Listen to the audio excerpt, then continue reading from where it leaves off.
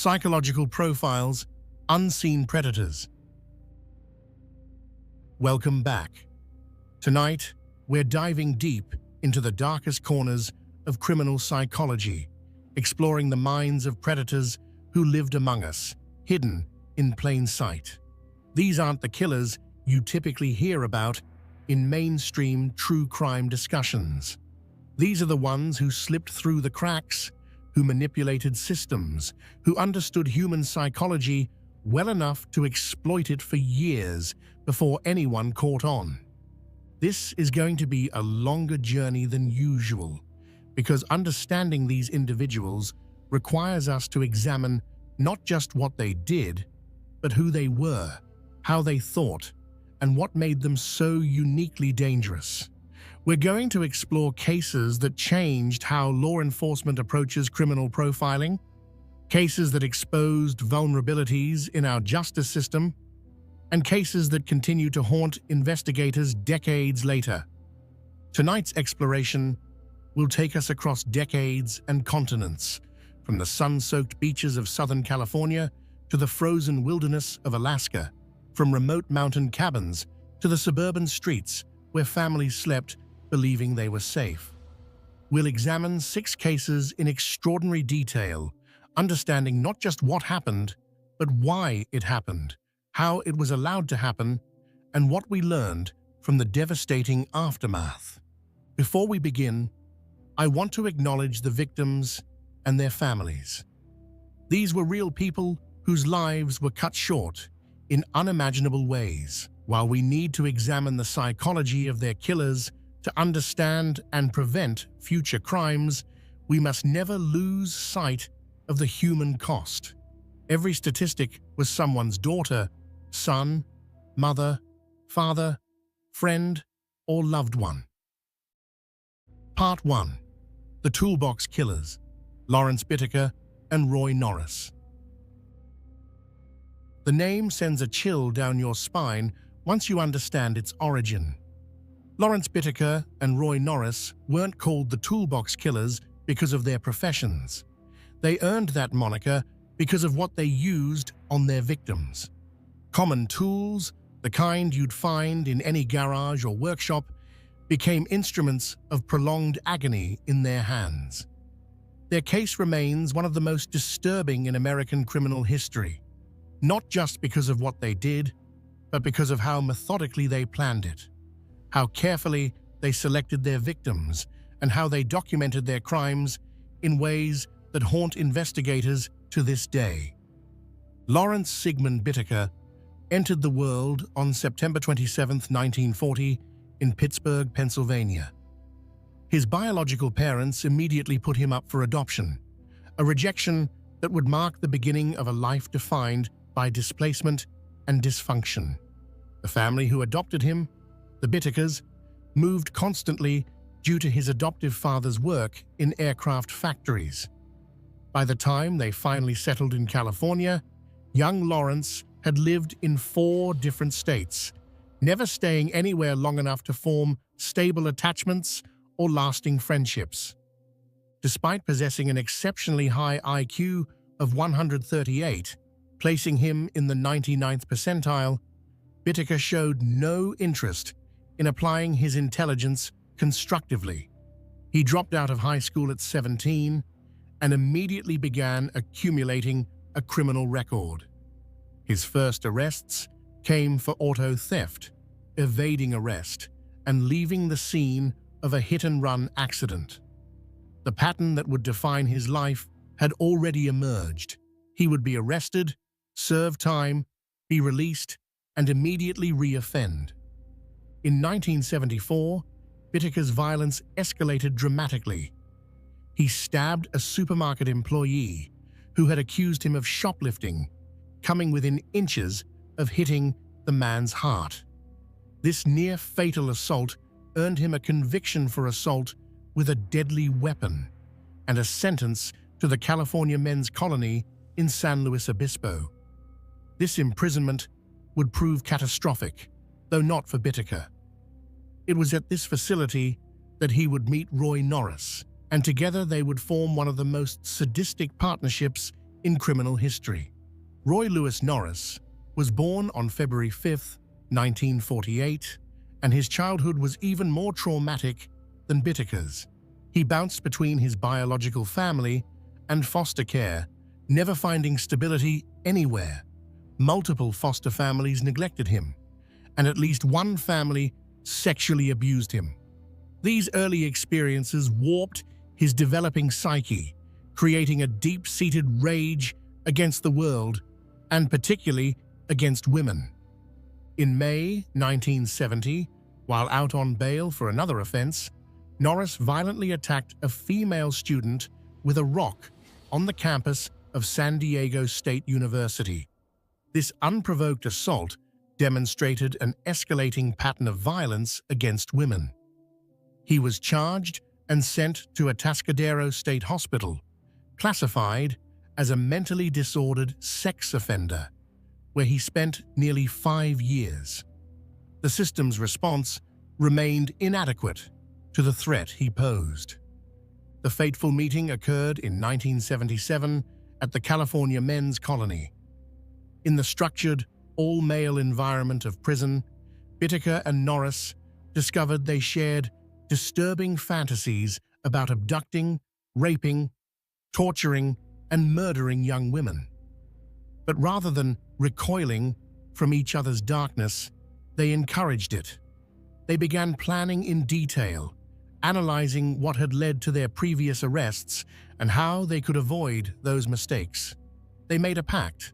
Once both were released, they would reunite and make their shared fantasies reality. Bittaker was paroled in November 1978. Norris followed in January 1979. Within months, they had reconnected and begun putting their plan into action. Their first major purchase was a silver 1977 GMC Vandura van, acquired in February 1979. They chose this specific vehicle because the passenger-side sliding door would allow them to quickly pull victims inside. They nicknamed it Murder Mac, revealing how they viewed their planned crimes as almost a project, but they didn't immediately begin killing. From February to June 1979, they picked up more than 20 hitchhikers without harming them. These were practice runs, testing their approach, building confidence, and scouting locations. In late April 1979, they found an isolated fire road in the San Gabriel Mountains. Bittaker broke the lock on the entry gate and replaced it with his own. They now had their private torture chamber. Their first victim was 16-year-old Lucinda Lynn Cindy Schaefer. On June 24, 1979, she was walking along the Pacific Coast Highway in Redondo Beach when they offered her a ride. When she refused, Norris pretended to repair the van. When Schaefer walked past, Norris grabbed her and dragged her into the vehicle. What happened over the next hours is almost too horrible to describe. They raped her, tortured her, and eventually strangled her to death. Her body was never recovered. Over the next 5 months, 4 more young women would die. 18-year-old Andrea Joy Hall, 13-year-old Jacqueline Leah Lamp, 15-year-old Jacqueline Doris Gilliam, and 16-year-old Shirley Lynette Ledford. Each killing was more brutal than the last, as their sadism escalated. They documented their crimes with photographs and audio recordings.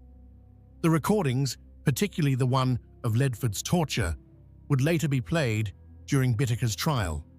Many people fled the courtroom, unable to bear listening to it. FBI profiler John Douglas, who has interviewed dozens of serial killers, described Bittaker as the most disturbing individual for whom he ever created a criminal profile. Their capture came when Norris began bragging to an old prison friend named Jimmy Dalton about the murders. When Ledford's body was discovered, Dalton reported Norris to his lawyer, who passed the information to the Los Angeles Police Department. Under interrogation, Norris confessed but tried to minimize his role. He agreed to testify against Bittaker in exchange for a plea deal that spared him the death penalty. When police searched Bittaker's motel room and Norris's apartment, they found the evidence: the audio tape of Ledford's torture, photographs of nearly 500 teenage girls, tools used in the murders, and items belonging to the victims. Prosecutor Stephen Kay, who would spend his career prosecuting some of California's most notorious criminals, still considers the Toolbox Killers case the worst he ever handled. For years after the trial, he suffered recurring nightmares about the case. Paul Bynum, the chief investigator, never recovered emotionally. In December 1987, at age 39, he died by suicide. In his 10-page suicide note, he specifically mentioned the case and expressed fear that Bittaker and Norris might somehow be released. Bittaker was convicted of 5 counts of murder and received the death penalty on March 24, 1981. He spent nearly 4 decades on death row at San Quentin State Prison, dying of natural causes on December 13, 2019, at age 79, having never been executed. Roy Norris received life imprisonment with the possibility of parole after 30 years. He died of natural causes on February 24, 2020, at age 72, having been denied parole multiple times. Part 2: Operation Miranda, Leonard Lake, and Charles Ng. If the Toolbox Killers case seemed incomprehensibly evil, the story of Leonard Lake and Charles Ng demonstrates that depravity can reach even darker depths. Operating from a remote cabin in Wilseyville, California, during the mid-1980s, this survivalist duo tortured and murdered an estimated 11 to 25 victims. They called their operation Miranda, inspired by a novel about a man who kidnaps a woman and keeps her as a slave. Their crimes involved entire families, including infants, subjected to unimaginable horrors before being killed and buried on Lake's property. Leonard Thomas Lake was born on October 29, 1945, in San Francisco, California. His parents divorced when he was 6, and his childhood was marked by instability and dysfunction.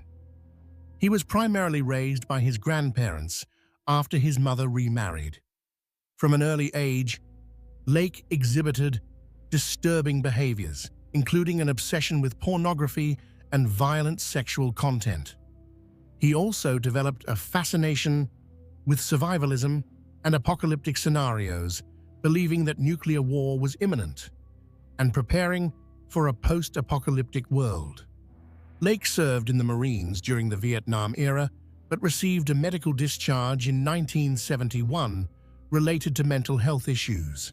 After his discharge, he drifted through various pursuits, including living on a hippie commune in California.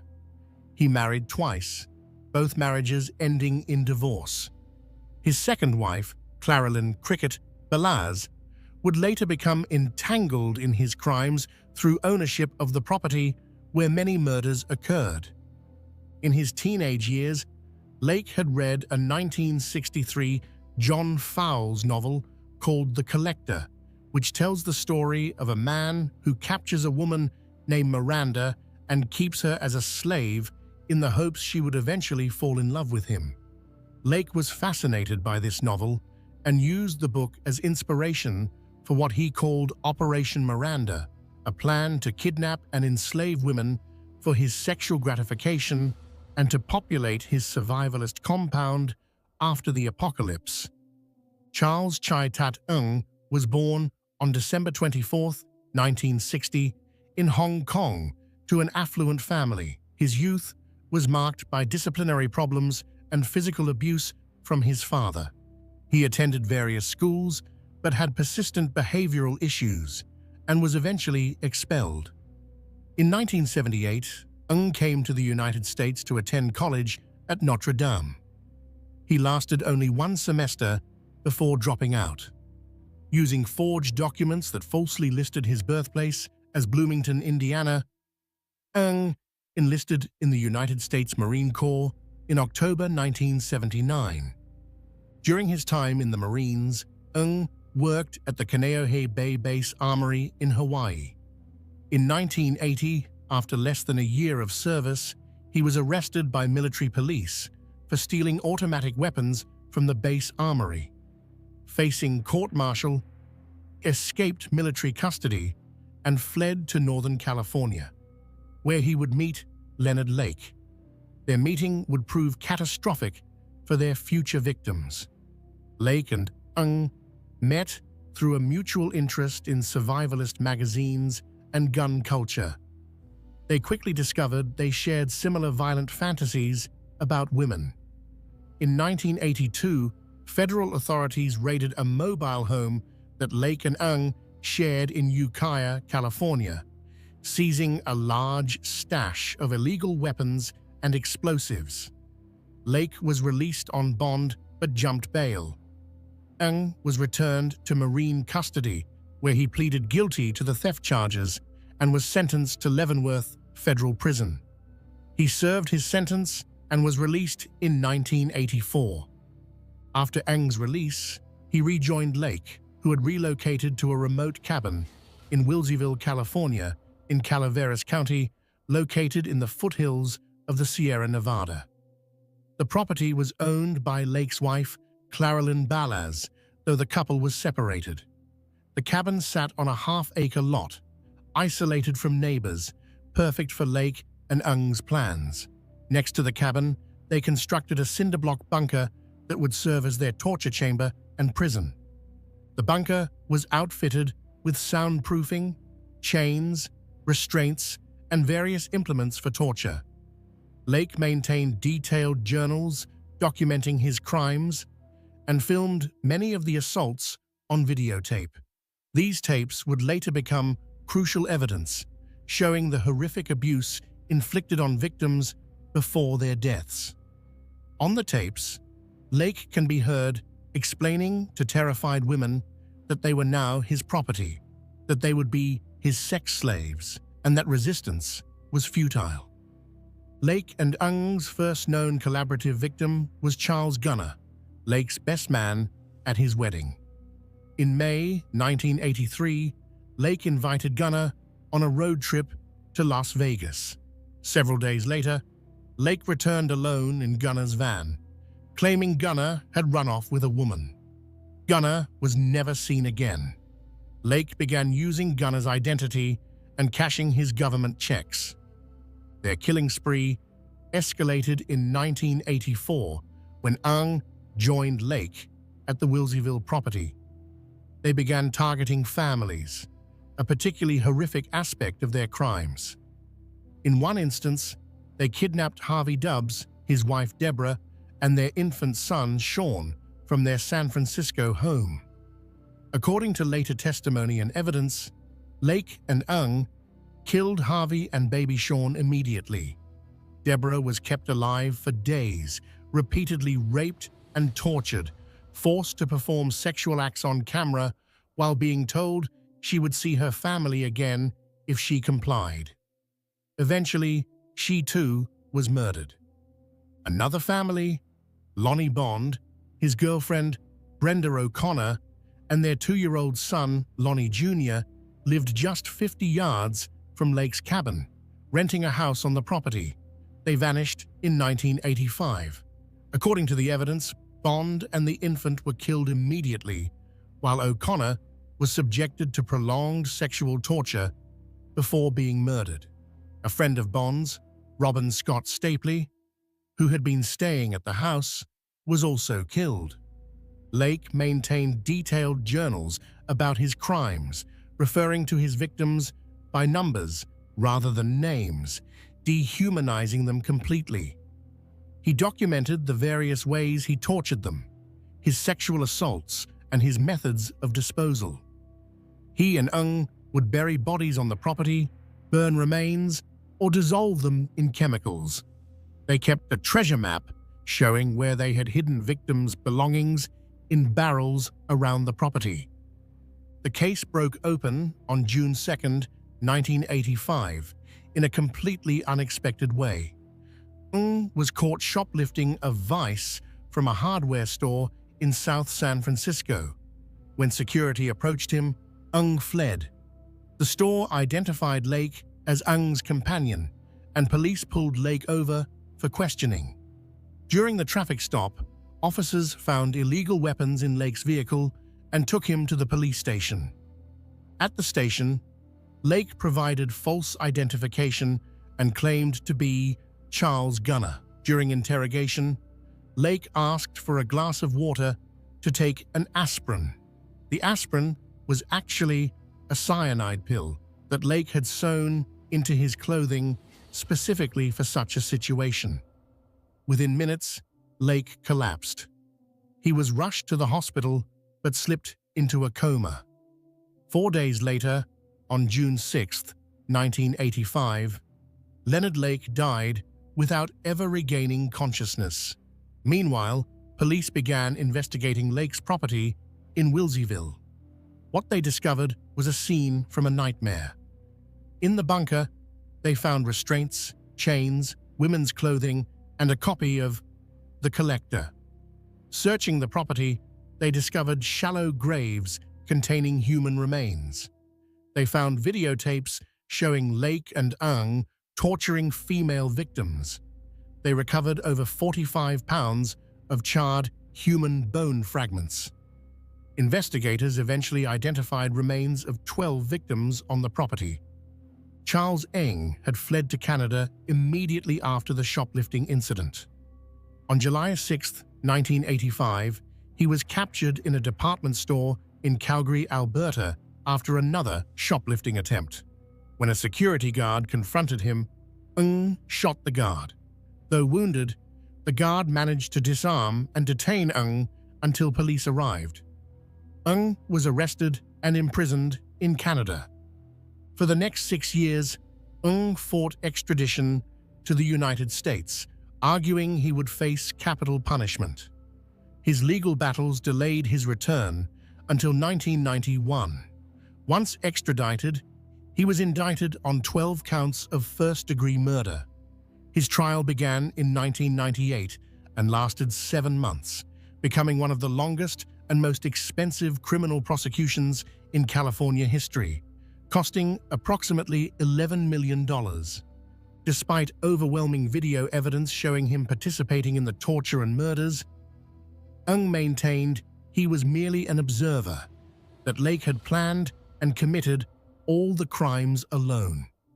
The prosecution introduced evidence that directly contradicted this claim, including video footage showing Ng actively participating in assaults. They also introduced disturbing evidence Ng had created in prison. Cartoons he had drawn showing babies being tortured in various ways, including being put in microwaves, drowned, and fried in woks. On February 24, 1999, after 3 weeks of deliberation, the jury convicted Ng of 11 counts of first-degree murder. 6 men, including Charles Gunner, Clifford Peranteau, Jeffrey Gerald, Michael Carroll, Lonnie Bond Sr., and Robin Scott Stapley. 3 women, Deborah Dubbs, Kathleen Allen, and Brenda O'Connor, and 2 male infants, Sean Dubbs and Lonnie Bond Jr. They could not reach a verdict on the 12th count, the murder of Paul Cosner. Ng was sentenced to death. The presiding judge noted, "Mr. Ng was not under any duress, nor does the evidence support that he was under the domination of Leonard Lake." As of 2025, Ng remains on death row at San Quentin State Prison in California, where the last execution took place in 2006. Part 3. Edmund Kemper, the Co-Ed Killer. If evil can be measured by both the brutality of crimes and the intelligence with which they're committed, then Edmund Emil Kemper III represents one of the most terrifying manifestations of human darkness. Standing 6 feet 9 inches tall, Weighing over 300 pounds and possessing an IQ of 145, Kemper used his massive physical presence and exceptional intelligence to commit murders that shocked even hardened investigators.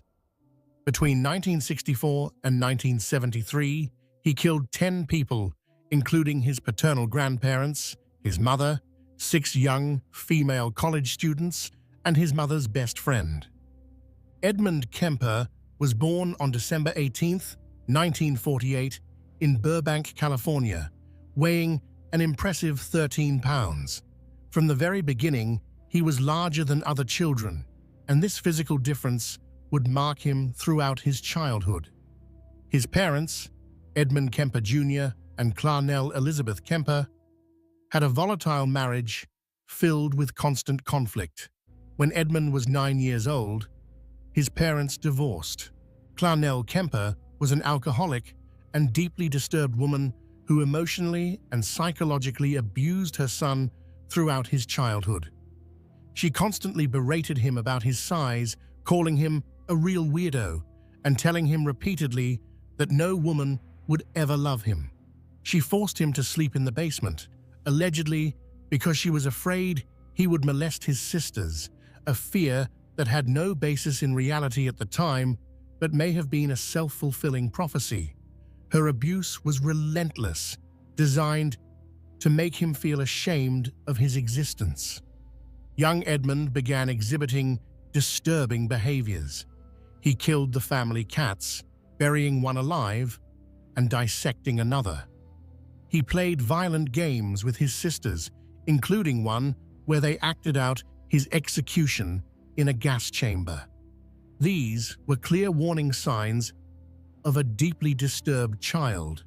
But in the 1950s and early 1960s, understanding of such behaviors was limited and nothing was done. At age 14, Kemper ran away from his mother's home in Montana and traveled to California to find his father. But Edmund Kemper Sr. wanted nothing to do with his son, rejecting him again. This rejection was crushing. His father sent him to live with his paternal grandparents, Edmund and Maud Kemper, on their ranch in North Fork, California. On August 27, 1964, at age 15, Edmund committed his first murders. After an argument with his grandmother, he shot her in the head with a .22 caliber rifle. When his grandfather returned home, Edmund shot him as well. When asked why he killed his grandmother, Edmund said, "I just wondered how it would feel to shoot Grandma." When asked why he then killed his grandfather, he said, "So he wouldn't have to see Grandma dead." Kemper was committed to Atascadero State Hospital, a maximum security facility for the criminally insane. He was diagnosed with paranoid schizophrenia, though later evaluations would question this diagnosis. At Atascadero, Kemper was considered a model patient. He was intelligent, cooperative, and insightful about his crimes. He even administered psychological tests to other patients, memorizing the answers and learning how to manipulate the tests. After 5 years, when he turned 21, the doctors determined he had been successfully rehabilitated. On his 21st birthday in 1969, Edmund Kemper was released. His juvenile record was sealed and expunged. This decision was made despite warnings from several staff members who felt Kemper remained dangerous. Upon his release, Kemper moved back to California and lived with his mother, who was now working as an administrative assistant at University of California, Santa Cruz. Initially, Kemper tried to build a normal life. He attended community college briefly. He tried to join the California State Police, but at 6'9" and over 300 pounds, he exceeded their size requirements. But Kemper was developing elaborate violent fantasies, particularly about young women. He began picking up female hitchhikers, initially not harming them. These were practice runs. Kemper would later estimate that he gave rides to approximately 150 hitchhikers before he finally acted on his violent impulses. The killing began on May the 7th, 1972. Kemper picked up two Fresno State College students, 18-year-old Marianne Pesce and 18-year-old Anita Luchessa. He drove them to a remote area, killed them both, put their bodies in the trunk of his car, and drove back to his apartment. There, he dismembered them, decapitated them, and engaged in sexual acts with their corpses. He took photographs throughout this process. 4 months later, on September 14, 1972, Kemper picked up 15-year-old Aiko Koo. In January 1973, he killed 19-year-old Cindy Scholl. In February 1973, he encountered 23-year-old Rosalind Heather Thorpe and 20-year-old Alice Helen Allison Liu on the UC Santa Cruz campus. Kemper had obtained a university parking sticker because his mother worked there, making students more likely to trust him. Throughout this period, Kemper was friends with several police officers. He frequented a bar called the Jury Room that was popular with law enforcement, listening to them discuss the ongoing investigation into the co-ed murders. His inside knowledge helped him stay ahead of detection. The police discussing their case with him never suspected that the gentle giant sitting at the bar was the killer they were hunting. The end came on Good Friday, April 20th, 1973. Kemper had been drinking and dwelling on his rage toward his mother. In the early morning hours, he entered her bedroom while she slept and bludgeoned her to death with a claw hammer. He then cut off her head, raped her severed head, and removed her larynx, trying to feed it down the garbage disposal, later saying it seemed appropriate given how much she had yelled at him over the years. That evening, Kemper invited his mother's best friend, 59-year-old Sarah Taylor Hallett, over to the house. When Hallett arrived, Kemper strangled her. The next morning, he took his mother's car and drove east. After driving for hours, he stopped in Pueblo, Colorado, and called the Santa Cruz Police Department from a payphone, confessing to being the co-ed killer. The police initially didn't believe him. He had to call back multiple times before they finally sent officers to arrest him. During his interrogation and trial, Kemper was extraordinarily cooperative and articulate. He provided detailed descriptions of all his crimes. He told investigators that he killed the young women because he wanted them for myself, like possessions.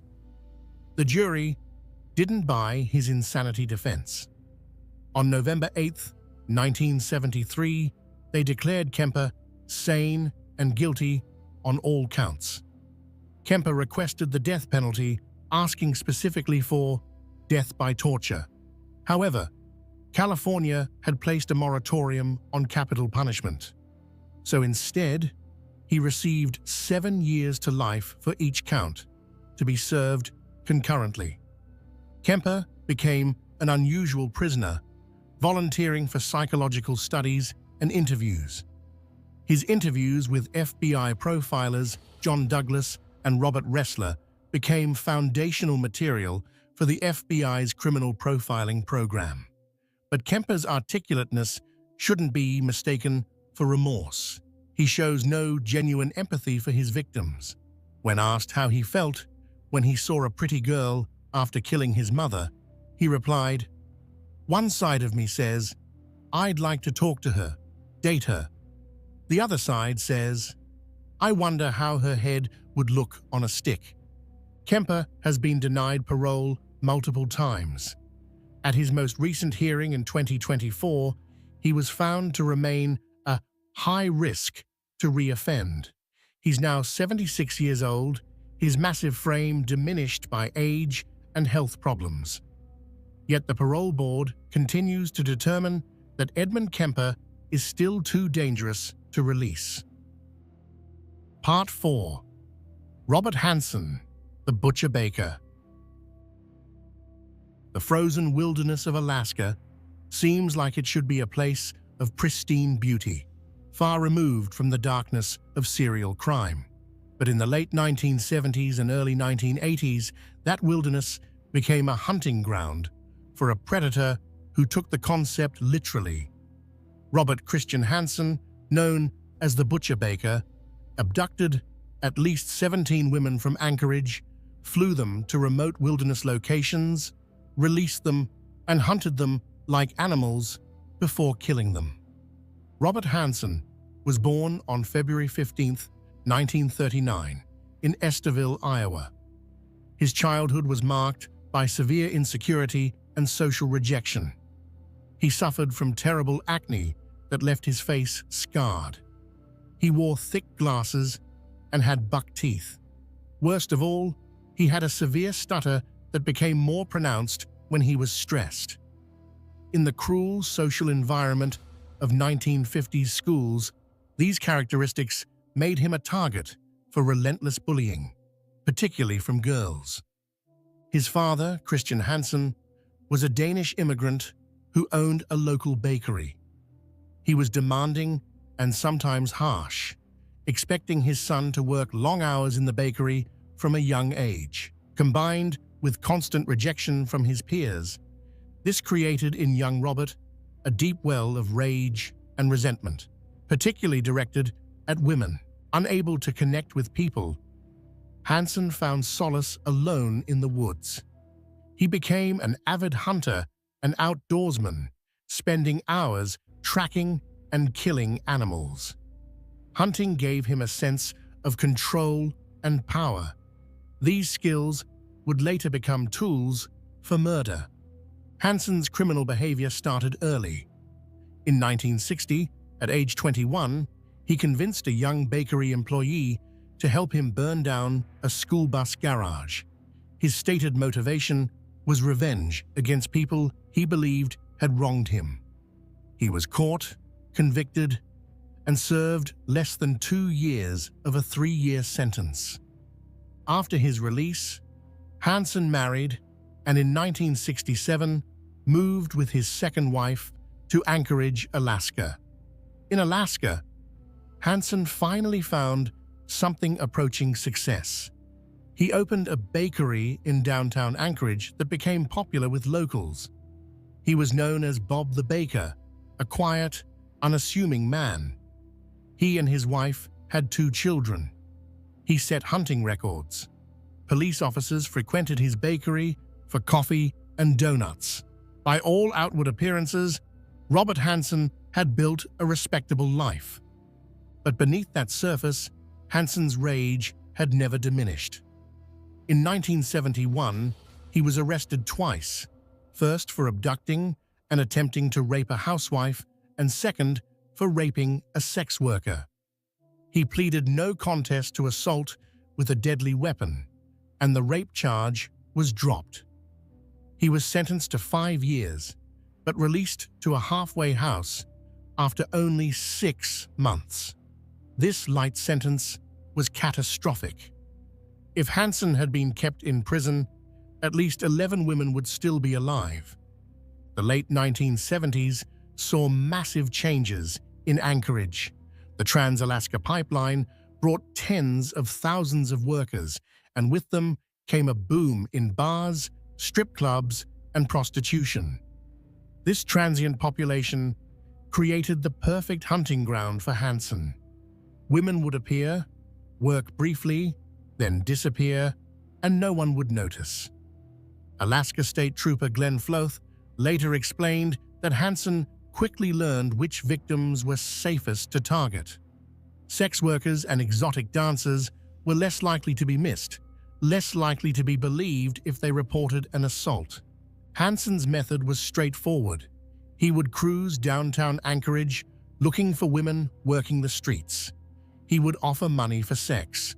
Once the woman was in his car, he would pull a gun and drive her to his home. He had a soundproofed room in his basement where he would handcuff victims, rape them, and torture them. When he was done, he would drive them to his airplane hangar. This is where Hansen's crimes became truly unique. He was a skilled pilot with his own bushplane. He would fly victims to remote wilderness locations. Once there, Hansen would release the woman and give her a head start. Then he would hunt her with his hunting rifle or bow and arrow, tracking her through the wilderness. Most victims were killed quickly, shot down as they ran. After the kill, Hansen would leave the bodies where they fell. The Alaskan wilderness is vast. He believed it would hide his victims forever. For many years, he was right. Between 1971 and 1983, 17 women that we know of were murdered by Robert Hansen. The break came on June 13, 1983, when Cindy Paulson, a 17-year-old sex worker, was picked up while hitchhiking. She was half-naked, handcuffed, hysterical. She told police an almost unbelievable story about being abducted, chained in a basement, raped repeatedly, and taken to an airport. While her attacker was loading his plane, she had managed to escape. Paulson had seen the airplane and gotten its tail number. A security guard corroborated her story. The tail number led directly to Robert Hansen. When police questioned Hansen, he denied everything, claiming Paulson was lying. He had an alibi from a friend. Police initially found Hansen more credible than a teenage prostitute. But Detective Glenn Floth wasn't convinced. He and his team had been investigating the discovery of several women's bodies for years. Floth began looking more carefully at Hansen. He re-interviewed Hansen's friend, and the alibi fell apart. With the alibi cracked, investigators obtained a search warrant. What they found was damning. In the basement, they discovered the soundproof room. They found jewelry and personal items belonging to multiple women. They found a .223 caliber rifle that matched bullets found in victims. Most significantly, they found an aviation map hidden in Hansen's headboard. On this map, Hansen had marked more than 20 locations with tiny X's. When Floth compared the X's to known crime scenes, several matched exactly. Faced with overwhelming evidence, Hansen confessed. He admitted to killing 17 women over a 12-year period. He agreed to fly with investigators and point out where he had left bodies. In 1984, Alaska State Troopers discovered the remains of 8 women. Only 12 of his 17 admitted victims have ever been found. 5 women remain lost in the Alaskan wilderness. In February 1984, Robert Hansen pleaded guilty to 4 counts of murder in exchange for the state not pursuing all 17 charges. He was sentenced to 461 years in prison plus life without the possibility of parole. He died of natural causes on August 21, 2014, at age 75. Part 5. The Toy Box Killer, David Parker Ray. Some predators work quickly, killing their victims within hours. Others draw out the torture over days or weeks. David Parker Ray turned prolonged torture into a grotesque art form, holding victims captive in a specially modified trailer he called his toy box for months at a time. Operating from Elephant Butte, New Mexico, Ray kidnapped, raped, and tortured an unknown number of women from the mid-1980s through 1999. He was suspected by authorities and his accomplices of murdering up to 60 of his victims, though no bodies were ever definitively recovered, preventing murder charges. David Parker Ray was born on November 6, 1939, in Belen, New Mexico. His parents abandoned him at a young age, and he was raised by his grandparents.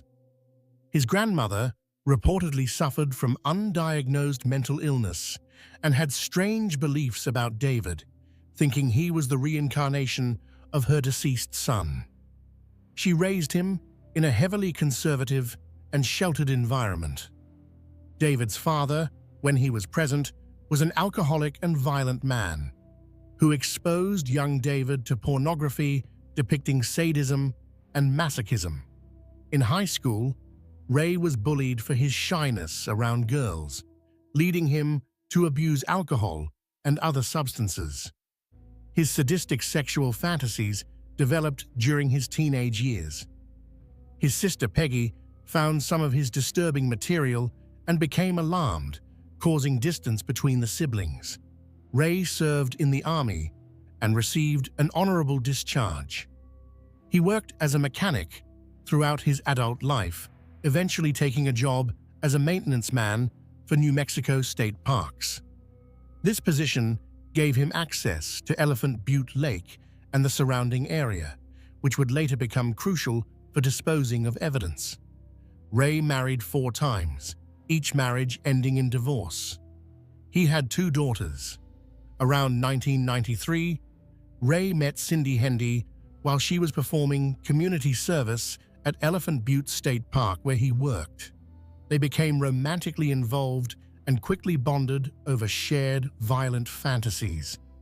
Hendy would become Ray's primary accomplice, actively participating in the abduction and torture of multiple victims.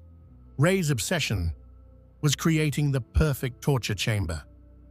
He purchased a large cargo trailer and spent years and approximately $100,000 converting it into what he called his toy box. He soundproofed the interior, installed elaborate locks and restraints, and filled it with an extensive collection of torture implements: whips, chains, pulleys, straps, clamps, surgical instruments, electric shock devices, and various sexual devices. The centerpiece was a gynecological examination table to which he would strap his victims. A mirror was mounted on the ceiling above the table so victims could see what was being done to them. Ray constructed elaborate contraptions, including a fur-lined coffin and makeshift pillories to restrain captives.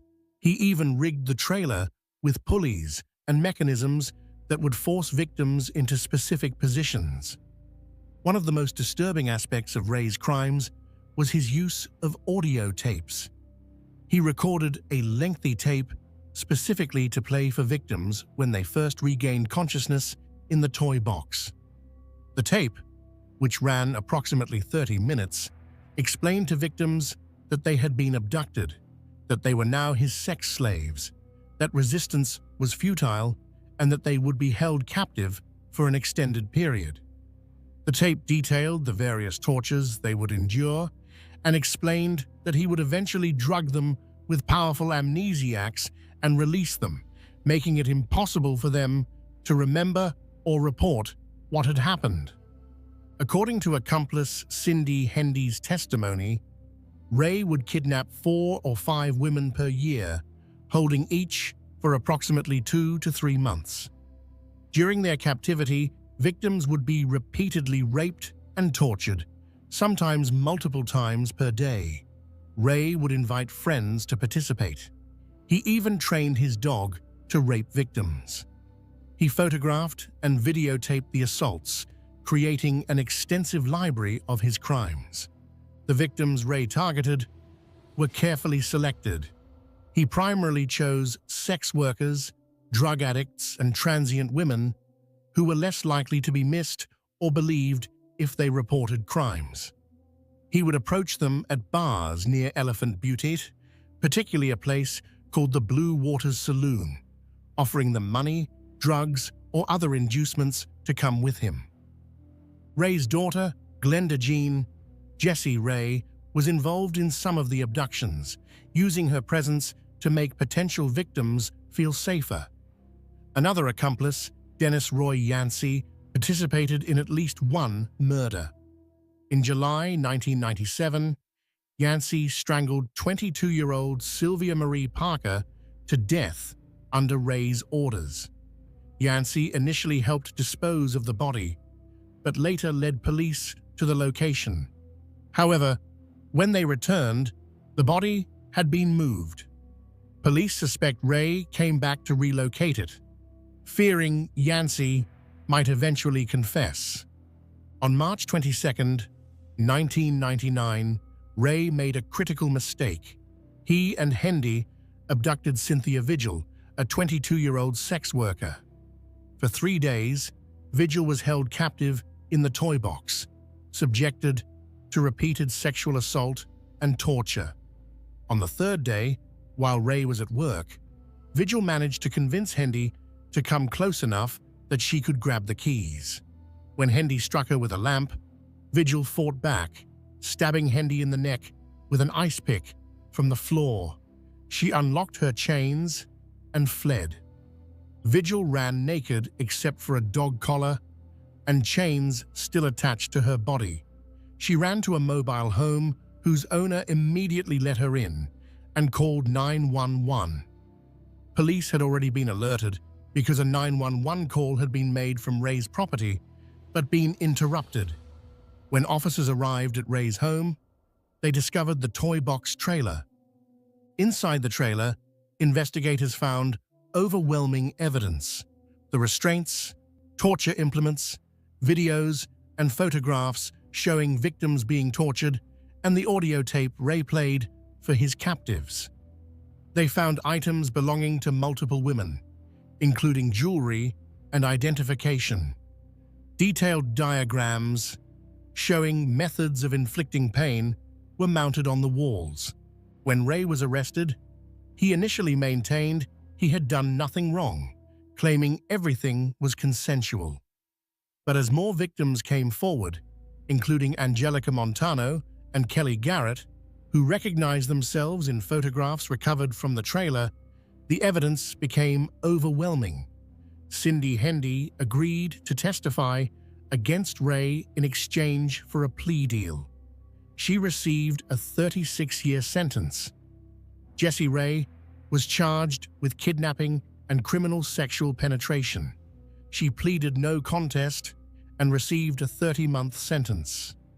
Dennis Roy Yancey pleaded guilty to second-degree murder in the death of Marie Parker and received a prison sentence. Ray's trial was complex and lengthy.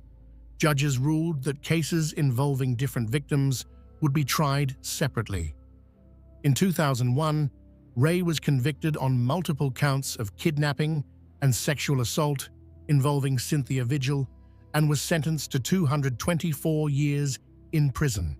Before additional trials could proceed, Ray suffered a fatal heart attack. On May 28, 2002, David Parker Ray died at age 62 while in custody at the Lee County Correctional Facility in Hobbs, New Mexico. He was scheduled to be interrogated by state police about additional victims when he died. With his death, the case became largely unsolvable. No bodies were ever recovered. No victims beyond the few who came forward were definitively identified. The FBI believes Ray's victim count could be as high as 60 women over nearly 50 years, but without bodies or additional victim identification, the true scope of his crimes will never be known. In 2011, the FBI released hundreds of photographs of jewelry, clothing, and personal items recovered from Ray's property, hoping the public could help identify owners. To date, most items remain unclaimed, representing unknown victims whose families may never know what happened to them. Part 6. Richard Ramirez, the Night Stalker. While the predators we've examined so far operated with careful planning and specific victim selection, Richard Ramirez was chaos incarnate. Between April 1984 and August 1985, Ramirez terrorized California in a crime spree so random, so violent, and so varied in its methods that investigators initially didn't believe all the crimes could be committed by one person. He murdered at least 14 people, sexually assaulted dozens, and burglarized countless homes. His victims ranged from children to elderly women. from wealthy neighborhoods to poor ones, killed by guns, knives, blunt force trauma, or strangulation. He became known as the Night Stalker, a name that perfectly captured the terror he inspired. Ricardo Leyva Muñoz Ramirez was born on February 29, 1960, in El Paso, Texas, the youngest of 5 children born to Mexican immigrant parents. His father, Julian Ramirez, was a former Mexican policeman who worked on the Santa Fe Railroad. His mother, Mercedes, was a devout Catholic. From the outside, the family appeared working class, but stable. The reality was darker. Julian Ramirez was physically abusive to his children, subjecting them to frequent beatings. Richard witnessed and experienced this violence throughout his childhood, but perhaps the most damaging influence on young Richard was his older cousin, Miguel Mike Ramirez. Mike was a Vietnam War veteran who had been awarded the Purple Heart. He also suffered from severe PTSD and likely had schizophrenia. When Richard was around 12 years old, Mike began sharing stories about his time in Vietnam. But these weren't typical war stories. Mike boasted about the war crimes he had committed, particularly violent sexual assaults against Vietnamese women. He showed Richard photographs of women he claimed to have raped, tortured, and killed. Some photographs showed Mike posing with severed heads. This exposure to graphic violence and sexual sadism at such a young age had a profound impact on Richard's developing psyche. He began to idolize his cousin, to see Mike's violence as something powerful and admirable. On May 4, 1973, Richard witnessed Mike shoot his wife Jessie in the face during an argument, killing her. Mike was found not guilty by reason of insanity and sent to a mental hospital, from which he was released after just a few years. After witnessing the murder, Richard moved in with his sister Ruth and her husband Roberto. But Roberto was a peeping Tom who would prowl neighborhoods at night looking in windows. He took young Richard along on these voyeuristic excursions, further normalizing criminal behavior in Richard's mind. By his early teens, Richard was heavily involved in drugs, particularly marijuana, LSD, and PCP. He began engaging in petty theft to support his habits. He dropped out of high school and took a job at a Holiday Inn, where he used his access to steal from guests. He molested children in the hotel elevator and attempted to rape a woman in her room before being caught by her husband and fired. Ramirez's obsession with Satanism began in his teenage years. He and his friend Tom developed an intense interest in the occult, in heavy metal music with satanic themes, particularly AC/DC's album Highway to Hell. Ramirez believed that Satan was a real entity who gave him power and protected him. This belief would become central to his crimes and his public persona. Ramirez's first known murder occurred on April 10, 1984, when he broke into the San Francisco hotel where he was living and raped and murdered 9-year-old Mei Leung in the basement. He stabbed her to death and hung her body from a pipe. This murder wasn't connected to his later crimes until 2009, when DNA evidence linked him to the scene. On June 28, 1984, Ramirez committed what was long thought to be his first murder. He broke into the Glassell Park apartment of 79-year-old Jenny Vinco. He stabbed her repeatedly, slashed her throat so deeply she was nearly decapitated, and sexually assaulted her corpse. A fingerprint was found on a window screen, but computerized fingerprint databases didn't exist yet, so the print couldn't be matched. After the Vinco murder, Ramirez apparently didn't kill again for 8 months, but in March 1985, he resumed with a vengeance. On March 17th, he shot and killed 34-year-old Dele Okazaki, and shot Maria Hernandez, who survived when the bullet ricocheted off her keys. Within an hour, he murdered 30-year-old Tsai Lian Veronica Yu in Monterey Park. 10 days later, on March 27th, Ramirez murdered 64-year-old Vincent Zazara and his 44-year-old wife Maxine in their home. He shot Vincent first, then brutally assaulted Maxine before stabbing her multiple times. He gouged out her eyes, a level of savagery that shocked investigators. At the scene, he left distinctive Avia sneaker prints and drew a pentagram on the wall. The attacks escalated in frequency and brutality. In May, Ramirez killed 84-year-old William Doi and raped his wife, Lillian, who survived. At the end of May, he beat two elderly sisters, Mabel Bell and Florence Lang, with a hammer so severely that it cracked the handle. He drew a pentagram on Mabel's inner thigh. Mabel died from her injuries, but Florence survived. In late June, Ramirez broke into the home of 6-year-old Anastasia Hronis and abducted her, molesting her before releasing her. The following night, he slit the throat of 32-year-old Patty Elaine Higgins, killing her. July 1985 was particularly horrific. On July 2nd, Ramirez killed 75-year-old Mary Louise Cannon by beating her to death.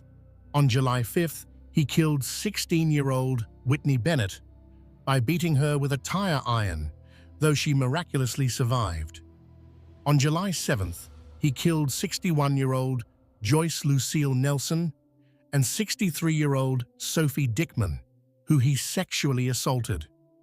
On July 20th, he killed 66-year-old Maxine Kneiding, 64-year-old Layla Kneiding, and 32-year-old Chinarong Kovananth, also sexually assaulting Kovananth's wife.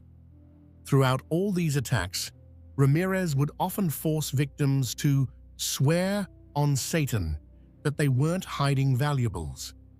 He would tell surviving victims to tell them the Night Stalker was here.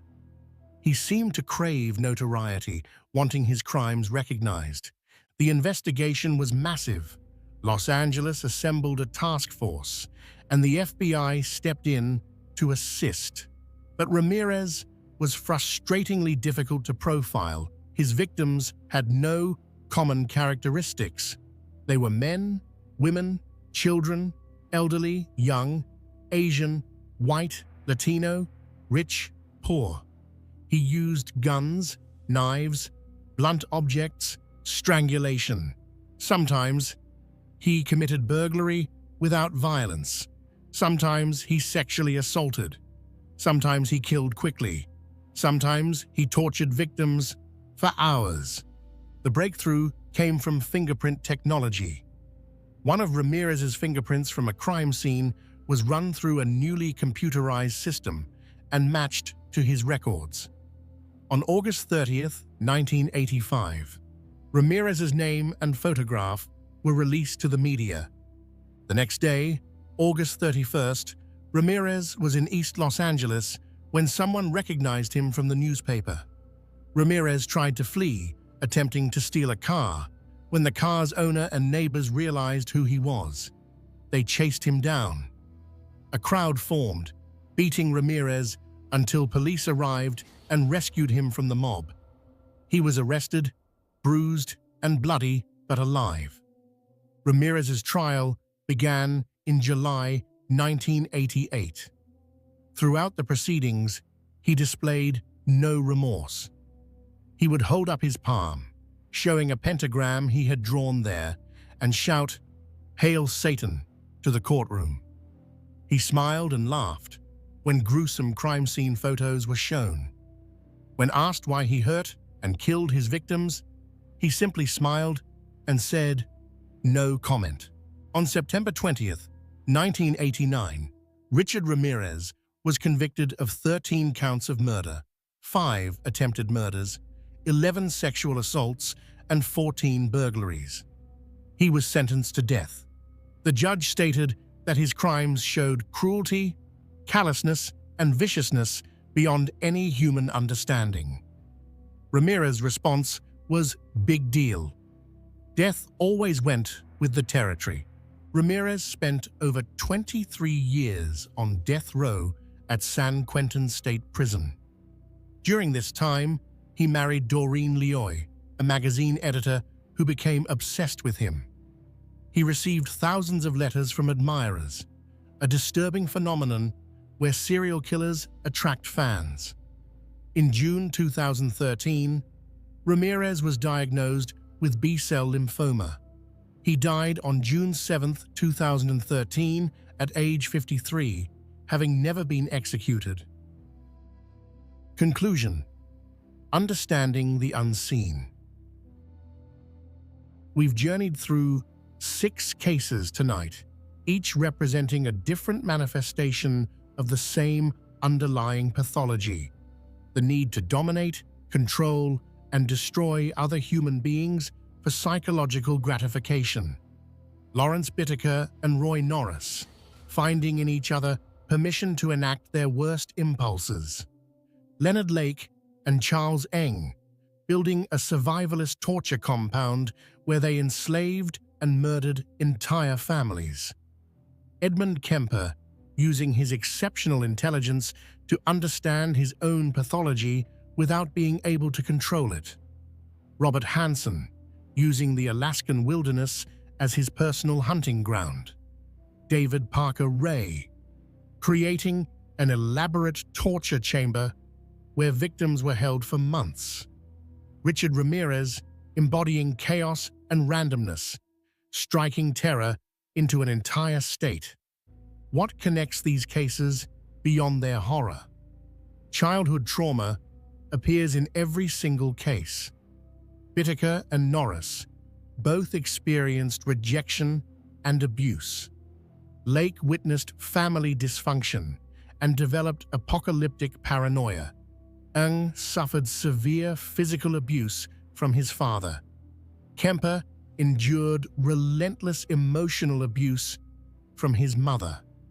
Hansen was bullied mercilessly for his appearance and stutter.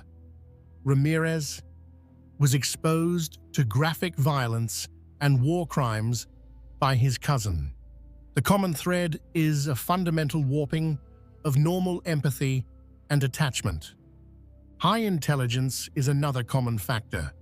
Bittaker, Lake, Kemper, Hansen, and Ray all demonstrated above-average intelligence. They used their cognitive abilities not to contribute to society, but to more effectively prey upon it. They planned carefully, avoided detection for years, and manipulated those around them.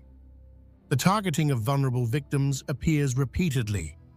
Hansen explicitly chose sex workers and dancers.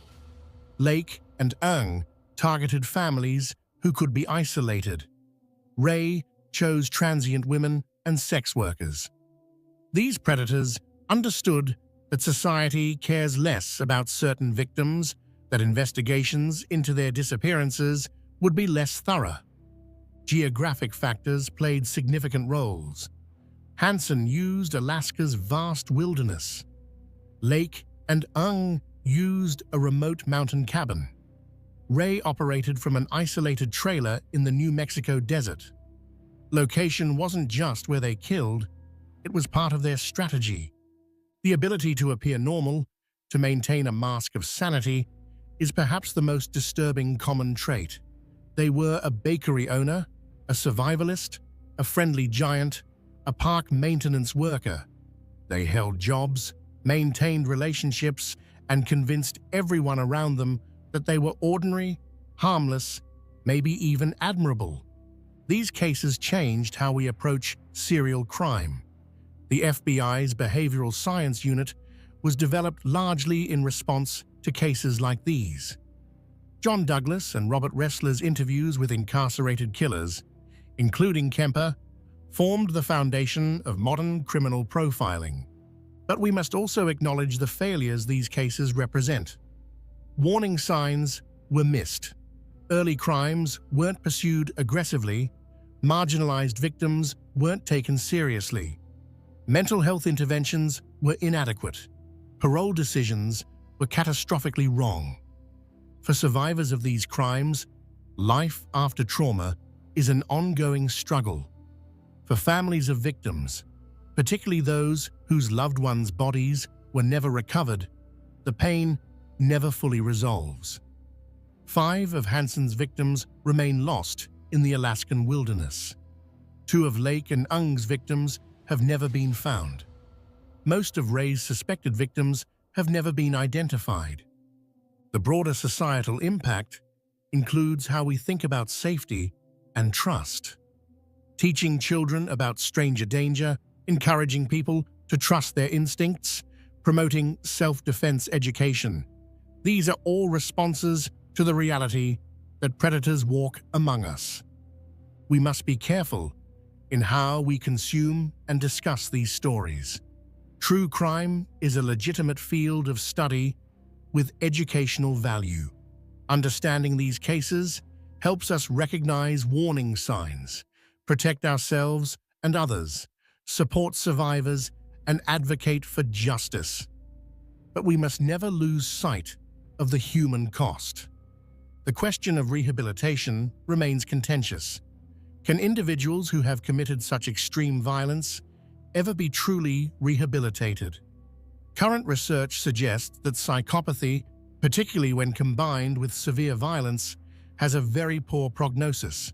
This is why risk assessment in parole decisions is so crucial. Looking forward, there are reasons for cautious optimism.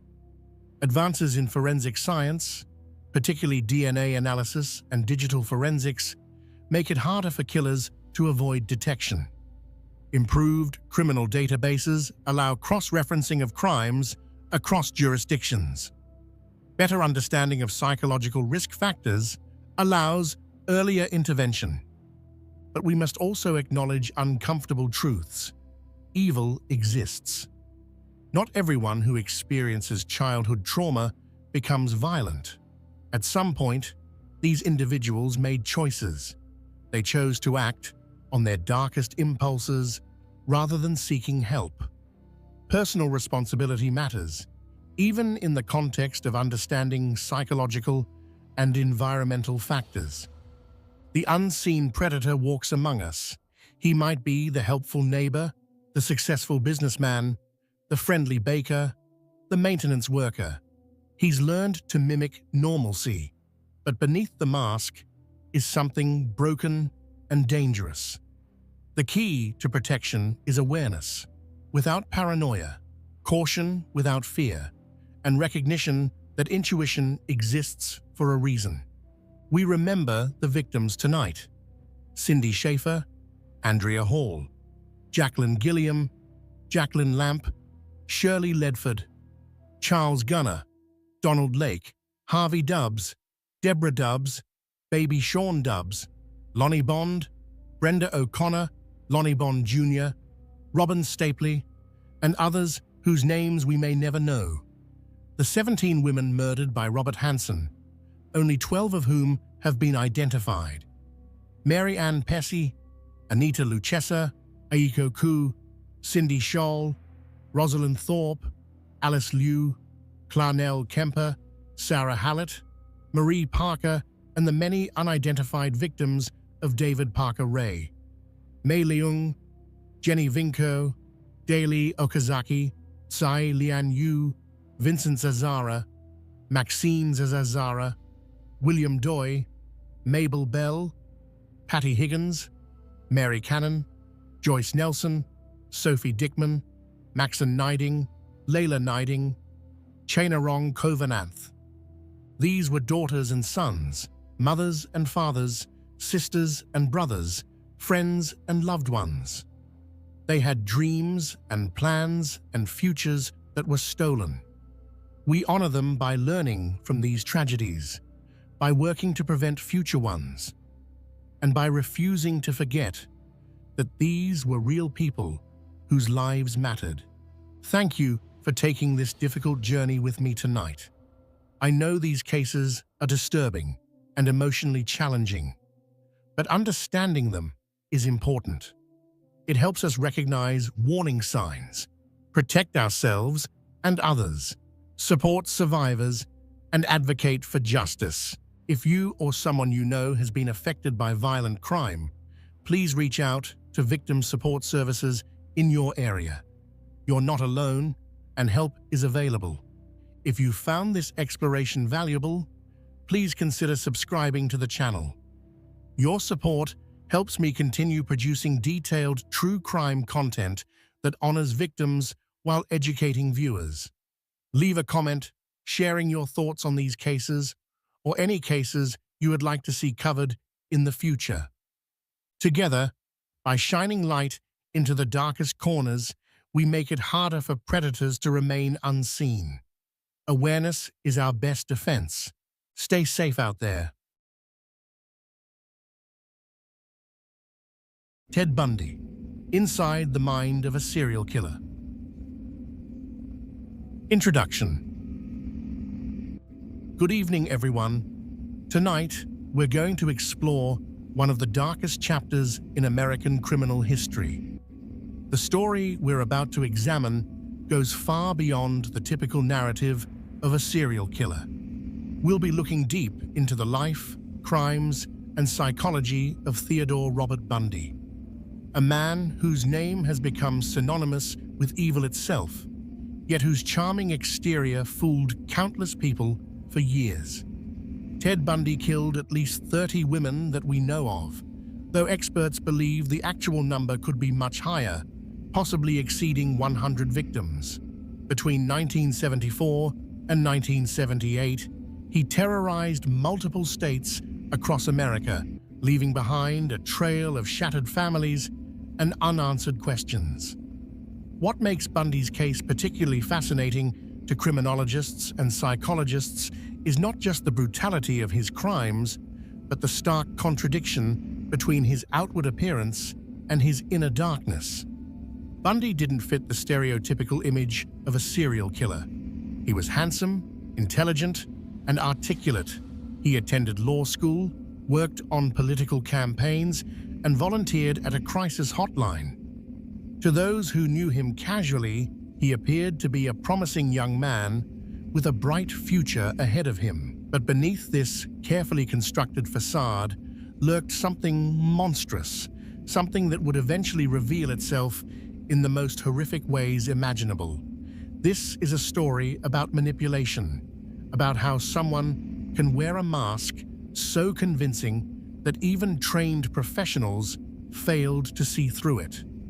It's about the failures of law enforcement across multiple jurisdictions, the evolution of criminal investigation techniques, and ultimately about the victims whose lives were cut tragically short by a man who viewed them as nothing more than objects for his gratification. Before we begin our journey into this darkness, it's important to remember that behind every statistic, every crime scene photograph, every court document, there were real people, young women with dreams, with families who loved them, with futures that were stolen from them. As we explore the mind of their killer, we must never lose sight of their humanity.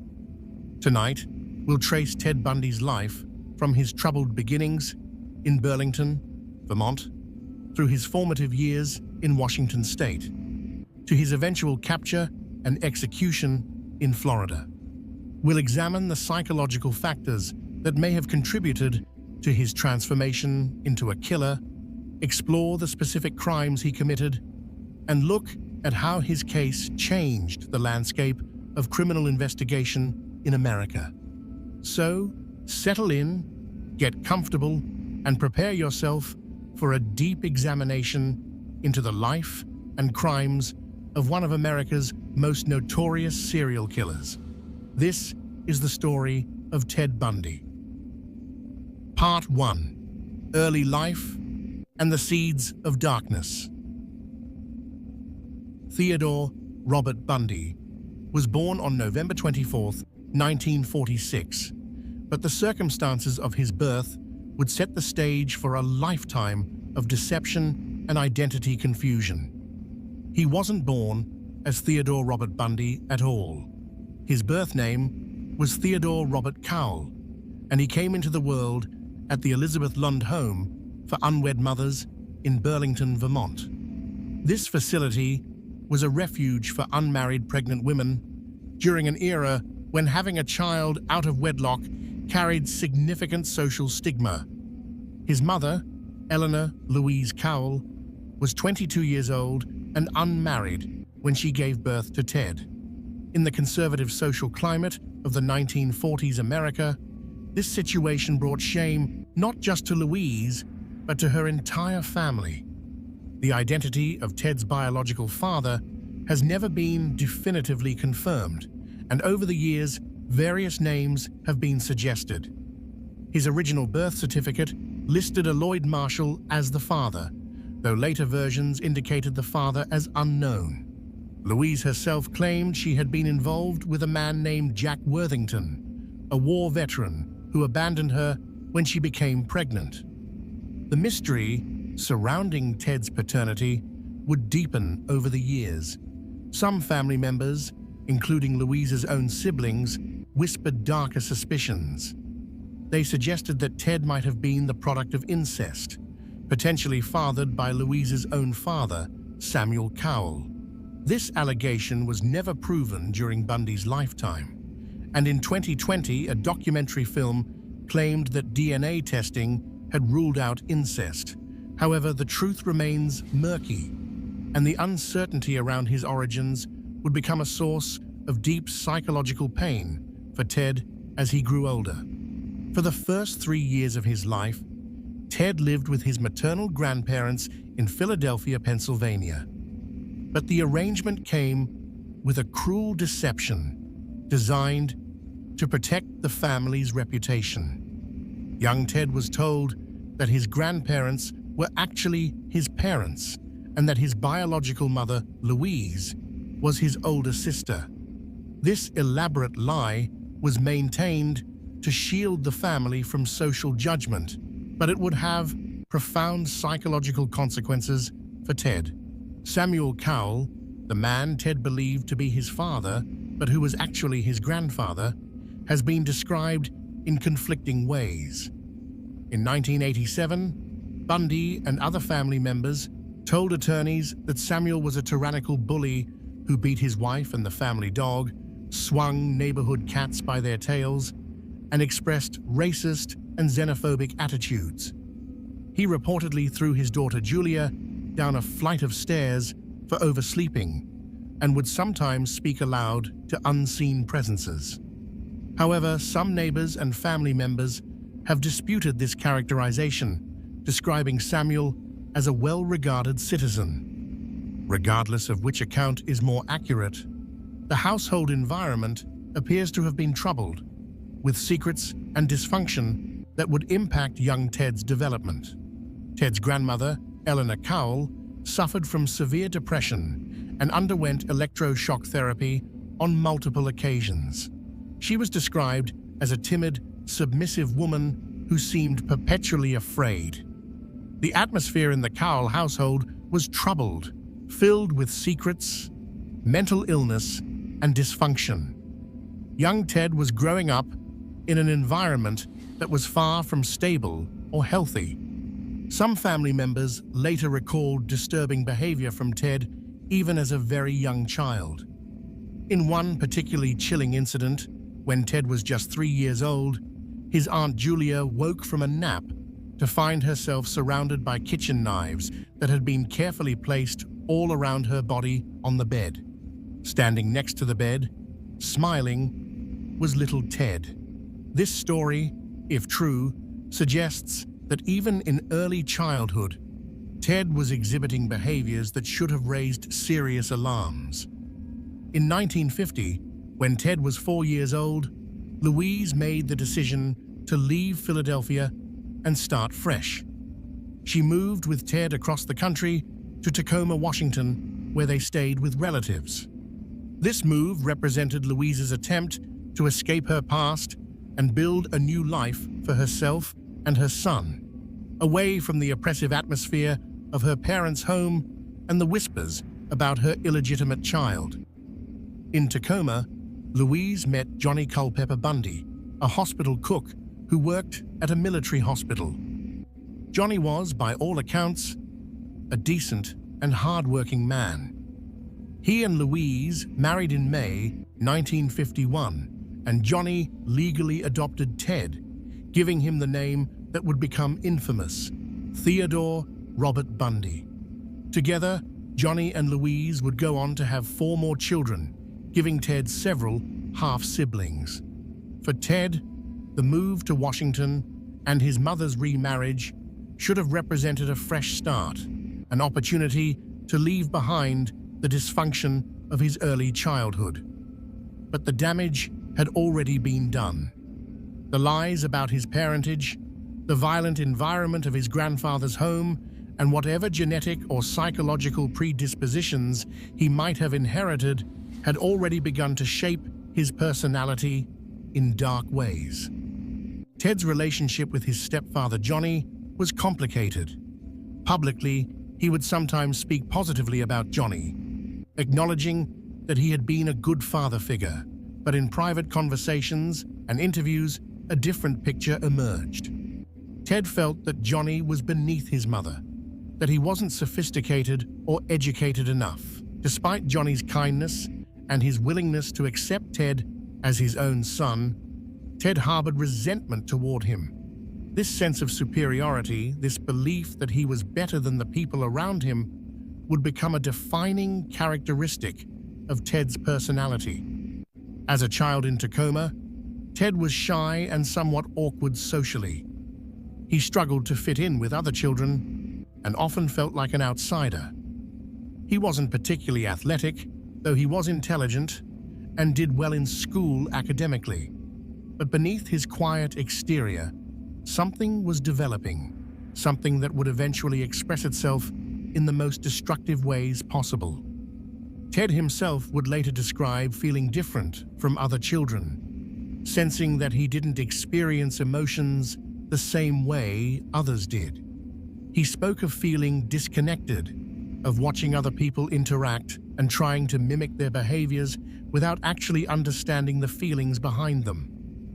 This description aligns closely with what psychologists now recognize as psychopathy, a personality disorder characterized by a lack of empathy, manipulativeness, and superficial charm.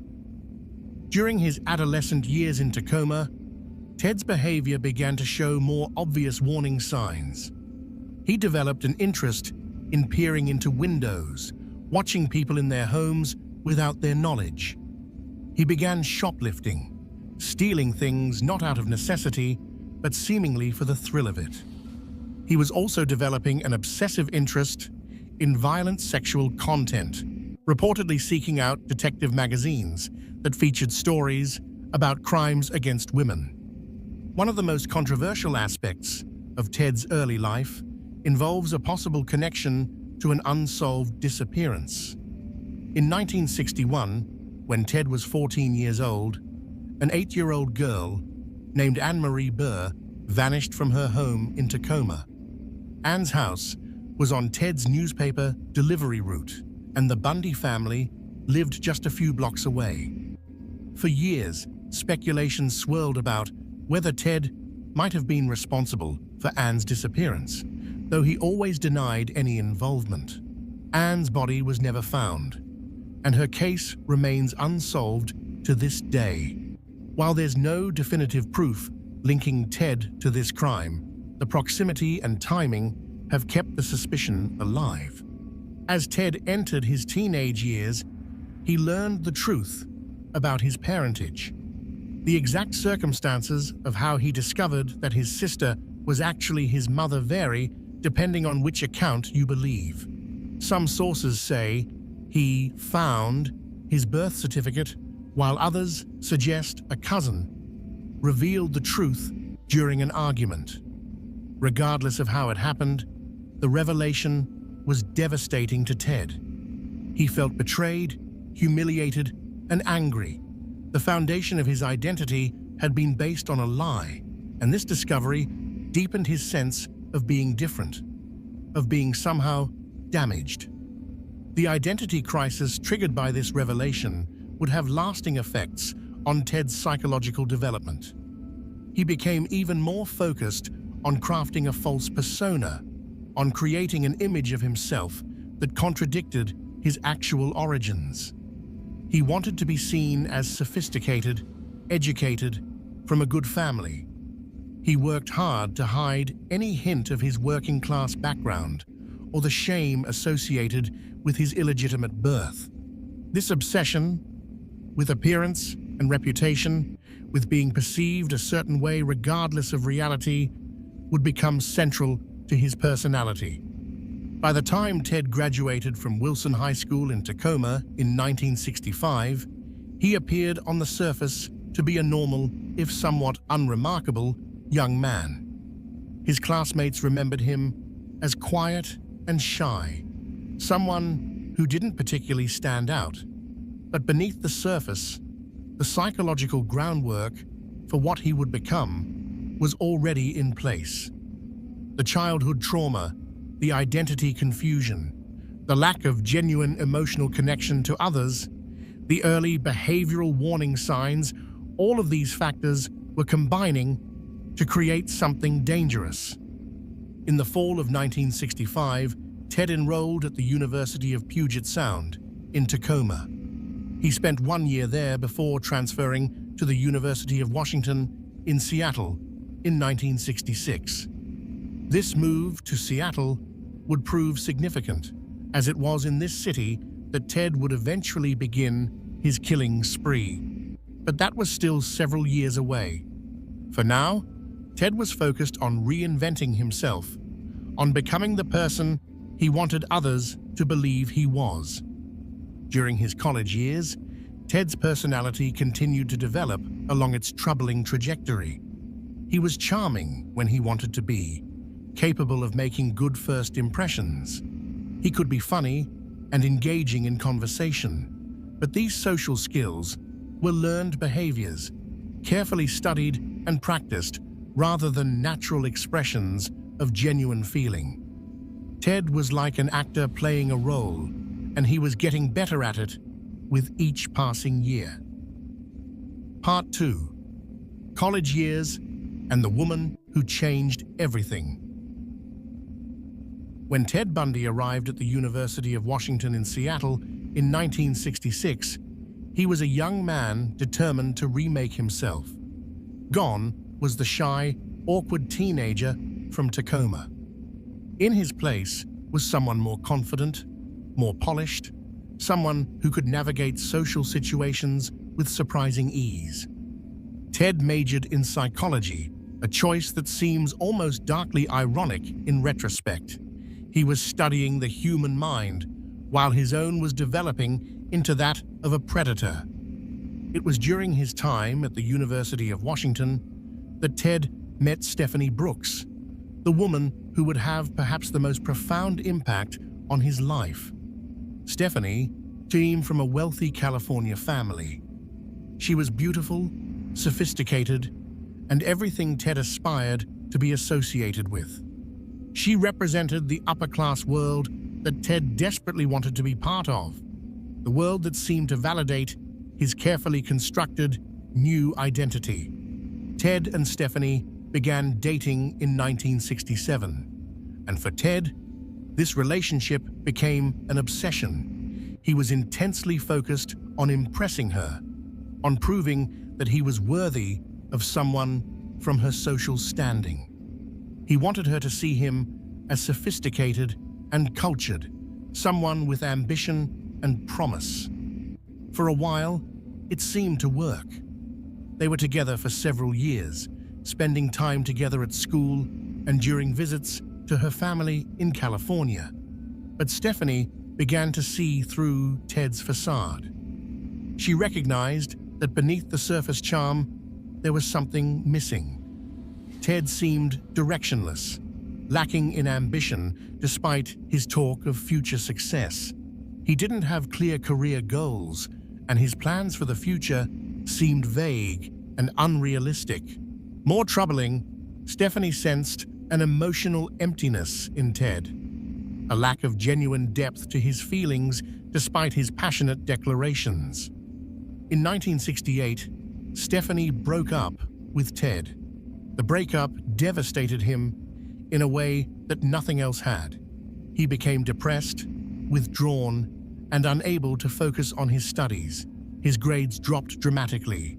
He felt rejected and humiliated, convinced that Stephanie had abandoned him because he wasn't good enough, because he came from a lower social class, because he was fundamentally inadequate.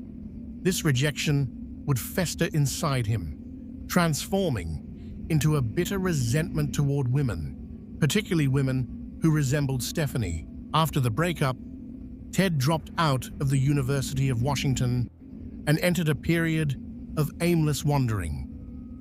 He traveled to California, worked various jobs, and seemed unable to settle on a direction for his life.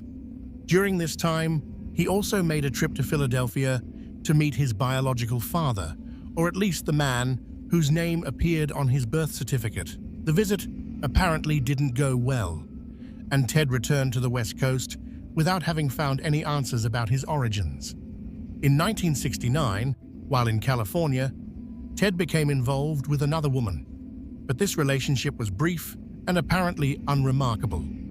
Some criminologists have speculated that Ted may have committed his first murder around this time. He himself later made cryptic comments suggesting that his violent crimes began earlier than anyone knew. In conversations with investigators, he hinted at murders in 1969, possibly in Atlantic City, while visiting family in Philadelphia and possibly in California.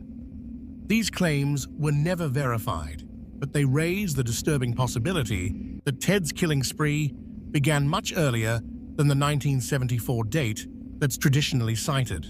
By 1970, Ted had returned to Washington and was ready to make another attempt at building the life he wanted. He re-enrolled at the University of Washington and threw himself into his studies with renewed focus. He was charming and personable, making friends easily and impressing his professors. He joined various clubs and organizations on campus, building a network of connections that would later make it difficult for people to believe he could be capable of violence. It was during this period that Ted began volunteering at the Seattle Crisis Clinic, a suicide prevention hotline. This might seem like an odd choice for someone who would later show such complete disregard for human life, but for Ted, it served multiple purposes. It allowed him to appear compassionate and caring, reinforcing his carefully constructed image as a good person. It also gave him an opportunity to study human emotion and vulnerability, to learn how to better manipulate people's feelings. One of his fellow volunteers at the crisis clinic was Anne Rule, a former police officer who was working on becoming a true crime writer. Anne and Ted became friends, and she would later write one of the most influential books about him, The Stranger Beside Me. Anne's unique perspective as someone who knew Ted personally before discovering he was a killer would provide crucial insights into his ability to deceive. In 1972, Ted graduated from the University of Washington with a degree in psychology.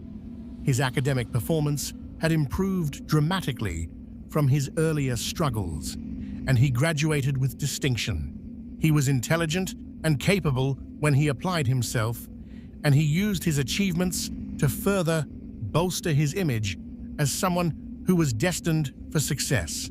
After graduation, Ted became involved in Washington state politics. He worked on political campaigns and impressed people with his dedication and hard work. He was articulate and persuasive, able to craft compelling arguments and connect with voters. His involvement in politics gave him visibility and credibility, making him seem like an upstanding member of the community. During this time, he was even commended by the Seattle Police Department for chasing down and helping to apprehend a purse snatcher. The irony of this is almost unbearable. A future serial killer being praised by police for helping catch a petty thief. But perhaps the most significant development during this period was Ted's reunion with Stephanie Brooks. Ted had been working on himself since their breakup, building his resume, polishing his image, and planning his revenge. He reached out to Stephanie, and to her surprise, he seemed like a changed man. He was confident, successful, and seemed to have direction in his life. They began dating again, and Ted appeared to be everything Stephanie had once wanted him to be. Then, suddenly, and without warning, Ted broke up with Stephanie. He did it coldly, cruelly, leaving her confused and hurt. Some who have studied Bundy's psychology believe this was a calculated act of revenge, a way to make Stephanie feel the rejection and humiliation he had felt years earlier. After dumping her, Ted essentially disappeared from her life, never providing an explanation for his sudden change of heart. He had shown her that he was worthy of her, then rejected her when she was vulnerable. It was a power play, a demonstration of control that seemed to give Ted satisfaction. This incident reveals something crucial about Ted's psychology. He wasn't just hurt by rejection. He needed to inflict that same pain on others, needed to demonstrate his power over them. The ability to manipulate someone's emotions, to make them feel loss and confusion, seemed to provide him with a sense of satisfaction that normal emotional connections couldn't give him. This need for power and control, this desire to hurt others as a way of validating his own importance, would soon express itself in far more terrible ways. In 1973, Ted enrolled at the University of Puget Sound School of Law. He seemed to be on track for a successful legal career, studying diligently and performing well in his classes. But beneath this facade of normalcy, something was changing. The violent fantasies that had been gestating in Ted's mind for years were becoming harder to control. The pornography he had been consuming, which often featured violent and sadistic content, was no longer enough to satisfy him. He needed something more real, more visceral. Around this time, Ted also met Elizabeth Clover, a divorced mother who would become his long-term girlfriend. Elizabeth was intelligent and attractive, with long dark hair parted in the middle, a look that would become tragically significant as Ted's crimes unfolded. Ted and Elizabeth developed what appeared to be a genuine relationship. They spent time together. He helped care for her daughter, and to all outward appearances, they were a normal couple. Elizabeth would later describe feeling that Ted truly loved her, that there were moments when she saw real emotion from him. But Elizabeth also noticed troubling signs. Ted would disappear for hours or days without explanation. He had medical equipment and other strange items in his apartment that he couldn't adequately explain. He would sometimes become cold and distant, seeming to withdraw into himself in ways that frightened her. And on at least one occasion, she woke to find Ted looking at her body in a way that made her deeply uncomfortable, as if he were examining an object rather than looking at someone he cared about. By early 1974, Ted was living a double life. On one hand, he was a law student with a girlfriend, a man who volunteered to help people in crisis and worked on political campaigns. On the other, he was prowling the streets of Seattle, stalking women, learning their routines, and fantasizing about violence. The facade he had so carefully constructed was beginning to crack, not because he was making mistakes, but because the compulsion to act on his violent urges was becoming overwhelming. The trigger for what would become his known killing spree is difficult to pinpoint. Some have suggested it was related to his complicated feelings about women, stemming from his relationship with Stephanie Brooks and his mother's deceptions. Others point to his narcissism and need for power, his desire to have complete control over another person. Some criminologists believe his crimes were sexually motivated, driven by deviant fantasies that had been developing since adolescence. In truth, it was likely a combination of all these factors, creating a perfect storm that would soon unleash terror across the Pacific Northwest. In January 1974, Ted Bundy would cross the line from fantasy to action. He would commit his first confirmed attack, and in doing so, begin a horrific series of crimes that would eventually claim at least 30 lives. The quiet psychology student, the helpful political volunteer, the friendly crisis hotline worker, all of these were about to be revealed as masks worn by a monster. Part 3. The first attacks in Seattle. The winter of 1974 was when Ted Bundy's violent fantasies finally manifested into brutal reality. For years, he had been stalking women, learning their routines, perfecting his techniques. He had been breaking into homes, possibly even before his known crimes began.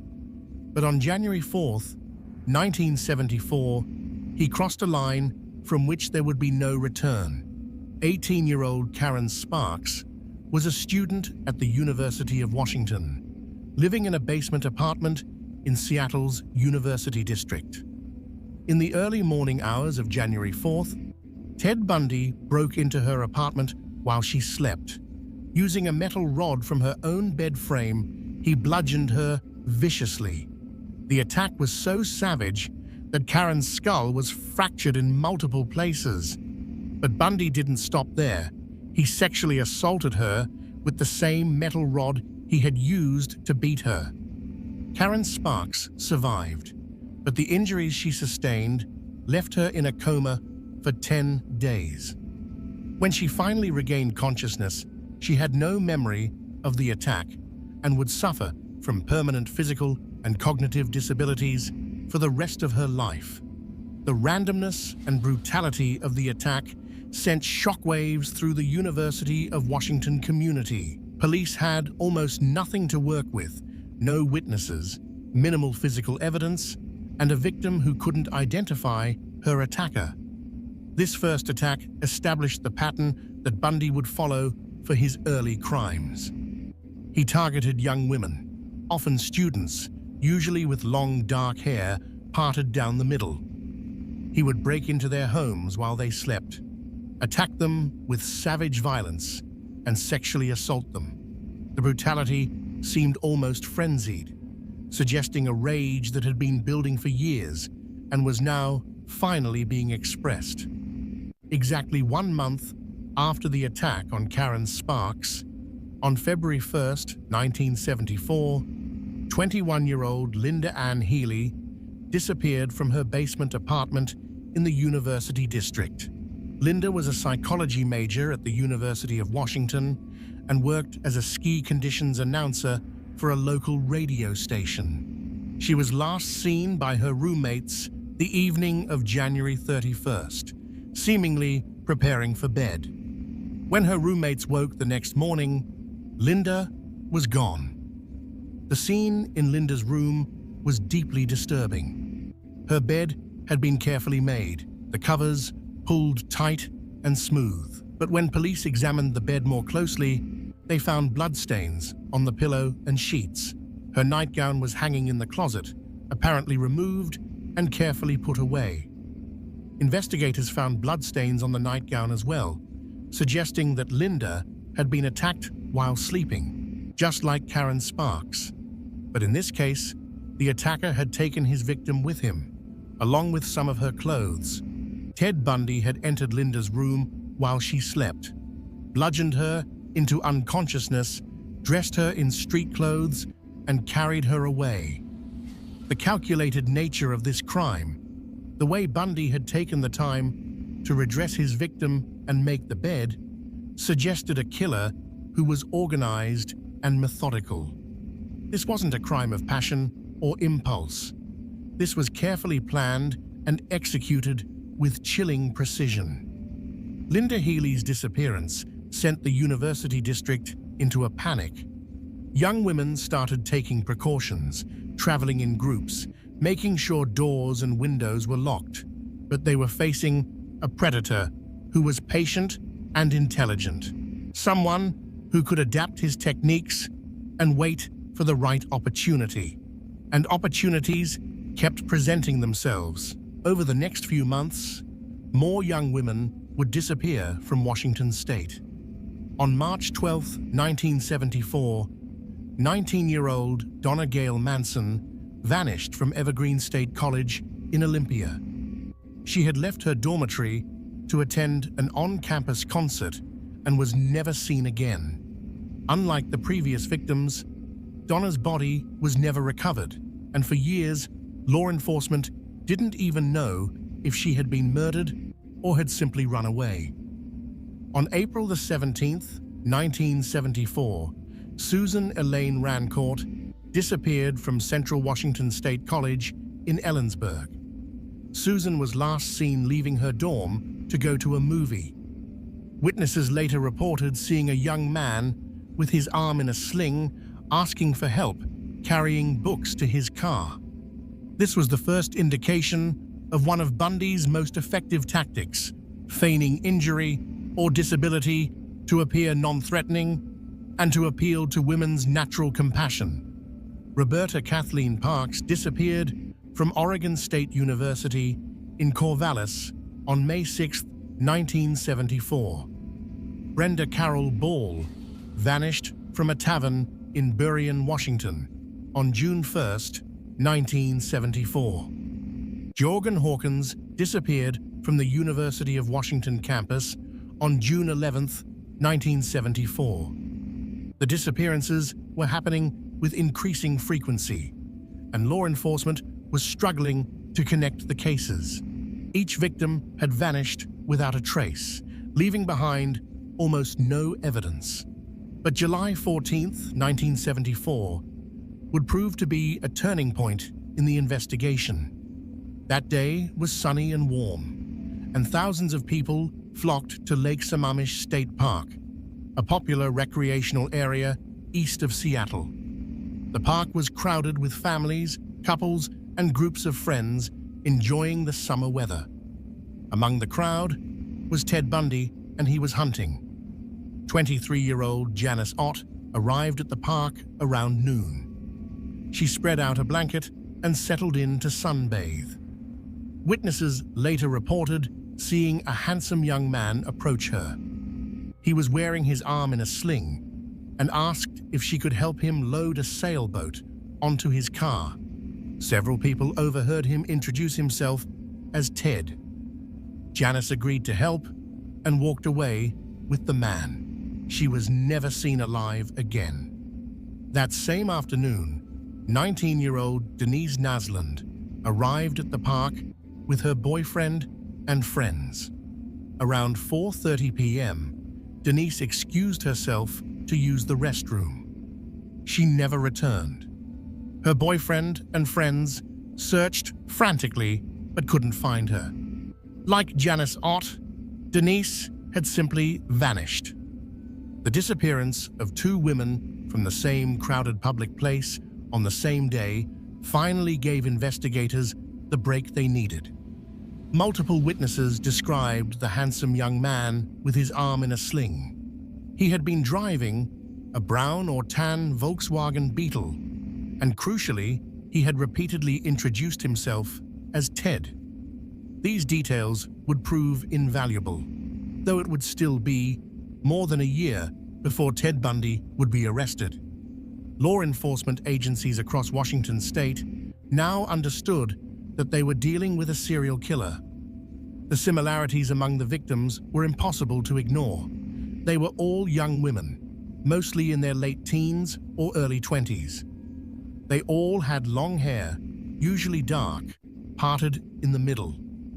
They were all attractive, and appeared to be responsible, low-risk victims, not the type who would willingly go with a stranger without good reason. And they had all disappeared without any sign of a struggle or any substantial physical evidence left behind. The King County Police Department formed a special task force to investigate what was quickly becoming one of the most challenging serial murder cases in American history. Detective Robert Keppel, a young but talented investigator, was assigned to lead much of the investigative work. Keppel and his team faced an enormous challenge. They had multiple missing persons cases, but initially no bodies and no crime scenes. Without physical evidence, they were left trying to find patterns in the disappearances themselves. The task force began compiling detailed victim profiles. They mapped out where each woman had last been seen, looking for geographic patterns. They created timelines, trying to determine if there were specific days of the week or times of day when the killer was most active. They interviewed hundreds of potential witnesses, trying to piece together descriptions of suspicious individuals or vehicles seen near the locations where women had vanished. As more disappearances occurred, the task force grew. Investigators from multiple jurisdictions were pulled in to help with the massive amount of work. Tips poured in from the public after media coverage of the cases. The composite sketch from the Lake Sammamish witnesses was published in newspapers and shown on television. People were asked to call in if they knew anyone who resembled the sketch, drove a tan or brown Volkswagen Beetle, and went by the name Ted. The response was overwhelming. Thousands of tips flooded the police phone lines. Investigators worked around the clock, trying to follow up on leads, but they were drowning in information. Every Volkswagen owner in the region seemed to be a potential suspect. Every man named Ted or Theodore was looked at. The lists grew longer and longer, and buried within them, reported by multiple people, was Theodore Robert Bundy. Detective Keppel later said that one of the most frustrating aspects of the investigation was knowing that they probably had the killer's name somewhere in their files, but with so many suspects and so little concrete evidence, it was impossible to know which one to focus on. They developed a scoring system, trying to prioritize suspects based on how many factors matched the known characteristics of the killer. But even with this system, Ted Bundy didn't rise to the top of the list. His clean record, his work with the crisis clinic, his involvement in legitimate political campaigns, all of these things made him seem less likely than many other suspects. The investigation was also hampered by a lack of understanding about serial killers. In 1974, the concept of a serial killer as a specific type of criminal was still relatively new. The FBI's Behavioral Sciences Unit was in its early stages. Profiling techniques were rudimentary. Investigators were dealing with a type of crime and a type of criminal that law enforcement hadn't fully learned how to investigate yet. When the first bodies were discovered at the Issaquah burial site in September 1974, the investigation intensified. Now they had crime scenes, even though the bodies had been there for months, and much evidence had been destroyed by weather and wildlife. Forensic teams carefully excavated the site, searching for any physical evidence that might point to the killer. They found evidence of sexual assault. They found evidence that the killer had returned to the site multiple times, but they found no fingerprints, no useful tire tracks, no clear evidence that would lead them directly to a suspect. The discovery of the burial site did confirm that the victims had likely been taken to a secondary location, killed there, and then their bodies transported to the burial site. This suggested a killer who had access to a vehicle and who knew the area well enough to find isolated locations where he wouldn't be disturbed. It also suggested a level of planning and organization that made the crimes even more chilling. Investigators began to understand they were dealing with someone highly intelligent and methodical. This wasn't a disorganized killer leaving obvious clues. This was someone who planned his crimes carefully, who took steps to avoid leaving evidence, and who was learning from each crime and becoming more proficient. Investigators began compiling lists of possible suspects. They gathered names of Volkswagen owners in the region. They cross-referenced these with men named Ted or Theodore. They interviewed sex offenders and anyone with a history of violence against women. The lists contained thousands of names, and buried among them, almost lost in the sheer volume of data, was the name Ted Bundy. Multiple people had actually called in tips about Ted Bundy. His girlfriend, Elizabeth Klopfer, contacted police after seeing a wanted poster of the composite sketch based on witness descriptions from Lake Sammamish. She thought it looked like Ted and knew he drove a Volkswagen Beetle. But she was conflicted, unable to fully accept that the man she loved could be responsible for such terrible crimes. Anne Rule, Ted's friend from the crisis hotline, also saw the sketch and felt uneasy about its resemblance to Ted. She didn't report it initially, but kept the uncomfortable suspicion in the back of her mind. One of Ted's University of Washington professors also contacted police, suggesting that Ted Bundy fit the general description. But with so many tips coming in, and with Ted's seemingly respectable background, he wasn't immediately prioritized as a suspect. He was included on the list, but he was just one name among thousands. His clean record, his work with the crisis clinic, his involvement in politics, all of these things made it difficult for investigators to see him as a viable suspect. In September 1974, grouse hunters made a grim discovery near Issaquah, Washington. In a wooded area off a rarely traveled road, they found human remains. Investigators soon determined that the site contained the remains of multiple victims. Janice Ott and Denise Nasland, the two women who had disappeared from Lake Sammamish, were identified. So was Georgan Hawkins. A fourth skull was found, but couldn't be immediately identified. The discovery of this burial site provided investigators with crucial information about the killer's methods. The location was isolated but accessible, suggesting that the killer knew the area well. The remains showed signs of sexual assault and showed that the killer had returned to the site multiple times after the initial murders. This fit the pattern of an organized serial killer, someone who was methodical, patient, and disturbed enough to revisit his victims even after they were dead. But even as investigators in Washington were beginning to piece together evidence about their unknown killer, Ted Bundy was already moving on. In September 1974, he enrolled at the University of Utah College of Law in Salt Lake City. He left Seattle behind, left Elizabeth Klopfer behind, and began a new chapter of his life. And he brought his murderous compulsions with him. The string of disappearances in Washington came to an abrupt end in late 1974, right around the time Ted left for Utah.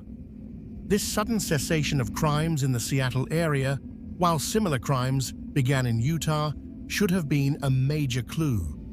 But law enforcement agencies in different states weren't effectively sharing information, and it would take more deaths before anyone made the connection. Part 4.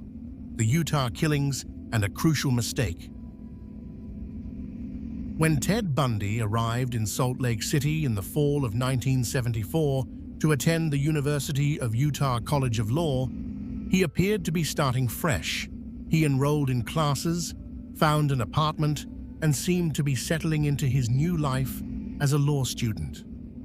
But the move to Utah didn't represent an escape from his violent compulsions. Instead, it simply meant that his crimes would now be committed in a new jurisdiction, making it even harder for law enforcement to connect the dots.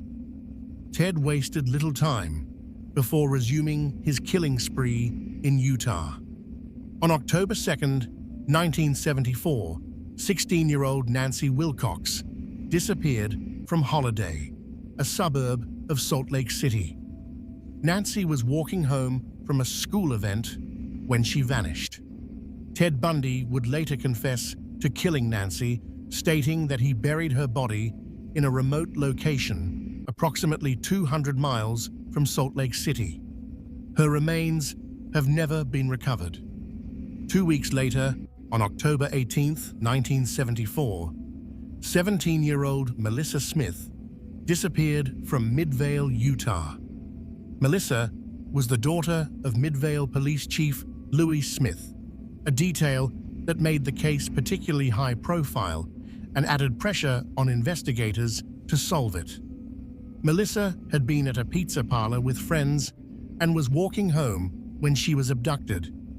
Her body was discovered 9 days later in a canyon near Summit Park, Utah. The condition of Melissa's body indicated she had been held alive for at least a day before being killed. She had been sexually assaulted, beaten, and strangled. On October 31st, 1974, 17-year-old Laura Ann Aim disappeared from Lehi, Utah, after attending a Halloween party. Her body was found on Thanksgiving Day in American Fork Canyon. Like Melissa Smith, Laura had been sexually assaulted, beaten, and strangled. The brutality of these murders was escalating. Ted wasn't just killing quickly anymore, he was taking time with his victims, holding them captive, torturing them. The attacks continued with shocking frequency. On November 8, 1974, Carol DaRonch had an encounter that she would barely survive and that would ultimately help bring Ted Bundy to justice. Carol was 18 years old and had just left the Fashion Place Mall in Murray, Utah, when she was approached by a man claiming to be a police officer. The man told her that someone had attempted to break into her car and asked her to accompany him to the police station to file a report. Carol was initially suspicious, but the man seemed official and knowledgeable. He even showed her what appeared to be a police badge. She got into his Volkswagen Beetle, but as they were driving, she realized they weren't heading toward the police station. When the man pulled into a dark area and attempted to handcuff her, Carol fought back with everything she had. She managed to partially escape from the handcuffs and threw herself out of the moving car. The man chased after her, but Carol screamed for help and flagged down a passing car. Her attacker fled, and Carol DaRonch survived to tell her harrowing story. She was able to provide police with a detailed description of her attacker and his car. This description matched the composite sketch from the Lake Sammamish cases in Washington, though investigators in Utah and Washington weren't yet sharing information effectively. That same evening, a few hours after the attempted abduction of Carol DaRonch, 17-year-old Deborah Kent disappeared from Viewmont High School in Bountiful, Utah, where she had been attending a school play with her parents. Witnesses at the school reported seeing a strange man asking for help, claiming to need assistance finding his car. Deborah left the auditorium during intermission and never returned. A small bone that would later be identified as Deborah's was found near the high school, but the rest of her remains were never recovered. The murders continued into 1975. In Colorado, 4 women would disappear between January and April. Karen Campbell from Snowmass Village, Julie Cunningham from Vail, Denise Oliverson from Grand Junction, and Nancy Baird from Farmington. The pattern was consistent young women with long dark hair, victims who were attractive and appeared responsible, abducted from public places or their homes with minimal evidence left behind. But Ted Bundy's luck was about to run out. On August 16, 1975, a Utah Highway Patrol officer named Bob Haywood was on duty in the early morning hours in Granger, a suburb of Salt Lake City. Around 2:30 a.m., Haywood noticed a Volkswagen Beetle driving through a residential neighborhood with its headlights off. When Haywood tried to pull the car over, the driver sped away, running a stop sign before finally pulling over. The driver was Ted Bundy. When Officer Haywood approached the car to question Ted about why he had run, Ted's explanations were vague and unconvincing. He claimed he had been at a drive-in movie and had gotten lost trying to find his way home. But Haywood's instincts told him something was wrong. He asked permission to search the vehicle, and what he found was deeply suspicious. In the Volkswagen, Officer Haywood discovered handcuffs, a ski mask, rope, an ice pick, and other items that had no innocent explanation. The passenger seat had been removed and was placed in the back seat. There was also a crowbar. When questioned about these items, Ted claimed the handcuffs were for kinky sex and that the other items were just things he had lying around in his car. But the explanation didn't satisfy Haywood, who arrested Ted on suspicion of burglary. Ted was released on bail, but the items found in his car had caught the attention of detectives investigating the recent disappearances. They obtained a search warrant for Ted's apartment and found more disturbing evidence. They found a brochure for a summer resort in Colorado where one of the victims had disappeared. They found a gas receipt placing Ted in the area where another victim had vanished. They found photographs and maps that seemed to correspond to locations where bodies had been discovered or where women had gone missing. Detective Jerry Thompson of the Salt Lake County Sheriff's Office began to seriously investigate Ted Bundy as a suspect in the Utah murders. Thompson contacted law enforcement in Washington and Colorado, and the pieces began falling into place. The cases in multiple states had similar victim profiles, similar methods of abduction, and similar timelines, and Ted Bundy's movements corresponded remarkably well with the geographic and temporal distribution of the crimes. Most significantly, Carol DaRonch, the young woman who had escaped from Ted in November 1974, was shown a photo lineup that included Ted's picture. She immediately identified him as the man who had attempted to abduct her. This gave investigators the evidence they needed to charge Ted with attempted kidnapping and assault. Ted's trial for the attempted kidnapping of Carol DaRonch began in February 1976. Ted waived his right to a jury trial, choosing instead to have his case decided by a judge. This decision would prove to be a mistake. Judge Stuart Hansen Jr. heard testimony from Carol DaRonch, who made a convincing and credible witness despite her obvious nervousness.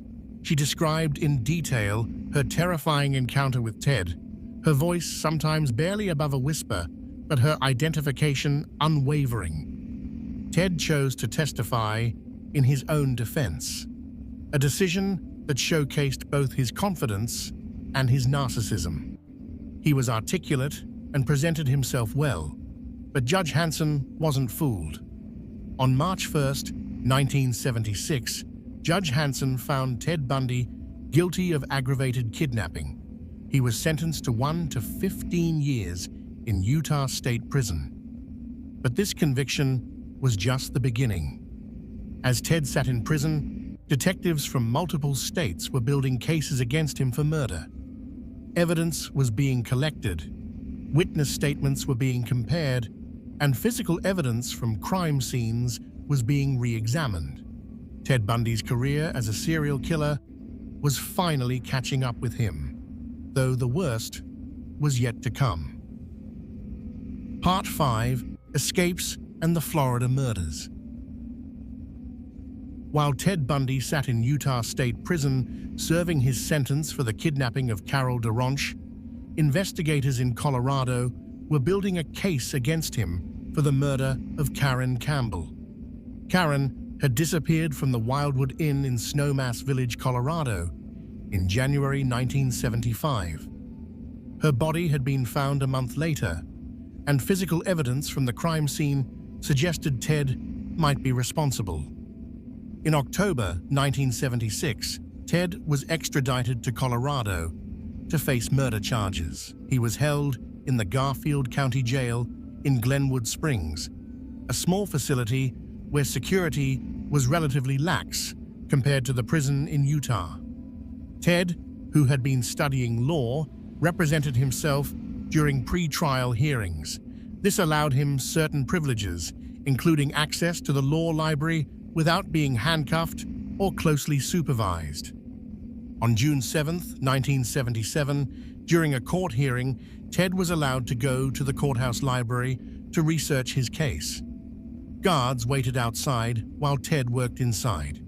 But Ted had no intention of staying in that library. He had noticed during previous visits that one of the library windows was unlocked. When the guards weren't looking, Ted jumped out of the second-story window, injuring his ankle slightly in the process. Once outside, Ted simply walked away. He was wearing street clothes under his prison outfit, having planned this escape carefully. He jogged through the streets of Aspen, eventually hitchhiking and making his way into the mountains. For 6 days, Ted Bundy was loose in Colorado, while police conducted an extensive manhunt. The escape captivated the nation. Here was a handsome, intelligent law student turned suspected serial killer who had literally jumped out of a window and run away. The media coverage was intense, with Ted's photo appearing on television and in newspapers across the country. Tips poured in, but most led nowhere. Ted managed to stay hidden for 6 days by camping in the mountains and occasionally breaking into cabins for food and supplies. But he wasn't equipped for an extended period in the wilderness. He was cold, hungry, and his injured ankle was making it difficult to move. On June 13, 1977, Ted was spotted by police officers and recaptured. He was returned to jail, this time with much tighter security. Or so everyone thought. Ted was moved to the Garfield County Jail and placed in a cell on the top floor. Security was increased, but Ted had been studying the building's layout and had noticed a weakness. The ceiling of his cell was made of welded steel plates, but the welds weren't as strong as they should have been. Ted began working on loosening one of the plates, using materials he had in his cell. It took months of patient work, but by late December 1977, he had created an opening large enough to crawl through. On December 30, 1977, Ted put his escape plan into action. He had been losing weight deliberately, making himself thin enough to fit through the small opening he had created. The guards had a head count at 10:30 p.m., and Ted made sure he was visible in his cell at that time. But after the guards left, Ted piled books and clothing under his blanket to create the appearance of a sleeping body.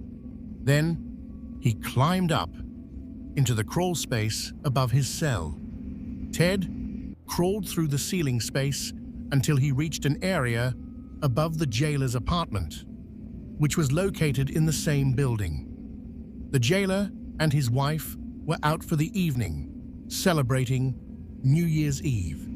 Ted dropped down into their apartment, changed into civilian clothes he had stolen from the jailer's closet, and simply walked out the front door. By the time his absence was discovered the next day, Ted had a 16-hour head start. This time, Ted didn't stay in Colorado.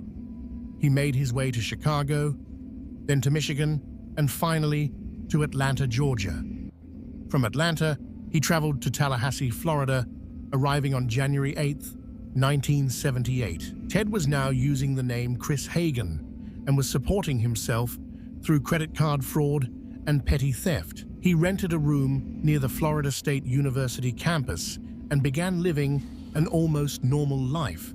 He even applied for jobs and seemed to be trying to establish himself in Tallahassee. But the compulsion to kill was still there, perhaps stronger than ever. Ted had been in custody for nearly 2 years, unable to act on his violent urges. Now that he was free, the pent-up desire for violence was overwhelming, and he was no longer being as careful as he once had been. Perhaps the stress of being a fugitive, combined with the deterioration of his psychological state, meant that he could no longer maintain the patient, methodical approach he had used in his earlier crimes. On January 14, 1978, just 6 days after arriving in Tallahassee, Ted Bundy struck. The Chi Omega sorority house was located at 661 West Jefferson Street, just a few blocks from the FSU campus. It was a large, beautiful house that was home to about 40 young women. Around 2:45 a.m. on January 15th, a man was seen entering the Chi Omega house through a back door that had a faulty lock. What happened next represents perhaps the most brutal and frenzied attack in Ted Bundy's known career. Moving quickly through the house, Ted entered the rooms of sleeping women and attacked them with savage violence. He used a log or a club of some kind, striking his victims repeatedly on the head. He sexually assaulted them, bit them, and moved from room to room with horrifying speed. 21-year-old Margaret Bowman was found in her room, beaten to death with such force that her skull was fractured. She had been strangled with a nylon stocking. 20-year-old Lisa Levy was found in her room, also beaten and strangled. Her injuries were so severe that they included a deep bite mark on her buttock and evidence of sexual assault with a foreign object, later identified as a hairspray bottle. 2 other Chi Omega sisters, Karen Chandler and Kathy Kleiner, were attacked in their rooms but survived. Both had been beaten while they slept, suffering severe injuries, including broken bones and lacerations, but both managed to survive the attack. Another sorority member heard unusual noises and went to investigate, possibly interrupting Ted and preventing further deaths. Around 3 a.m., only blocks from the Chi Omega house, Ted broke into the apartment of Cheryl Thomas, another FSU student. He attacked her in her sleep, beating her with a club. Cheryl survived, but suffered permanent injuries, including hearing loss and severe balance problems. She was found later that morning by neighbors who had heard unusual sounds from her apartment. The Chi Omega murders shocked the nation. The brutality, the fact that it happened in a sorority house with so many potential witnesses, the speed and violence of the attack, all of these factors made it clear that the killer was devolving, losing whatever control he once had. Police had few leads, but they knew they were looking for someone extremely dangerous. Ted remained in Tallahassee for a few more weeks, but he was growing increasingly unstable. On February 8, 1978, he attempted to abduct a 14-year-old girl named Leslie Parmenter in Jacksonville, but she escaped when her brother intervened. That same day, Ted kidnapped 12-year-old Kimberly Diane Leach from her junior high school in Lake City, Florida. Kimberly was last seen leaving her homeroom class to retrieve a purse she had forgotten. A PE teacher saw her get into a van driven by an unidentified man. Kimberly's disappearance sparked an intensive search, but she was already dead. Ted had taken her to an abandoned farm building where he sexually assaulted and murdered her. Her body wasn't discovered until April 7, 1978, found in a state of advanced decomposition in a shed near Suwannee River State Park. The murder of 12-year-old Kimberly Leach marked a departure from Ted's usual victim profile. She was much younger than most of his victims, and the crime seemed even more impulsive and poorly planned than the Chi Omega attacks. It was as if Ted was completely unraveling, no longer capable of the careful planning that had allowed him to evade capture for so long. On February 15, 1978, Ted was driving a stolen Volkswagen Beetle through Pensacola when he was pulled over by police officer David Lee for having stolen license plates. When Lee approached the vehicle, Ted tried to flee, and a struggle ensued. Officer Lee eventually subdued Ted and took him into custody. Initially, Ted refused to identify himself, but when his fingerprints were run, his true identity was confirmed. Ted Bundy, escaped murderer and one of the FBI's most wanted fugitives, was finally in custody for good. Part 6. The Trials. Ted Bundy's trial for the Chi Omega murders began on June 25, 1979, in Miami, Florida. The trial had been moved from Tallahassee due to the extensive pre-trial publicity that made it impossible to seat an impartial jury locally. The trial would become a media sensation, the first to be televised nationally in the United States. More than 200 reporters from around the world descended on Miami to cover the proceedings. Ted had been assigned a team of public defenders, but in characteristic fashion, he insisted on being heavily involved in his own defense. He had the legal right to represent himself, and while he had attorneys assisting him, Ted frequently took control during the trial, questioning witnesses and making legal arguments.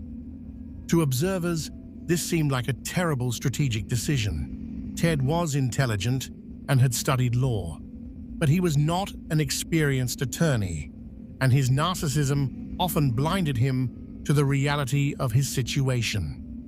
The judge presiding over the trial was Edward Cowart, an experienced jurist who would develop a strangely complex relationship with Ted during the proceedings. Judge Cowart seemed to have a grudging respect for Ted's intelligence, even as he recognized the evil of what Ted had done. This relationship would culminate in one of the most memorable moments in the history of American criminal trials.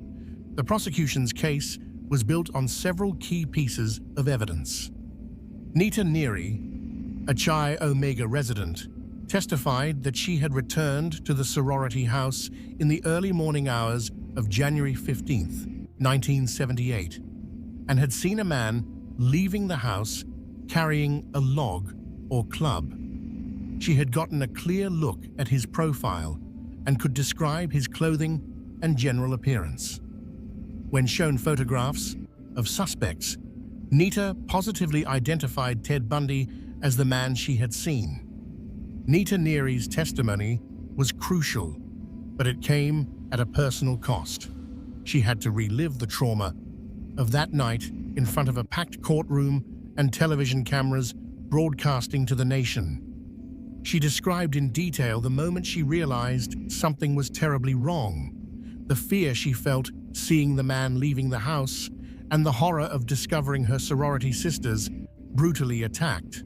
Her voice shook at times, but she maintained her composure, and her identification of Bundy remained firm under aggressive cross-examination by the defense. Connie Hastings, another Chi Omega member, testified that she had seen Ted Bundy in the area of the sorority house on the night of the murders. Her testimony placed Ted at the scene around the time the attacks occurred, corroborating Nita Neary's identification. The defense tried to suggest that Hastings was mistaken, that she had been influenced by media coverage and police suggestions, but her testimony was consistent and detailed enough to be persuasive to the jury. The prosecution team, led by Larry Simpson, had spent months preparing their case. They knew they were facing a defendant who was intelligent, who had studied law, and who would be actively involved in his own defense. Simpson and his team anticipated every possible defense strategy, prepared responses to expected objections, and assembled their evidence in a way that would be clear and compelling to jurors who might not understand complex forensic science. The decision to allow television cameras in the courtroom was controversial. Judge Cowart believed that the public had a right to see justice being done and that the transparency of a televised trial would serve the public interest. But this decision also turned the trial into a media spectacle. Reporters filled the courtroom every day. Cameras captured every moment, every expression on Bundy's face, every dramatic point made by the attorneys. Outside the courthouse, crowds gathered, some drawn by curiosity, others seeking a glimpse of the infamous killer. For the families of Bundy's victims, the trial was an excruciating experience. Margaret Bowman's parents and Lisa Levy's parents were present for much of the trial, forced to sit through graphic testimony about what had happened to their daughters. They had to look at photographs of the crime scene. They had to hear medical examiners describe in clinical detail the injuries their daughters had suffered. The defense's strategy of challenging every piece of evidence meant that the families had to endure this repeatedly, as details were gone over again and again. The parents of other victims, women who had disappeared in Washington, Utah, and Colorado, also followed the trial closely. For many of them, this was the only chance they would ever have to see Ted Bundy face justice. He had never been charged in many of those cases and likely never would be. The statute of limitations hadn't run out, but prosecutors in Florida were focused on the cases they could prove beyond a reasonable doubt. These other families could only watch and hope that justice in Florida would provide some measure of closure for their own losses. The emotional toll on everyone involved in the trial was immense.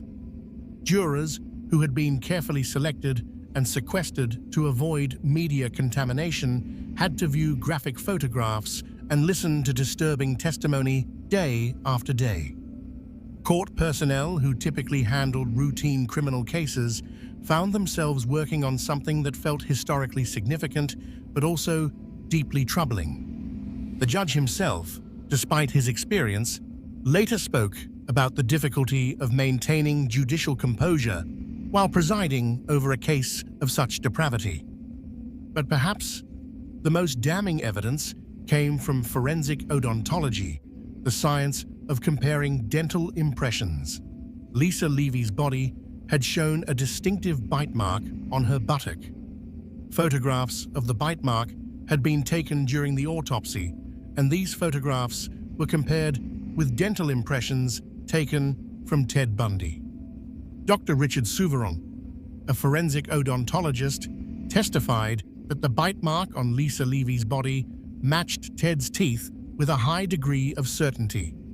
This was relatively new science in criminal trials, and the defense objected strenuously to its admission. But Judge Cowart allowed the testimony, and the jury was shown enlarged photographs comparing the bite mark to Ted's dental impressions. The match was visually compelling, even to laypeople who knew nothing about forensic dentistry. The images showed the distinctive irregularities in Ted's teeth lining up with the marks on Lisa Levy's body. Ted's defense was largely ineffective. He tried to suggest that the evidence was circumstantial and that the scientific testimony about the bite mark was unreliable. He attempted to portray himself as a victim of circumstantial evidence and media prejudice. But the evidence against him was overwhelming, and his attempts to defend himself often came across as arrogant and unpersuasive. The prosecution also introduced evidence about Ted's background, his previous conviction in Utah, and his escapes from custody. While some of this evidence might have been excluded in a different trial, Judge Cowart allowed it, ruling that it was relevant to establishing identity and pattern of behavior. Ted chose not to testify in his own defense during the guilt phase of the trial, a decision that surprised many observers. Throughout his arrest and during pre-trial proceedings, Ted had been vocal about his innocence, and many expected him to take the stand to defend himself. But his attorneys advised against it, knowing that Ted's narcissism and tendency to manipulate might not play well with the jury. After 6 weeks of testimony, the case went to the jury on July 23, 1979. The deliberations lasted less than 7 hours. The jury found Ted Bundy guilty on all counts: 2 counts of first-degree murder for the deaths of Margaret Bowman and Lisa Levy, 3 counts of attempted first-degree murder for the attacks on Karen Chandler, Kathy Kleiner, and Cheryl Thomas, and 2 counts of burglary. The penalty phase of the trial began immediately. Under Florida law, the jury would recommend a sentence, and the judge would make the final determination. The prosecution argued forcefully for the death penalty, emphasizing the brutal nature of the crimes and the danger Ted posed to society. The defense presented mitigating factors, including Ted's troubled childhood and the possibility of mental illness. Ted's mother, Louise Bundy, testified emotionally on behalf of her son, pleading with the jury to spare his life. She described Ted as a loving son and insisted that he couldn't possibly be guilty of these terrible crimes. Her testimony was heartbreaking, but it wasn't enough to overcome the evidence of Ted's guilt and the brutality of his crimes. On July 31, 1979, the jury recommended death. Judge Cowart then delivered the sentence, but not before addressing Ted directly. In a moment that would be replayed countless times over the years, Judge Cowart said, "The court finds that both of these killings were indeed heinous, atrocious, and cruel, and that they were extremely wicked, shockingly evil, vile, and the product of a design to inflict a high degree of pain and utter indifference to human life." Then, in a bizarre turn, Judge Cowart added, "Take care of yourself, young man. I say that to you sincerely. Take care of yourself, please. It is an utter waste of humanity, I think, that you went another way, partner. I don't feel any animosity toward you. I want you to know that. Take care of yourself." This moment captured the strange dynamic that had developed during the trial. Judge Cowart seemed genuinely troubled by the fact that someone as intelligent and potentially successful as Ted had turned to such evil. But the judge's compassion didn't prevent him from formally sentencing Ted to death by electrocution. 6 months later, in January 1980, Ted stood trial again, this time in Orlando for the kidnapping and murder of Kimberly Leach. This trial was less theatrical than the Chi Omega trial, but the evidence was equally compelling. Clarence Anderson, a part-time firefighter, testified that he had seen a man matching Ted's description, leading a young girl into a white van near Kimberly's school on the day she disappeared. Anderson had later been hypnotized to enhance his memory, a controversial technique that would later be ruled inadmissible in Florida courts, but his testimony was allowed in Ted's trial. Fiber evidence also played a crucial role. Fibers found in the van Ted had been driving matched fibers found on Kimberly's clothing. These fibers had a rare manufacturing defect, making the match particularly significant. Additionally, Fibers from the clothing Ted was wearing when arrested matched fibers found on Kimberly's body. The testimony about Kimberly's death was particularly difficult for everyone in the courtroom. The medical examiner described the condition of her body when it was found and the injuries she had sustained. Kimberly had been sexually assaulted and murdered. Her body left in a shed where it decomposed for weeks before being discovered. Her family sat through the testimony, their grief and anguish evident to everyone present. Once again, Ted was found guilty. The jury deliberated for less than 8 hours before returning a verdict of guilty on all counts, kidnapping and first-degree murder. The penalty phase was brief, and on February 12, 1980, Ted Bundy received his third death sentence. Part 7. Death Row Confessions. After his convictions, Ted Bundy was sent to Florida State Prison in Rayford, where he would spend the next 9 years on death row. During this time, Ted filed appeal after appeal, challenging his convictions and sentences on various legal grounds. His legal team argued issues ranging from ineffective assistance of counsel to jury selection problems to the admissibility of evidence. Each appeal was carefully crafted, and Ted's cases worked their way through the Florida state courts and the federal court system. For most of these 9 years, Ted continued to maintain his innocence, at least publicly. He gave interviews to journalists and researchers, speaking about himself in the third person and theorizing about what kind of person would commit such crimes. He became something of a celebrity on death row, receiving countless letters from women who claimed to love him and believe in his innocence. In 1980, Ted married Carol Ann Boone, a woman who had known him during his time in Washington and who had testified as a character witness during his trial. The marriage took place during Ted's trial for the Kimberly Leach murder. During his testimony, Ted asked Carol to marry him on the stand, and when she said yes in front of a notary public, Florida law recognized this as a legal marriage. Carol later gave birth to a daughter, conceived during conjugal visits that Ted was somehow able to arrange despite being on death row. But by the late 1980s, Ted's appeals were running out.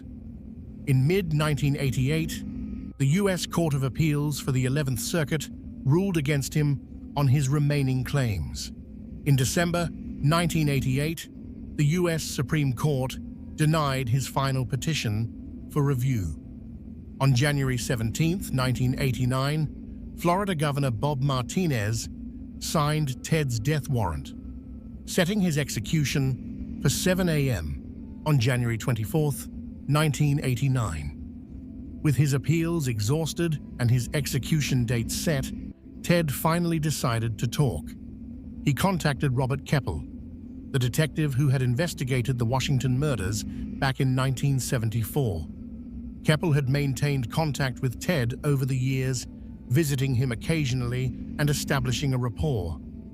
Ted respected Keppel, viewing him as a serious investigator who treated him with a degree of professional courtesy rather than moral judgment. In the days leading up to his execution, Ted also spoke with FBI Special Agent Bill Hagmaier, who had been interviewing him on and off for years. Ted had developed a relationship with Hagmaier, seeing him as someone who was genuinely interested in understanding the psychological aspects of serial murder rather than simply condemning him. Bill Hagmaier was one of the FBI's original Behavioral Analysis Unit agents assigned to what was then a relatively new field of criminal profiling. When Hagmaier first approached Bundy in 1984, the serial killer was skeptical. The FBI had a reputation among criminals, and Bundy initially dismissed Hagmaier as just another investigator trying to extract information from him. But Hagmaier had a different approach. He wasn't there primarily to solve specific cases or get confessions that would lead to prosecutions. Bundy was already on death row for murders he'd been convicted of. Instead, Hagmaier wanted to understand how serial killers thought, how they selected victims, how they avoided detection, and what psychological factors drove them to kill. Over the course of 5 years, from 1984 to 1989, Hagmaier visited Bundy more than 20 times. These visits resulted in over 200 hours of recorded interviews, conversations that would become foundational documents in the field of criminal psychology and profiling. Hagmaier's approach was patient and strategic. He didn't push Bundy to confess. He didn't judge or condemn. Instead, he engaged Bundy in discussions about criminal behavior in general, about psychology, about philosophy, even about mundane topics like family and daily life. This approach worked because it appealed to Bundy's narcissism and his desire to be seen as intelligent and insightful.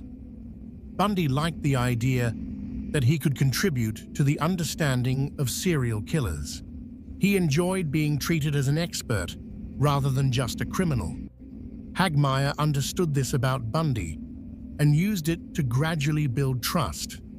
The agent made promises he kept, never asking directly if Bundy had killed anyone, never pressing for admissions of guilt in their early conversations. As their relationship developed, something unexpected happened. A genuine connection formed between the FBI agent and the serial killer, though it was a connection built on a foundation of manipulation and necessity. Bundy began to see Hagmaier as perhaps his only real friend, someone who visited him regularly and seemed genuinely interested in his thoughts. For Hagmaier, this relationship was deeply troubling. He was developing rapport with a man whose hands had brutally murdered dozens of women. The cognitive dissonance of this situation weighed heavily on the agent. In their conversations, Bundy revealed details about his psychology that would prove invaluable to criminal profilers. He described how serial killers often go through what he called an amateur phase, where they make mistakes and are impulsive. As they gain experience, they become more organized, more careful, more successful at avoiding detection. This developmental model of serial killer behavior would become an important part of FBI profiling methodology. Bundy also spoke extensively about his methods of victim selection. He described how he would conduct surveillance, watching potential victims to learn their routines and identify vulnerabilities. He talked about the importance of appearing non-threatening, of creating personas that would disarm suspicion. He explained his technique of feigning injury or disability, how this simple prop of an arm sling or crutches could transform him from a potential threat into someone who needed help. In discussions with Hagmaier, Bundy revealed the psychological satisfaction he derived from his crimes. He spoke about murder not just as an act of violence or sexual gratification, but as a form of possession. In one chilling statement that Hagmaier would later recount, Bundy explained, "Murder is not just a crime of lust or violence. It becomes possession. They are part of you, and you are forever one. The grounds where you kill them become sacred to you, and you will always be drawn back to them." This concept of possession helped explain Bundy's pattern of returning to burial sites and engaging in necrophilia with his victims' bodies. For Bundy, the murder wasn't the end of his relationship with his victims. Their bodies became objects he owned, that he could return to and continue to control even after death. This level of psychological insight into the mind of a serial killer was unprecedented, and it would help shape how law enforcement understood and investigated serial murder. Hagmaier also learned about the role of alcohol in Bundy's crimes. Bundy revealed that he often got drunk before attacking victims, using alcohol to lower his inhibitions and disconnect from the moral implications of what he was about to do. This pattern of using substances to facilitate violence was something that would be found in many other serial killers as research continued. As Bundy's execution date approached, the nature of his conversations with Hagmaier changed. With his appeals exhausted and death imminent, Bundy finally became willing to talk specifically about his own crimes, rather than just theorizing about serial killers in general. But even then, he often spoke in the third person, describing the killer, rather than explicitly saying, "I did this." This linguistic distancing was one final attempt to maintain some psychological separation from the full horror of his actions. In these final interviews, Ted began to confess, but his confessions came in fits and starts, often delivered in the third person, as though he were describing someone else's actions. Even facing imminent death, Ted couldn't completely let go of his need to maintain some level of control and distance from his crimes. To Keppel, Ted confessed to all 8 of the Washington and Oregon murders for which he had been the prime suspect. He described abducting Linda Ann Healy from her apartment, detailing how he had entered through a window, knocked her unconscious, dressed her in street clothes, and carried her to his car. He admitted to the Lake Sammamish abductions, explaining how he had lured Janice Ott and Denise Nasland to his car by asking for help with a sailboat that didn't actually exist. Ted described 3 additional murders in Washington that investigators hadn't previously connected to him. He also admitted to 2 murders in Oregon, but declined to identify the victims, suggesting he might not have even known their names. Throughout these confessions, Ted showed almost no emotion. He described these murders in a flat, clinical tone, as though discussing case studies rather than real people he had tortured and killed. Ted also provided details about what he did with some of his victims after death. He admitted to returning to the burial sites and engaging in necrophilia with the bodies until decomposition made it impossible. He described this as a form of possession, saying that keeping the victims' bodies or parts of their bodies allowed him to maintain control over them even after death. To Agent Hagmaier, Ted opened up about his violent sexual fantasies and how they had developed over time. He spoke about his early consumption of pornography, particularly violent pornography, and how this had fed fantasies that eventually needed to be acted out in reality. He described the planning that went into his crimes, explaining how he would conduct surveillance on potential victims, learning their routines and identifying vulnerabilities. Ted also discussed his psychological state during his crimes. He described experiencing a kind of dissociation during the actual murders, as if he were watching himself from outside his body. This description matched what psychologists understand about serial killers, often experiencing a detached, almost dreamlike state during their violent acts, which allows them to compartmentalize the horror of what they're doing. Interestingly, Ted also spoke about his failed attempts to stop killing. He claimed that there were periods when he tried to resist his urges, when he attempted to live a normal life and suppress the violent fantasies. But these periods never lasted long. The compulsion would build until it became overwhelming, and he would eventually give in to it. This pattern of attempted restraint, followed by explosive violence, is common among serial killers. Ted confessed to a total of 30 murders, though he hinted that the actual number might be higher. When asked about specific cases, particularly older unsolved murders, Ted would sometimes become evasive, neither confirming nor denying his involvement. This suggested that there might indeed be additional victims that Ted never formally acknowledged. One of the most disturbing aspects of Ted's confessions was his discussion of victim selection. He admitted that he specifically targeted young women with long dark hair parted in the middle because they resembled Stephanie Brooks, his college girlfriend, who had rejected him.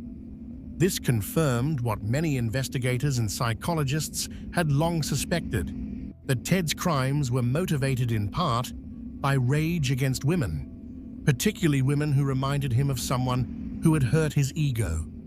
But Ted also emphasized that his crimes weren't purely about revenge against Stephanie or women in general. He described a more complex set of motivations, including a desire for power and control, sexual gratification, and what he called the hunt, the excitement and satisfaction he derived from stalking, capturing, and dominating another human being. He admitted that the actual killing sometimes felt anticlimactic. It was the process leading up to it that provided the greatest satisfaction. Ted's confessions weren't entirely altruistic. Some investigators believed he was using them as a bargaining chip, trying to trade information for stays of execution. He would hint at knowledge of unsolved cases, suggesting he could help solve them if given more time. This led to a strategy some called bones for time, where Ted would offer to lead investigators to burial sites or provide details about unknown victims in exchange for delays in his execution date. But ultimately, Ted ran out of time and information to trade. His execution date arrived, and despite his last-minute confessions and offers to help solve more cases, Florida officials proceeded with the execution. Ted had killed too many people, caused too much pain, and destroyed too many lives to be granted any more delays. Part 8. Psychological Analysis. Understanding Ted Bundy requires looking at the confluence of multiple psychological factors that created one of the most prolific serial killers in American history. While it's impossible to pinpoint a single cause for his violent behavior, researchers and clinicians who studied Bundy have identified several key elements of his psychological profile. In 2007, a group of 73 psychologists at the University of Kentucky conducted a comprehensive study of Ted Bundy's mental health using available records, interviews, and case materials. The results of this study provide valuable insights into Bundy's personality structure. Almost all of the psychologists agreed that Bundy met the criteria for antisocial personality disorder, with nearly 80% describing him as a prototypical case of the disorder. Antisocial personality disorder is characterized by a pervasive pattern of disregard for the rights of others, lack of empathy, manipulative behavior, and a failure to conform to social norms. Individuals with this disorder often display superficial charm, are highly intelligent, and can appear perfectly normal in casual interactions. They lack genuine emotional connections to other people and view others primarily as objects to be used for their own gratification. Ted Bundy exemplified all of these characteristics, but the diagnosis goes deeper than just antisocial personality disorder. Approximately 95% of the psychologists in the study also believed that Bundy met criteria for narcissistic personality disorder. This disorder is marked by an inflated sense of self-importance, a need for excessive admiration, a sense of entitlement, and a lack of empathy for others. Narcissistic individuals often have a grandiose view of their own abilities and accomplishments, combined with an underlying fragility of self-esteem that makes them hypersensitive to criticism or perceived slights. In Ted's case, this narcissism manifested in multiple ways. He believed he was smarter than everyone around him, including law enforcement and even the attorneys trying to help him. He insisted on representing himself in court, convinced that he could outmaneuver the prosecutors despite having no actual trial experience. His narcissism also made him hypersensitive to rejection, as evidenced by his reaction to Stephanie Brooks's breakup and his apparent need to punish her by later dumping her when she became vulnerable to him again. Dr. Thomas Whittaker, a psychology professor at the University of Kentucky who has studied Bundy extensively, characterized his personality using the 5-factor model of personality. According to Whittaker's analysis, Bundy scored extremely high on antagonism, which encompasses traits like being deceptive, manipulative, callous, exploitative, and arrogant. He also showed high levels of disinhibition, marked by irresponsible and impulsive behavior, despite his ability to plan carefully when it served his purposes. Whittaker concluded that Bundy could be described as a successful psychopath, someone who possessed the core traits of psychopathy: antagonism, lack of empathy, manipulativeness, but who also had enough conscientiousness and intelligence to function effectively in society for extended periods. This allowed Bundy to maintain his facade of normalcy while secretly engaging in horrific crimes. The concept of psychopathy is crucial to understanding Ted Bundy. Psychologist Hervey Cleckley, who essentially defined the modern concept of psychopathy, created a checklist of traits that characterize the disorder. These include superficial charm, above-average intelligence, absence of anxiety or nervousness, insincerity, lack of remorse or shame, poor judgment, inability to learn from experience, pathological egocentricity, and lack of genuine emotional connections. Ted Bundy exhibited every single one of these traits. One of the most chilling aspects of Bundy's psychology was his own self-awareness. He once described himself as the most cold-hearted son of a bitch you'll ever meet, a statement that his defense attorney, Polly Nelson, said was accurate. Ann Rule, his friend-turned-biographer, described him as a sadistic sociopath who took pleasure from another human's pain and the control he had over his victims to the point of death and even after. Some experts have also suggested that Bundy may have had elements of borderline personality disorder, characterized by unstable relationships, mood swings, and intense but shallow emotions. However, this diagnosis was less universally agreed upon among the psychologists who studied his case. The extreme mood swings and emotional volatility that characterize borderline personality disorder didn't align perfectly with Bundy's generally controlled demeanor, though he did show instability in his personal relationships. Dr. Dorothy Lewis, a psychiatrist who specialized in evaluating violent offenders, argued that Bundy suffered from bipolar disorder. She pointed to periods of depression and potential manic episodes as evidence.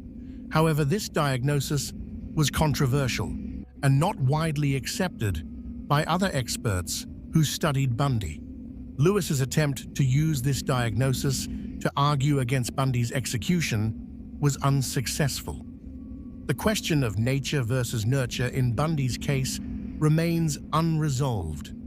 His childhood was undeniably troubled.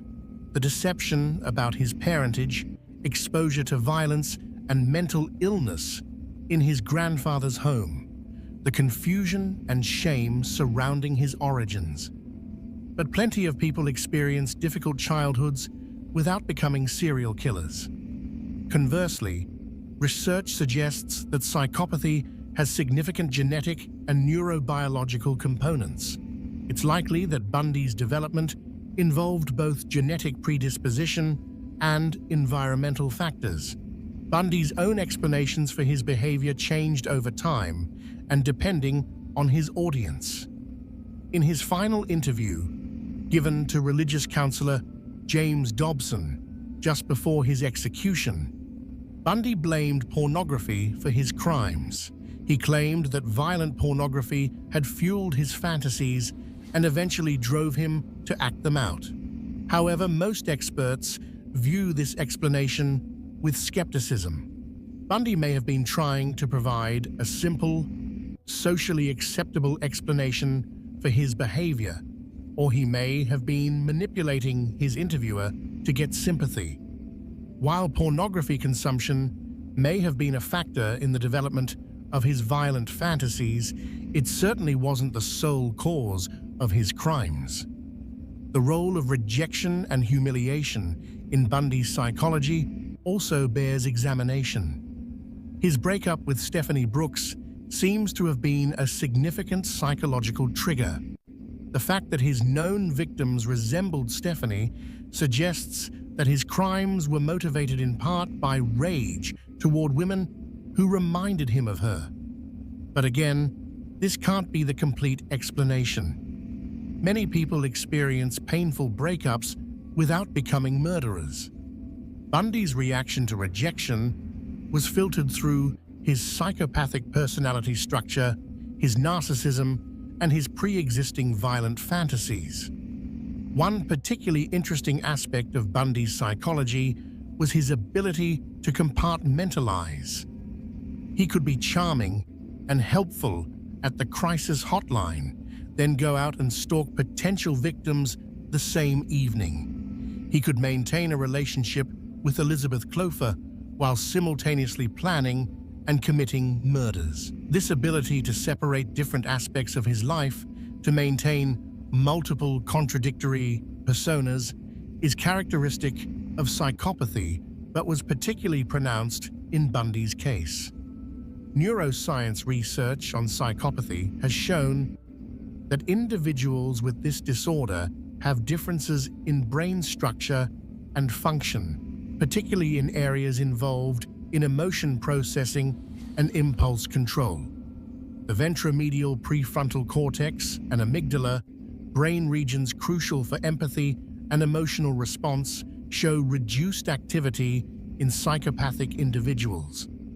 While Bundy's brain was examined after his execution, no gross abnormalities were found. However, the technology available at the time wasn't sophisticated enough to detect the kinds of subtle differences in brain structure and chemistry that modern neuroimaging might reveal. What makes Bundy's case particularly significant from a psychological perspective is how completely he violated expectations. He didn't fit the stereotype of a serial killer. He was educated, charming, and attractive. He had relationships, held jobs, and functioned in society.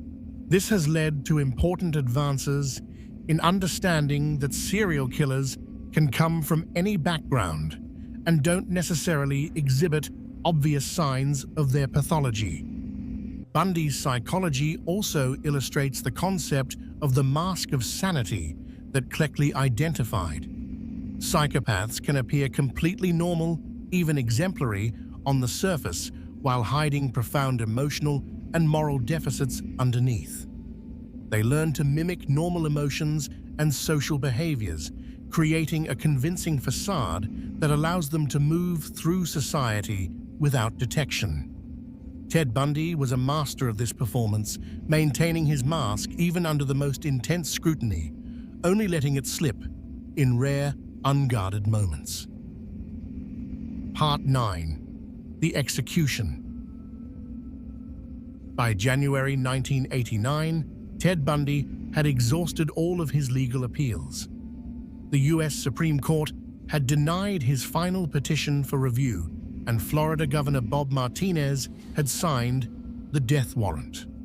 Ted's execution was scheduled for 7 a.m. on January 24, 1989. In his final days, the reality of his impending death seemed to finally penetrate the denial and narcissism that had characterized his behavior for years. Ted spent his last week giving interviews and making confessions, still trying to control the narrative even as his life was coming to an end. He spoke with investigators from multiple states, finally admitting to murders he had denied for over a decade. But even in these confessions, Ted maintained a certain level of control, speaking often in the third person and withholding details that might have brought closure to additional families. The night before his execution, Ted called his mother twice. Louise Bundy had stood by her son throughout the years, insisting on his innocence even as the evidence against him mounted. In their final conversations, what they discussed remains private, but Louise would later say that she told Ted she loved him and that she would always believe in him. The pain in her voice when she spoke to reporters after Ted's death was evident. She had lost her son twice, once to his crimes and once to the electric chair. Ted declined a special last meal, a tradition often offered to condemned prisoners. Instead, he was given the standard prison fare: steak, eggs, hash browns, and toast. He reportedly didn't eat it, perhaps too nervous, or perhaps finally confronting the reality of what was about to happen. He spent the evening with Reverend Fred Lawrence, a Methodist minister who had been counseling him. They prayed together, though what Ted actually believed at that point is impossible to know. Throughout his life, Ted had used religion instrumentally, claiming faith when it served his purposes, but showing little evidence of genuine spirituality. Outside Florida State Prison in Rayford, a crowd had begun gathering the night before the execution. By the early morning hours, approximately 2,000 people had assembled across from the prison gates. They wore T-shirts with slogans like "Burn Bundy" and "Toast Ted." They carried signs celebrating the execution. Some brought coolers of beer, turning the event into a tailgate party. A woman sold coffee and donuts to the crowd. Someone distributed electric chair lapel pins. When news came that the execution had been carried out, the crowd erupted in cheers. They chanted "Burn, Bundy, burn," and set off fireworks. It was a scene that made some observers uncomfortable, a public celebration of death that seemed to reduce a solemn legal proceeding to a festival of vengeance. But others argued that given the magnitude of Bundy's crimes and the suffering he had caused, the public's reaction was understandable. Inside the prison, the atmosphere was very different.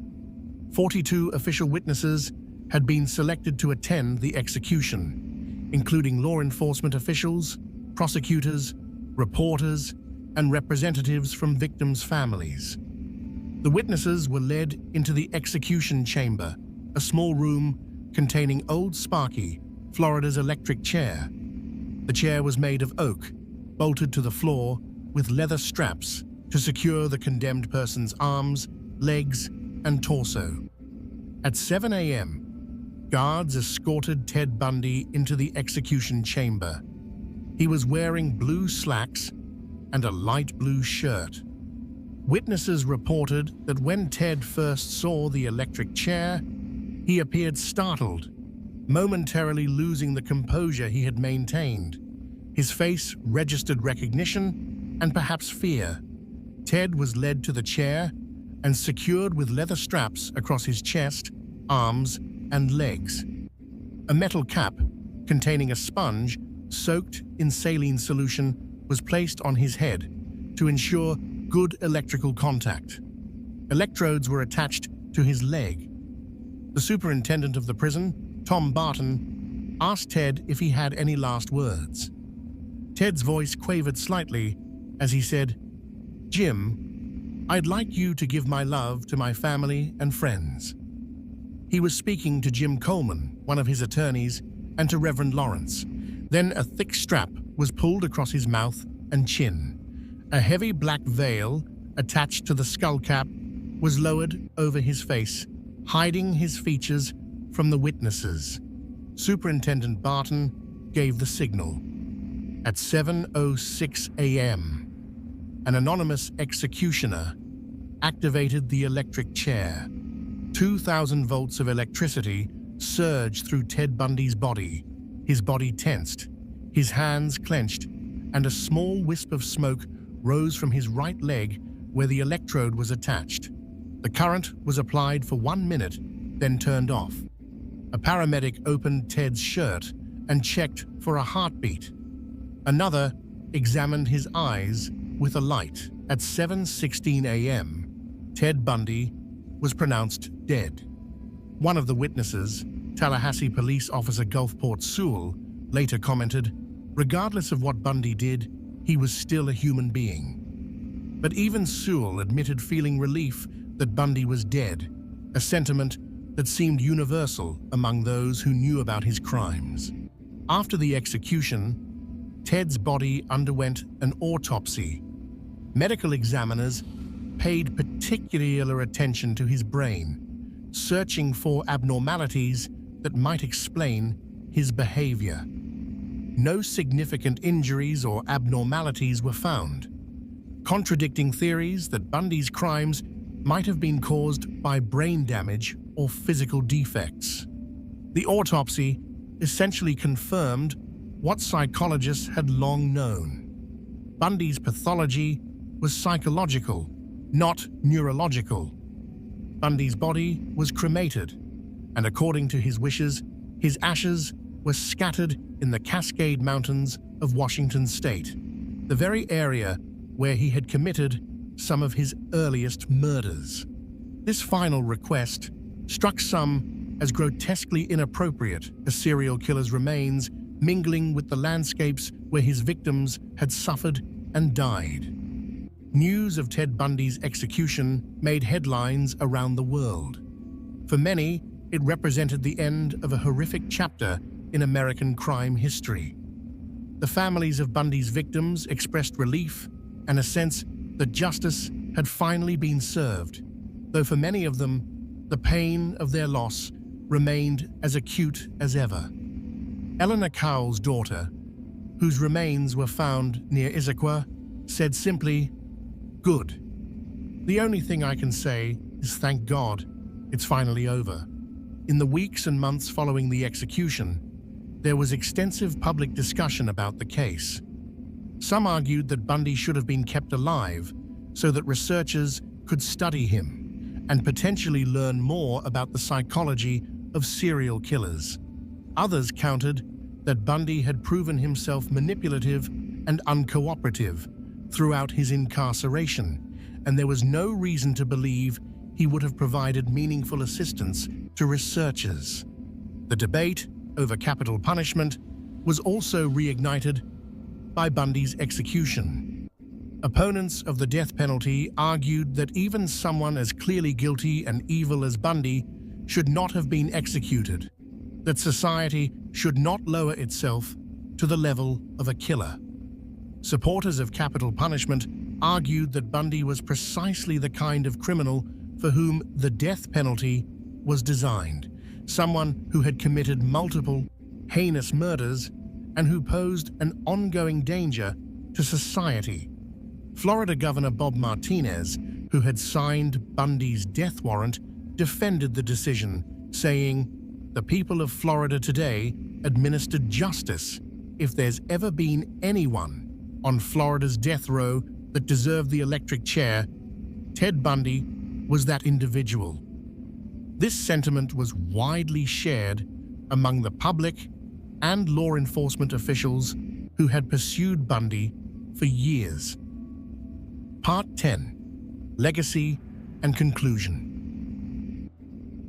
Ted Bundy's impact on American society and the field of criminal justice extends far beyond his individual crimes. His case fundamentally changed how law enforcement approaches serial murder investigations, how the public understands such criminals, and how the media covers these cases. Before Bundy, serial killers were often thought of in stereotypical terms: loners, social outcasts, people who were obviously disturbed or different. Bundy shattered these preconceptions. He proved that serial killers could be charming, educated, and superficially normal. This realization led to significant changes in how police profile potential suspects and in how the public thinks about personal safety. The investigation into Bundy's crimes highlighted serious problems with information sharing between law enforcement jurisdictions. Cases in Washington, Utah, Colorado, and Florida were all being investigated by different agencies with minimal communication between them. This allowed Bundy to operate across state lines for years before investigators realized they were all pursuing the same perpetrator. In response to these failures, Robert Keppel, one of the primary detectives on the Bundy case, developed the Homicide Investigation Tracking System, or HITS. This database system allows law enforcement agencies to input and analyze information about violent crimes, making it easier to identify patterns and connect cases across jurisdictions. HITS represented a significant advancement in serial crime investigation and became a model for similar systems across the country. Bundy's trials, particularly the Chi Omega case, were also groundbreaking in their use of forensic evidence. The bite mark testimony was controversial but ultimately accepted by the jury, helping to establish forensic odontology as a legitimate forensic science. The case also involved fiber analysis and other forensic techniques that were relatively new at the time. These technical advancements influenced how evidence is collected and analyzed in criminal cases. The media coverage of the Bundy case was unprecedented. His trial was the first to be broadcast nationally on television, setting a precedent for the media circuses that would surround high-profile criminal cases in subsequent decades. The public's fascination with Bundy, driven by his good looks and intelligence, also established a template for how certain criminals become celebrities. This phenomenon continues today with documentaries, movies, and books about serial killers generating significant public interest and commercial success. For victims' families, Bundy's legacy is one of enduring pain. Many of his victims' bodies were never recovered, leaving families without closure. Others had to endure years of trials, appeals, and media coverage that repeatedly forced them to relive their losses. Some family members have spoken out about the troubling glorification of Bundy in popular culture, arguing that the focus on the killer rather than his victims is disrespectful and potentially harmful. The case has also had a lasting impact on how women think about personal safety. Bundy's ability to disarm victims by appearing harmless or asking for help has made many people more cautious about helping strangers. The techniques he used, feigning injury, impersonating authority figures, have been widely publicized as warning signs. Self-defense instructors often use Bundy's case as an example of how predators operate. From a psychological perspective, Bundy's case continues to be studied extensively. He represents a particularly extreme example of psychopathy combined with intelligence and superficial social skills. Researchers continue to analyze interview transcripts, court records, and other materials related to Bundy in attempts to better understand the psychology of serial killers. His case has contributed to refinements in the diagnostic criteria for personality disorders and has influenced how forensic psychologists evaluate dangerous individuals. And the question of whether Ted Bundy could have been stopped earlier remains a source of frustration and debate. There were multiple opportunities when warning signs were visible. his early childhood behaviors, his voyeurism and theft as a teenager, his awkward social development.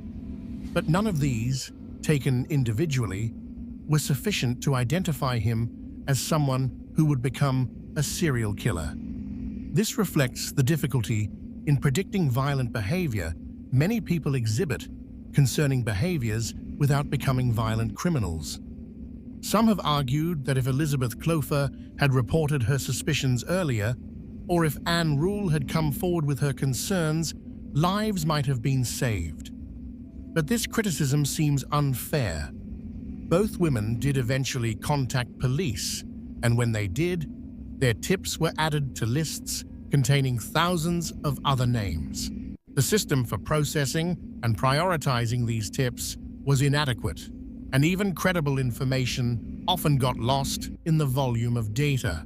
Others have suggested that the criminal justice system failed by allowing Bundy to escape twice. The security lapses that permitted these escapes were certainly problematic, and they did result in additional deaths, but they also reflected a more general underestimation of Bundy's danger and manipulativeness. He presented himself as a rational, educated person who might be guilty of some crimes, but was fundamentally reasonable. This image allowed him to be housed in facilities with inadequate security for someone of his true nature.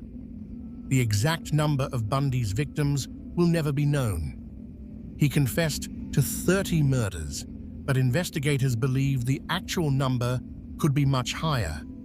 Some estimates suggest he may have killed more than 100 people, though this number is speculative. Criminologist Matt DeLisi has argued, based on the pacing and confidence of Bundy's known crimes, that he almost certainly killed for years before his first confirmed murder in 1974, possibly starting as early as his teenage years. Unsolved disappearances and murders in areas where Bundy lived or traveled continue to be examined for possible connections to him. The case of 8-year-old Anne-Marie Burr, who disappeared in 1961 from Tacoma when Bundy was 14, remains open. While Bundy denied involvement even before his execution, the proximity and timing keep suspicions alive. Other cases, particularly missing women from the Pacific Northwest in the late 1960s and early 1970s, also raise questions about whether Bundy was responsible. What lessons can be drawn from Ted Bundy's life and crimes? Perhaps the most important is the danger of judging people solely by their surface appearances. Bundy looked and acted like someone trustworthy, and this allowed him to evade suspicion for years. His case reminds us that evil can wear a charming mask, that intelligence and education don't preclude violence, and that we must be cautious about who we trust. The case also illustrates the importance of effective communication and coordination in law enforcement. Bundy was able to operate across multiple jurisdictions precisely because agencies weren't sharing information effectively. Modern databases and communication systems have improved this situation, but vigilance is still required to ensure that patterns aren't missed. From a psychological perspective, Bundy's case reinforces the understanding that psychopathy is a serious and dangerous personality disorder. Individuals with severe antisocial and narcissistic traits, especially when combined with violent fantasies and lack of empathy, pose significant risks. Early identification and intervention with troubled individuals, while ethically and practically complex, may be important for preventing future tragedies. It's also important to remember the victims. Behind the headlines and the psychological analyses were real people with families who loved them. Linda Ann Healy, Donna Gail Manson, Susan Rancourt, Roberta Parks, Brenda Ball, Jorgen Hawkins, Janice Ott, Denise Nasland, Melissa Smith, Laura Aim, Carol DeRonch, who survived, Deborah Kent, Karen Campbell, Julie Cunningham, Denise Oliverson, Nancy Baird, Melanie Cooley, Margaret Bowman, Lisa Levy, Kimberly Leach, and so many others, named and unnamed. Each had dreams and potential that were stolen from them. Each left behind family members who have had to live with loss and trauma. In the years since Ted Bundy's execution, his name has become part of popular culture. Movies, documentaries, books, and television shows have examined his life and crimes. Some of this attention has been criticized as glorifying or sensationalizing a killer. There's a valid concern that too much focus on Bundy himself, rather than his victims, is inappropriate and potentially harmful. Yet there's also value in studying cases like Bundy's, not to glorify the killer, but to understand how such individuals operate, how they can be identified and stopped, and how society can better protect potential victims. The key is maintaining a balance, learning from these cases while never forgetting the human cost, the lives lost, and the families forever changed by one man's evil choices. Ted Bundy's execution on January 24, 1989, ended his life, but his impact continues. The systems he exposed as inadequate have been improved. The investigative techniques his case advanced continue to evolve. The psychological understanding he contributed to, however unwillingly, has helped researchers better understand personality disorders and violent behavior. But perhaps the most lasting legacy should be a simple awareness. Evil can look like anyone. It can be charming, intelligent, and superficially normal. It can sit next to you in class, work alongside you at a crisis hotline, or date your friend. The only defense is vigilance, healthy skepticism, and systems of justice that work cooperatively to identify and stop predators before they can claim more victims. As we conclude this examination of Ted Bundy's life and crimes, take a moment to reflect on the fragility of human life and the importance of protecting one another. If this story has taught us anything, it's that we must be careful, we must be aware, and we must never assume that evil announces itself with an obvious face. Sometimes it wears a smile. Closing. Thank you for joining me tonight for this deep examination into one of the darkest chapters of American criminal history.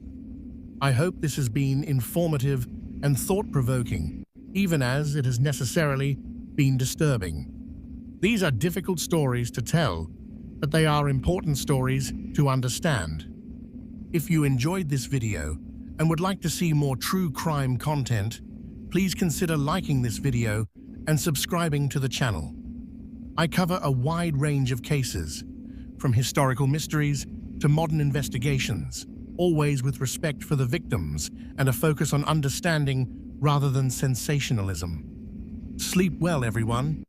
And remember, stay King Von, When the Streets Became the Stage, a documented chronicle.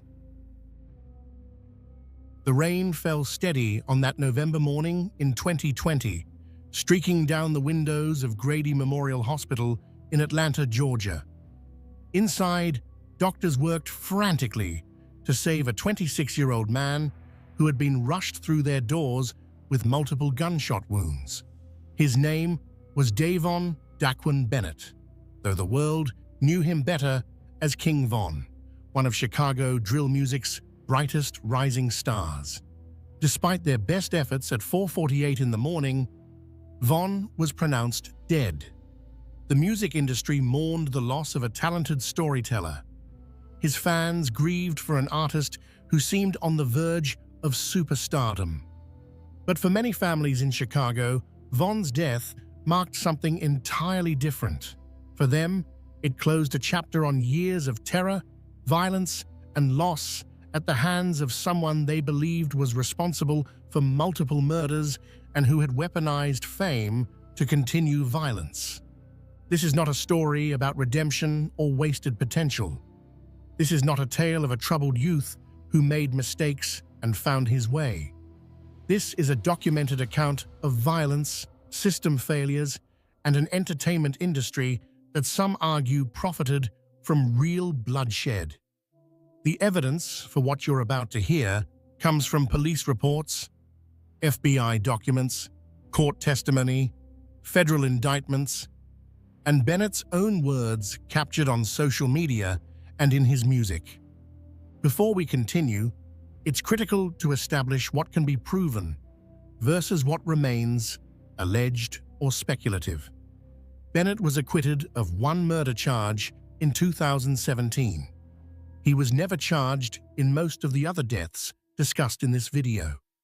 Many connections between Bennett and unsolved murders come from circumstantial evidence, social media posts, song lyrics, and analysis by online researchers rather than criminal charges or convictions. Where someone is never charged or is acquitted, the legal presumption of innocence applies.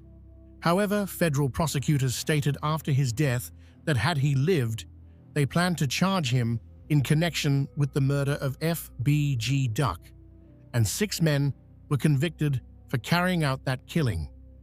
What emerges is a portrait of a man who was charged in 2 murder cases, acquitted in one, and killed before facing charges in another, who turned his street experiences, whether lived or imagined, into chart-topping music, and who federal authorities believe ordered a killing that would destroy families and send 6 men to prison for life. Part 1. The Foundation of Violence: Understanding Chicago's South Side. To understand Davon Bennett's story, you first have to understand where he came from. Chicago's South Side has been shaped by decades of policies and practices that concentrated poverty, segregated communities, and created the conditions for cycles of violence that continue to this day. The Parkway Gardens apartment complex, located at 6400 block of South Dr. Martin Luther King Jr. Drive, wasn't always known as O Block. When it was built in the 1950s, Parkway Gardens represented hope. Designed by architect Henry K. Holzman, the complex featured 35 buildings, 11 8-story high-rises and 24 row houses spanning 13 acres. The buildings had modern heating, appliances, and elevators, luxuries many African-American families couldn't access elsewhere in Chicago due to discriminatory housing practices. Parkway Gardens was significant for another reason. It became the first cooperatively owned black housing development in the United States. Middle-class African-American professionals managed the complex, and prominent figures like Mary McLeod Bethune spoke at its cornerstone-laying ceremony. Governor Adlai Stevenson II, Chicago Mayor Martin H. Kennelly, and both of Illinois's U.S. senators attended. The complex was meant to provide quality, affordable housing during an era when redlining and racial covenants severely limited where black families could live. Among its early residents was a young girl named Michelle Robinson, who would later become Michelle Obama, First Lady of the United States. But the dream didn't last. In 1972, Parkway Gardens Cooperative defaulted on a $13.8 million HUD-insured loan. The U.S. Department of Housing and Urban Development took control, and almost immediately, maintenance and investment declined. The buildings began to deteriorate. By the 1980s, the complex had fallen into such disrepair that when HUD foreclosed in 1986, the entire property, 35 buildings, was appraised at only $4.4 million. On March 11, 1987, it sold for $1 to the National Development Council. As the buildings decayed, gangs moved in. The 1970s and 80s saw Greater Grand Crossing, the community surrounding Parkway Gardens, become one of Chicago's most dangerous neighborhoods. The gangster disciples and black disciples fought for territory. The crack epidemic devastated families. Mass incarceration removed fathers and brothers from homes. Schools struggled. Jobs disappeared. The ladder to prosperity that Parkway Gardens was meant to provide had broken.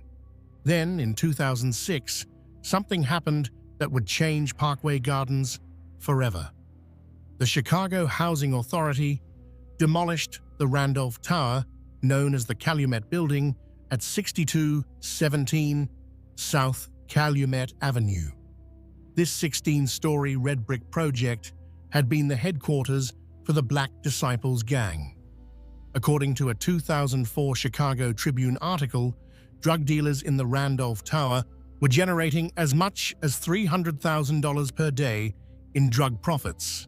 When the building came down, the Black Disciples needed a new base.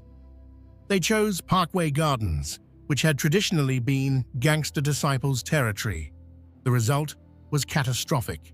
Between June 2011 and June 2014, Parkway Gardens and the surrounding block experienced the highest number of shootings of any location in Chicago.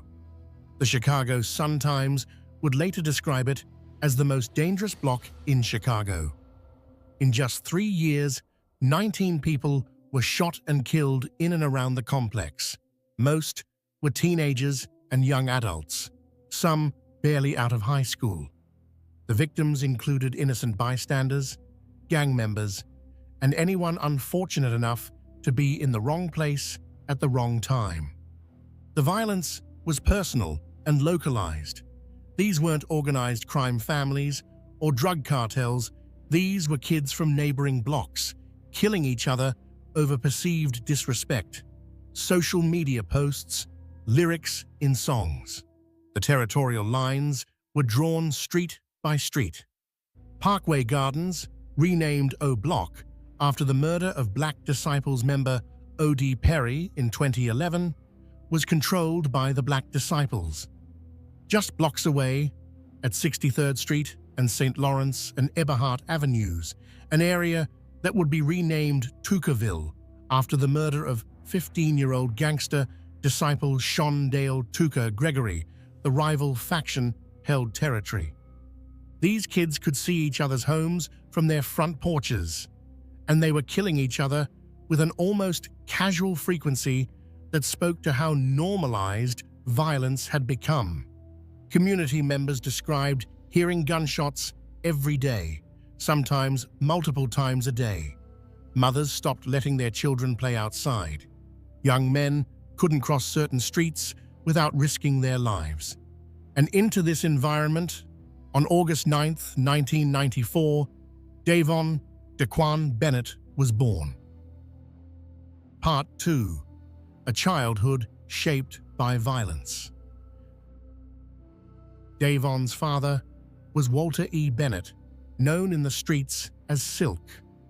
According to family members and later interviews, Silk was himself a documented member of the Black Disciples with a fearsome reputation in the neighborhood around Altgeld Park.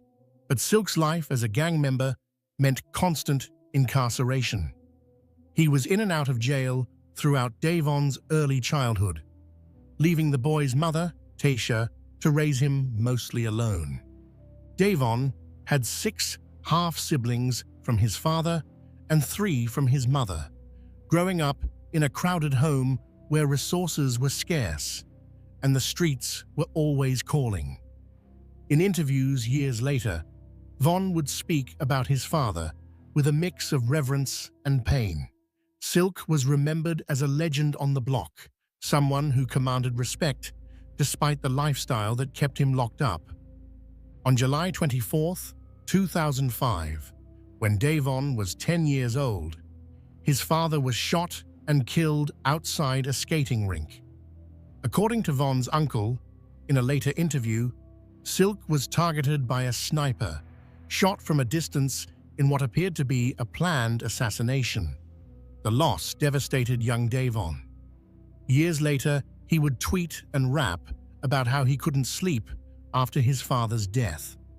On Twitter, he regularly posted tributes to his father on his birthdays, memorializing the man who had shaped his early understanding of what it meant to be respected in the streets. Von later told interviewer 16 Shot Visuals that he got involved in gang activity in 4th grade around 2006 when he was approximately 11 or 12 years old. His father had been Black Disciples. His neighborhood was Black Disciples territory. For Von, joining wasn't really a choice.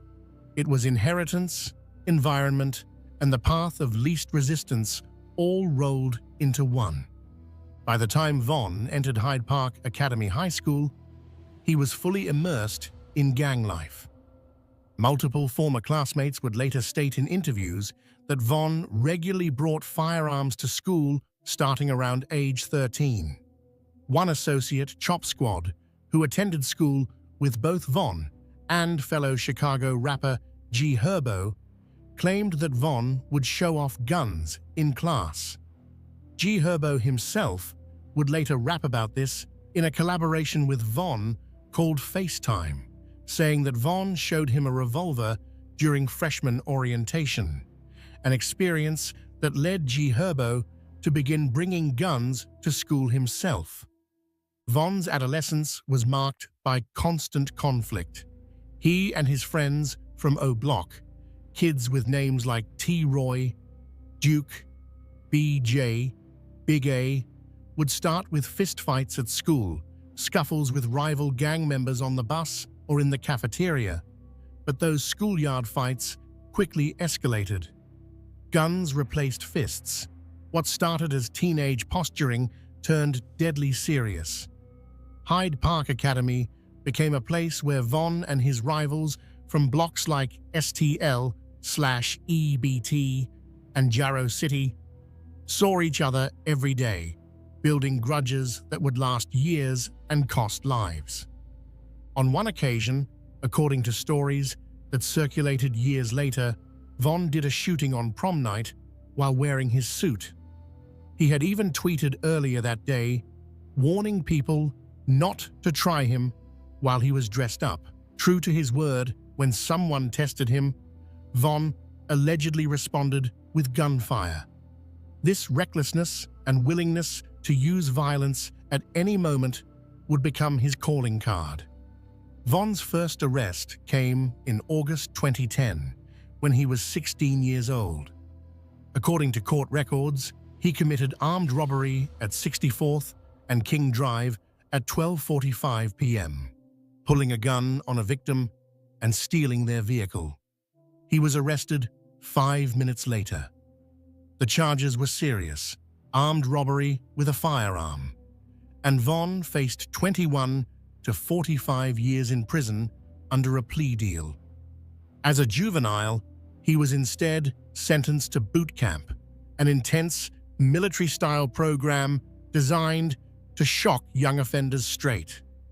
He was released early, but would be back behind bars within months. Von's second documented arrest came in November 12 for unlawful possession of a firearm. He would be booked into Cook County Jail and spend time incarcerated between December 10 and March 12, about 15 months total. During this time, his best friend T-Roy tweeted calling for his release. The two were inseparable, partners in everything, according to those who knew them. But it was during his next period of freedom, from March 12th to November 12th, that something changed in Davon Bennett. Multiple associates and Von himself would later describe this period as when he transformed from a street kid into something darker. The deaths of friends, people like O.D. Perry, Platoon, and later White White, would turn him, in his own words, into a demon. Part 3. The Streets Run Red: Allegations of Early Murders. A critical note on evidence and speculation. What follows in this section are allegations that have never been proven in court. Bennett was never charged with most of the murders discussed here, and these cases remain officially unsolved. The connections between Bennett and these deaths come primarily from circumstantial evidence, the timing of social media posts, analysis by online researchers and gang historians, and song lyrics that Bennett himself later claimed were fictional. While this circumstantial evidence has been compiled by researchers and discussed in some police documents, it's important to understand that correlation does not equal causation, and tweet timing is not proof of involvement. We present this information because it's part of the public narrative around Bennett's life, but we clearly label it as unproven allegation rather than established fact. To understand the allegations against Vaughn during this period, we need to examine what was happening in Chicago more broadly. The early 2010s saw the rise of Chicago drill music, a subgenre of hip-hop characterized by dark, aggressive beats and lyrics that described real gang violence in unflinching detail. Artists like Chief Keef, Lil Durk, and others from O Block were getting national attention for music that wasn't just entertainment. It was essentially real-time reporting of the gang war happening in their neighborhoods. Social media, particularly Twitter, played a huge role in escalating tensions. Gang members would taunt each other online, disrespect dead rivals, post their locations, and issue threats. These online beefs would quickly turn into real-world violence. Someone would tweet their location. Minutes later, shots would ring out. Then more tweets, mocking the dead, celebrating the kill, warning others they were next. Into this environment, Vaughn became extraordinarily active on Twitter. Starting in June 12, his tweets from this period, many of which were captured before being deleted, paint a disturbing picture. Vaughn would openly claim to be drilling, Chicago slang for shooting people, in the name of O.D. Perry. He tweeted about wanting to kill police officers. He warned people not to diss him and T. Roy. He claimed to shoot people like it's nothing. He said he'd been drilling since he was young. The timing of some of these tweets would become crucial later, when researchers and eventually police began trying to connect Vaughn to specific unsolved murders. While Vaughn was never charged in these early cases, online researchers, gang historians, and eventually police documents would connect him to several killings between 2012 and 2014. These connections came from multiple sources: the timing of Vaughn's tweets, witness statements that didn't result in charges, and Vaughn's own later references in songs after he became a rapper. One oft-cited example involves a man known as P5 or Crack, whose real name was Edric Johnson. On October 30th, 2012, which happened to be T. Roy's birthday, Vaughn allegedly tweeted that he was drilling like OD and told people to check the stats. According to Chicago police reports, less than 30 minutes later, at around 9:13 a.m., P5 was shot multiple times in the 6200 block of South Eberhart Avenue. He was rushed to the hospital but pronounced dead at 9:54 a.m. Vaughn's Twitter activity around this time was notable. Just 3 minutes before the recorded time of the shooting, Vaughn tweeted, "Laughing my ass off," at 9:13, the exact time police recorded the shooting. Vaughn tweeted about his gun making someone do 40 flips. Then, just after noon, he tweeted, "The early bird catches the worm." In the days that followed, Vaughn's tweets became even more brazen.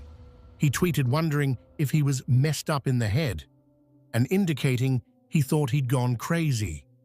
2 days later, he tweeted, "Damn, Modell got killed in October and Crack. Who's going to get killed in November?" Stay tuned. Von was never charged in P5's death. No arrests were made. The case remains officially unsolved. The connection between Von and this murder is based entirely on the timing correlation between his tweets and the shooting. While the timing is striking, it's important to note that tweet timing alone is circumstantial evidence, not proof of involvement.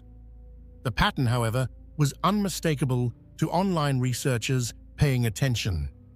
Von would hint at violence on social media, someone would die, and then Von would post again in what appeared to be celebration, using barely coded language. Another example involves a young man named Rodney Stewart, known as Boss Trell.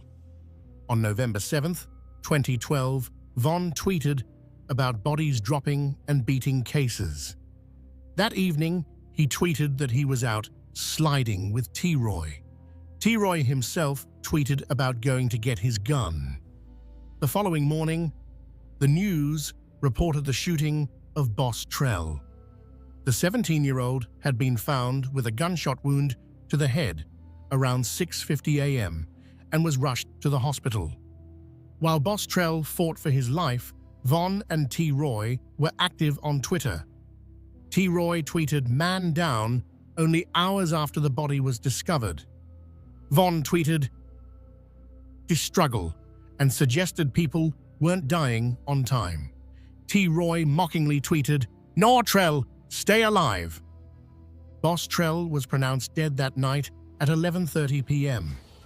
The next day, Von took to Twitter to mock him further, tweeting that STL doesn't stand for St. Lawrence, but instead for steady taking L's. He told people, "Don't worry about who killed who, just be glad that you didn't get killed and shut up." Again, Von was never charged. The case remains officially unsolved. Some alternative theories exist. One suggests Boss Trell was killed by someone trying to retrieve a gun that had been taken. But regardless of the truth, Von and T-Roy's Twitter activity suggested they were at minimum celebrating the death, if not responsible for it. The pattern continued. In late 2012 and early 2013, Von's Twitter account was a running commentary on violence in Chicago. He'd tweet about being ready to shoot random people in traffic. He'd declare himself an STL killer, St. Lawrence killer. He'd reference specific murders and mock deceased rivals. He'd count bodies. And incredibly, no one seemed to stop him. This wasn't happening in the shadows. Von was broadcasting his alleged involvement in murders to thousands of followers. He was creating a digital paper trail that would later be analyzed, frame by frame, tweet by tweet, trying to piece together just how many people Davon Bennett had allegedly killed. Part 4. The Murders That Changed Everything. While Von was allegedly racking up bodies and tweeting about it, 2 deaths would have particularly significant impacts on his life and would later become key to understanding his story. The first was the death of Tony Dunn, known as White White. On August 8, 2012, Von and White White went to a convenience store together on East 63rd Street and South Martin Luther King Drive. Von went inside while White White waited outside.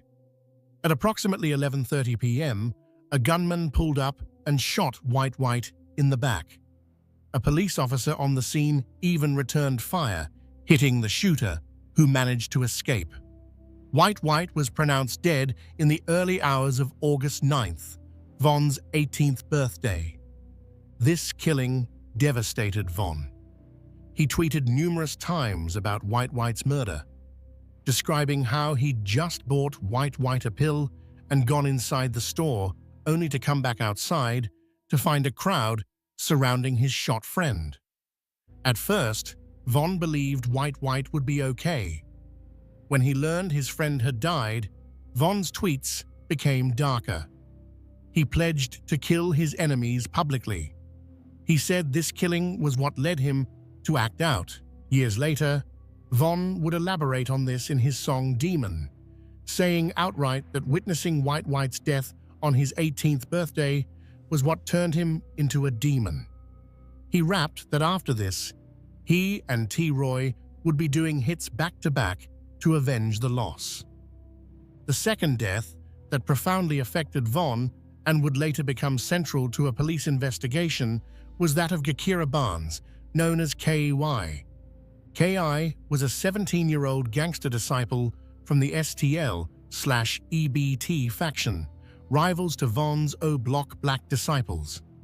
The Chicago Sun-Times would later publish a feature article describing her as a female assassin in Chicago's gang war, comparing her to Snoop from the HBO series The Wire, a masculine female killer. Police suspected K.A.Y.'s involvement in multiple shootings, though she was never charged. Some investigators believed she was involved in the 2011 killing of O.D. Perry, the Black Disciples member after whom O-Block was named, though this was never proven. Von and Key had an extensive, strange history on Twitter. Their first interaction occurred in September 2012, when Von tweeted about beating up an OPP girl on the train.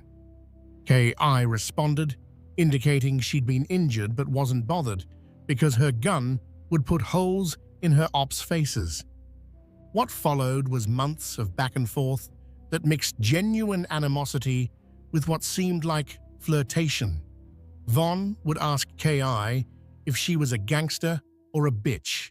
She'd say she was a gangster. He'd ask why he never sees her when he comes to her block. She'd say he could die just like White. He'd warn her to kill him because he'd kill her if she didn't. Then, bizarrely, when K.I. tweeted asking for retweets if people thought she looked good, Von retweeted it. When K.I. tweeted that she'd beaten up someone from O-Block and they should tell Von she's tough, Von replied that he could tell she was tough and jokingly asked if she was looking for a boyfriend. He began referring to her as wifey.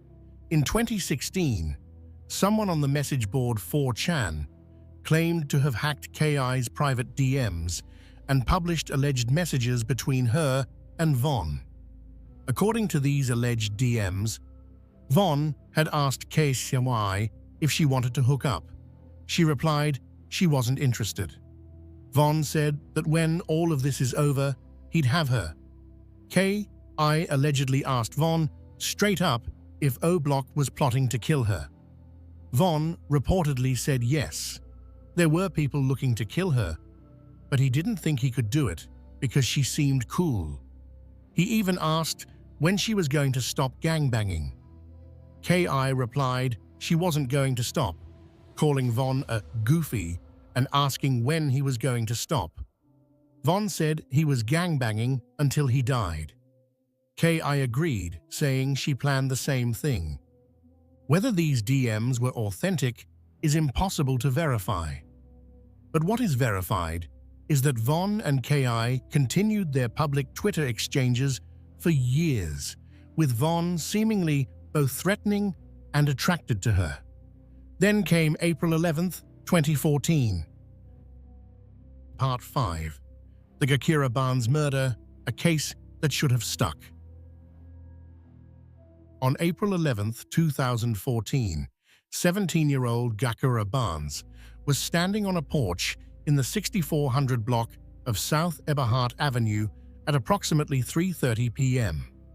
According to the Chicago Police Department report, Barnes was with two other individuals when a man wearing a gray hoodie and blue jeans approached and opened fire. Witnesses described the shooter hopping out of a vehicle, catching KYY and the others about to shoot dice. They ran into a gangway, but the shooter kept firing. One witness reported hearing the gunman shout, "Yeah, bitch," as he fired at KY multiple times. She was struck 9 times. She managed to crawl to a nearby porch before losing consciousness. She was transported to a hospital where she died approximately 2 hours later. On April 29, 2014, At 12:15 p.m., Davon Bennett was arrested at 7807 South Paulina Street. He was charged with first-degree murder and 2 counts of aggravated assault with a firearm in connection with Barnes's killing. According to Chicago Police Department documents released in July 2021, 7 years after the murder and 8 months after Bennett's death, 4 witnesses were brought in for identification. Witness 1 could not identify Bennett. Witness 2 pointed to Bennett but was unsure. Witness 3 claimed it was Bennett but couldn't make a positive identification. Witness 4 pointed directly to Bennett with confidence. Bennett was questioned about the murder and agreed to undergo a polygraph examination. The police had enough to believe they had their shooter. 4 witnesses, 1 positive ID, and Bennett in custody just days after the killing. But there was a problem. The witness statements were inconsistent. Some descriptions didn't fully match. There were discrepancies in the accounts of exactly what happened and when. And Cook County prosecutors made a determination. While they believed Bennett was the shooter, the inconsistencies meant they couldn't prove it beyond a reasonable doubt at trial. The official Chicago Police Department document, released after Bennett's death, stated the investigation revealed that the victim was killed by Davon Bennett. The CCSAO, Cook County State's Attorney's Office, reviewed the investigation and concurred that Bennett was positively identified as the offender in the incident and felt that they would be unable to meet the burden of proof in court and formally rejected charges. The document continued.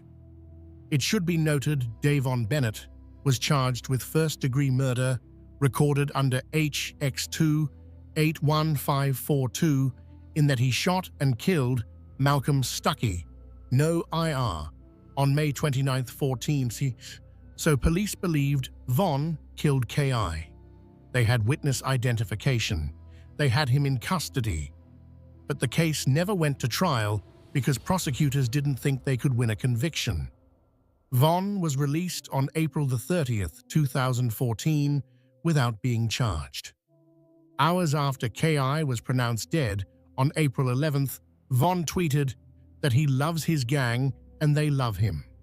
Then people began confirming on social media that KI had been killed. O-Block veteran Jay Hood would reveal in an interview years later that Vaughn came back to O-Block immediately after the murder and told him what he'd done. The day after the hit, fellow Black Disciple rapper Lil Reese tweeted Vaughn's catchphrase, "You got to do your thing," seemingly a congratulatory post to Vaughn, who replied, "You got to." Vaughn later tweeted that he needs a real one. Over the next few days, Vaughn delivered a flurry of activity on Twitter. He tweeted that his ops don't scare him and the whole gang war is funny to him. He said he'd lost a lot of friends, so his enemies must die in retaliation. He tweeted saying people wouldn't believe the things he does in the streets and that he'll never tell. He even copied KI's earlier tweet about people not getting the picture until you put them in the frame. Then Vaughn posted something particularly incriminating. He tweeted asking if the streets could be his Valentine, saying they're tired of dying. This was one day before the anniversary of KI's death. The next day, he made a biblical tweet saying God told him to cut her off. At this point, Vaughn would seemingly update his body count to 6, openly tweeting about homicide in the air and that he'd made 6 people extinct for playing hard. He tweeted that he put people's brains in their lap and asked followers if they'd still be there for him when he gets 100 years in jail. But Vaughn's celebration was short-lived. On April 29th, 18 days after KI's murder, he was arrested. Despite the strong circumstantial evidence and witness identification, He was released the next day when prosecutors rejected charges. Years later, after becoming a rapper, Von would make multiple references in songs that prosecutors and analysts interpreted as admissions to Barnes's murder. In War With Us from 2018, he rapped, "Put a pretty op bitch in the morgue. Call her drop dead gorgeous." In GTA from 2019, he said, "Keep a strap like K.I." In Cousins from 2019, he rapped, "I kill women and men. Can't tell the difference." K.I.'s family received no justice. The person police documents identify as her killer never faced trial. He walked free and weeks later would be implicated in another murder, one that would finally land him in jail for an extended period. Part 6. The Malcolm Stuckey Murder, An Innocent Life Taken. On the afternoon of May 29, 2014, there was a birthday party at 5722 South LaSalle Street in Chicago's Englewood neighborhood. The house was divided into 3 apartments, situated a couple blocks east of Interstate 94 and 3 miles west of the Museum of Science and Industry. Malcolm Stuckey was a 19-year-old college student at South Suburban College. He was a basketball player. He worked as a janitor at the Museum of Science and Industry. According to friends and family, he wasn't involved in gang activity. He was simply a young man with dreams, working his way through school, playing the sport he loved. That afternoon, Malcolm planned to stop by the birthday party for his friend, we'll call him CJ to protect privacy, before going to play basketball and returning for food. He pulled up in his burgundy Pontiac Grand Prix around 6 p.m. Inside the party, tensions were already simmering. Davon Bennett had arrived earlier with a woman named Jasmine Mitchell. According to court documents and witness testimony from the subsequent trial, Bennett spotted 2 rival gang members at the party. He left briefly. CJ's mother, who was throwing the party, told police that when she returned home from work around 5:15 p.m., she saw her son with other people on the front porch. Bennett was there, chatting with party guests, when he spotted the rival gang members, identified in court records as Timothy Robinson and Marquis Carpenter. He took off. "Don't start no mess in my house," CJ's mother told Bennett. According to witness statements, Bennett replied, "I'm not on that." But he was on that. Bennett left the party and called a friend, Michael Wade, known as Big Mike, telling him to bring a gun. According to court testimony, Bennett also called someone at the party and told them to bring the children inside. At that moment, Malcolm Stuckey arrived. He got out of his Pontiac, planning to smoke a cigar before heading to play basketball. He had no idea what was about to unfold. At approximately 6:09 p.m., Bennett and Big Mike returned. They approached from an alley with guns drawn. Witnesses heard 14 to 15 gunshots. Timothy Robinson, one of the intended targets, started running. Bennett chased him, firing. Malcolm Stuckey, who had been standing on the sidewalk, was struck by a bullet that tore into his brain. He collapsed immediately. Bennett then chased Marquis Carpenter, who had been shot in the left leg and was trying to escape. According to Big Mike's statements to police, Bennett was yelling, "Why are you running?"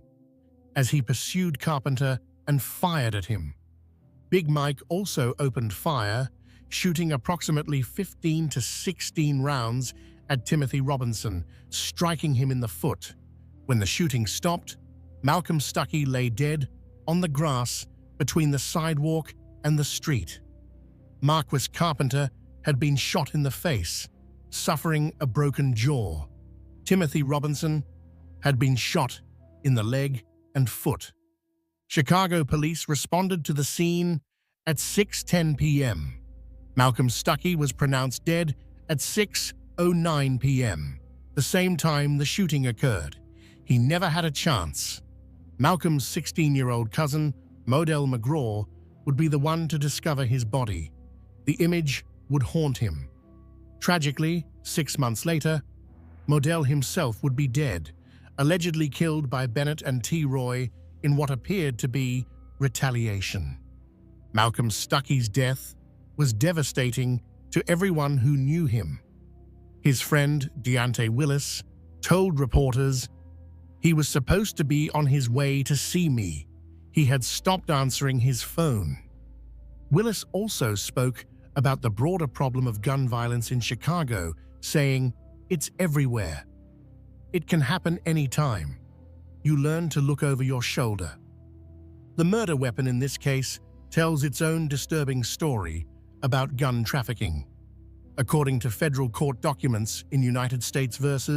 Smalley, the gun was a .40 caliber Smith & Wesson handgun, purchased on March 29, 2014, exactly 2 months before Malcolm's murder, in Natchez, Mississippi. The buyer was Jonathan Smalley, who ran a gun trafficking operation that funneled at least 25 firearms from Mississippi to Chicago gang members between 2009 and 2016. 11 of these weapons, including the one that killed Malcolm Stuckey. Ballistics testing confirmed the same gun was used in Malcolm's murder and in at least one other shooting shortly after, where Bennett allegedly fired it 12 times into another man who survived. Smalley would eventually be sentenced to more than 5 years in federal prison in 2018 for his gun trafficking operation. But Malcolm Stuckey was already long dead, another victim of easy gun access and a system that couldn't stop weapons from flowing from states with lax gun laws into one of America's most violence-plagued cities. Part 7. Justice Denied, the Malcolm Stuckey Trial. On July 20, 2014, at 3:06 p.m., Michael Wade was arrested and charged with first-degree murder and 2 counts of attempted murder in connection with the shooting. 2 days later, on July 22, 2014, at 12:40 p.m., Davon Bennett was also arrested at his home and charged with 1 count of first-degree murder and 2 counts of attempted murder. Big Mike initially agreed to cooperate with prosecutors. He would testify against Bennett as part of a plea deal. This was huge for the prosecution. They had an eyewitness who was present during the shooting, willing to describe exactly what happened and Bennett's role in it. But the case would drag on for over 3 years. Bennett was held in Cook County Jail from July 14 to December 17, awaiting trial.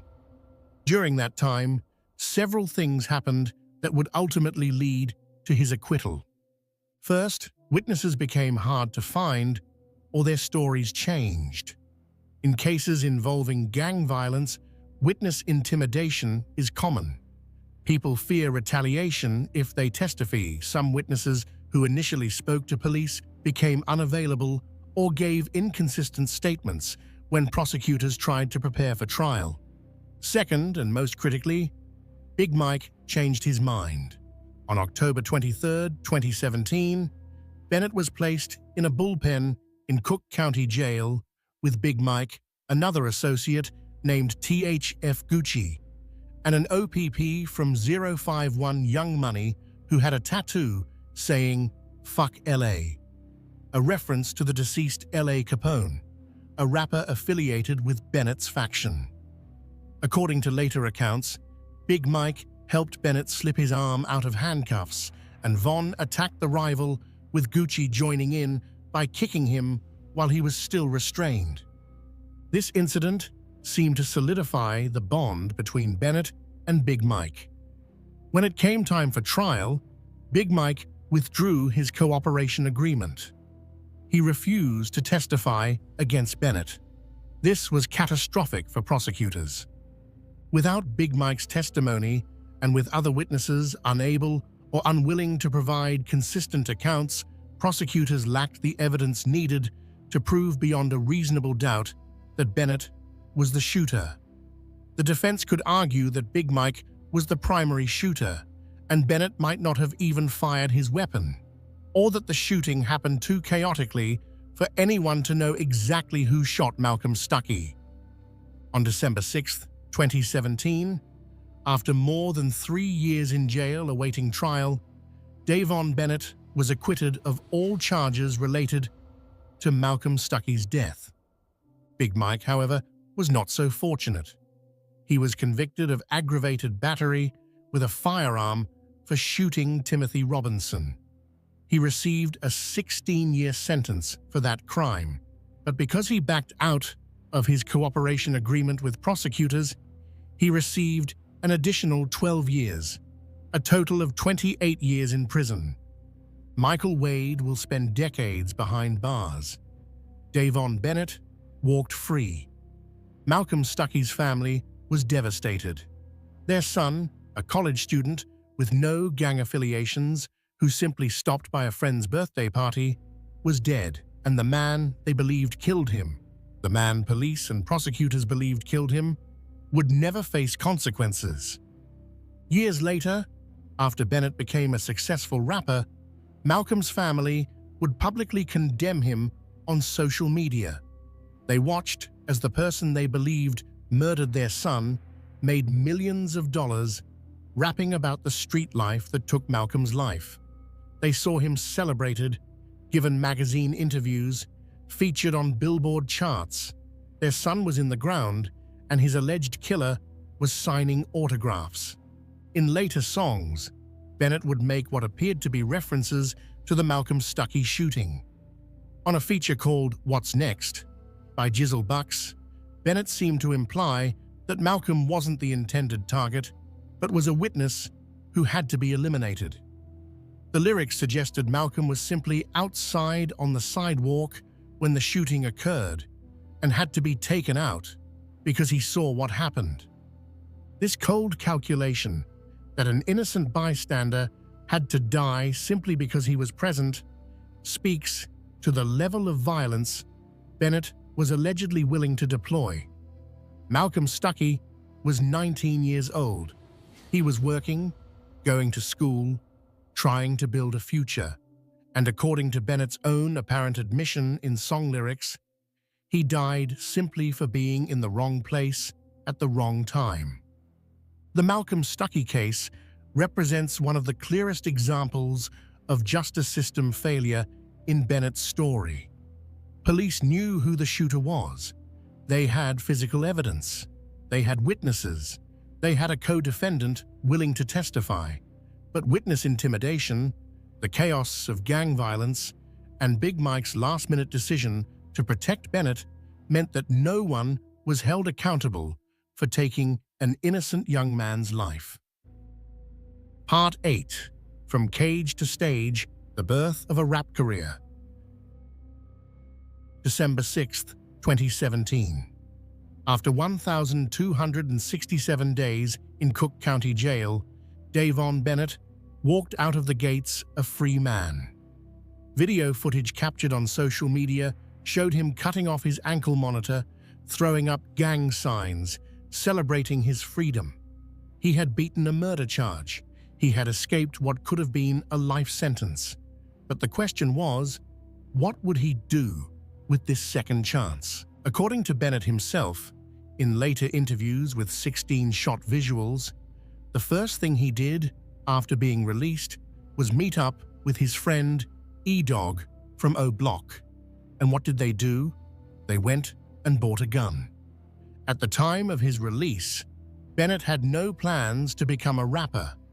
In fact, he'd tweeted years earlier that if he ever starts rapping, people should kill the person closest to them because something wasn't right. Music wasn't his path.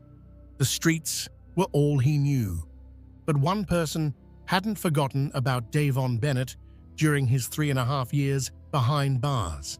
Lil Durk, Dirk Banks, was by this time one of Chicago's biggest rap stars. He'd known Von since childhood. They'd grown up in the same neighborhoods, been part of the same circles. And Dirk had a vision. Dirk had been tweeting his support for Von throughout the trial, apparently calling him regularly and even helping provide money for a lawyer.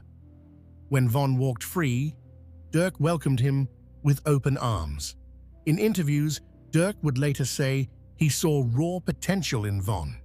He recognized that Von's real-life experiences in the streets gave him a level of credibility and storytelling ability that couldn't be manufactured. But Von himself later admitted that his initial interest in Dirk wasn't entirely pure.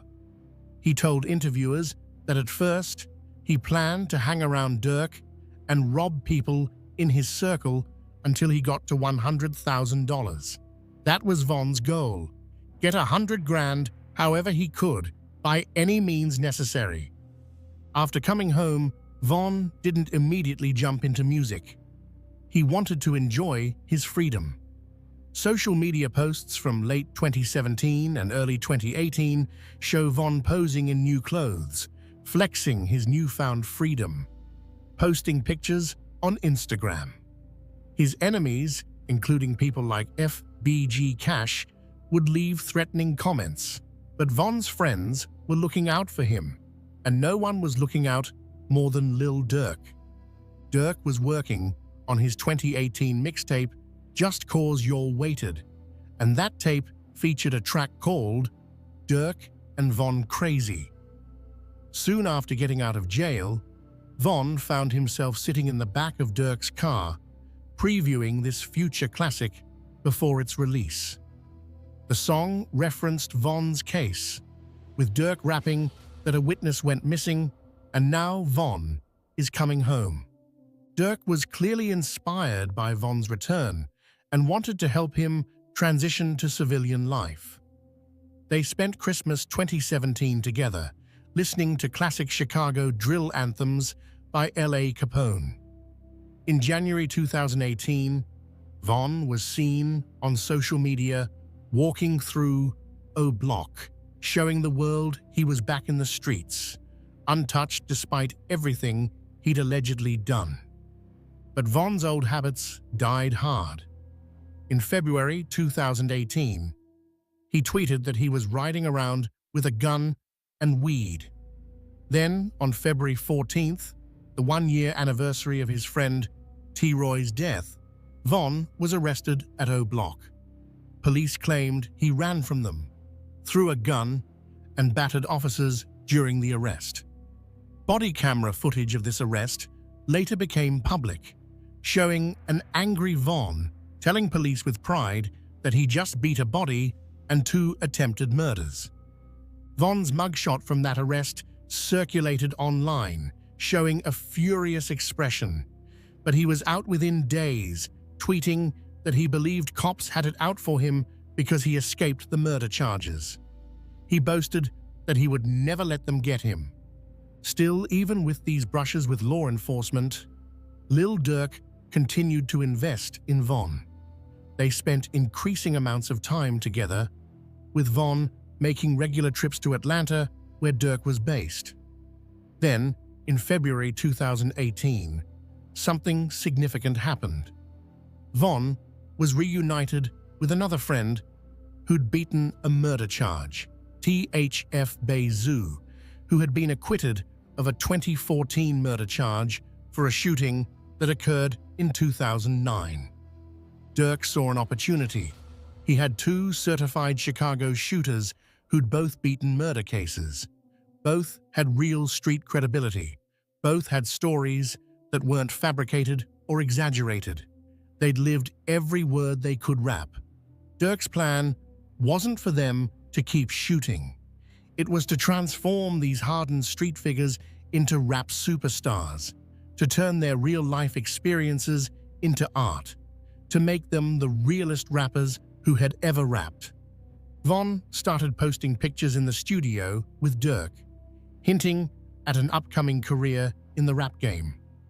On May 27, 2018, King Von and THF Beizhu released their first song together, Beat That Body. The title wasn't subtle, it was about both of them beating murder charges. Von's lyrics were shocking, essentially admitting to catching bodies, beating the cases, and planning to catch more. This song, with its brazen admission of violence, should have been a red flag.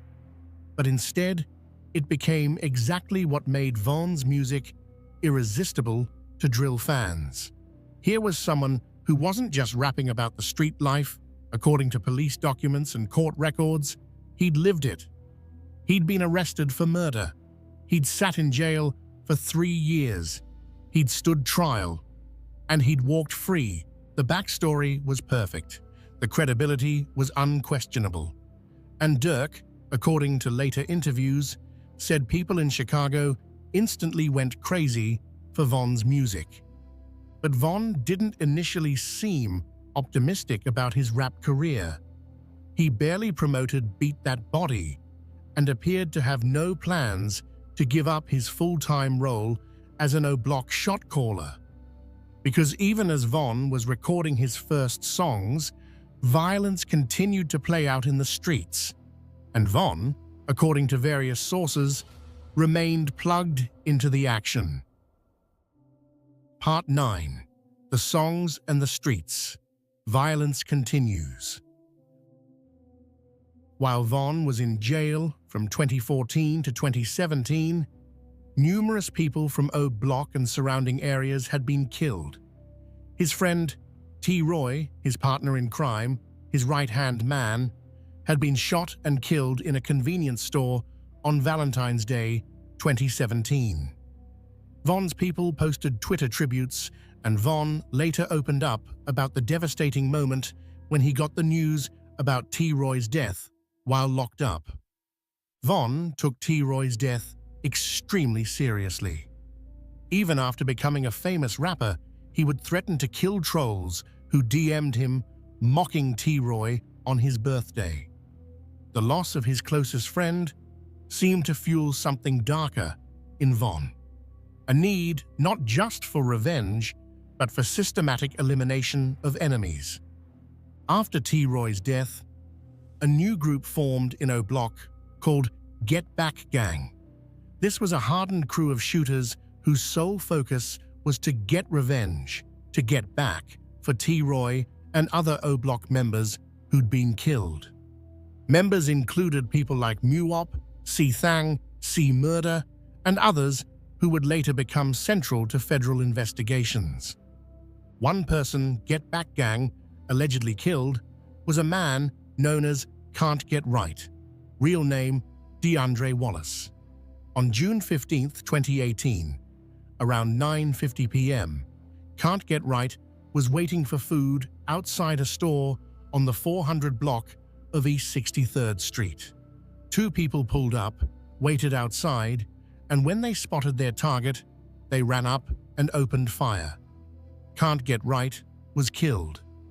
An innocent bystander, a man who was simply sweeping outside the restaurant, was also killed in the shooting. The shooting and immediate aftermath were captured on CCTV footage too graphic to describe in detail, but which shows the calculated brutality of the attack. King Von was in Atlanta with Lil Durk's team when this murder occurred. But hours after the killing, Von went live on Instagram alongside Memo 600, mocking the murder in real time. They lit a blunt and said they were smoking Can't Get Right, asking viewers what just happened. When people started commenting Can't Get Up, the O-Block crew seemed to find this hilarious. Von said it was 2 people down and they'd have to roll another one. They mocked the ops posting tributes to their fallen friend on Instagram. They joked about how the victim got a fresh fade from the gun. Von came back on camera saying Can't Get Right must have known he was going to die and that no one would care, he's gone. Von's involvement in this killing is debated. He was in another city when it happened. But what's not debatable is his celebration of it. his detailed knowledge of how it occurred, and his apparent role as someone who ordered or encouraged these hits. Friends of Can't Get Right would post on social media that they believed Von paid for the hit. Only days before the Can't Get Right murder, Von had tweeted that you can only diss or smoke a dead person if you actually played a role in killing them. His celebration of Can't Get Right's death seemed to indicate he believed he had played such a role, whether by ordering it, financing it, or planning it. This would become Von's pattern. Violence would occur, and he would celebrate publicly while maintaining just enough distance to avoid direct culpability. He was in another city. He wasn't the shooter. He just knew about it. He just talked about it. He just rapped about it. And somehow, that was supposed to make it okay. On July 31st, 2018, Lil Durk's Only the Family Involved Volume 1 compilation album was released. It featured Von's song, Problems, a track entirely about Von having hitters who catch bodies for him. The song included an intro where Von shouted out, "Get back, gang." The lyrics described killing both targets and witnesses. Von rapped that killing was his hobby and that his loyal shooters were the ones catching bodies for him. A music video for Problems dropped on Von's 24th birthday, August 9th, 2018. It appeared on Lil Durk's official YouTube channel.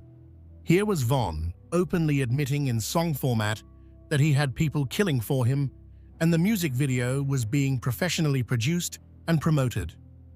The violence wasn't hidden anymore, it was the product being sold. Lil Durk was impressed with Von's murder raps. He tweeted that Von was next up in the rap game. Von responded by saying he'd soon drop music with Durk and that he was switching up, not associating with anyone he used to know. But even as Von laid foundations for a rap career, he couldn't stop being reckless. Around this time, Von appeared in a viral Instagram live clip training a small child on O Block to disrespect rival dead gang members and teaching the kid to shoot people in the head with a water pistol. Von was creating the next generation of killers, normalizing violence for children who should have been playing games, not being indoctrinated into gang warfare. Von tweeted about having killers around him and posted pictures of his whole crew. People would eventually annotate these pictures, speculating on how many people each O Block member had killed. The attention brought more police scrutiny to O Block. By late August 2018, Von was seen on Instagram Live observing arrests taking place on the block itself, joking that he had his shoes tied in case he needed to run. Part 10. A Violent Autumn, the Dooski and Wooski shootings. On October 9, 2018, Chicago rapper Dooski the Man, real name Dooski Chris, was shot in the head on the 5600 block of South Michigan Avenue around 3:50 p.m.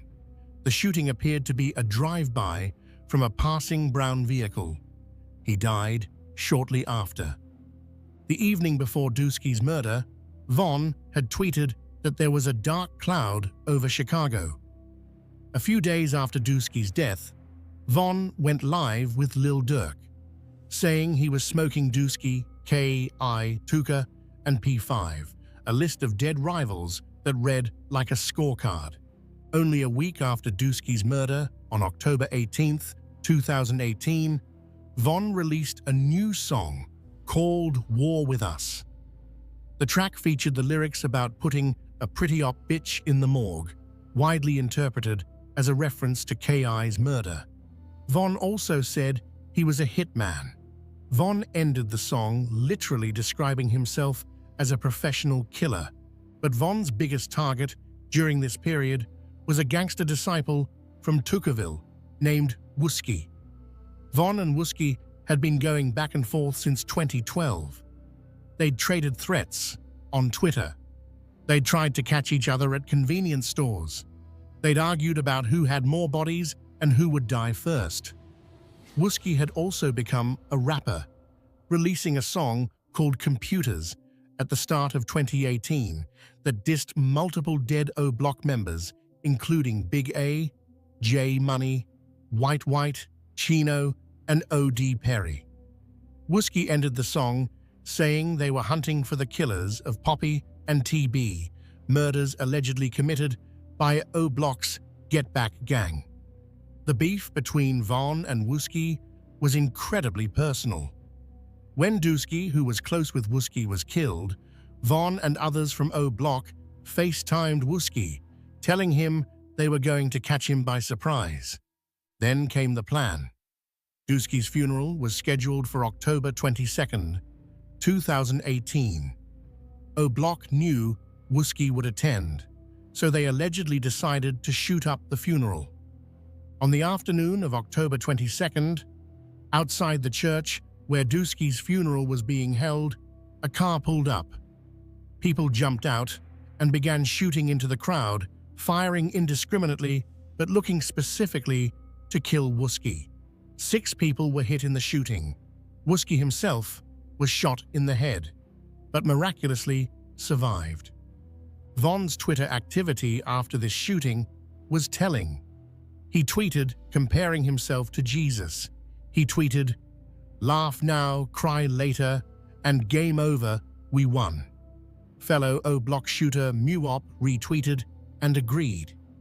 Over the next few years, Von would drop numerous disrespectful lyrics referencing the shooting of Wooski. In Grandson for President, he rapped that Wooski got shot in his head and now has to take medicine for his injuries. In GTA, he rapped, "Who shot Wooski? How would I know?"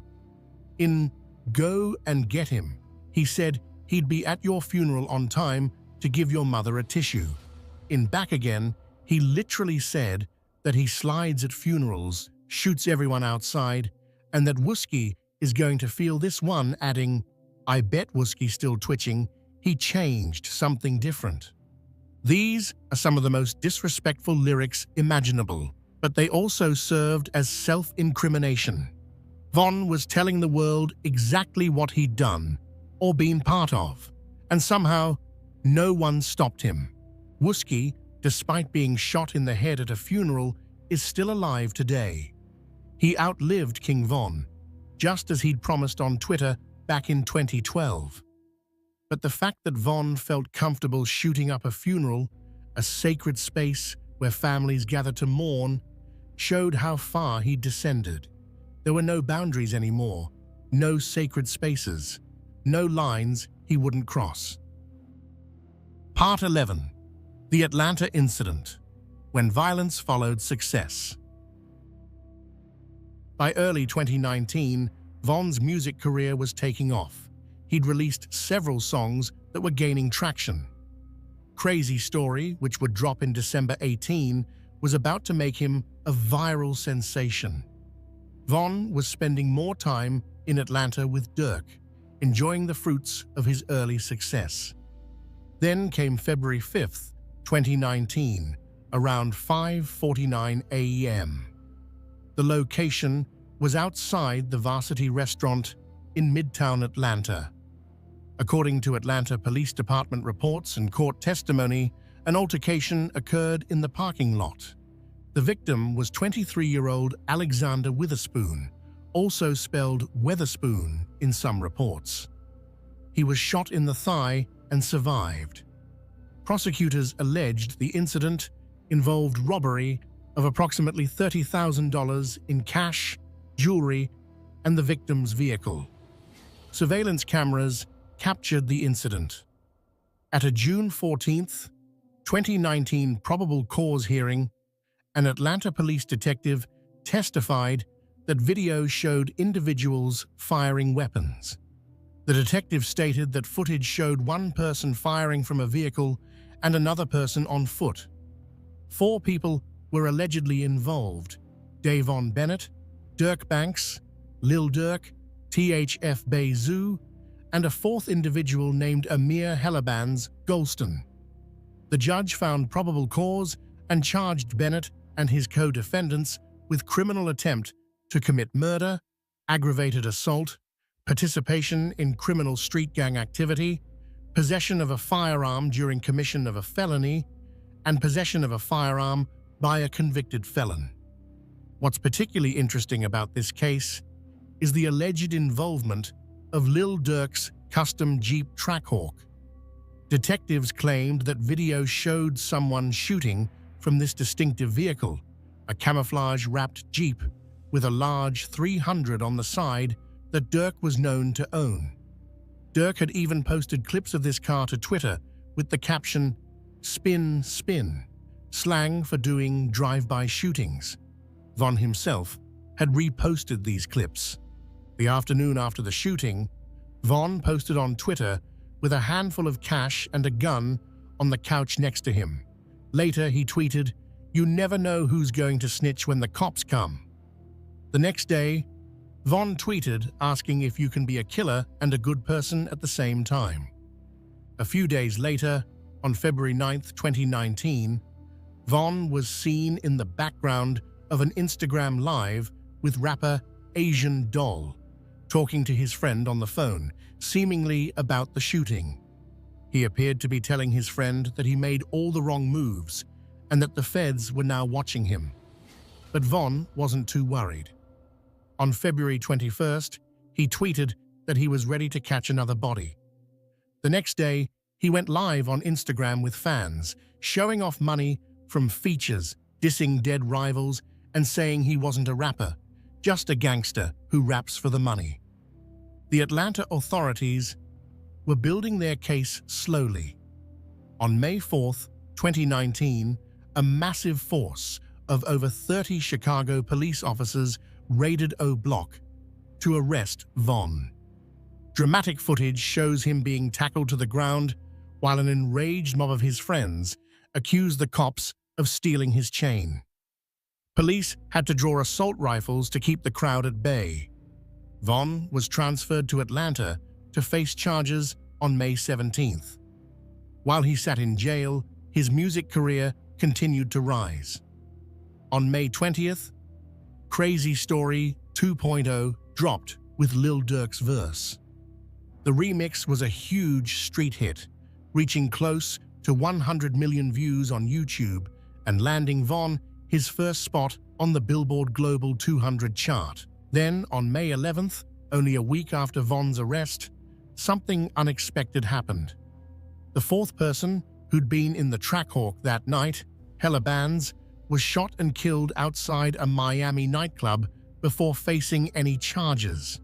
A Miami Beach spokesperson revealed he was wanted in Atlanta for attempted murder and armed robbery.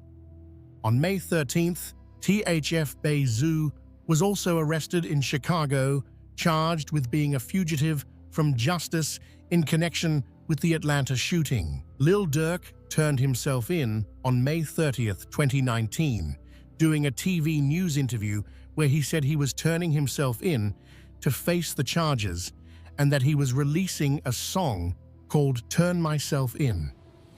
An Atlanta judge revealed they believed there was enough evidence to charge both Durk and Von with attempted murder. Durk and Von appeared together in an iconic televised court appearance. Their defense team put forward a self-defense plea, suggesting the man who was shot actually initiated the altercation. After legal back and forths, Lil Durk was granted release on a $250,000 bond. Von was released on a $300,000 bond on June 22, 2019. Part of Von's bail conditions were that he and Durk could not be around each other, as Von later revealed in a No Jumper interview. But they would still release music together, dropping Like That on July 9, 2019.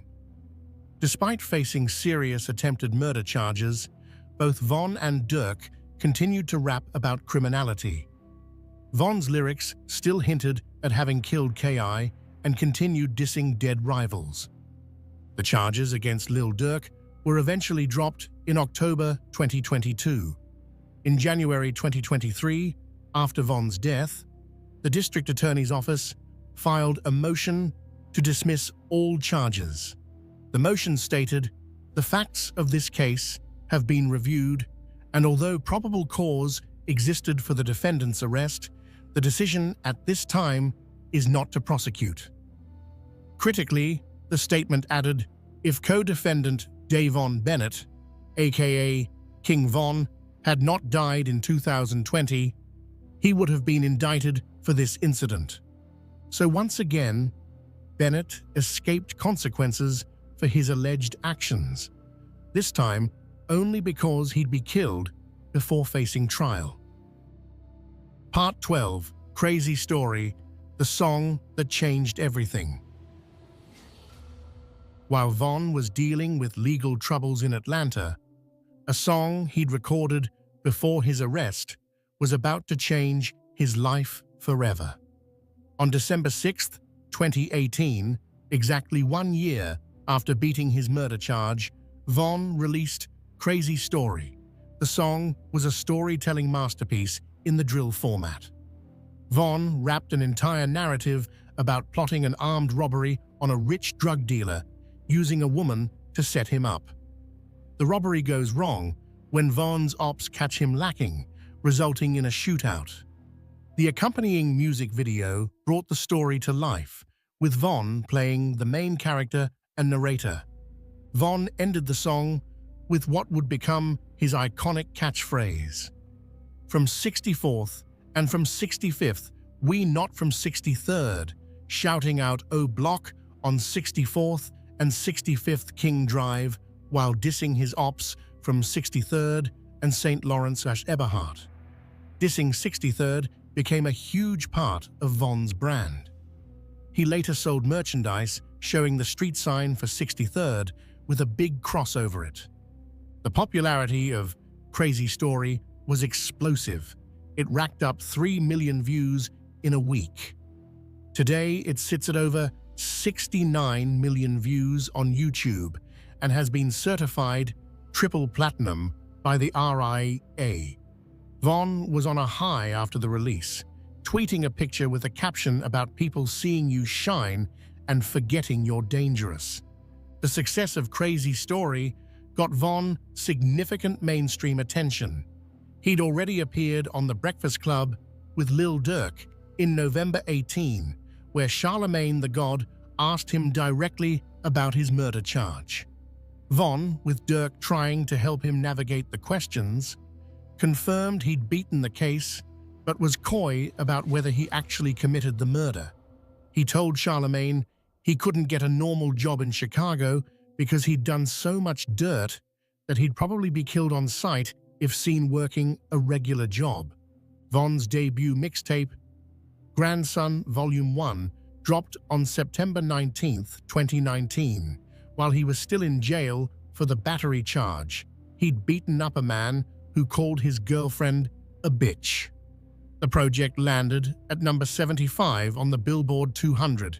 Impressive for a debut from someone sitting in a jail cell. The mixtape featured What It's Like, an introspective track where Von opened up about life in the gang, catching people who killed his friends while in jail, and witnessing his friend D-Rose getting sentenced to 40 years for a 2014 murder.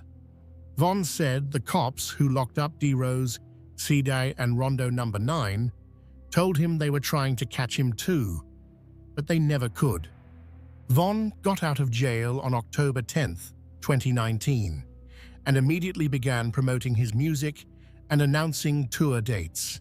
He played huge shows with fans going crazy. His music was resonating not just because of the beats or his flow, but because people knew the stories weren't fiction. When Von rapped about beating a murder charge, he'd actually beaten one. When he rapped about shootings, police documents suggested he'd been involved in them. The authenticity was undeniable and disturbing. Part 13. The took her to the O music video for foreshadowing FBG Duck's death. On February 20th, 2020, Von released one of his biggest songs, Took Her to the O. It was another storytelling track with a catchy chorus where Von shouted out, "O Block." But this time, the story was chilling. In the song and accompanying music video, Von meets a woman who leads him to his rival, a rapper clearly meant to represent FBG Duck. Von ends the song saying he shoots this Duck character, literally rapping that he killed him and left him on the curb. The music video reenacted the entire scenario, showing Von shooting the Duck character dead.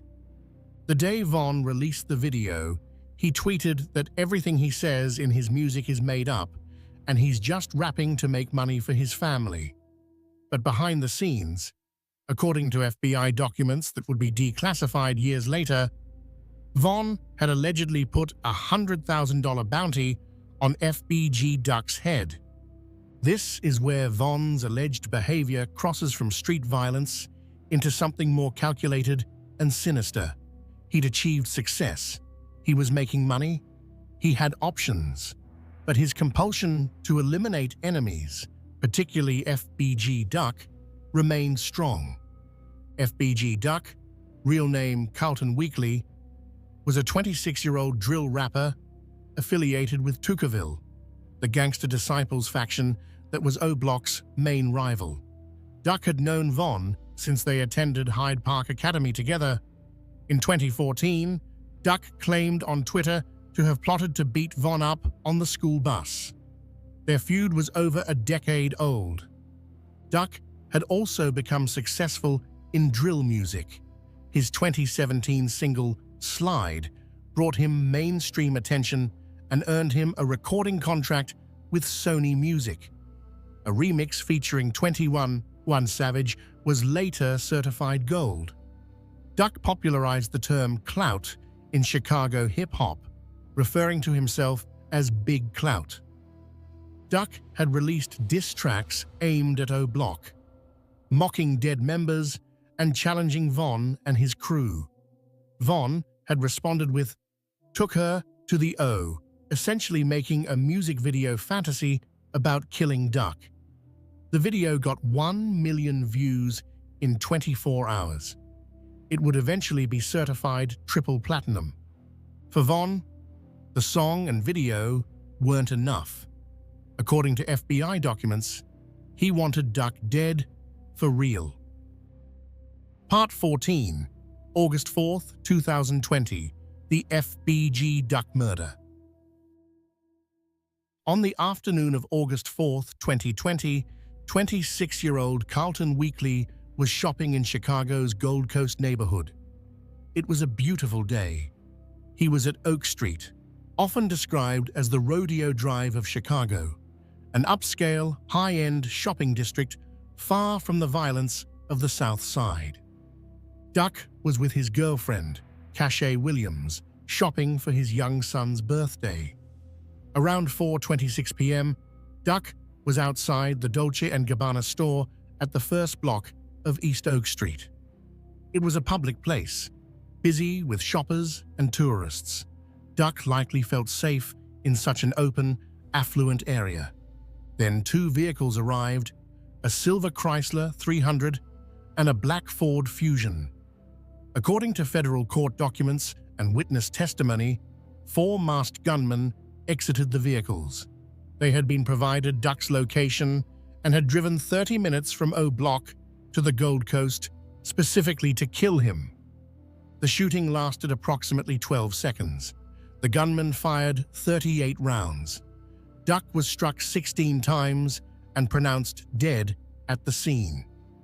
Williams and another man, Davon Brinson, were shot but survived. Someone posted a 12-minute video depicting the crime scene immediately after Duck's death. The footage, too graphic to describe in detail, showed Duck writhing in pain on the ground in the final moments of his life. The brazen, broad daylight hit made international news, Reporters compared the killing to a Chicago mob boss hit from the 1930s. 7 minutes after Duck's death, King Von tweeted a goat emoji, seemingly congratulating himself or his crew for pulling off the hit he'd allegedly been plotting for years. This was possibly the 9th or 10th murder Von was connected to, depending on which allegations are verified. Perhaps realizing how obvious the timing was, Von tweeted the following day, denying involvement and saying everybody blames him for everything. He later tweeted that he and Duck had settled their differences before his death and suggested they were even going to make a song together. This appeared to be a transparent lie, an attempt to distance himself from the murder. But Von's music would tell a different story. The day after Duck's death, Von and Dirk dropped All These N-Hawks, a track without specific lyrics about Duck, but released as what seemed like a victory lap. OTF Duty Low would later release a song with Von, where they rapped about people getting killed while shopping, and Von giving out $100,000 to send his boys to do it.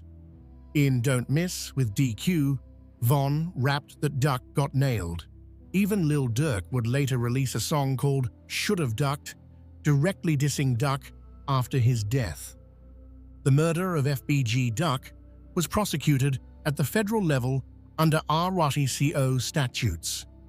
On October 13, 2021, federal authorities arrested 5 individuals: Charles C. Murder Liggins, 32, Kenneth Kenny Mac Robertson, 30, Marcus Muops Smart, 24, Von's close associate, who appeared frequently in his social media posts, Christopher C. Thang, Thomas, 24, and to Carlos Los Offord, 32.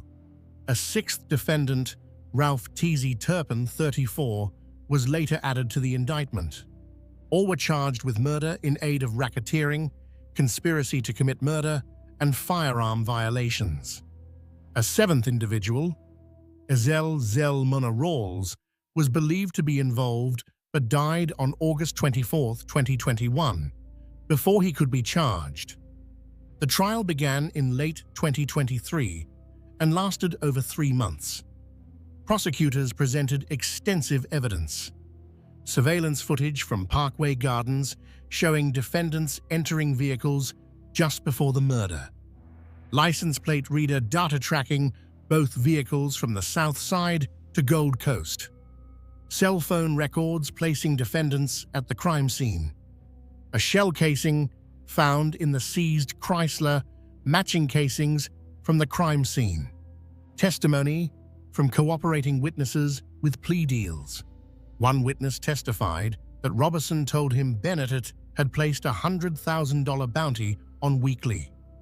FBI documents showing Bennett purchased $128,000 in diamond-encrusted O-block pendants from an Atlanta jewelry store, some before Weekly's death, some after. Photo evidence showing Marcus Smart with Bennett at the jewelry store on August 10, 2020, 6 days after Duck's murder. Bennett's music video took her to the O, showing him killing a character named Duck. On January 17, 2024, after approximately 16 hours of deliberation over 3 days, the jury convicted all 6 defendants of murder in aid of racketeering and conspiracy to commit murder. Most were also convicted of firearms charges. All 6 face mandatory life sentences without possibility of parole. According to multiple news reports, federal prosecutors stated that if Bennett had not died in November 2020, he would have been indicted and tried alongside the other defendants as the person who ordered the hit. Duck's mother, Lashina Weekly, cried and hugged family members as the verdict was read. She later told reporters, "When stuff like that happens to a good person, regardless of what somebody else thinks of them, it ain't gonna go unpunished. Knowing that they will not do that to another family, brings me comfort, knowing they will not terrorize nobody else. They're done, the whole crew. O-Block and everything of it is done. Part 15, November 6, 2020, the final night.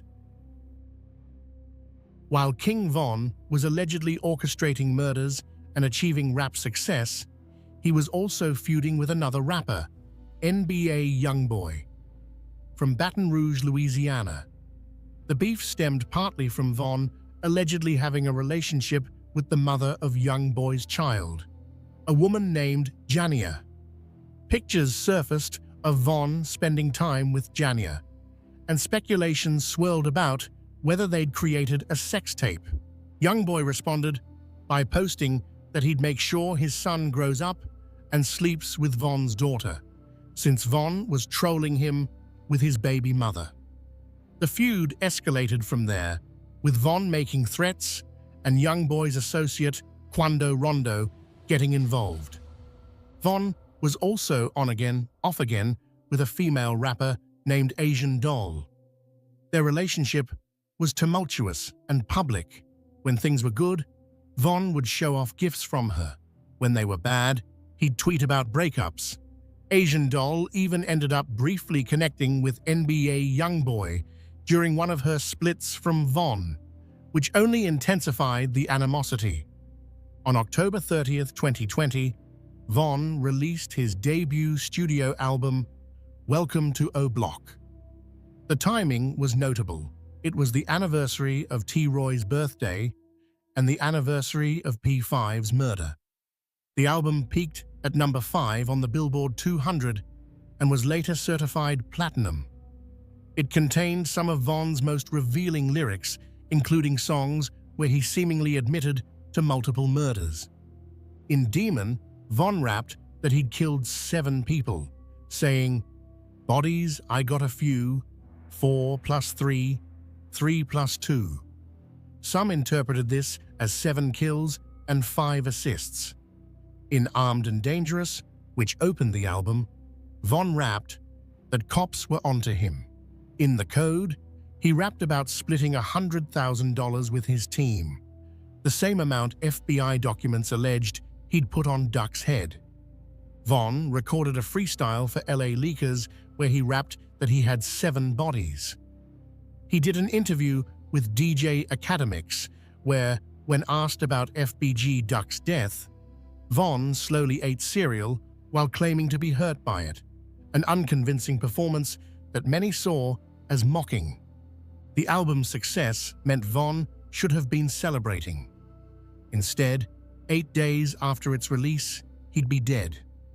On November 6, 2020, Von performed at Opium nightclub in Atlanta, celebrating his album release.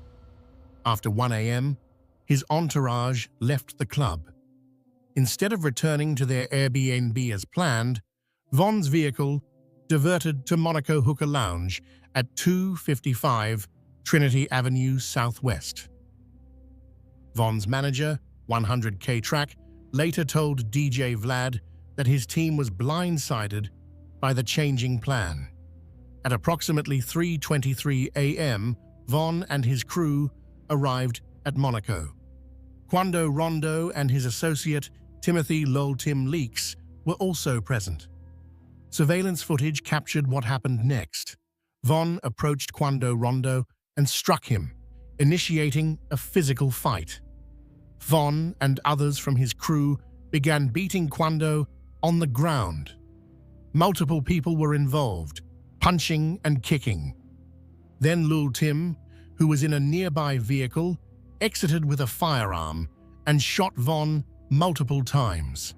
Von was struck 5 times, 3 times in the back, once in the right groin, once in the left shoulder. Von's associates returned fire. One associate, later identified as Slutty, attempted to shoot Lul Tim at point-blank range, but his weapon jammed. 2 plainclothes Atlanta police officers working security nearby believed they were under attack and opened fire. In the chaos, 6 people total were shot. Slutty was killed by police. Another O Block member, Mark Blakely, was killed, caught in the crossfire.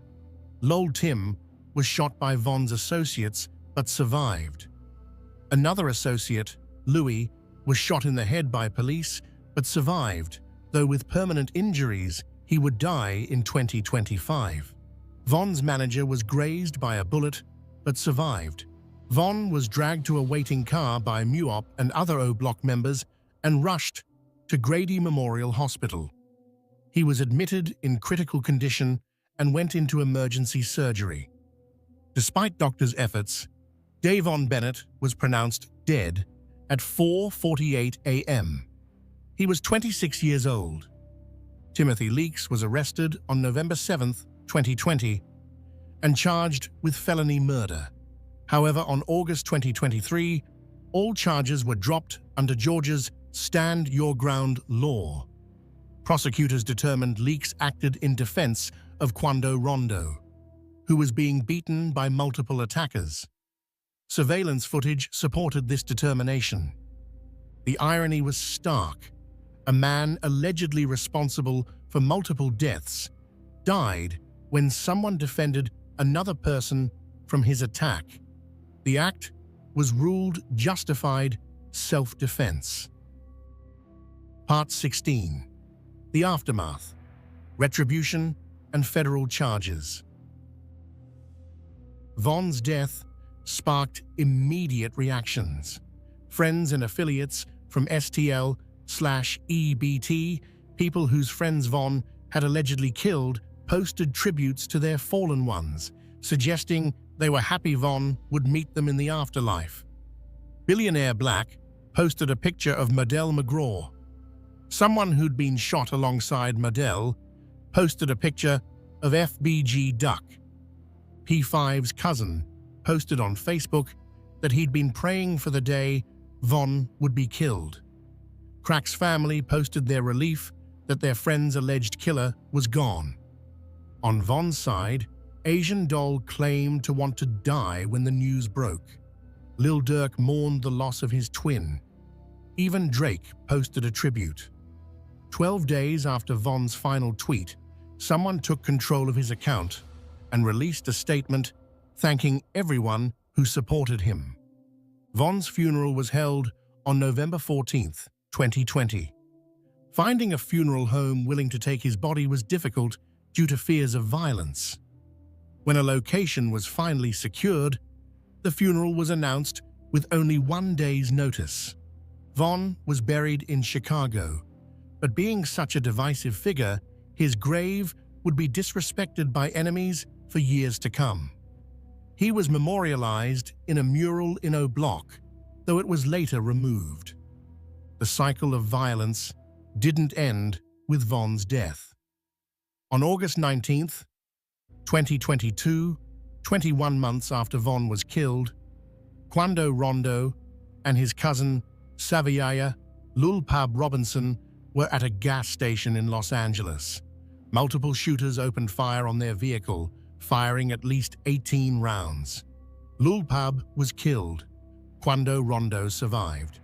On October 24, 2024, federal authorities arrested Lil Durk on murder-for-hire charges.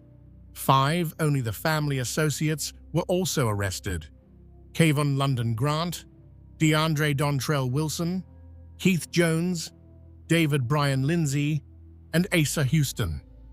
According to federal court documents, prosecutors allege Banks orchestrated the hit on Quando Rondo in retaliation for Von's death.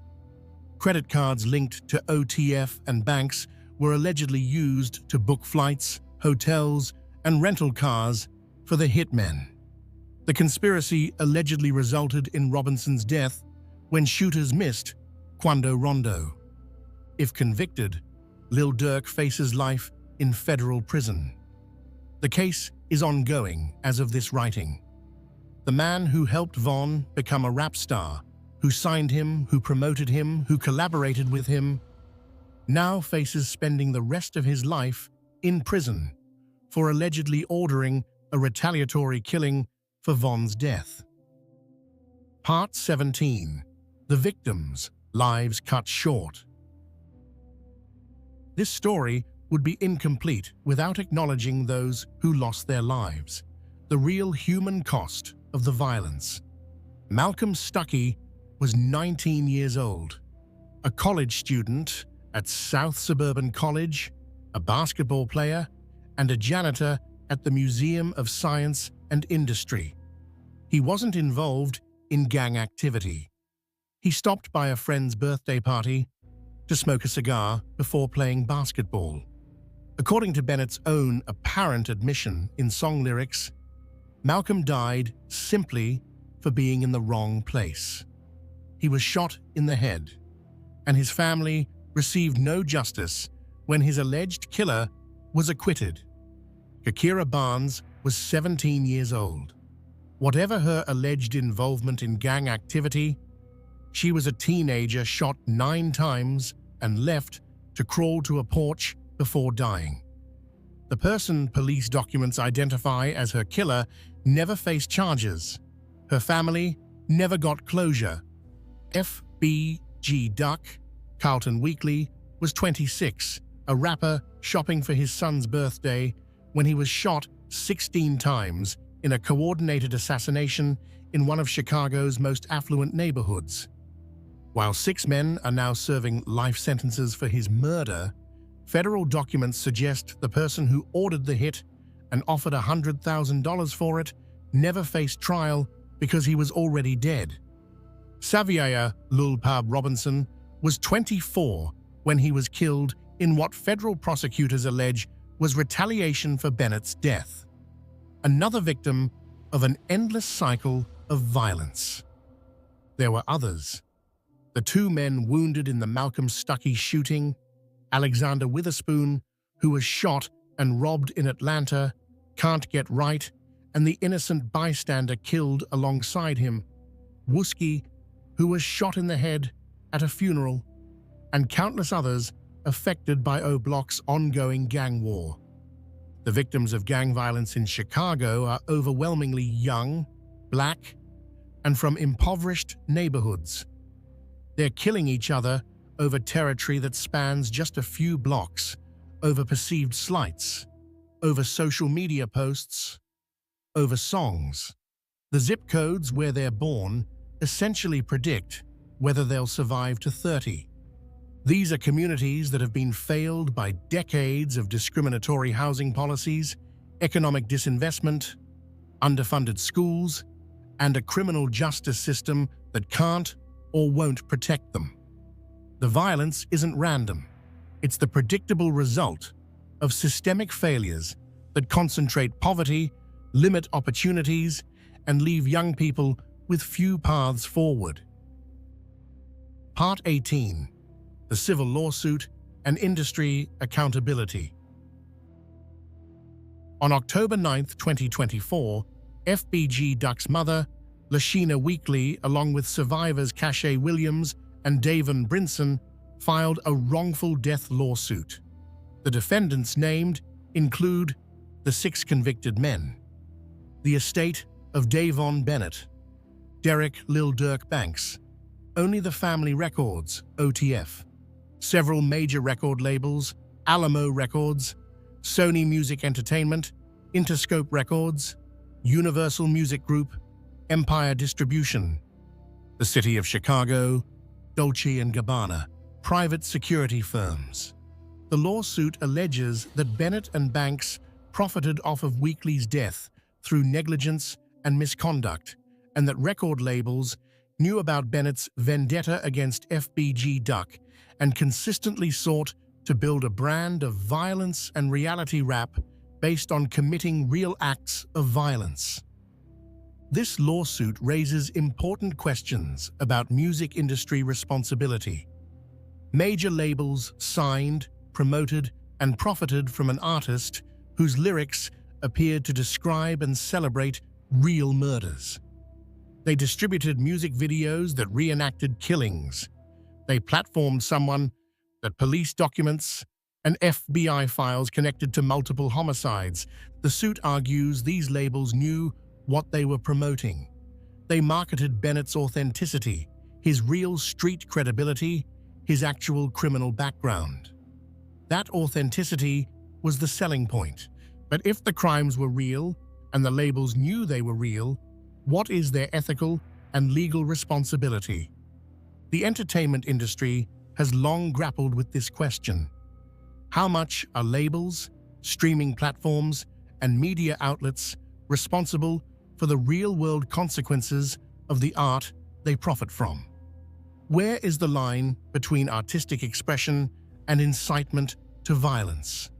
Can you market reality rap when the reality includes actual murder? Bennett's career represents perhaps the most extreme example of this dilemma. This wasn't a case of an artist using violent imagery metaphorically or describing a past they'd left behind. According to extensive documentation, Bennett was allegedly actively committing or ordering murders while simultaneously rapping about them and profiting from those raps. His music wasn't art imitating life, it was life being broadcast in real time, with major labels collecting the revenue.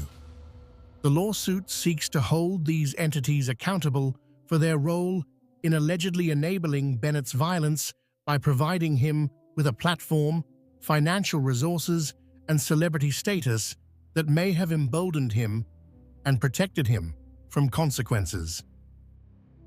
Part 19. System Failures. How did this happen?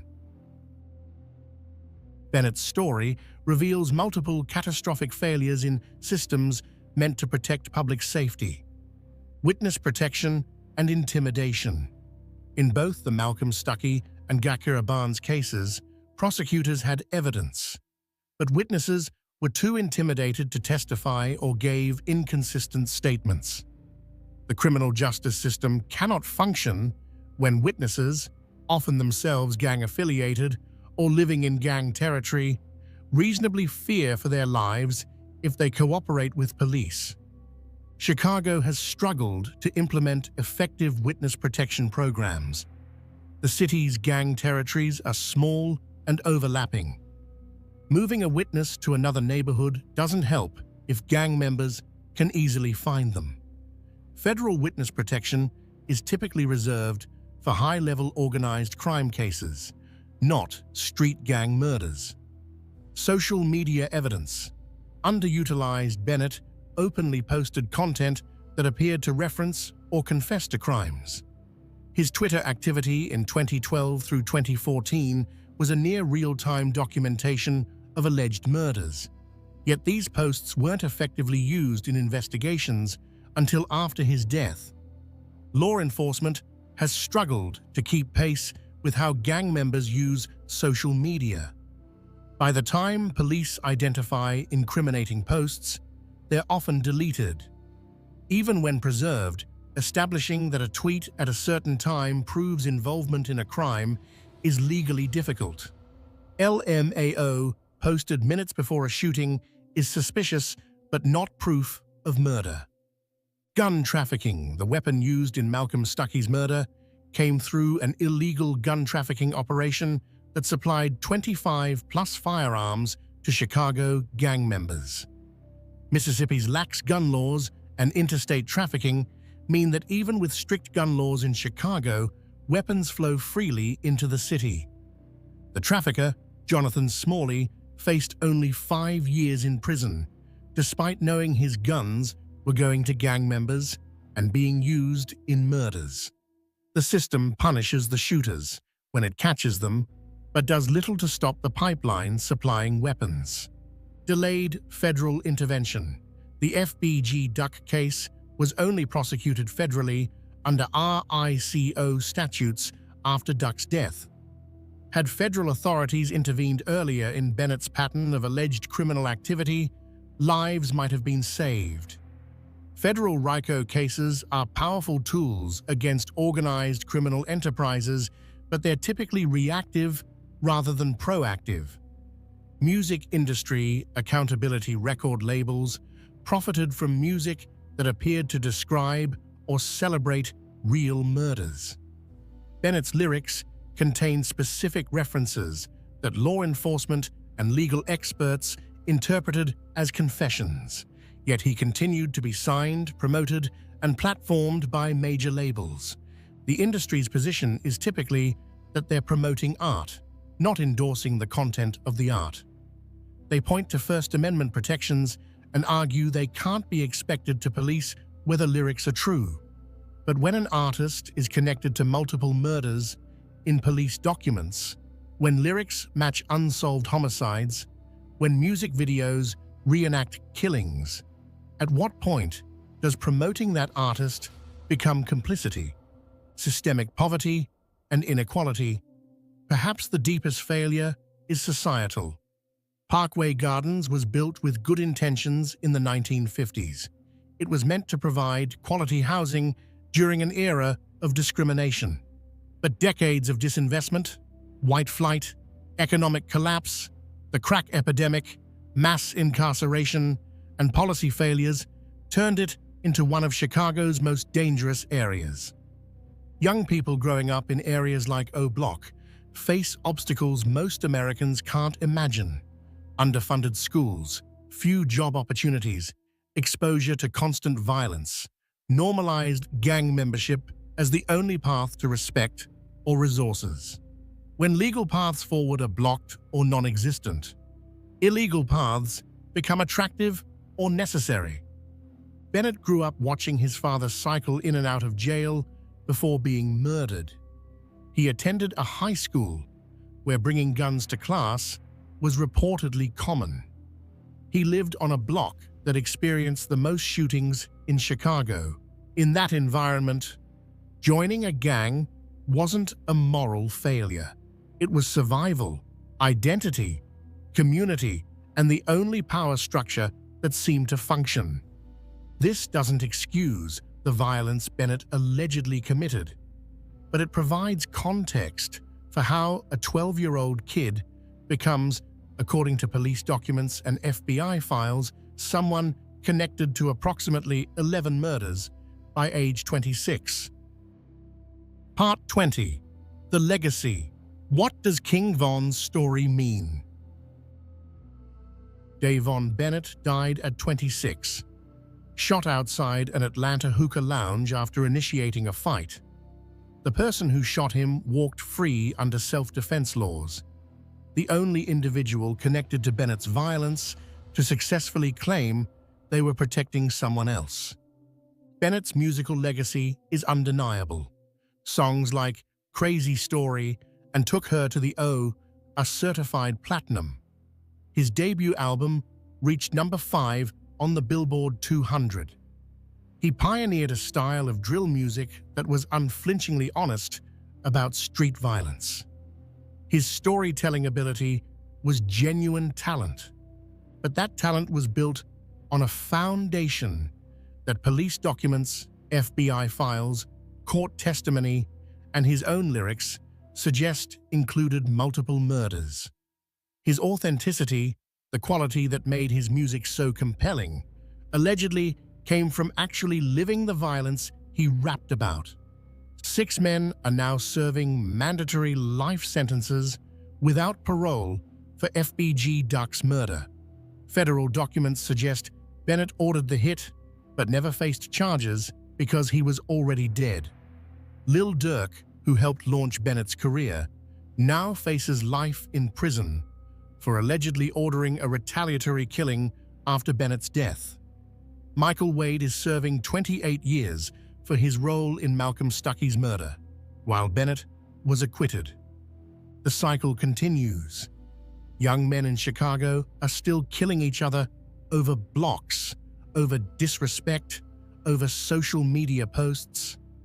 The conditions that created Bennett, poverty, lack of opportunity, systemic racism, easy access to guns, normalized violence, haven't changed.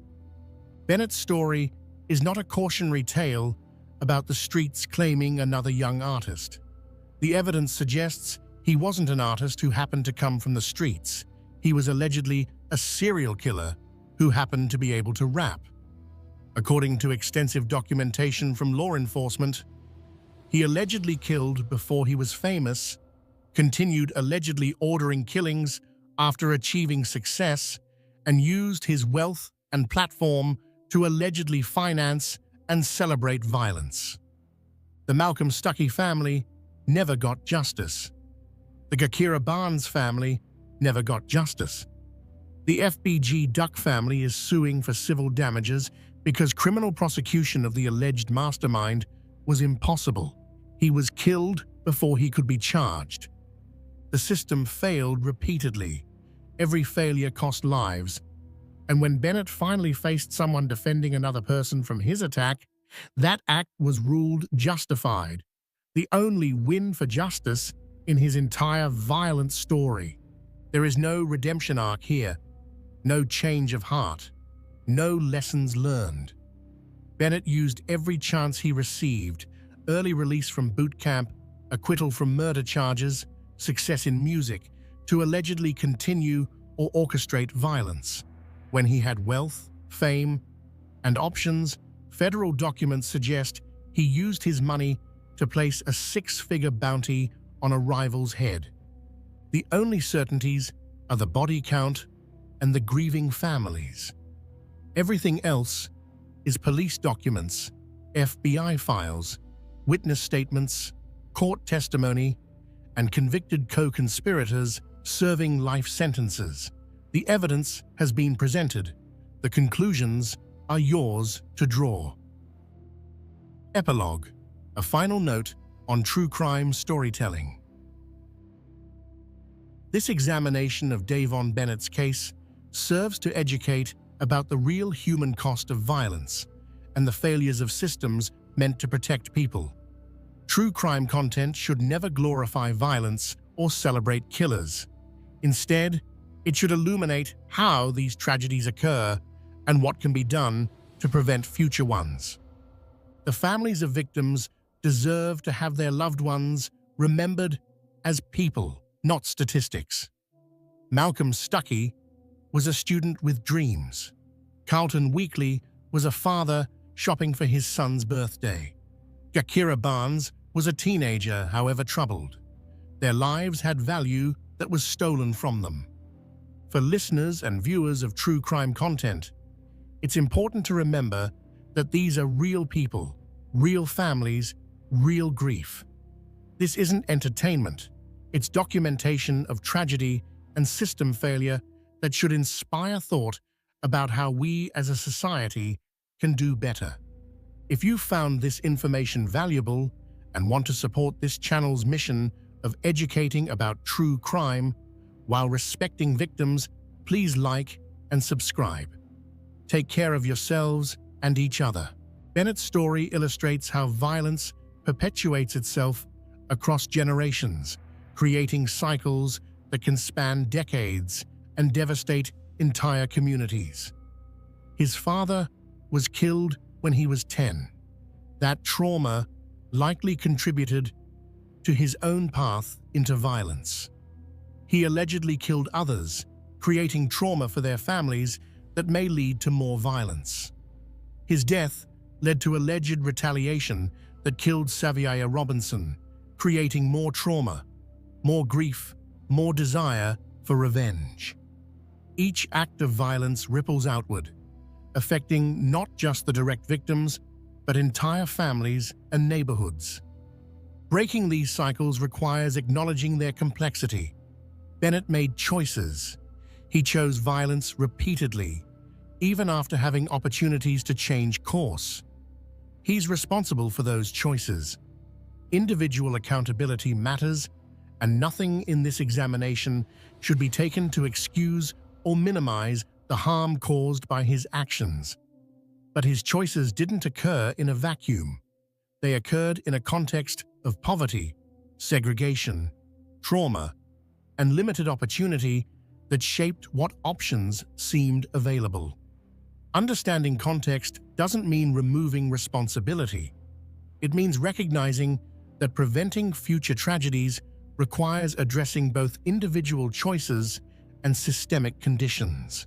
The families of victims, the Stuckeys, the Barneses, the Weekleys, the Robinsons, deserve justice and closure.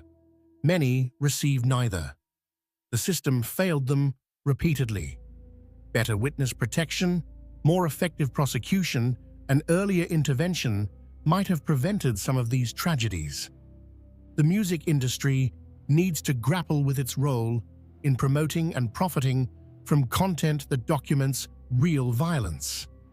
The First Amendment protects artistic expression, but that protection doesn't eliminate moral responsibility for amplifying content that may fuel further harm.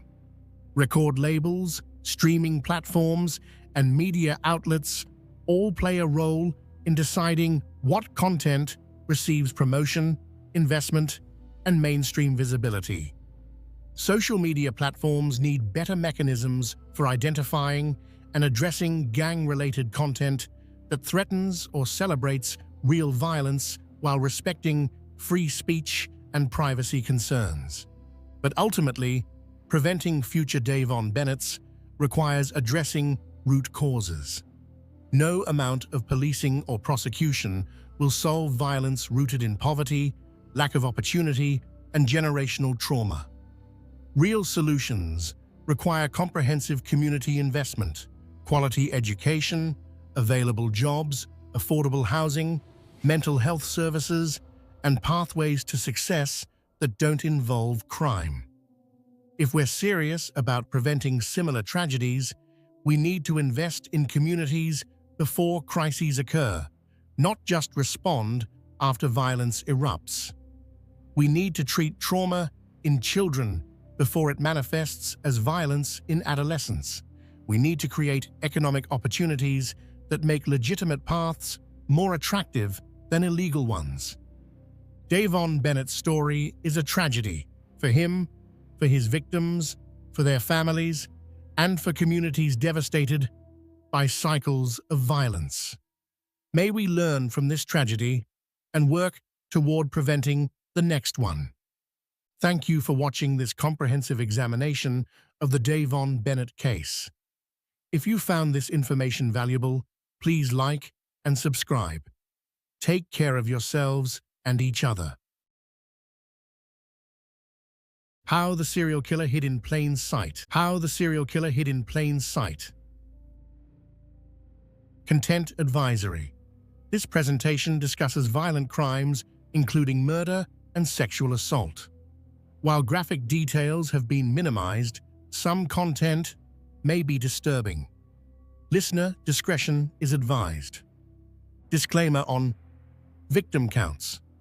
Victim counts in this presentation represent confirmed murders, unless otherwise stated.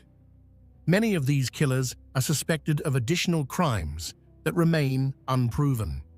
When referencing victim numbers, we rely on officially confirmed cases and clearly label any speculation or unverified claims. Disclaimer on psychological analysis.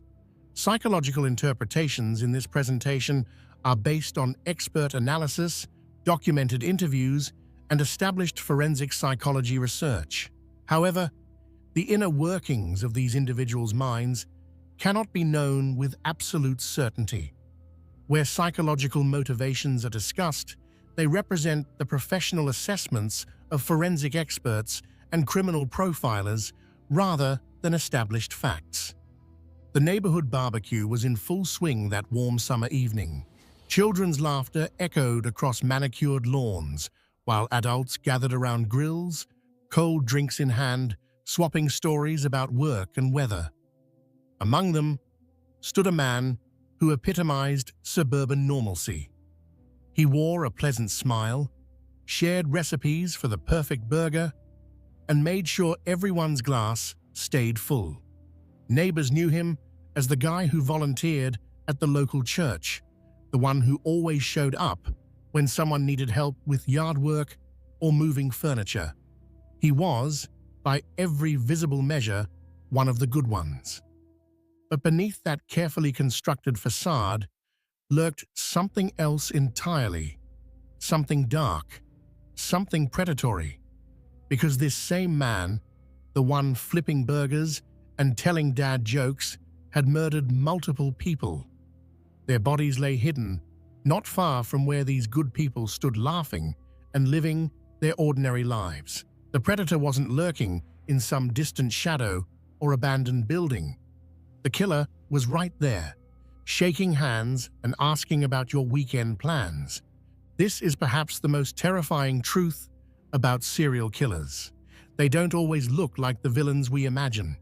They don't always act strangely or give off obvious warning signs. Some of the most prolific and brutal murderers in history were people who successfully convinced everyone around them that they were normal, decent, even admirable human beings. They held respectable jobs, they raised families, they served their communities, and they killed, again and again and again. Tonight, we're going to explore the chilling reality of serial killers who hid in plain sight. These are the stories of men who perfected the art of the double life, who wore masks so convincing that even those closest to them never suspected the truth. We'll examine how they did it, why it worked, and what their cases teach us about the nature of predatory behavior. Because understanding how these killers concealed themselves isn't just morbidly fascinating, experts believe this knowledge may help law enforcement and communities recognize warning patterns before more lives are lost. So settle in, get comfortable, and prepare yourself for a journey into the darkest corners of human psychology, where we'll meet the neighbors, the volunteers, the family men, who turned out to be something else entirely. The psychology of the mask. Before we delve into specific cases, we need to understand something fundamental about how certain killers operate. Psychologists have a term for what these individuals do. It's called compartmentalization. This is the ability to separate different aspects of one's life into mental boxes, keeping them so distinct that they never seem to touch or contaminate each other. For most of us, compartmentalization is a healthy coping mechanism. We might separate our work persona from our home persona, becoming more formal and professional at the office while being relaxed and casual with family. That's normal. That's adaptive. But for certain killers, compartmentalization becomes something far more sinister and far more complete. These individuals don't just separate different roles, they create entirely different personalities. There's the public self, the person everyone sees and knows. This version is often charming, helpful, and socially skilled. It's the face they show to neighbors, co-workers, and even family members. Then there's the private self, the predator that emerges when the opportunity arises. This is the part they keep carefully hidden, the part that plans, stalks, and kills. According to forensic psychologists and criminal profilers, the truly frightening aspect is how seamlessly some killers can switch between these personas. One moment they're genuinely engaged in normal social interaction, laughing at jokes, expressing concern for a sick friend, discussing the minutiae of daily life. The next moment, something shifts inside them, and the predator emerges. Then, just as quickly, the mask slides back into place, and they return to being the person everyone thinks they know. This ability to maintain such a convincing facade is often linked to psychopathy. Now, it's important to understand that not all psychopaths are violent, and not all violent criminals are psychopaths. But many of the killers who successfully hide in plain sight exhibit traits consistent with psychopathic personality disorder. These traits include superficial charm, a grandiose sense of self-worth, pathological lying, manipulation, lack of remorse or guilt, shallow emotional responses, and a parasitic lifestyle where they use others for their own benefit. What makes psychopathic killers particularly dangerous is something called the mask of sanity. This phrase, coined by psychiatrist Hervey Cleckley in his groundbreaking 1941 book, of the same name describes how psychopaths can present a completely normal, even appealing exterior while harboring deeply disturbed thoughts and impulses. They understand social norms not because they feel them, but because they've learned to mimic them.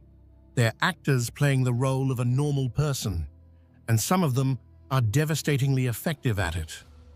These killers often possess above-average intelligence, which they use to study and replicate normal human behavior. They watch how people react to tragedy and learn to fake the appropriate emotional response. They observe what makes someone trustworthy and adopt those characteristics.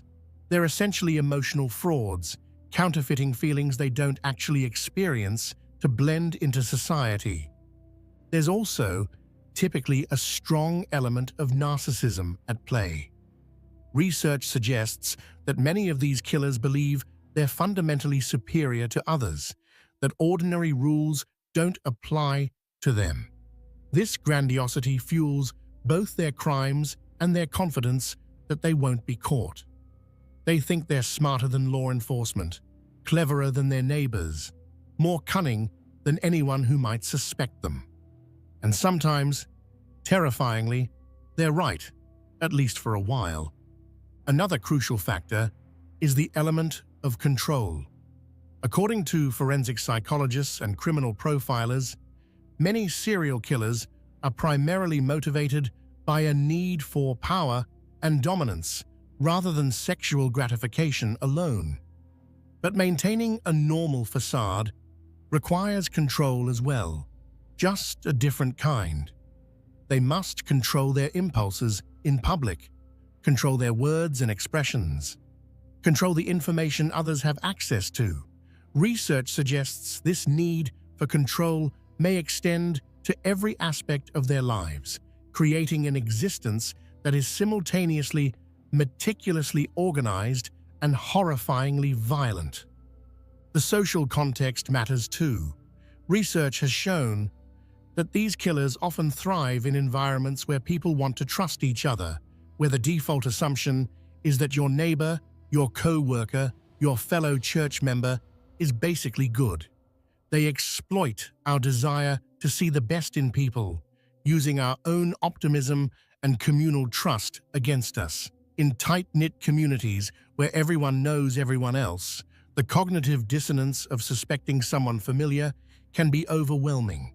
Our brains resist believing that someone we know could be capable of such horrors.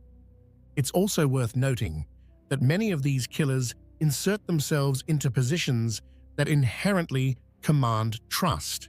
They become teachers, coaches, volunteers, religious leaders, roles that society has been conditioned to respect and trust.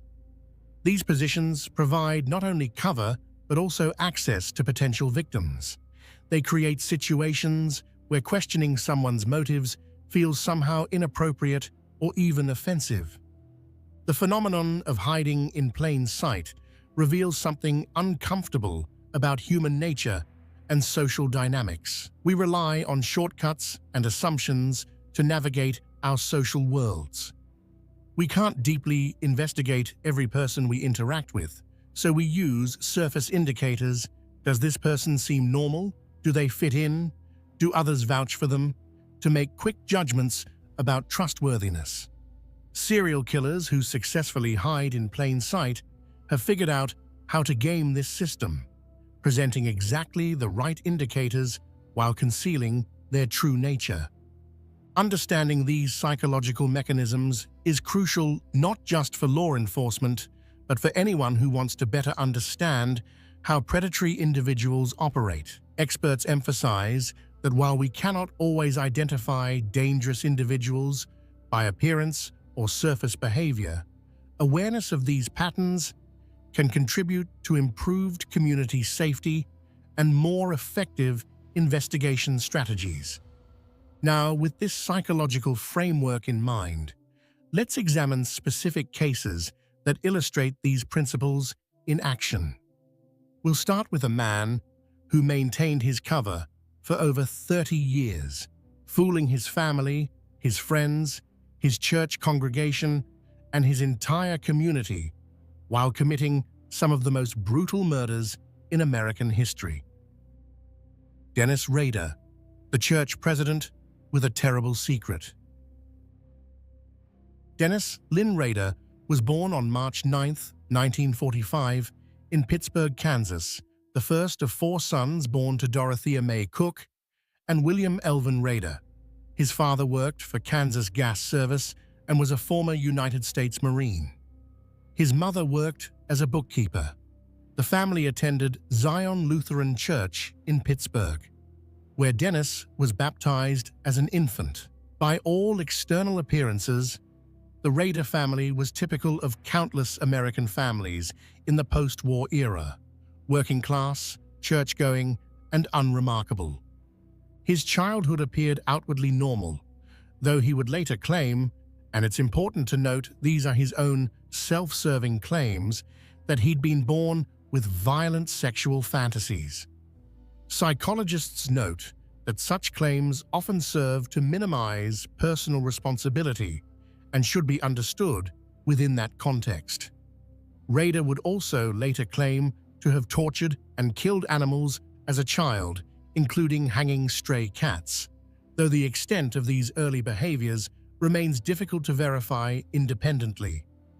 As a young man, Rader seemed unremarkable. He joined the United States Air Force in 1966, serving until 1970 and achieving the rank of sergeant. During his service, he received training and experience that would later prove useful in his crimes: discipline, attention to detail, and the ability to follow procedures meticulously. He returned to Kansas after his service and attended Wichita State University, eventually earning a degree in administration of justice in 1979. The irony of a serial killer studying criminal justice would later be noted by many observers. It was during this period that he met Paula Dietz, who worked as a secretary for the American Legion. They married on May 22, 1971, in a ceremony held at Christ Lutheran Church in Wichita, the same church where Rader would later become a pillar of the congregation. Together, they would have 2 children, a son, Brian, born in 1975, and a daughter, Kerry, born in 1978. By all outward appearances, Dennis Rader was building a stable, respectable life. He worked as an assembler for the Coleman Company, a manufacturer of outdoor recreational products. He attended church regularly at Christ Lutheran Church, becoming increasingly involved in the congregation. He was active in the Boy Scouts, serving as a troop leader. He was, by every metric his neighbors could see, a good man, perhaps a bit rigid and particular about rules, but certainly not dangerous. In 1974, Rader obtained a position with ADT Security Services, installing home security systems. The irony would later be almost unbearable for his clients and community. The man charged with protecting their homes was the very threat they sought protection from. Co-workers at ADT nicknamed him Blue Book Man because he always followed the rules meticulously and scolded others for even making small talk during work hours. He worked this job for several years before joining the Park City Compliance Department in 1991, where he became a code enforcement officer, essentially a bureaucrat who enforced city ordinances, wrote citations for code violations, and measured grass that was too long. This position suited Rader perfectly. It gave him a modicum of authority, allowed him to enter people's properties, and provided a legitimate reason to be driving through neighborhoods, observing homes and residents.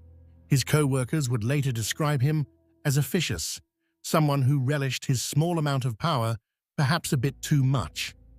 He was known to be inflexible about rules, measuring lawns with precision and issuing citations for even minor violations. He reportedly chased stray animals while carrying a tranquilizer gun, taking his duties perhaps more seriously than necessary. But overzealousness about city codes didn't make someone a murderer. It just made them annoying. Rader's involvement with Christ Lutheran Church deepened over the years. He served in various capacities, eventually becoming the congregation president in January 2005. He was responsible for administrative duties, congregation meetings, church finances. He was trusted with the most mundane and intimate details of church operations. People confided in him about their struggles, their doubts, their fears. He counseled them, prayed with them, presented himself as a pillar of faith and community. But there was another Dennis Rader, a secret Dennis Rader, one that had been active since January 15, 1974. On that frigid winter morning, the Otero family went about their normal routines in their Wichita home. Joseph Otero, age 38, worked for the Coleman Company, the same company where Rader had briefly worked. Julie Otero, age 34, was his devoted wife. They had 5 children together, building the kind of family life that represented the American dream. That morning, 9-year-old Joseph Jr., 11-year-old Josephine, and their siblings were in various states of waking up for school. Dennis Rader had been watching the house. He'd seen the family's routines, knew their schedules. According to his later confessions, he had been stalking Julie Otero since December 1973, apparently developing an obsession with her. When he knocked on the door that morning, the Oteros let him in, perhaps believing he needed help, perhaps thinking he was from the telephone company, as he would later claim to have told them. Once inside, he revealed his true intentions. Using weapons he'd brought with him, Rader methodically restrained the family members. He killed Joseph Otero Sr. by strangulation with a cord. He killed Julie Otero the same way. 9-year-old Joey was also strangled. The systematic nature of the murders stood in stark contrast to any image of passion or sudden rage. This was calculated, planned, methodical. Then, Rader took 11-year-old Josephine to the basement, where he killed her. The crime scene was staged in a way that suggested sexual motivation, though Rader's actual intent was about power and control. When investigators arrived at the Otero home later that day, after family members discovered the bodies, they found a scene of calculated brutality that would haunt the Wichita community for decades. The community was shocked. The Oteros were a good family, well-liked, with no apparent enemies. Who would do such a thing? Why would anyone target an entire family, including children? The randomness of it made it even more terrifying. If the Oteros could be victims, anyone could. But after committing these horrific murders, Dennis Rader didn't flee the state or go into hiding. He went home to his wife Paula, who was pregnant with their first child. He went to work at the Coleman Company. He attended church. He helped neighbors. He lived his normal life as if nothing had happened. He even took a watch from the Otero home as a souvenir, beginning a pattern he would continue throughout his killing career. This ability to commit savage murder and then seamlessly return to mundane normalcy is what Rader would later describe, using his own terminology, as cubing. Though forensic psychologists note this is his own term for what is clinically known as dissociation or extreme compartmentalization. He claimed to be able to separate his life into distinct compartments that never touched: work Dennis, church Dennis, family Dennis, and what he called his Factor X, or his demon. Experts emphasize that such self-serving explanations should be viewed critically, as they often serve to minimize the killer's responsibility for their conscious choices. 3 months after the Otero murders, on April 4, 1974, RADA struck again. Catherine Bright, a 21-year-old woman who also worked at the Coleman Company, was home with her brother Kevin when RADA broke in. He shot Kevin Bright, who survived despite serious injuries and would later provide descriptions to police. RADA then murdered Catherine by stabbing her multiple times. The attack was brutal and prolonged. Catherine fought for her life, sustaining numerous defensive wounds before succumbing to her injuries. Kevin Bright's survival and his ability to describe the attacker should have led to RADA's capture, but somehow the investigation didn't connect him to the crime. Then, something happened that would define the BTK case for the next 30 years. Dennis Rader wanted credit for his crimes. He wanted recognition.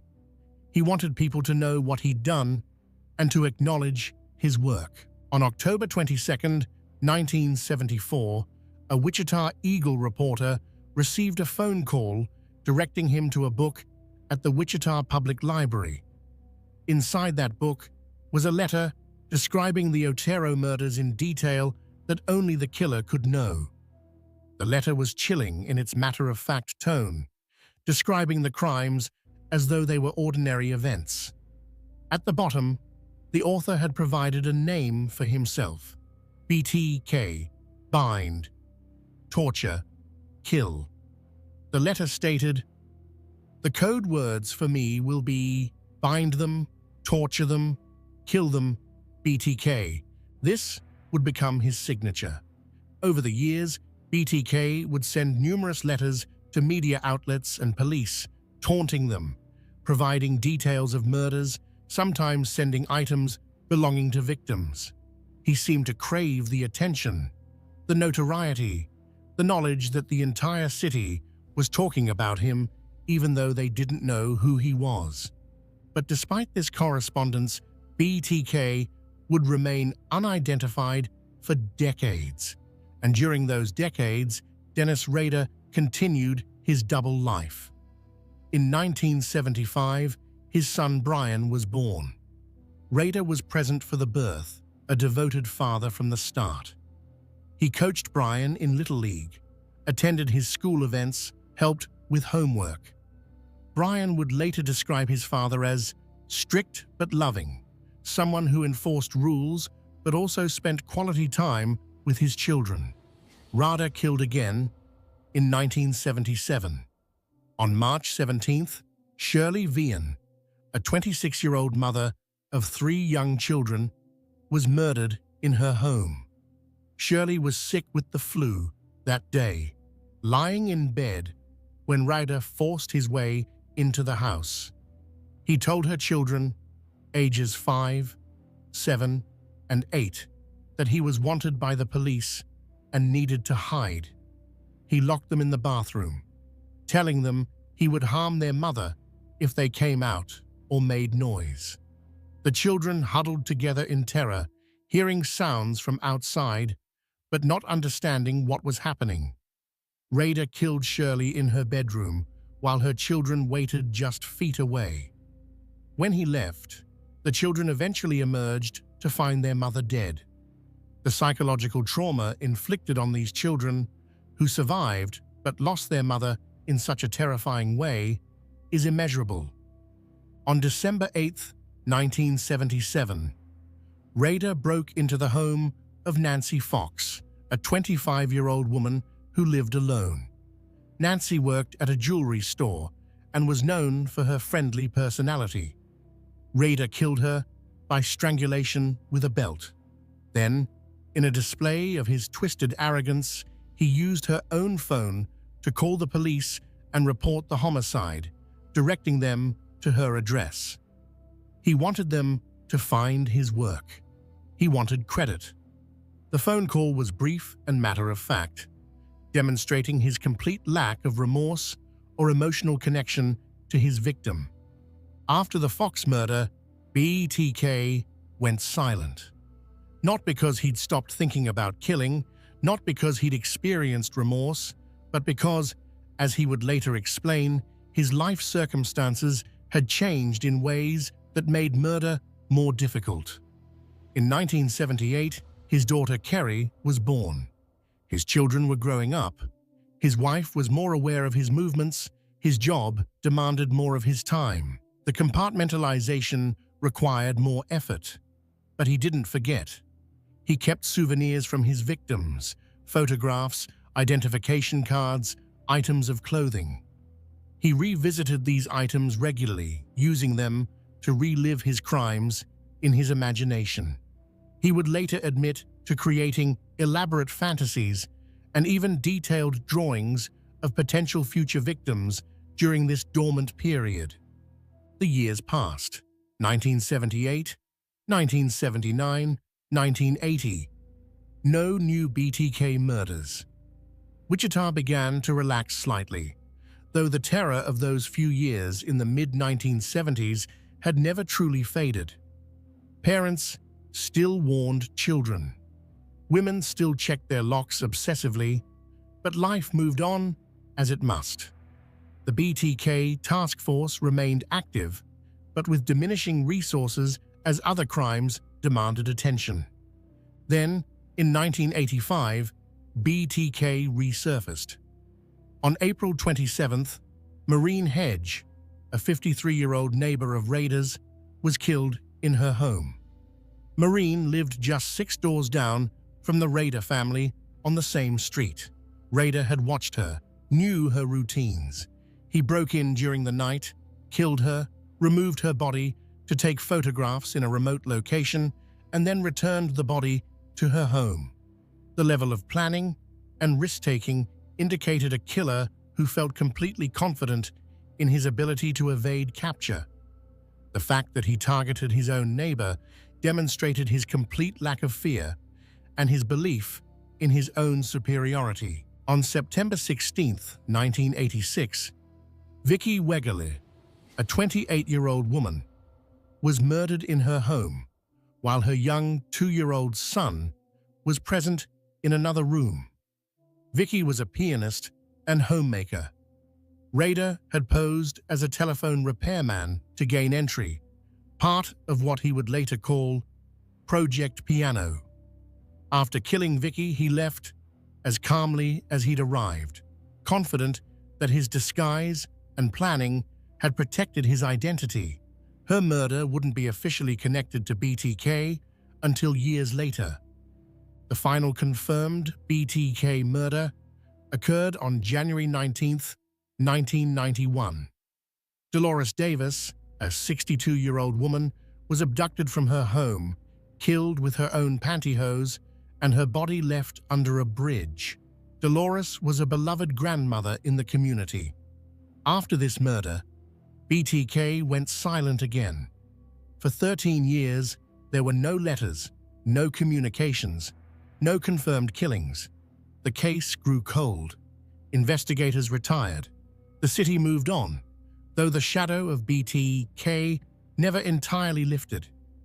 During all these years, Dennis Rader lived his normal life with remarkable success. He raised his children. Brian and Kerry Rader had a father who attended their school events, helped with homework, enforced household rules with perhaps more rigidity than most parents, but nothing that seemed abnormal.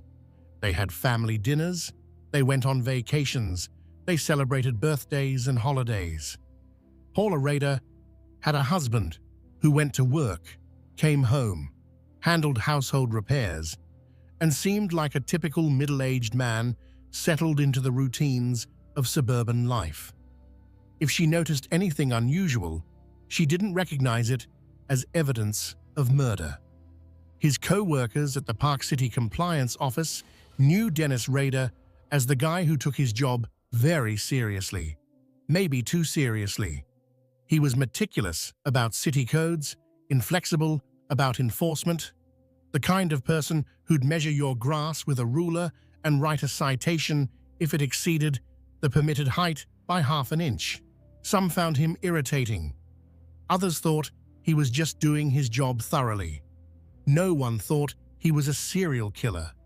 His church congregation knew him as Brother Dennis, devoted to Christ Lutheran Church, always present at services, reliable for administrative tasks, eventually trusted enough to become congregation president. He led council meetings. He managed church finances. He represented the congregation in community interfaith activities. He was, by all accounts, a dedicated member of the Christian community. But in 2004, after 13 years of silence, BTK suddenly began communicating again. The Wichita Eagle ran a story marking the 30th anniversary of the Otero murders, and Rader would later explain that he was kind of bored and concerned that his work would be forgotten. Investigators believe his need for recognition overcame his caution. He began sending letters to media outlets again, including items from old crime scenes to prove his identity. What followed was a cat-and-mouse game between BTK and law enforcement. Rader sent numerous communications over the next year, some in serial boxes, possibly a reference to serial killer, containing drawings, photographs, written descriptions of murders, and even dolls posed to mimic his victims. He seemed to be playing a game, testing the police, enjoying the renewed attention his crimes were receiving. In one of his communications, Rader made a fatal error. He asked police if they could trace information on a floppy disk. The police, hoping to encourage him to send a disk, lied and said no, they couldn't trace it. Trusting this response and displaying a surprising naivety for someone who'd evaded capture for 30 years, Rader sent a purple floppy disk to a television station.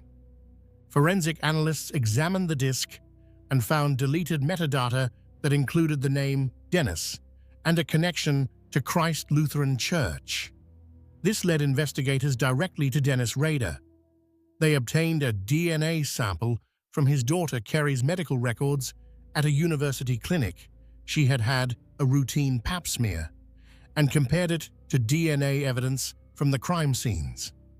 The match was conclusive. On February 25, 2005, Dennis Rader was arrested outside his home in Park City, Kansas, on his lunch break from his compliance officer job. When asked if he knew why he was being arrested, Rader reportedly responded, "Oh, I have suspicions why." Even in the moment of his capture, there was an almost casual quality to his demeanor, as if being arrested for serial murder was just another item on his day's schedule. The arrest shocked everyone who knew him.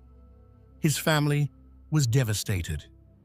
Paula Rader filed for an immediate emergency divorce on July 26, 2005, waiving the normal 60-day waiting period. Their marriage was dissolved as quickly as the legal system allowed. She released a statement saying that neither she nor her children had any suspicion of his crimes. The psychological trauma of discovering that the man she'd been married to for 34 years was BTK is difficult to comprehend. Their children, now adults, had to reconcile the father they'd known with the serial killer he actually was. Brian and Kerry Rader have largely stayed out of public life since their father's arrest, attempting to build lives separate from the horror of his legacy. Kerry Rawson, she took her married name, eventually wrote a book in 2019 titled A Serial Killer's Daughter, My Story of Faith, Love, and Overcoming, and participated in the 2025 Netflix documentary My Father, the BTK Killer, where she shared her quest for answers and healing. In letters Rader wrote to Kerry from jail, he showed a disturbing mix of fatherly affection and complete lack of genuine remorse. He wrote things like, "You will always be my baby girl, I raised right, and life before the arrest was a good time, and the dark side took me away," as if his murders were something that happened to him rather than choices he made. Kerry described the agonizing process of trying to reconcile the loving father she remembered with the killer he actually was. The congregation at Christ Lutheran Church was stunned. This man they'd trusted, who'd managed their church, who'd represented their faith community, he'd been BTK all along. Some members struggled with profound questions about faith, about how they could have been so thoroughly deceived, about what it meant that they'd prayed alongside a serial killer. Rader's co-workers reported feeling disturbed and betrayed. They'd worked alongside him for years, shared breaks with him, attended office parties with him. The code enforcement officer who measured grass and wrote parking tickets had murdered 10 people. The cognitive dissonance was overwhelming. During his interrogation and subsequent court proceedings, Rader was unnervingly cooperative and detailed in describing his crimes. He showed no genuine remorse, instead seeming almost proud of his ability to have hidden for so long. He explained his methods, his planning, his motivations with a clinical detachment that forensic psychologists found characteristic of psychopathic personality disorder. He spoke about his victims as though they were objects, projects he'd completed. He detailed his trolling process, how he'd search for potential victims, how he'd plan his attacks, how he'd relive the crimes through his souvenirs. On June 27, 2005, Rader pleaded guilty to 10 counts of first-degree murder. On August 18, 2005, he was sentenced to 10 consecutive life terms in prison, one for each of his confirmed victims. Kansas had no death penalty at the time his crimes were committed, so life imprisonment was the maximum sentence. He will never be eligible for parole. He is currently incarcerated at the El Dorado Correctional Facility in Kansas, where he will remain for the rest of his natural life. The BTK case represents one of the most disturbing examples of a serial killer successfully hiding in plain sight. For over 30 years, Dennis Rader maintained a completely normal public existence, while secretly being one of America's most brutal killers. His ability to compartmentalize, to separate his murderous activities from his daily life, allowed him to fool everyone around him: his family, his church, his community, his co-workers. When people think about serial killers, they often imagine someone who looks or acts obviously disturbed. But Dennis Rader looked like everyone's neighbor. He looked like a church leader. He looked like a typical middle-aged man living an ordinary life in the heartland of America. And that's precisely what made him so dangerous and so successful at evading capture for so long.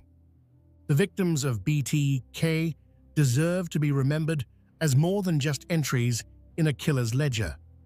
Joseph Otero, age 38, was a loving father who'd brought his family to Wichita for better opportunities.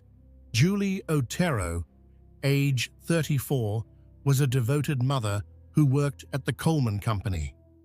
Joseph Otero Jr., age 9, loved baseball and had his whole life ahead of him. Josephine Otero, age 11, was a bright student with a promising future. Catherine Bright, age 21, was starting her adult life with hopes and dreams. Shirley Vian, age 26, was a mother doing her best to raise 3 young children. Nancy Fox, age 25, was independent and hardworking. Maureen Hedge, age 53, was a kind neighbor. Vicki Wegel, age 28, was a talented pianist and mother. Dolores Davis, age 62, was a beloved grandmother in her community. They were people with families, hopes, dreams, and futures that Dennis Rader stole from them. Their names and their humanity must be remembered alongside the story of the man who killed them. John Wayne Gacy, the killer clown, next door. If Dennis Rader represents the mundane killer hiding in plain sight, the ordinary bureaucrat who happened to be a murderer, then John Wayne Gacy represents something even more disturbing. The beloved community figure, the charitable volunteer, the man who brought joy to children and sick people through his clown performances. Gacy was popular, well-liked, and respected in his community. He was also responsible for the deaths of 33 young men and boys, making him one of the most prolific serial killers in American history. John Wayne Gacy was born on March 17, 1942, in Chicago, Illinois, the second of 3 children born to John Stanley Gacy and Marion Elaine Robinson. His childhood was marked by complexity and dysfunction, though like many serial killers, external observers might not have recognized the depth of problems within the family home. Gacy's father was an alcoholic who frequently abused his wife and children, both physically and verbally. Young John was often the target of his father's rage and disappointment. The elder Gacy belittled his son, calling him stupid and worthless, comparing him unfavorably to his sisters, and questioning his masculinity. He would beat John with a leather strap for real or perceived infractions. Psychological experts note that this abuse likely contributed to Gacy's later need to prove his worth and earn approval. Though many people experience childhood abuse without becoming killers, and abuse does not excuse or fully explain criminal behavior. Despite these difficulties, Gacy worked hard to present a normal exterior.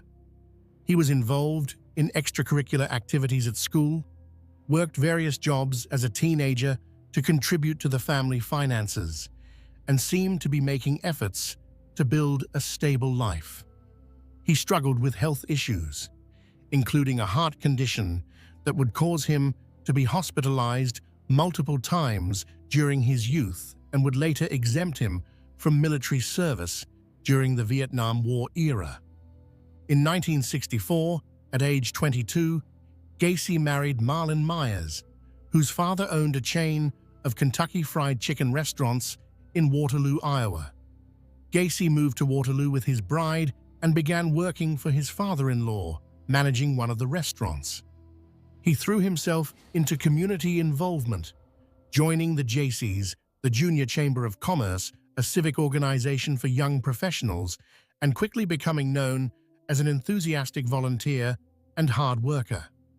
He was elected vice president of the Waterloo JCs chapter and was named outstanding vice president of the organization in Iowa. He seemed to finally be building the kind of respectable life his father had always claimed he couldn't achieve. On the surface, Gacy appeared to be thriving. He and Marlyn had 2 children, a son and daughter. He was successful in business, rising to manage multiple restaurant locations. He was active in community service, known for his dedication and work ethic. He was making something of himself. But beneath this successful exterior, Gacy was engaging in disturbing behavior. He had sexual encounters with teenage boys, sometimes employees at the restaurants he managed. He would ply them with alcohol and then commit sexual acts. In 1968, one of these encounters led to criminal charges when a teenage boy, the son of a fellow JC's member, reported that Gacy had sexually assaulted him. When the case went to trial, Gacy was convicted of sodomy and sentenced to 10 years in prison at the Iowa State Reformatory. Marlyn divorced him while he was incarcerated, and he lost contact with his children. His father died shortly after his conviction, reportedly disgusted by his son's crimes. Gacy never got the chance to prove himself to his father. Most people might assume this would be the end of the story. A sex offender caught, punished, and removed from society. But Gacy was a model prisoner. He earned his high school equivalency diploma while incarcerated. He worked in the prison kitchen and was praised for his leadership and work ethic. He served on the Prisoner Grievance Committee. He was, by all accounts, rehabilitated. After serving just 18 months of his 10-year sentence, he was paroled in June 1970. What happened next illustrates a profound failure in the criminal justice system's ability to predict recidivism in certain types of offenders. Gacy moved back to Chicago and started over. He reconnected with his mother and eventually moved to Norwood Park Township, a middle-class neighborhood on the northwest side of Chicago. In 1971, he bought a home at 8213 West Summerdale Avenue, a modest ranch-style house that would later become infamous. Gacy started a construction company, PDM Contractors, named for painting, decorating, and maintenance. He was skilled at construction work, having learned carpentry and other trades from his father, and quickly built a successful business. He hired teenage boys and young men to work for him, often recruiting from local high schools or targeting those from troubled backgrounds who might be less likely to be missed if they disappeared. He paid them fairly and treated them reasonably, though some would later report that he could be volatile and inappropriate. In 1972, Gacy married again. Carol Hoff was a divorcee with 2 young daughters. She'd known Gacy years earlier when they both worked at the same company, and when they reconnected after his release from prison, he seemed like a stable man who'd made a mistake in his youth but had turned his life around. They married in July 1972, and Gacy became a stepfather to Carol's daughters, presenting himself as a family man and provider. He became deeply involved in community activities. He joined the local Moose Club and other civic organizations. He began performing as a clown at children's parties, hospitals, and charitable events, creating characters he called Pogo the Clown and Patches the Clown. He would dress in full clown makeup and costume, bringing smiles to sick children in hospitals and entertaining at neighborhood block parties and fundraisers. Gacy's clown performances made him well known in the community. People loved him. He was the generous guy who gave his time to make children happy, who volunteered for the Democratic Party, who organized fundraisers and community events. He was photographed with local politicians and civic leaders. In 1978, he even met First Lady Rosalynn Carter at a Polish Constitution Day parade event in Chicago, where he was serving as director of the annual parade. The photograph of Gacy with the First Lady would later become one of the most shocking images associated with the case, a serial killer smiling alongside the wife of the President of the United States. But during this same period, John Wayne Gacy was also murdering young men and boys at a horrific rate.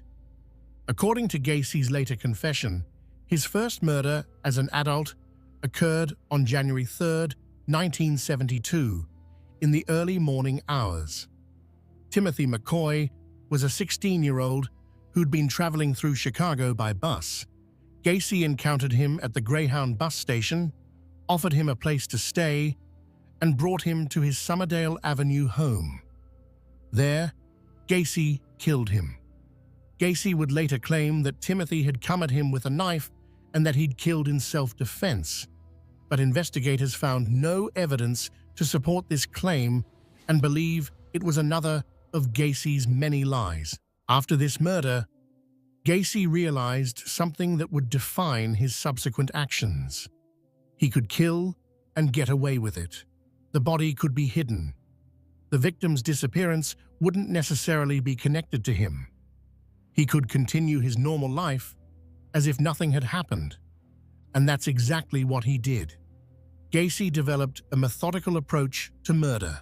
He would target young men and boys, often those who worked for him or whom he met through his business or community activities.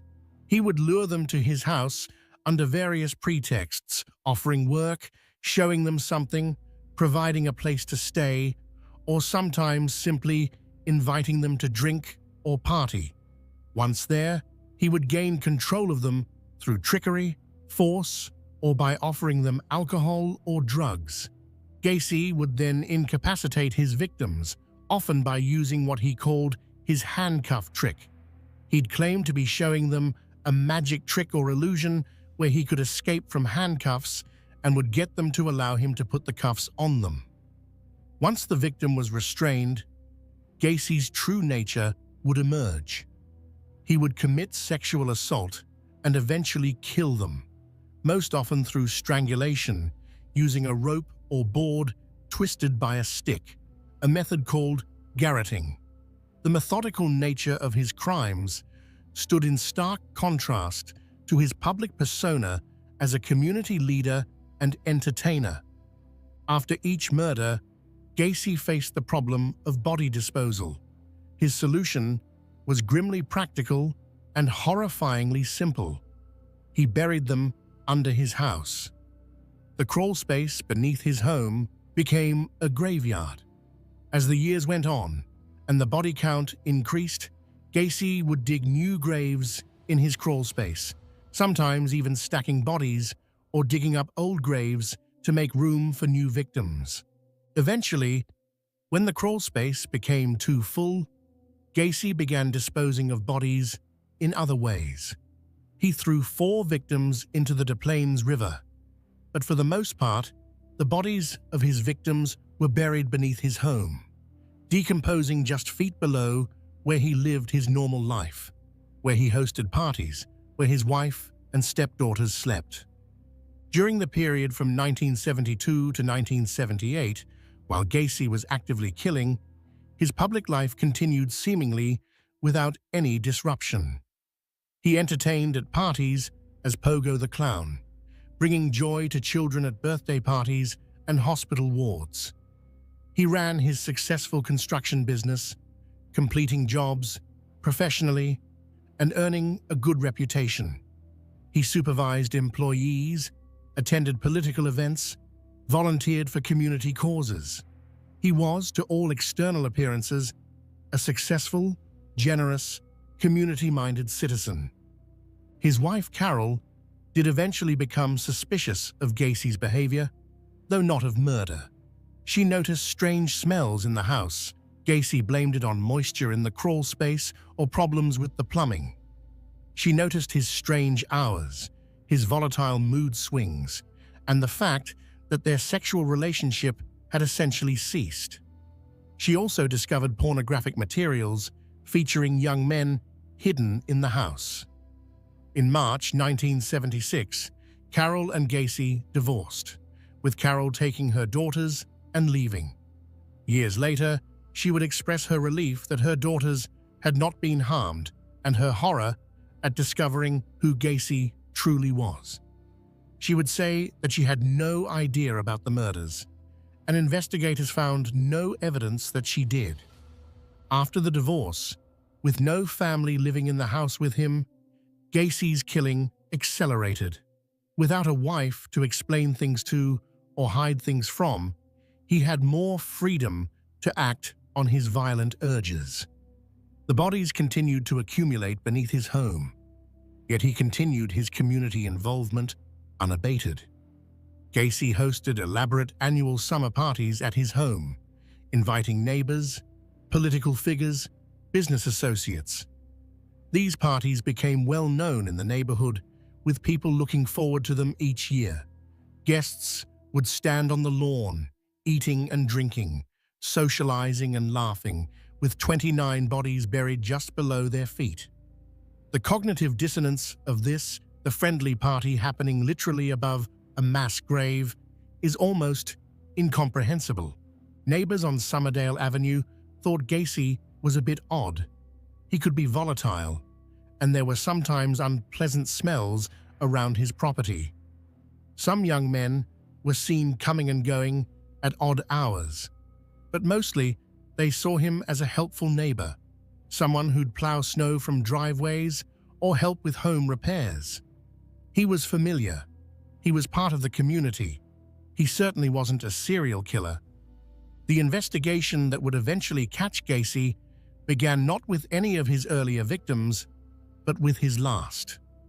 On December 11, 1978, 15-year-old Robert Piest told his mother he was going to meet with a contractor about a potential summer job. The contractor was John Wayne Gacy, who'd come into the pharmacy where Robert's mother worked to discuss a remodeling project. Robert was excited about the opportunity. He never came home. Robert's mother immediately reported him missing and mentioned that he'd been going to meet with Gacy. Unlike many of Gacy's previous victims, young men from troubled backgrounds, drifters, runaways, or those who might not be immediately missed, Robert Piest was a well-cared-for teenager from a stable, loving family.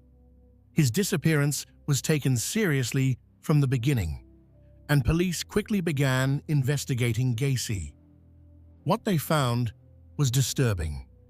Gacy had a criminal history, the 1968 conviction for sexual assault in Iowa. He'd been in prison. He was on parole that he shouldn't have even been off of yet, and now a teenage boy had disappeared after going to meet him. Investigators began surveillance on Gacy and started looking deeper into his background.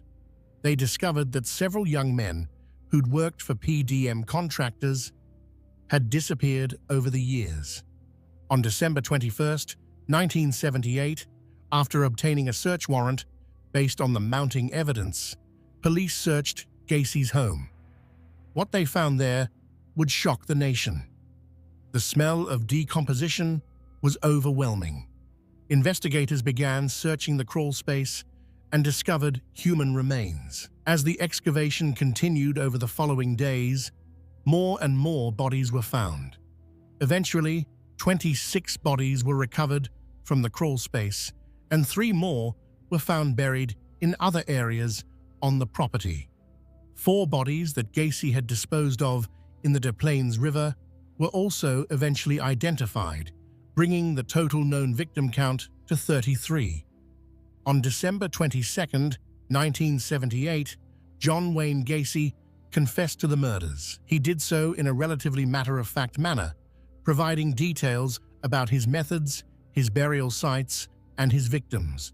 Forensic psychologists who have studied his confessions and later interviews note that he displayed little genuine remorse and seemed more concerned with managing his public image than with accepting responsibility for the harm he'd caused. The revelation that John Wayne Gacy, Pogo the Clown, community volunteer, successful businessman, was responsible for 33 murders shocked the Chicago area and the nation. People who'd known him, who'd attended his parties, who'd hired him for work, who'd had their children entertained by his clown performances, struggled to reconcile the man they knew with the brutal killer he'd been revealed to be. The excavation of Gacy's home became a media spectacle. News crews broadcast images of investigators digging up bodies from beneath the house. The Summerdale Avenue address became infamous.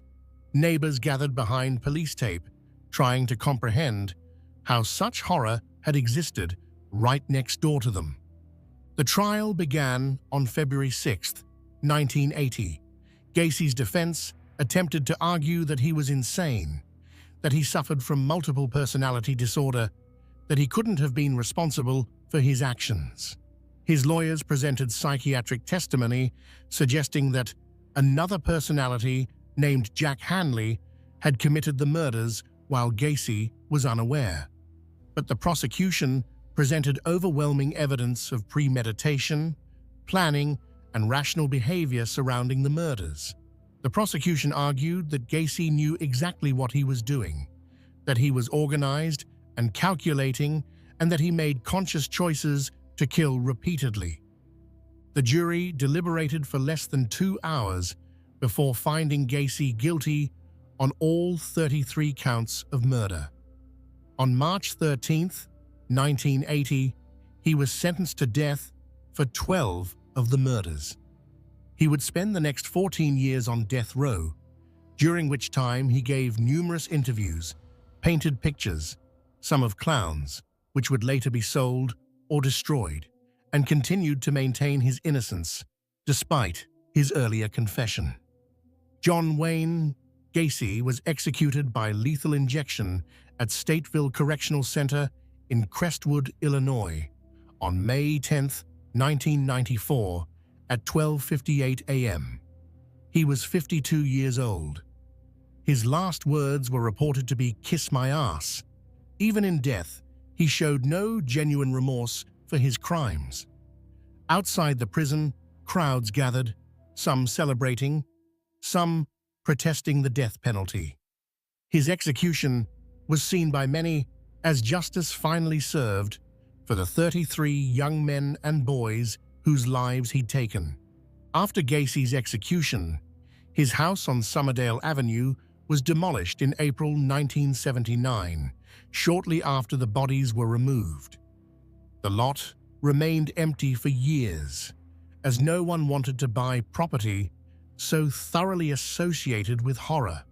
Eventually, a new house was built on the site, and a new family moved in, trying to establish normal life in a place that had been the setting for unspeakable crimes. The Gacy case represents perhaps the most extreme example of a serial killer successfully hiding in plain sight. He wasn't just maintaining a normal appearance, he was actively beloved by his community. Children loved Pogo the Clown. Neighbors appreciated his helpfulness. Politicians valued his volunteer work. Business associates found him reliable and skilled. The Democratic Party welcomed his participation in political events and fundraisers. And all the while, beneath his house, the bodies accumulated.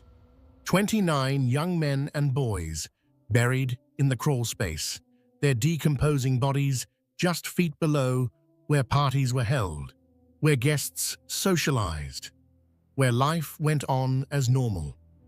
The duality of Gacy's existence, beloved community figure by day, brutal killer by night, challenges our fundamental assumptions about how we identify dangerous people.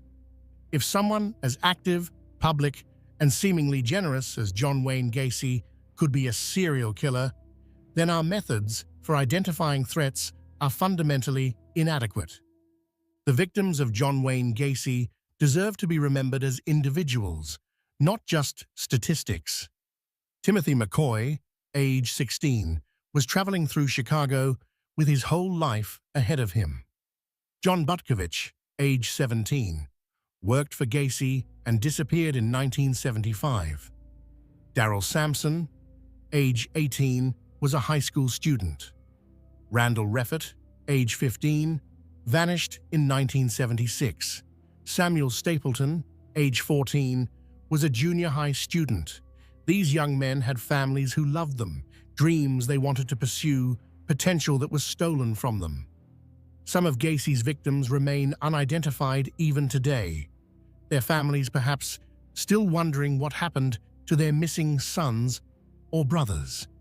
Robert Piest, whose disappearance finally led to Gacy's capture, was 15 years old. He was a good student, close to his family, excited about a potential job opportunity. His mother never stopped looking for him, and her determination to find her son ultimately led to the investigation that brought Gacy down. The Piest family's persistence in pursuing answers when Robert disappeared demonstrates the importance of taking every missing person case seriously, regardless of the victim's background. Ted Bundy, the charming predator. Theodore Robert Bundy, born Theodore Robert Cowell on November 24, 1946, in Burlington, Vermont, would become one of the most infamous serial killers in American history. Unlike Rader or Gacy, Bundy's good looks, education, and charm made him seem like the last person who would be capable of murder. He was handsome, articulate, intelligent, and seemingly destined for a successful career in law or politics, and he confessed to murdering at least 30 young women, though investigators believe the actual number is higher, with estimates ranging up to 35 or more based on circumstantial evidence and unsolved cases from the areas where Bundy traveled. Bundy's early life was complicated by secrets and deception that psychological experts believe may have shaped his development, though, as always, difficult circumstances don't excuse behavior or determine outcomes. He was born to Eleanor Louise Cowell, an unmarried woman in the 1940s, a status that carried severe social stigma at the time. To avoid scandal, Bundy was raised in his grandparents' home in Philadelphia, with the understanding that his grandparents were his parents and his mother was his older sister. He wouldn't learn the truth about his parentage until he was an adolescent, discovering the deception through a cousin, or possibly by finding his birth certificate. Accounts vary. His biological father's identity remains uncertain. His birth certificate lists Lloyd Marshall as his father, but this is believed to be false. His mother later married Johnny Bundy, and Theodore took his stepfather's surname. The family moved to Washington State when Ted was 4 years old, where young Ted grew up in what appeared to be a normal, middle-class environment in Tacoma. Bundy was intelligent and did well academically, though he was sometimes described as shy and less popular than his peers in his early school years. He attended the University of Washington, where he studied Chinese and later psychology.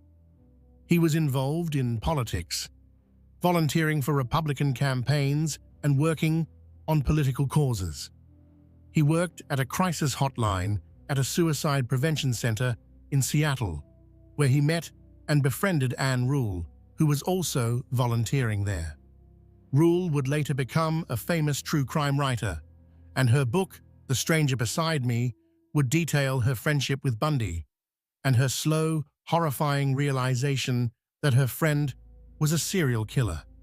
She would describe him as a good listener, someone who genuinely seemed to care about helping people in crisis, a testament to how convincing his mask was. Bundy appeared to be a young man with a bright future. He was studying law at the University of Utah, considering politics, and seemed to have the intelligence, charm, and ambition to succeed in whatever path he chose. Those who knew him described him as polite, well-spoken, and trustworthy. He had a long-term girlfriend, Elizabeth Kendall, who wrote under the pseudonym Elizabeth Klopfer and seemed to be in a stable relationship. But beneath this promising exterior, something far darker was developing. During his college years, Bundy became involved in a relationship with a woman from a wealthy California family. Various sources refer to her by different names, including Stephanie Brooks and Diane Edwards. She was beautiful, sophisticated, and came from a privileged background. Psychological experts have theorized that this relationship and its eventual end may have served as a catalyst for his later crimes, though Bundy himself provided contradictory explanations for his violence. The woman broke up with Bundy reportedly because she felt he lacked direction and ambition. This rejection occurred in 1968, and some psychologists believe it was a significant blow to Bundy's ego and may have contributed to his later targeting of women who resembled her. Though the reality is that while relationships can be difficult and even traumatic, they don't transform someone into a serial killer. That darkness must already exist. After this relationship ended, Bundy appeared to transform himself. He became more confident, more socially successful. He re-enrolled in law school. He reconnected with his former girlfriend in California, and they briefly rekindled their relationship in 1973, by which point experts believe he had already begun killing, though this woman didn't know it. She would later say that he seemed more mature and focused, not realizing that his new confidence came partly from his secret life as a predator. Bundy's earliest documented murders occurred in 1974, though there is speculation he may have killed before this. Investigators have suspected him in the 1961 disappearance of 8-year-old Anne-Marie Burr from her home in Tacoma, though Bundy consistently denied this, and no evidence has ever conclusively linked him to that case. What is certain is that by 1974, Bundy had begun a murder spree that would span multiple states and claim at least 30 confirmed victims. He developed a method that became his trademark. He would approach young women in public places, often college campuses or parks, pretending to be injured or in need of help. He might wear a fake cast on his arm or leg, or use crutches and ask for assistance, carrying books or loading items into his Volkswagen Beetle. The cast or injury made him seem harmless, even vulnerable. Once the woman was near his vehicle and distracted, he would incapacitate her, sometimes by hitting her with a crowbar or tire iron that he had hidden, force her into the car, and drive to a remote location where he would assault and kill her. Bundy typically targeted young women with long, dark hair parted in the middle, a look similar to his former girlfriend from California. Psychological analysts have theorized that Bundy was symbolically murdering this woman over and over, though this remains speculation rather than confirmed fact, and Bundy himself gave different explanations at different times. Between 1974 and 1978, Bundy is confirmed to have killed at least 30 women across Washington, Oregon, Utah, Colorado, Idaho, and Florida.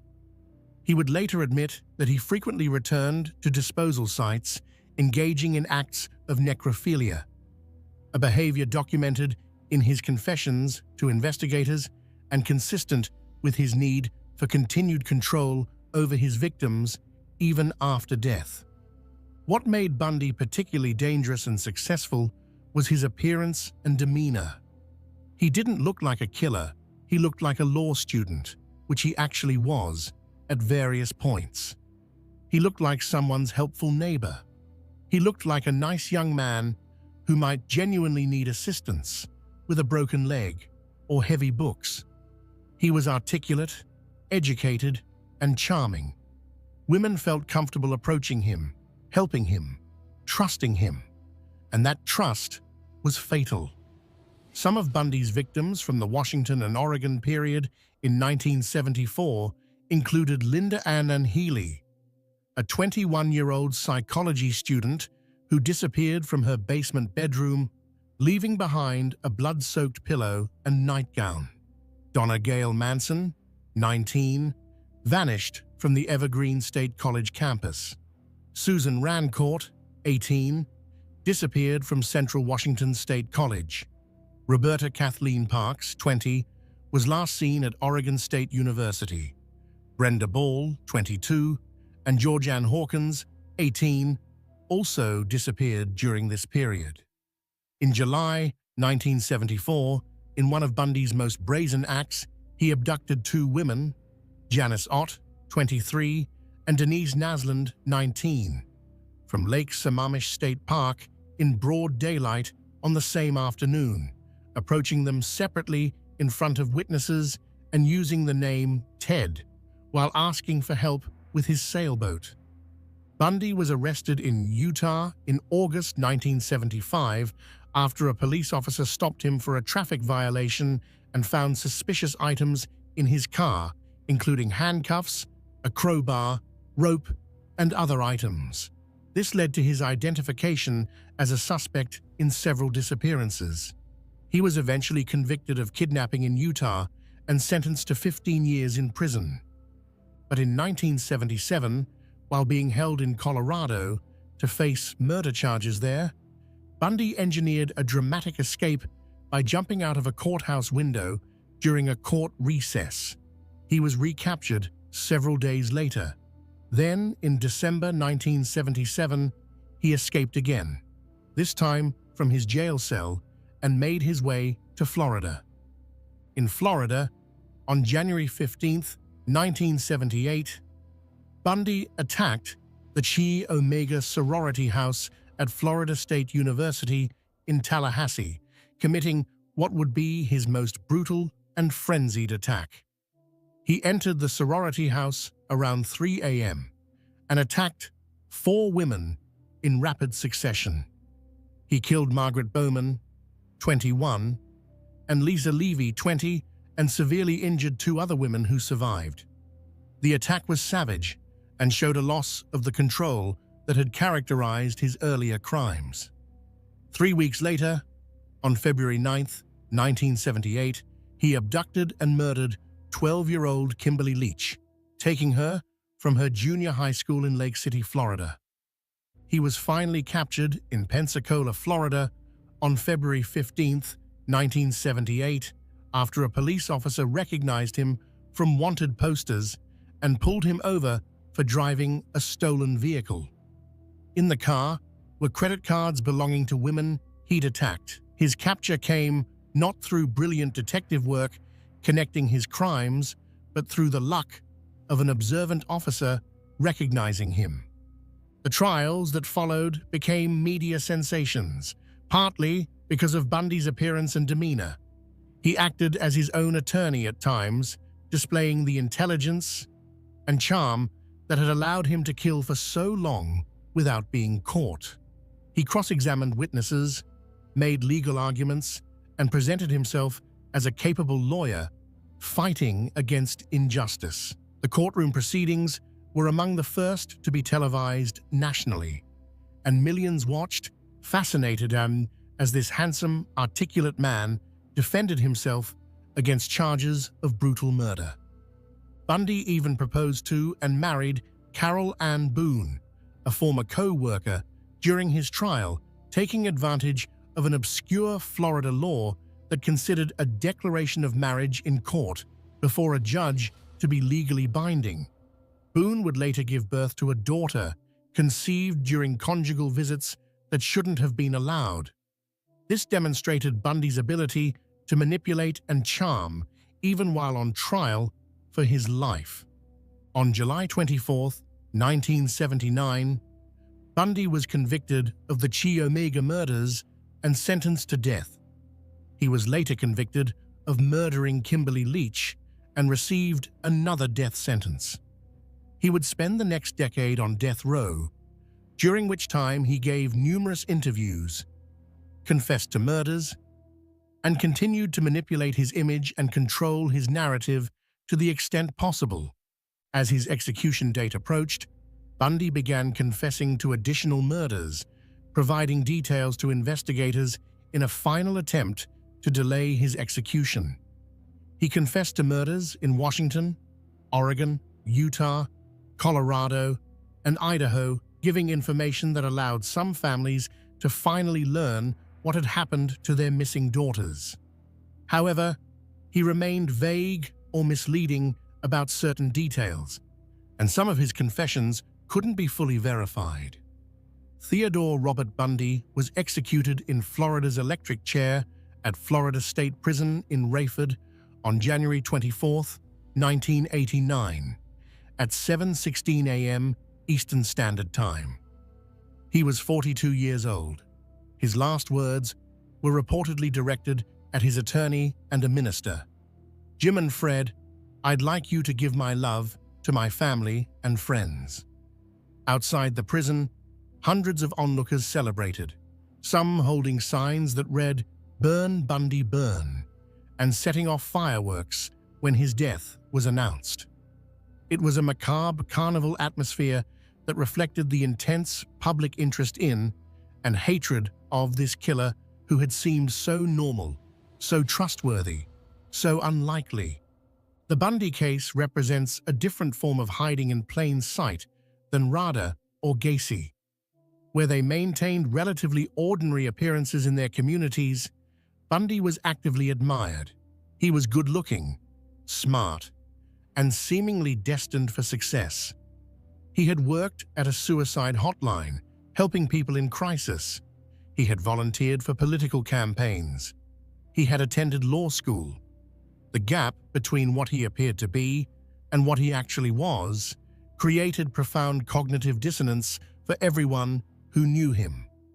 Anne Rule, who had worked alongside him at the crisis hotline, struggled to reconcile the friendly, helpful young man she'd known with the brutal killer he was revealed to be.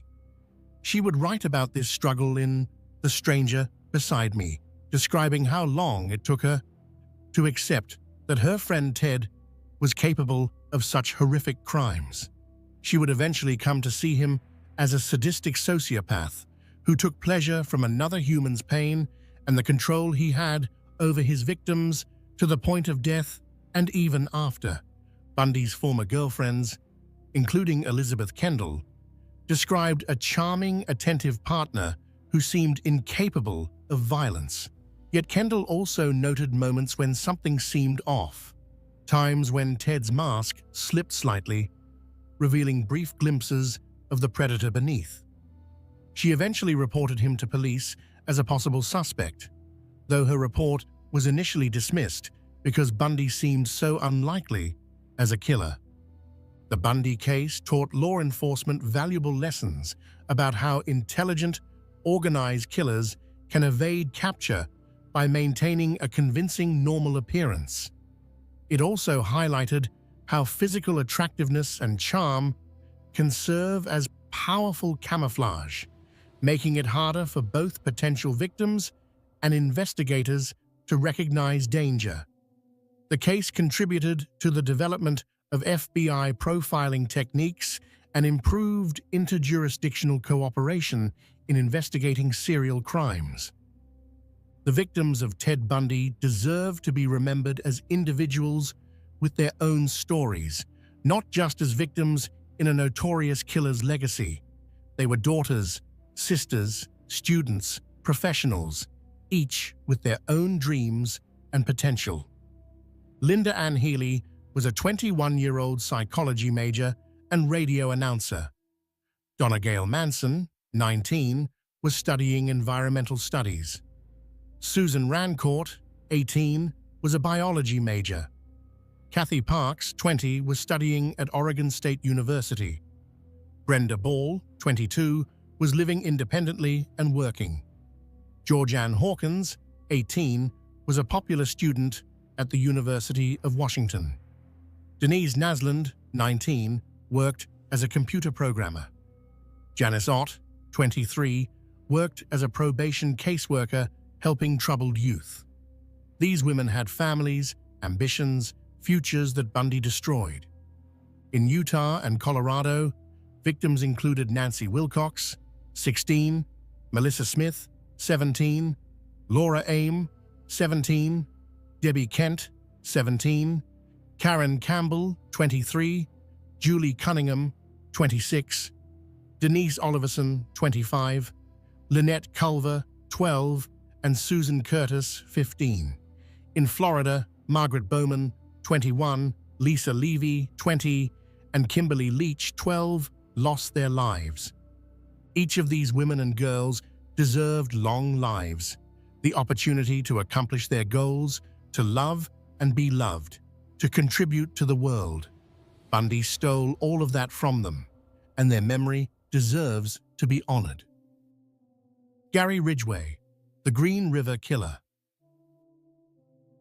Gary Leon Ridgway was born on February 18, 1949, in Salt Lake City, Utah. He would become known as the Green River Killer and would eventually plead guilty to 49 murders, making him one of the most prolific, confirmed serial killers in United States history. Ridgway claimed the number was higher, somewhere between 65 and 80 victims, though the actual count remains unverified, and investigators believe his higher estimates may be exaggerated. What makes Ridgway's case particularly relevant to our discussion is how utterly ordinary he was, how completely he blended into normal working-class life while committing horrific crimes for over 2 decades. Ridgway grew up in what became SeaTac, Washington, near Seattle. His childhood was marked by dysfunction and difficulty. His mother was reportedly domineering and had a volatile relationship with young Gary. He struggled in school, with an IQ measured around 82, placing him in the dull normal range of intelligence. He had difficulty with reading and often felt inadequate compared to his peers. He wet the bed until his teens, which his mother reportedly humiliated him about, making him wash his own sheets and sometimes punishing him publicly. He graduated from high school with poor grades. He enlisted in the Navy in the late 1960s and served during the Vietnam War period, though he saw no combat. After his military service, Ridgway returned to Washington and began working for the Kenworth Truck Company as a painter in the truck factory. He would hold this job for over 30 years, from 1969 until his arrest in 2001, becoming a long-term, reliable employee. Co-workers described him as quiet, somewhat slow, but dependable. He showed up on time, did his job, and didn't cause trouble. In other words, he was forgettable. Exactly the kind of person who could commit murder without drawing suspicion. Ridgway was married 3 times during his killing years. His first marriage to Claudia Barrows lasted from 1970 to 1972. His second marriage to Marcia Brown lasted from 1973 to 1981. His wives knew him as a man with a strong sex drive and some unusual habits, but nothing that clearly suggested he was a murderer. His second wife, Marcia, would later describe finding unusual items in their home, women's jewelry and clothing that didn't belong to her, but she'd convinced herself there must be innocent explanations. His third wife, Judith Mawson, whom he married in 1988, claimed she had no suspicions until his arrest. Judith would later write a book about her experience, describing a man who seemed devoted to her, who read the Bible with her, who appeared to be a normal husband. She stated that she didn't watch the news and wasn't aware of the Green River Killer case, despite living in the area where it was occurring. When Ridgway was arrested in 2001, Judith was completely shocked, unable to reconcile the man she'd lived with for over a decade with the serial killer he actually was. Ridgway attended church regularly and read the Bible frequently. He would later admit that his religious practices were part of his attempt to control his urges to kill, though they were unsuccessful. He also admitted that he sometimes cried after killing because he knew what he was doing was wrong, yet he couldn't stop himself. This admission, however, should be viewed skeptically. Many serial killers claim remorse or lack of control when it serves their interests. Ridgway targeted sex workers and vulnerable young women, many of them runaways or those struggling with addiction. He would pick them up along the Pacific Highway South, also known as the SeaTac Strip, an area known for prostitution, near the Seattle-Tacoma International Airport. Ridgway claimed that he targeted sex workers because, in his words, he both desired and despised them. He stated that he knew they would be easy victims because they got into cars with strangers. They might not be immediately reported missing, and their cases might not be investigated as vigorously as other missing persons. Experts note this explanation is self-serving and designed to make his crimes seem calculated rather than revealing any genuine emotional complexity. His method was brutally simple and consistent. He would pick up women, often engaging their services as a prostitute, take them to secluded areas, sometimes his home, his truck, or wooded locations, and kill them, usually through strangulation. He preferred to use his hands or a ligature, maintaining physical contact and control throughout the murder. After killing them, he would dispose of their bodies in wooded areas around King County, often in clusters, returning later to have sex with the decomposing remains. The desecration of his victims' bodies revealed the depth of his depravity and his need for control that extended even beyond death.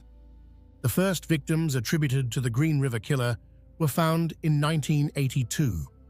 Between July and August of that year, 5 bodies were discovered in or near the Green River in King County, Washington, giving the killer his nickname.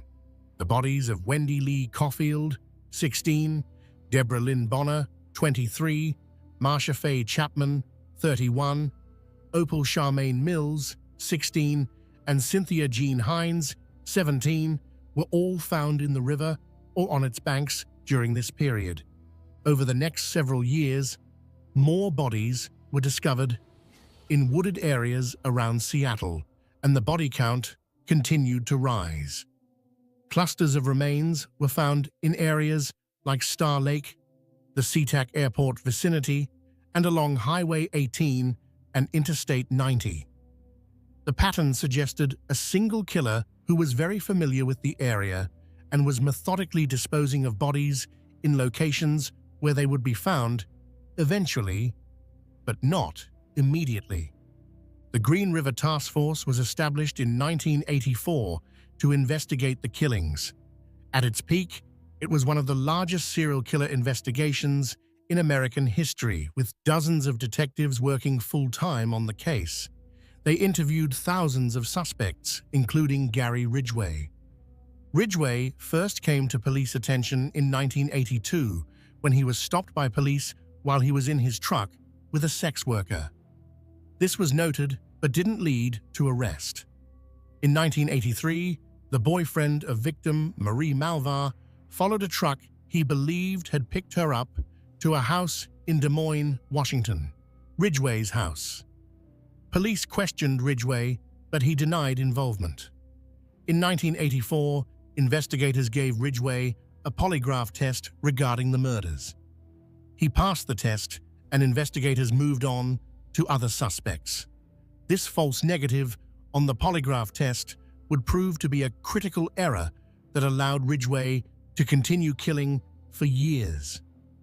In 1987, investigators collected a saliva sample from Ridgway as part of their investigation, but DNA technology at the time wasn't advanced enough to make use of it effectively. The sample sat in evidence for years while Ridgway continued to kill.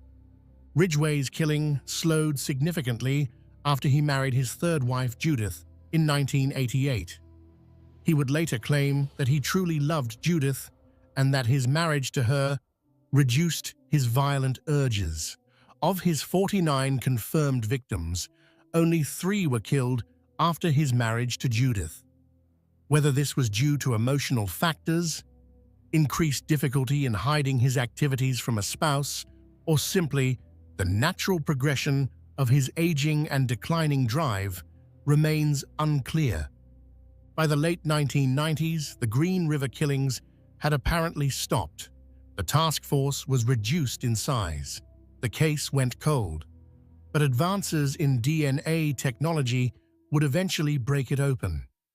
In 2001, Detective Dave Reichert, who had been involved in the Green River case since the beginning and had risen to become Sheriff of King County, ordered a review of old evidence using new DNA techniques. They tested the saliva sample taken from Ridgway in 1987 against DNA collected from 4 of the earliest Green River Killer victims: Opal Mills, Marsha Chapman, Cynthia Hines, and Carol Christensen. The DNA was a match. On November 30th, 2001, Gary Ridgway was arrested at his workplace at Kenworth Truck Company, where he'd worked for over 30 years. Co-workers were shocked. This quiet, unremarkable man they'd worked alongside for decades was the Green River Killer? It seemed impossible. Ridgway had always been so normal, so ordinary, so forgettable. During interrogation, faced with overwhelming DNA evidence, Ridgway began to confess. Over several months of interviews with investigators, he would eventually provide detailed information about 48 murders. In exchange for avoiding the death penalty, Ridgway agreed to plead guilty to all murders for which he could provide verifiable information and to help investigators locate remaining victims and bring closure to families. The confession tapes are chilling in their matter-of-fact tone. Ridgway spoke about his victims as though they were objects. He said things like, "I killed so many women, I have a hard time keeping them straight," and admitted he didn't even know most of their names. He said, "Most of the time, I killed them the first time I met them, and I do not have a good memory for their faces." He explained his targeting of sex workers by saying, "I picked prostitutes because I thought I could kill as many of them as I wanted without getting caught." On December 18th, 2003, Gary Ridgway was sentenced to 48 consecutive life sentences without the possibility of parole. In 2011, he pleaded guilty to a 49th murder after remains were identified as belonging to Rebecca Marrero, whom he'd killed in 1982. He received another life sentence. Recent developments in the case have continued to bring closure to families.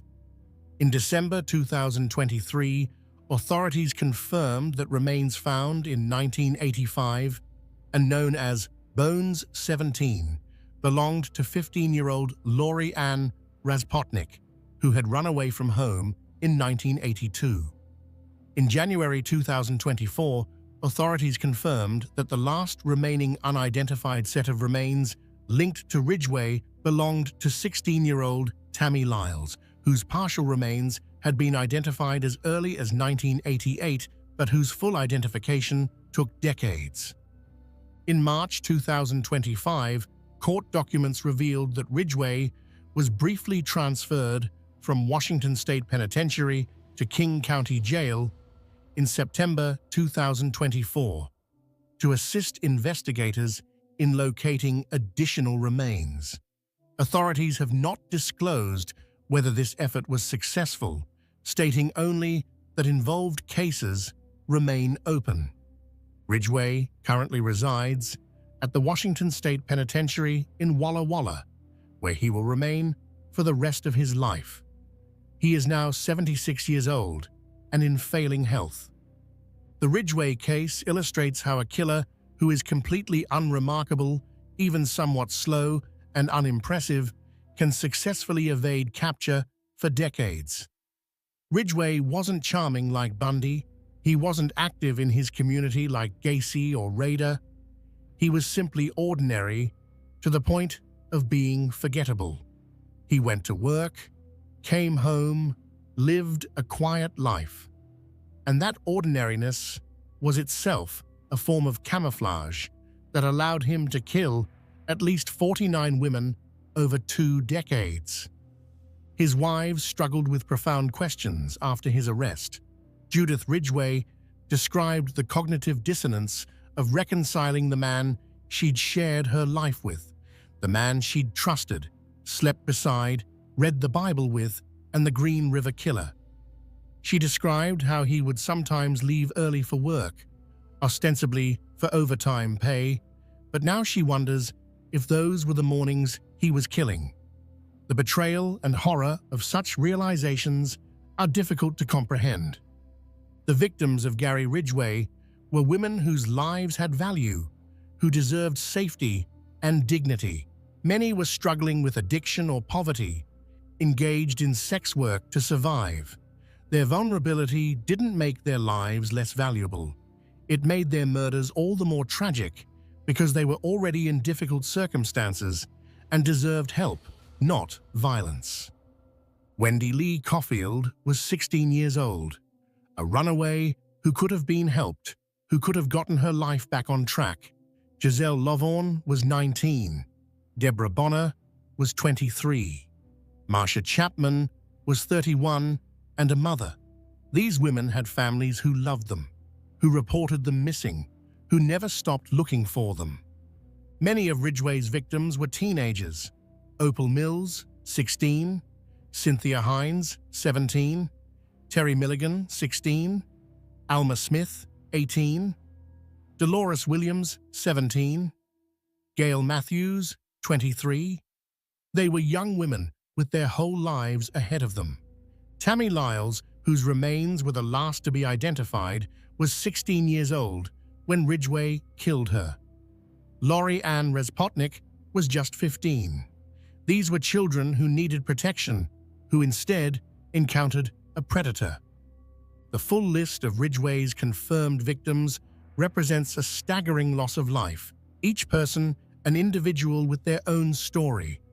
Wendy Lee Caulfield, Giselle Lovvorn, Deborah Lynn Bonner, Marcia Faye Chapman, Opal Charmaine Mills, Cynthia Jean Hines, Terry Renee Milligan, Mary Bridget Meehan, Deborah Estes, Linda Jane Rule, Denise Darcel Bush, Shonda Leah Summers, Shirley Marie Sherrill, Rebecca Marrero, Colleen Renee Brockman, Alma Ann Smith, Dolores Laverne Williams, Gail Lynn Matthews, Andrea M. Childers, Sandra K. Gabbett, Kimmy Kai Pitsaw, Marie M. Malvar, Carol Ann Christensen, Martina Teresa Ortherly, Cheryl Lee Wims, Yvonne Antosh, Carrie Ann Royce, Constance Elizabeth Nayon, Kelly Marie Ware, Tina Marie Thompson, April Dawn Buttram, Debbie Mae Abernathy,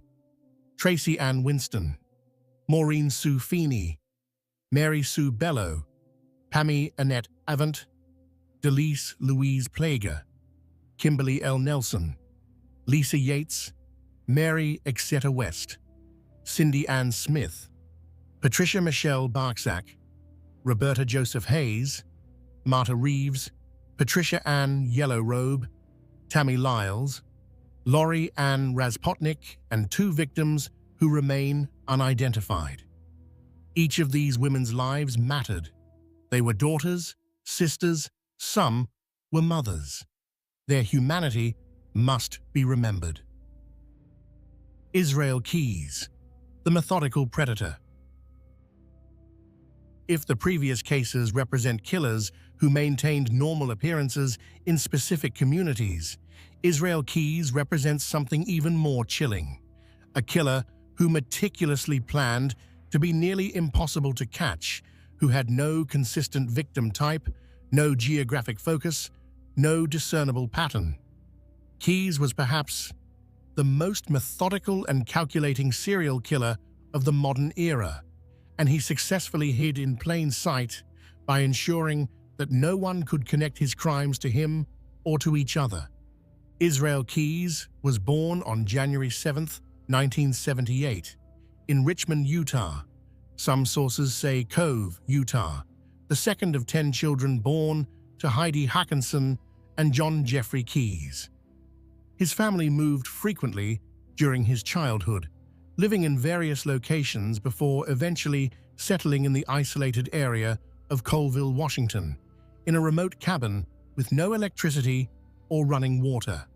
The family was deeply religious, adhering to fundamentalist Christian beliefs associated with the Christian identity movement, and the children were homeschooled in isolation from mainstream society.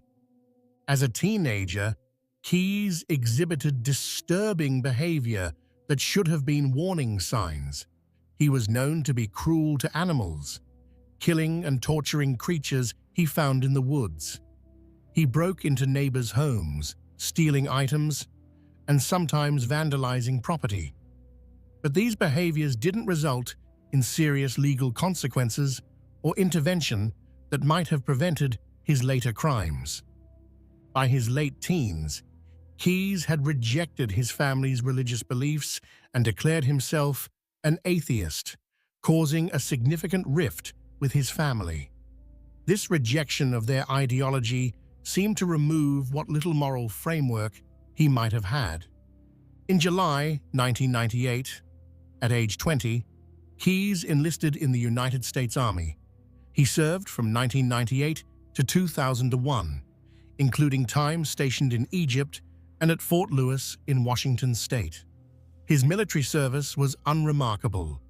He achieved the rank of specialist and received an honorable discharge. Nothing about his military record suggested the darkness that lay beneath. His service gave him training, discipline, and experience that he would later apply to his crimes. After leaving the military, Keyes moved around the United States before eventually settling in Alaska in 2007. He had a daughter with a girlfriend, and by all accounts, he was a devoted father who loved his child deeply.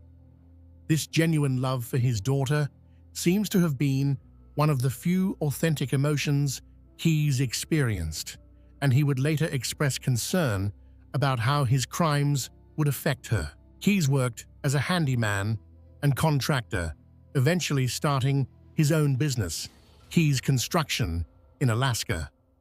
He was reliable, skilled, and professional. Clients trusted him with keys to their homes, with access to their properties while they were away, with intimate details of their lives and security systems. He seemed like exactly the kind of honest, hard-working contractor everyone hopes to find.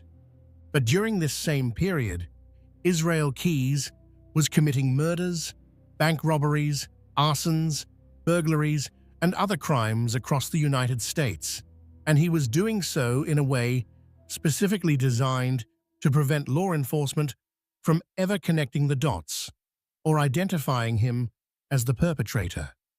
Keyes had studied other serial killers extensively. He read about famous cases, understood how they'd been caught, and learned from their mistakes. He understood the methods law enforcement used to track and profile serial offenders, and he structured his crimes specifically to defeat those methods. Most serial killers have patterns that eventually lead to their capture.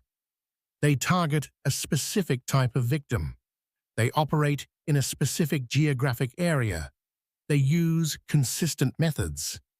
These patterns allow investigators to identify connections between crimes and eventually track down the perpetrator through geographical profiling, victim pattern analysis, and other investigative techniques. Keyes deliberately avoided all patterns. He had no consistent victim type. He killed both men and women of various ages and backgrounds. He didn't operate in any specific geographic region. He traveled thousands of miles between crimes, flying to different parts of the country to commit murders far from where he lived. He used different methods for different murders. He was specifically trying to be unprofilable, untrackable, impossible to catch through traditional investigative methods. His planning was meticulous and demonstrated extremely long-term thinking. Years before committing murders, Keyes would travel to different parts of the country and bury kill kits in remote locations. These kits contained weapons, tools, restraints, cash, and other items he might need to commit crimes. He would carefully document the locations and later retrieve the kits when he was ready to kill. This meant he could fly to a region where he had a kill kit buried, rent a car using cash and possibly fake identification, drive to a random location, select a victim he'd never seen before, commit the crime using tools that couldn't be traced to him, and then disappear back to Alaska. The crime would appear to be a local murder, with no connection to anyone outside the immediate area. Keyes funded these activities through bank robberies, which he committed with the same calculated approach, traveling far from home, targeting small banks with poor security, taking enough money to fund his activities, but not enough to trigger major federal investigations. Investigators believe Keyes killed at least 8 people, though he hinted at more, and the actual number remains unknown.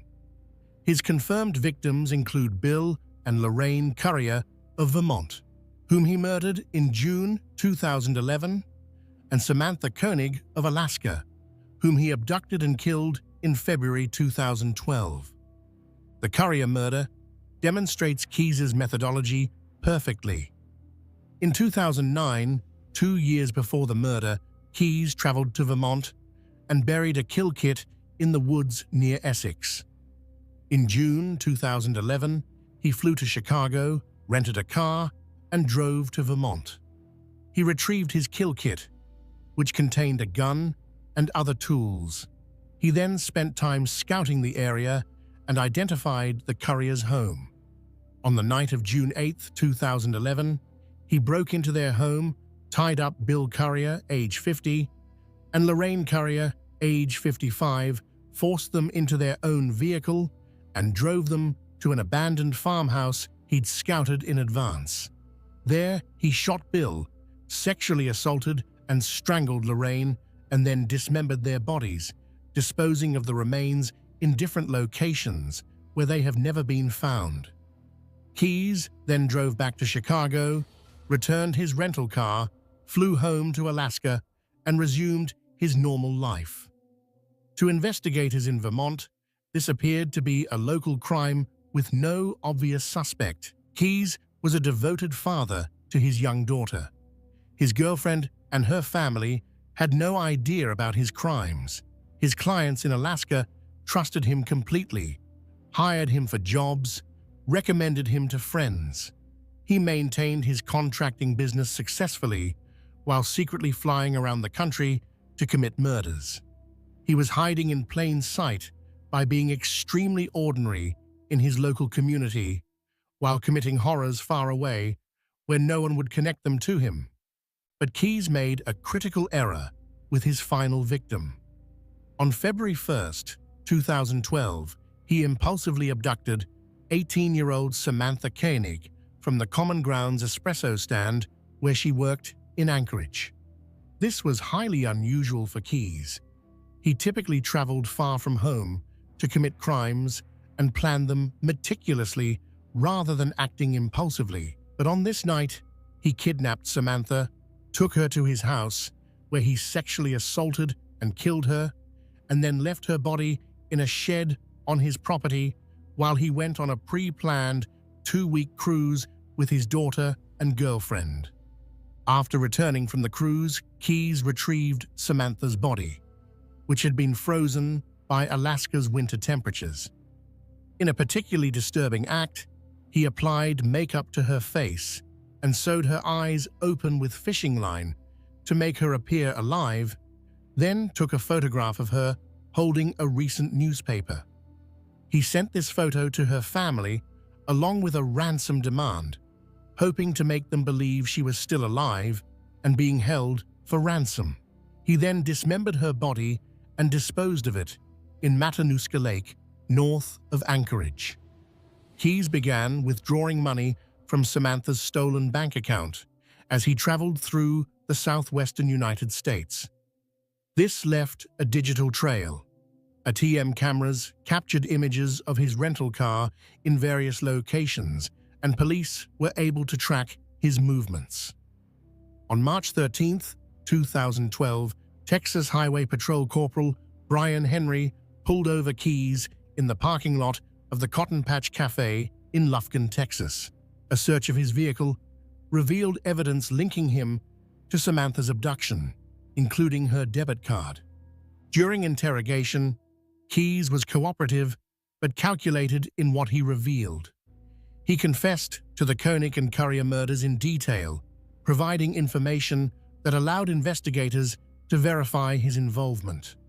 But he remained vague about other crimes hinting at additional victims but not providing specific details. He seemed to enjoy controlling the flow of information, keeping investigators guessing about the full extent of his crimes. Keyes expressed genuine concern about his daughter, stating he didn't want her to grow up knowing about his crimes or suffering because of his actions. He said, "I want my kid to have a chance to grow up. You know, she's in a safe place now. She's not going to see any of this. I want her to have a chance to grow up and not have all this hanging over her head." This concern for his daughter appears to have been authentic, one of the few genuine emotions investigators observed in him. On December 2nd, 2012, while being held in the Anchorage Correctional Complex awaiting trial, Israel Keyes committed suicide. Despite being on suicide watch, he managed to use a razor blade to cut his wrist and then strangled himself with a bedsheet. He left behind a 4-page suicide note written in verse that reflected on his crimes and American society, but provided no specific information about other victims. His death brought an abrupt end to the case and left many questions unanswered about the full extent of his killing spree. Keyes' death left law enforcement with more questions than answers. How many people did he actually kill? Where are the other victims? What other crimes did he commit? Investigators continue to work on cases that might be connected to Keyes, but without his cooperation, many of these cases may remain unsolved. The Keyes case represents a new kind of challenge for law enforcement. He wasn't a killer who could be caught through traditional profiling or pattern recognition because he specifically structured his crimes to avoid patterns. He deliberately traveled thousands of miles between crimes, selected random victims, used buried weapons that couldn't be traced, and maintained a completely normal life in his home community. He hid in plain sight, not by being a beloved community figure or a church leader, but by being so methodical and calculated that his crimes couldn't be connected to him. For the people who knew Keyes, his girlfriend, his daughter, his clients, his neighbors, the revelation of his crimes was devastating. He'd seemed like a good father, a skilled worker, a quiet but friendly member of the community. The gap between who he appeared to be and what he actually was represents one of the most extreme examples of successful deception.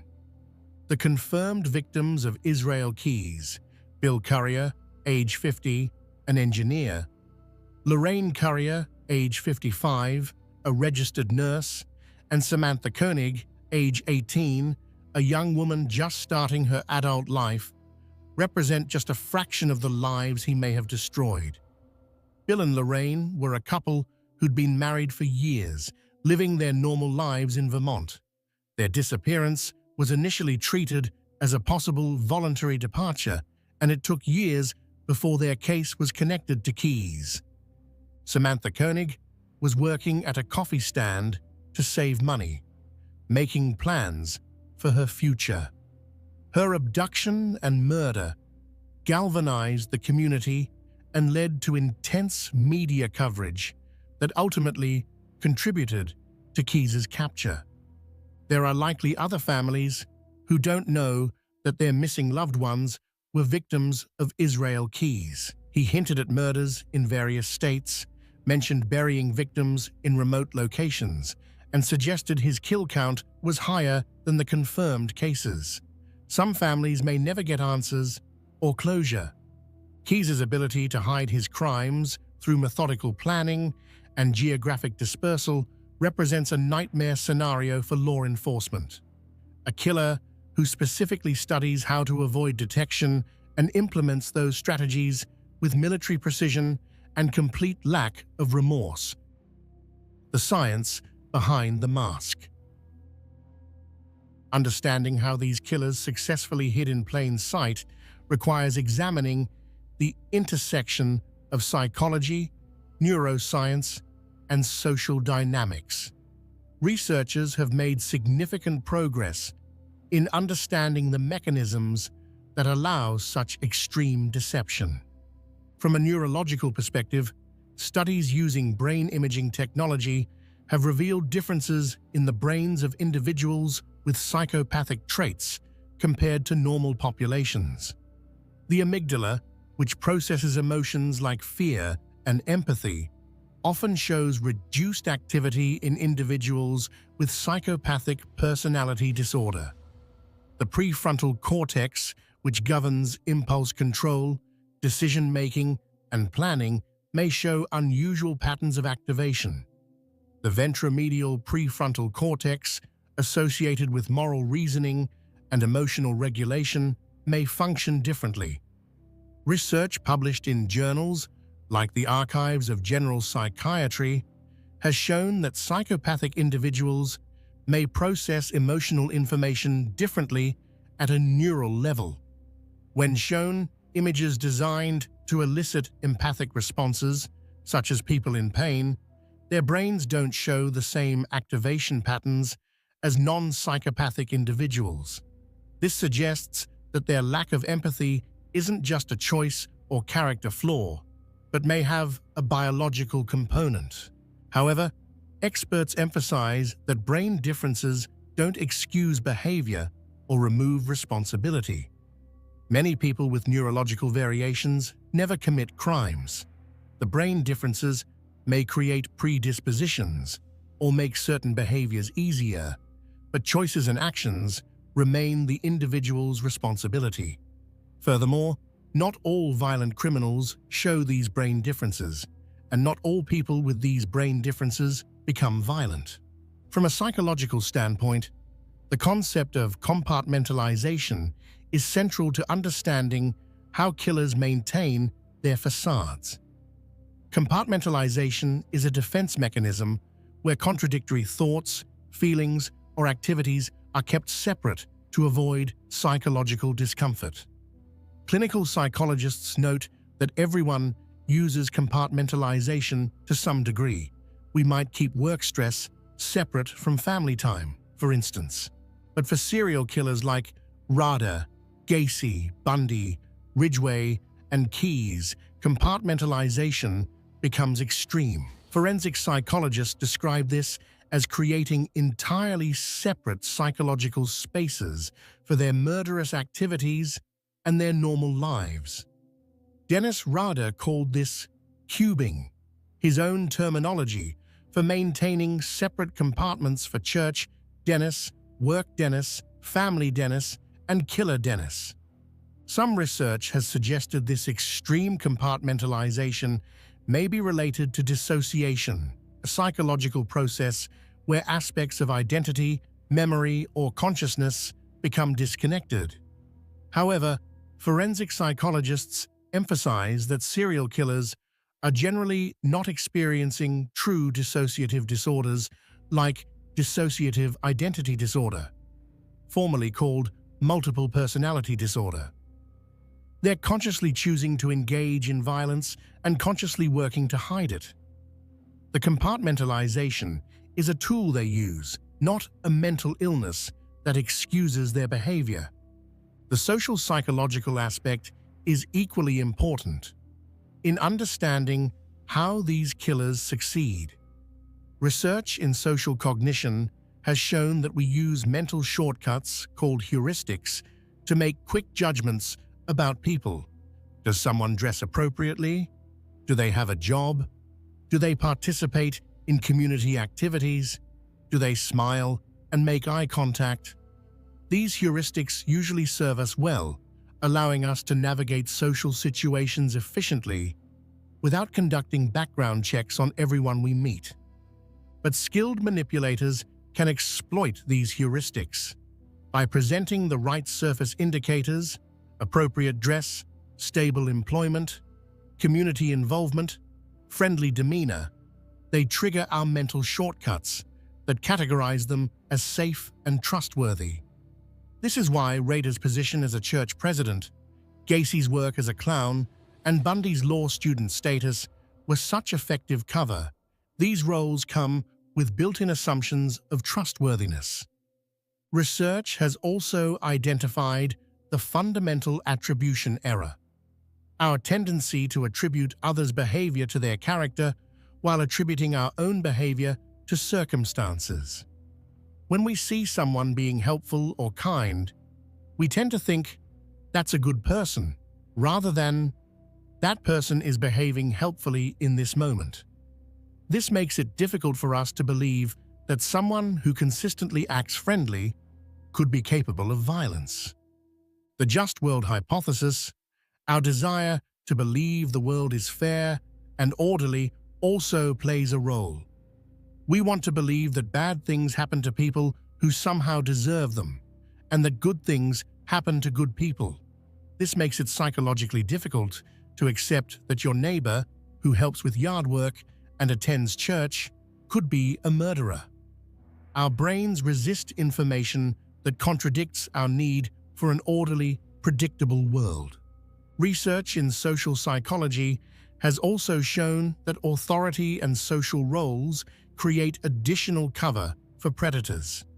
Studies like the famous Stanford Prison Experiment and Milgram obedience experiments demonstrated how powerfully social roles can influence behavior and perception. When someone is in a position of authority or respect, a church leader, a businessman, a volunteer, we're less likely to question their behavior or motives, even when warning signs are present. The phenomenon of cognitive dissonance, the mental discomfort we experience when confronted with contradictory information, helps explain why people close to these killers often struggled to accept the truth, even when evidence mounted. The contradiction between "my neighbor is a friendly person" and "my neighbor is a serial killer" creates such intense psychological discomfort that people's brains may resist accepting the new information, instead finding ways to explain it away or minimize it. Research into criminal profiling has evolved significantly in response to cases like these. The FBI's Behavioral Science Unit, established in the 1970s, pioneered the use of psychological profiling to investigate serial crimes. Early profiling divided killers into organized and disorganized types, with organized killers being those who plan carefully, maintain control, and often lead normal-appearing lives, like the killers we've discussed. Modern profiling recognizes greater complexity and diversity in how serial offenders operate. Research published in journals like the Journal of Forensic Sciences has refined our understanding of different offender types, motivational structures, and behavioral patterns.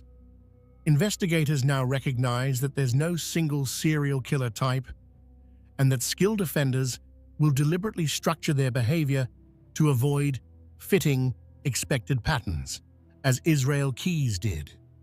Forensic psychology has also advanced in understanding the motivation structures of serial killers. While popular culture often focuses on sexual motivations, research suggests that power, control, and domination are more central to many serial killers' psychology than sexual gratification per se. The sexual component, when present, is often more about exerting power than about desire or pleasure. The FBI's creation of the Violent Criminal Apprehension Program, VICAP, in 1985 was a direct response to cases of killers who operated across jurisdictions.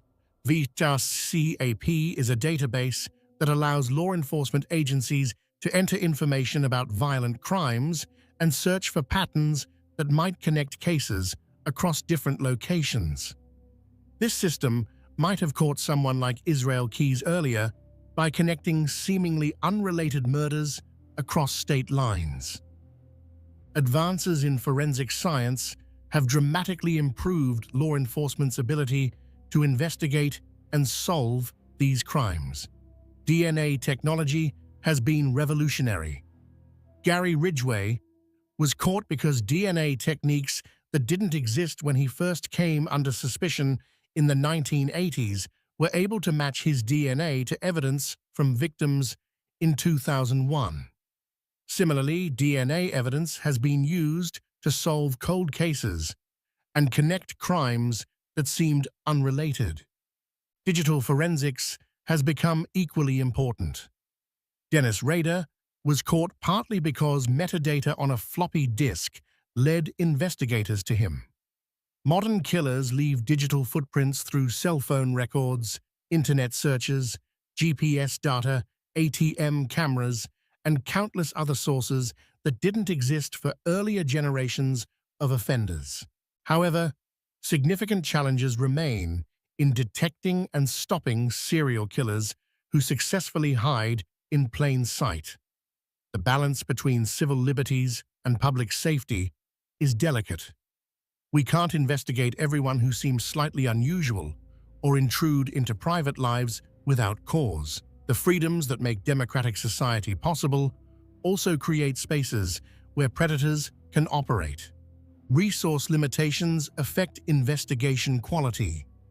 Many law enforcement agencies, particularly in smaller jurisdictions, lack the resources to conduct extensive investigations of every suspicious circumstance. This means some warning signs may not be pursued as thoroughly as they should be.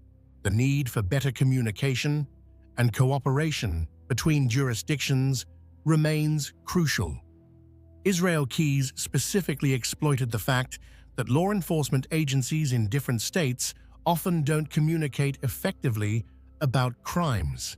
Breaking down these barriers, sharing information more readily, and looking for connections across geographic boundaries are essential for catching mobile offenders. Understanding these scientific and social mechanisms isn't just academically interesting, it has practical implications for public safety, investigation techniques, and community awareness.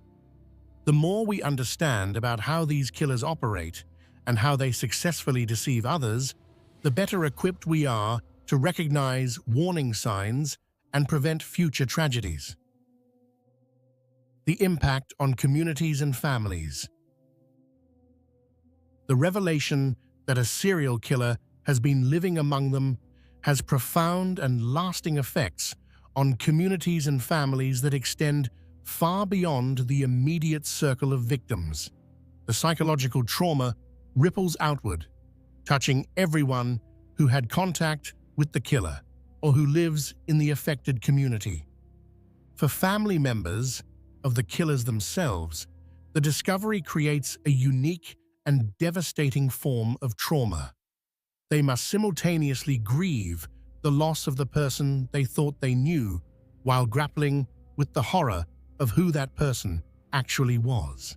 Dennis Rader's wife Paula and their children Kerry and Brian had to face an impossible reality. The husband and father they'd known for decades was BTK.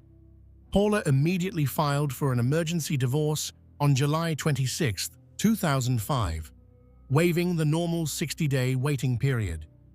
She released a statement saying that neither she nor her children had any suspicion of his crimes. But the legal dissolution of marriage couldn't erase 34 years of shared life or the questions that haunted her. Had she missed signs? Could she have done something? How could the man who'd been her partner, who'd raised their children, who'd shared her bed, be capable of such horrors? Their daughter, Kerry Rawson, has been the most public of Rader's family members in addressing the trauma.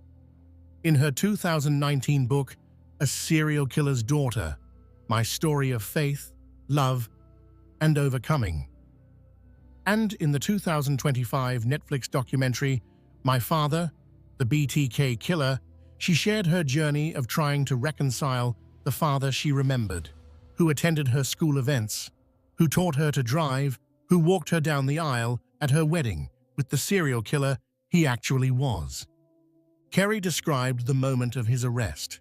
She was at work when FBI agents came to tell her that her father had been arrested for the BTK murders. Her first reaction was disbelief, then anger, then a profound sense of betrayal. She wrote about the agonizing process of going through childhood memories, analyzing every moment for signs she'd missed. She described the guilt she felt, wondering if she could have somehow stopped him if she'd been more perceptive. In letters Rader wrote to Kerry from prison, he showed a disturbing mix of apparent fatherly affection and complete lack of genuine remorse. He wrote things like, "You will always be my baby girl I raised right," and referred to his crimes as the dark side that took me away, as if his murders were something that happened to him rather than choices he made. Kerry eventually stopped responding to most of his letters, recognizing that his apparent emotions were more about his own needs than genuine concern for her well-being. The Rader children have largely stayed out of public life, attempting to build identities separate from their father's crimes. But the name Rader is forever associated with BTK in Wichita and beyond, making anonymity difficult. John Wayne Gacy's family experienced similar trauma.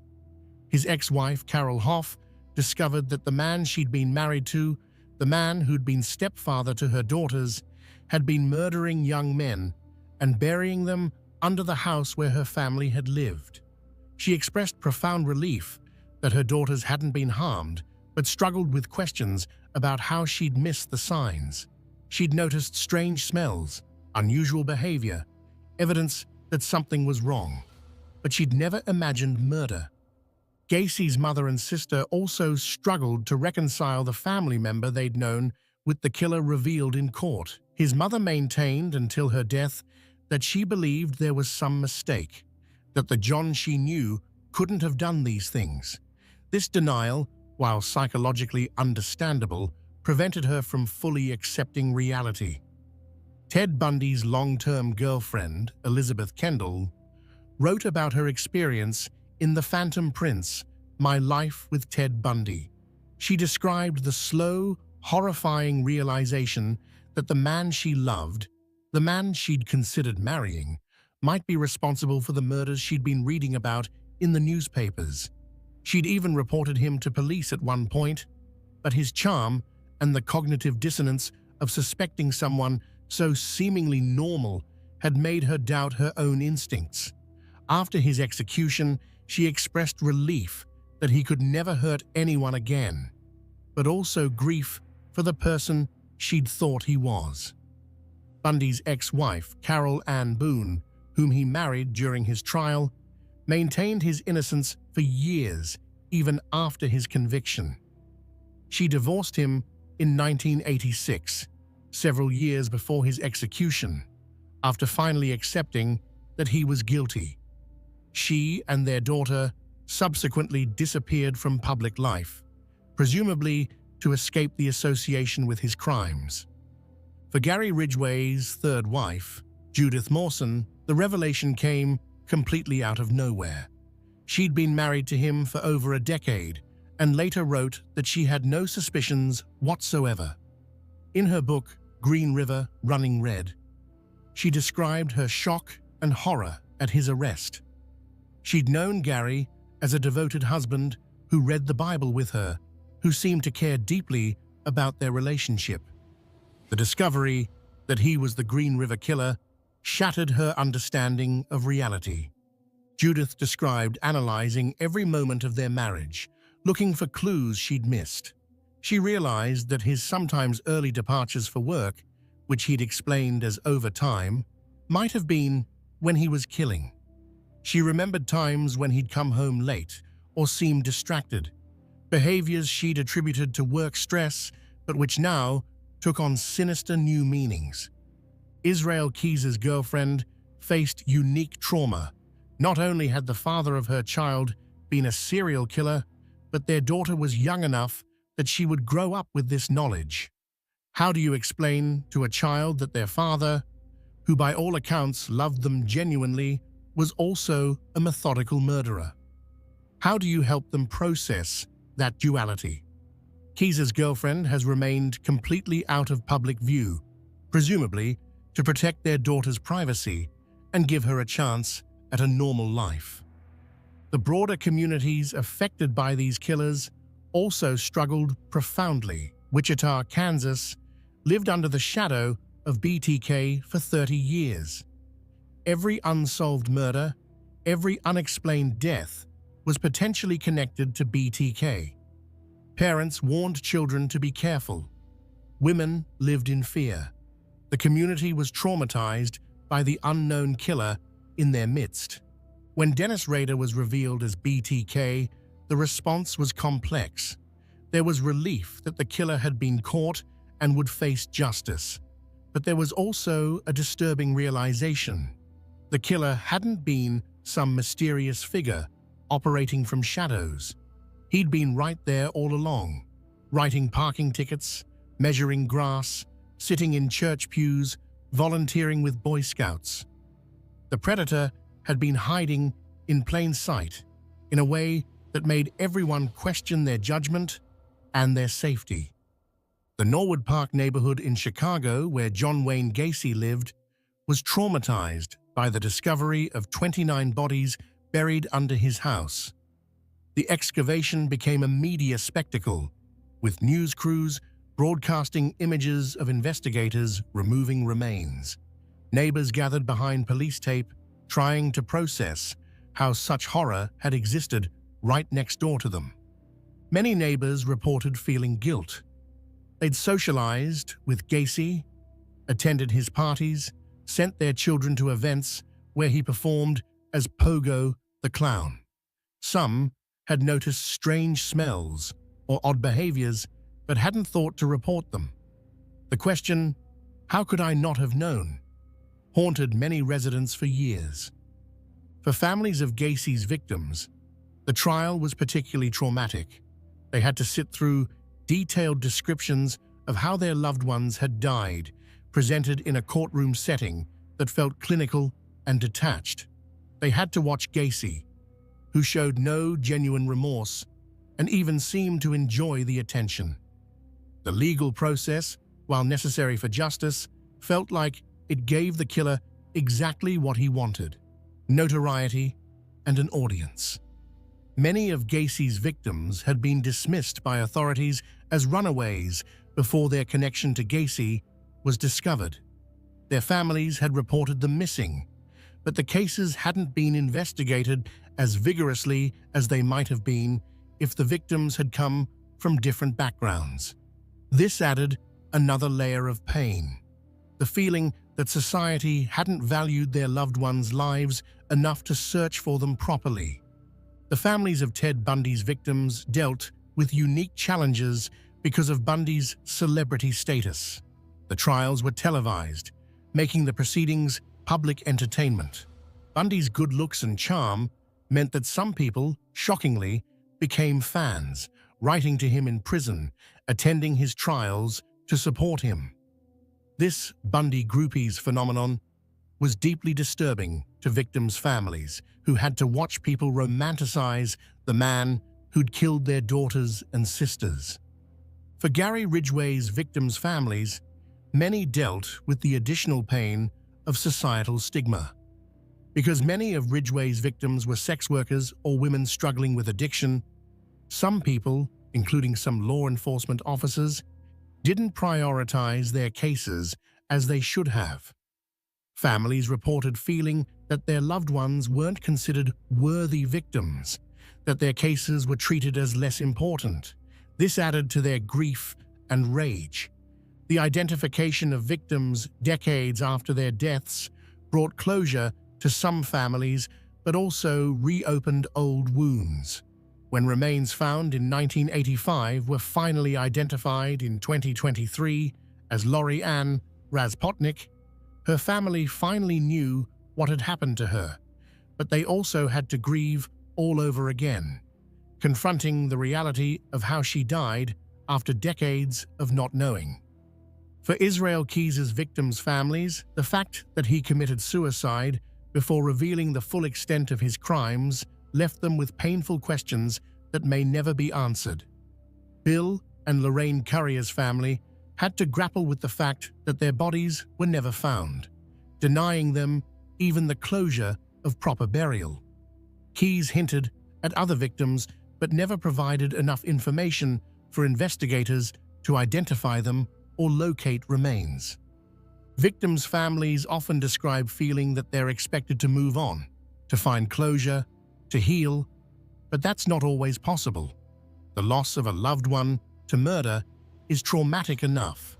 But when that murder was committed by someone who was hiding in plain sight, someone who seemed normal and trustworthy, it adds another layer of psychological complexity that makes healing even more difficult. Some families have channeled their trauma into advocacy.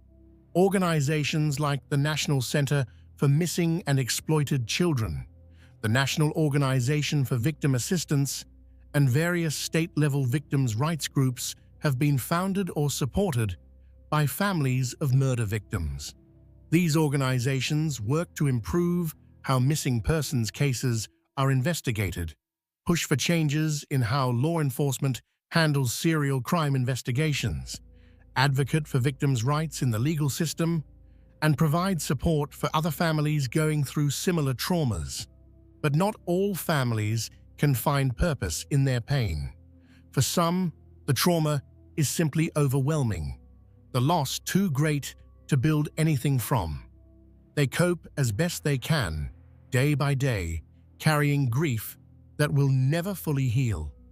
There's no right way to respond to such trauma, and families shouldn't be judged for how they handle an impossible situation. Therapists who work with families of serial killer victims describe unique challenges in these cases. The randomness of victimization, the fact that these people were simply in the wrong place at the wrong time, makes it harder to find meaning or explanation. There's no reason that can make sense of why this happened. The discovery that the killer was someone who seemed normal, who was hiding in plain sight, undermines basic assumptions about safety and security that therapy often relies on to help trauma survivors rebuild their lives. If you can't trust your ability to identify dangerous people, how do you feel safe in the world? This is a question that many survivors and family members struggle with for years or even the rest of their lives. Communities do eventually recover, though they're changed by the experience. Wichita moved forward after BTK's capture, though the city will always be associated with Dennis Rader. The northwest Chicago suburbs healed after Gacy's execution, though the neighborhood where he lived carries that history. The Seattle area has processed the Green River Killer case, though families are still finding answers decades later. But these places and these families carry scars.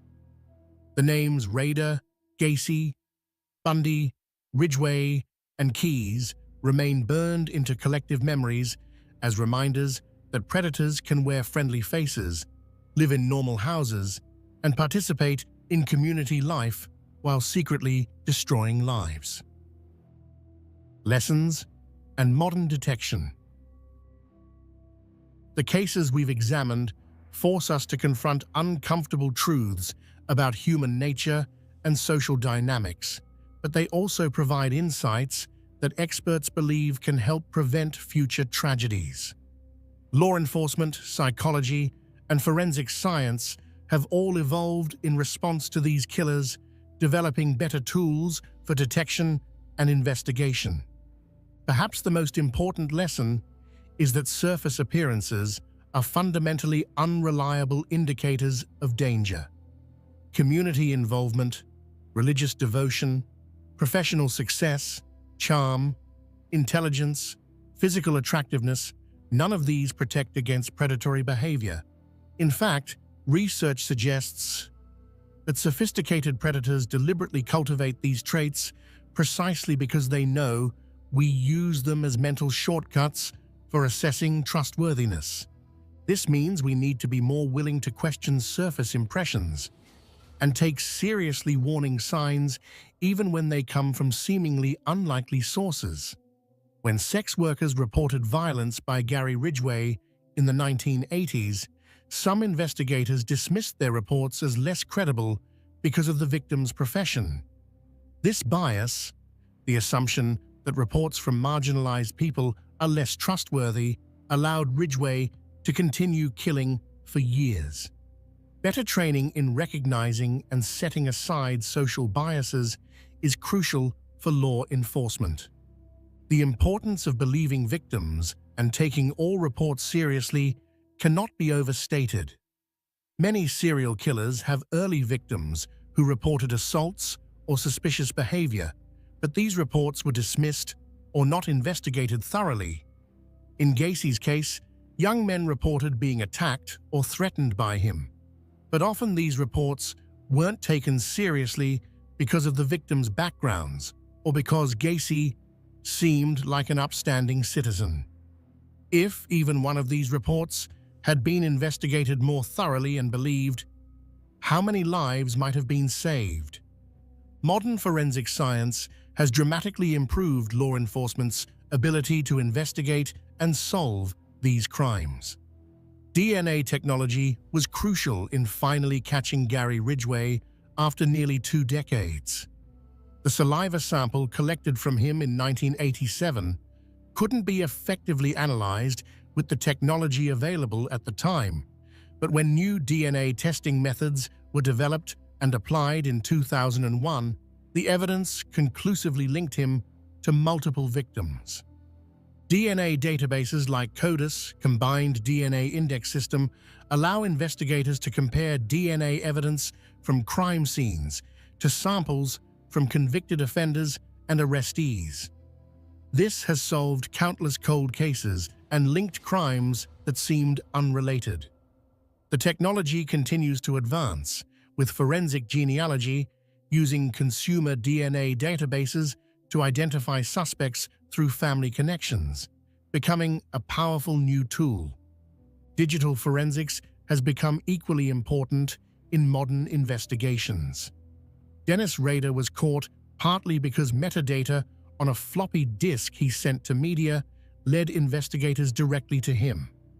Today's killers leave extensive digital footprints through cell phone records, internet searches, GPS data, social media activity, ATM cameras, traffic cameras, and countless other sources that didn't exist for earlier generations of offenders. The development of VICAP, Violent Criminal Apprehension Program, by the FBI in 1985 represented a crucial step forward in coordinating investigations across jurisdictions. VICAP is a database that allows law enforcement agencies to enter information about violent crimes and search for patterns that might connect cases across different locations. This system might have caught someone like Israel Keys earlier by connecting seemingly unrelated murders across state lines. However, VICAP relies on agencies voluntarily entering data, and not all jurisdictions participate fully. Improving interagency communication and data sharing remains an ongoing challenge. Different agencies use different systems, have different protocols, and sometimes compete rather than cooperate. Breaking down these barriers is essential for catching offenders who cross jurisdictional boundaries. Criminal profiling has evolved significantly since its early days. The FBI's Behavioral Analysis Unit, formerly the Behavioral Science Unit, continues to refine profiling techniques based on research and experience. Modern profilers understand that there's no single serial killer type, and that skilled offenders will deliberately structure their behavior to avoid fitting expected patterns. Geographic profiling, analyzing the spatial patterns of crime scenes to identify likely offender locations, has become a valuable tool. Research has shown that serial offenders often commit crimes in areas they're familiar with, and their crime locations often cluster around their home or workplace in predictable ways. Software programs can analyze crime scene locations and generate probability maps of where the offender likely lives or works. Experts emphasize that community awareness and education play important roles in prevention and early detection, teaching people about manipulation tactics, about how predators operate, about the fact that dangerous people don't always look dangerous. This education can potentially prevent victimization. Programs that teach children about appropriate boundaries, about trusting their instincts, about reporting uncomfortable situations, have proven valuable. Research suggests that many child victims of abuse had uncomfortable feelings about the abuser but didn't report them because the abuser was someone trusted by adults, like a teacher, coach, or family friend. Teaching children that it's okay to report when something feels wrong, even if it involves someone adults trust, can help protect them. The legal system has made improvements in response to lessons learned from serial killer cases, though challenges remain. Mandatory reporting laws for suspected abuse exist in all states, requiring certain professionals like teachers, doctors, and therapists to report suspected abuse to authorities. Better protocols for investigating missing persons have been implemented in many jurisdictions, with guidelines requiring thorough investigation rather than waiting periods before taking reports seriously. Victim support systems have improved, with victim advocacy programs helping families navigate the legal system and access resources. Victim impact statements are now allowed in most jurisdictions, giving families a voice in legal proceedings. Some states have enacted victims' rights amendments to their constitutions, providing legal protections for victims and their families. However, significant challenges remain in balancing civil liberties with public safety. We can't investigate everyone who seems slightly unusual or intrude into private lives without cause. The freedoms that make democratic society possible also create spaces where predators can operate. This tension between liberty and security is ongoing and doesn't have simple solutions. Resource limitations affect investigation quality significantly. Thorough investigations are expensive and time-consuming. Many law enforcement agencies, particularly in smaller jurisdictions, lack the resources to conduct extensive investigations of every suspicious circumstance. This means some warning signs may not be pursued as thoroughly as they should be. Advocacy for adequate funding for law enforcement training, forensic labs, and investigative resources is important. The digital age has created new challenges and new opportunities. Predators can now research victims online, learn about investigation techniques through the internet, communicate with potential victims through social media and apps. The same technology that can be used for investigation can also be used to facilitate crime. But these same technologies also leave extensive digital footprints that investigators can follow.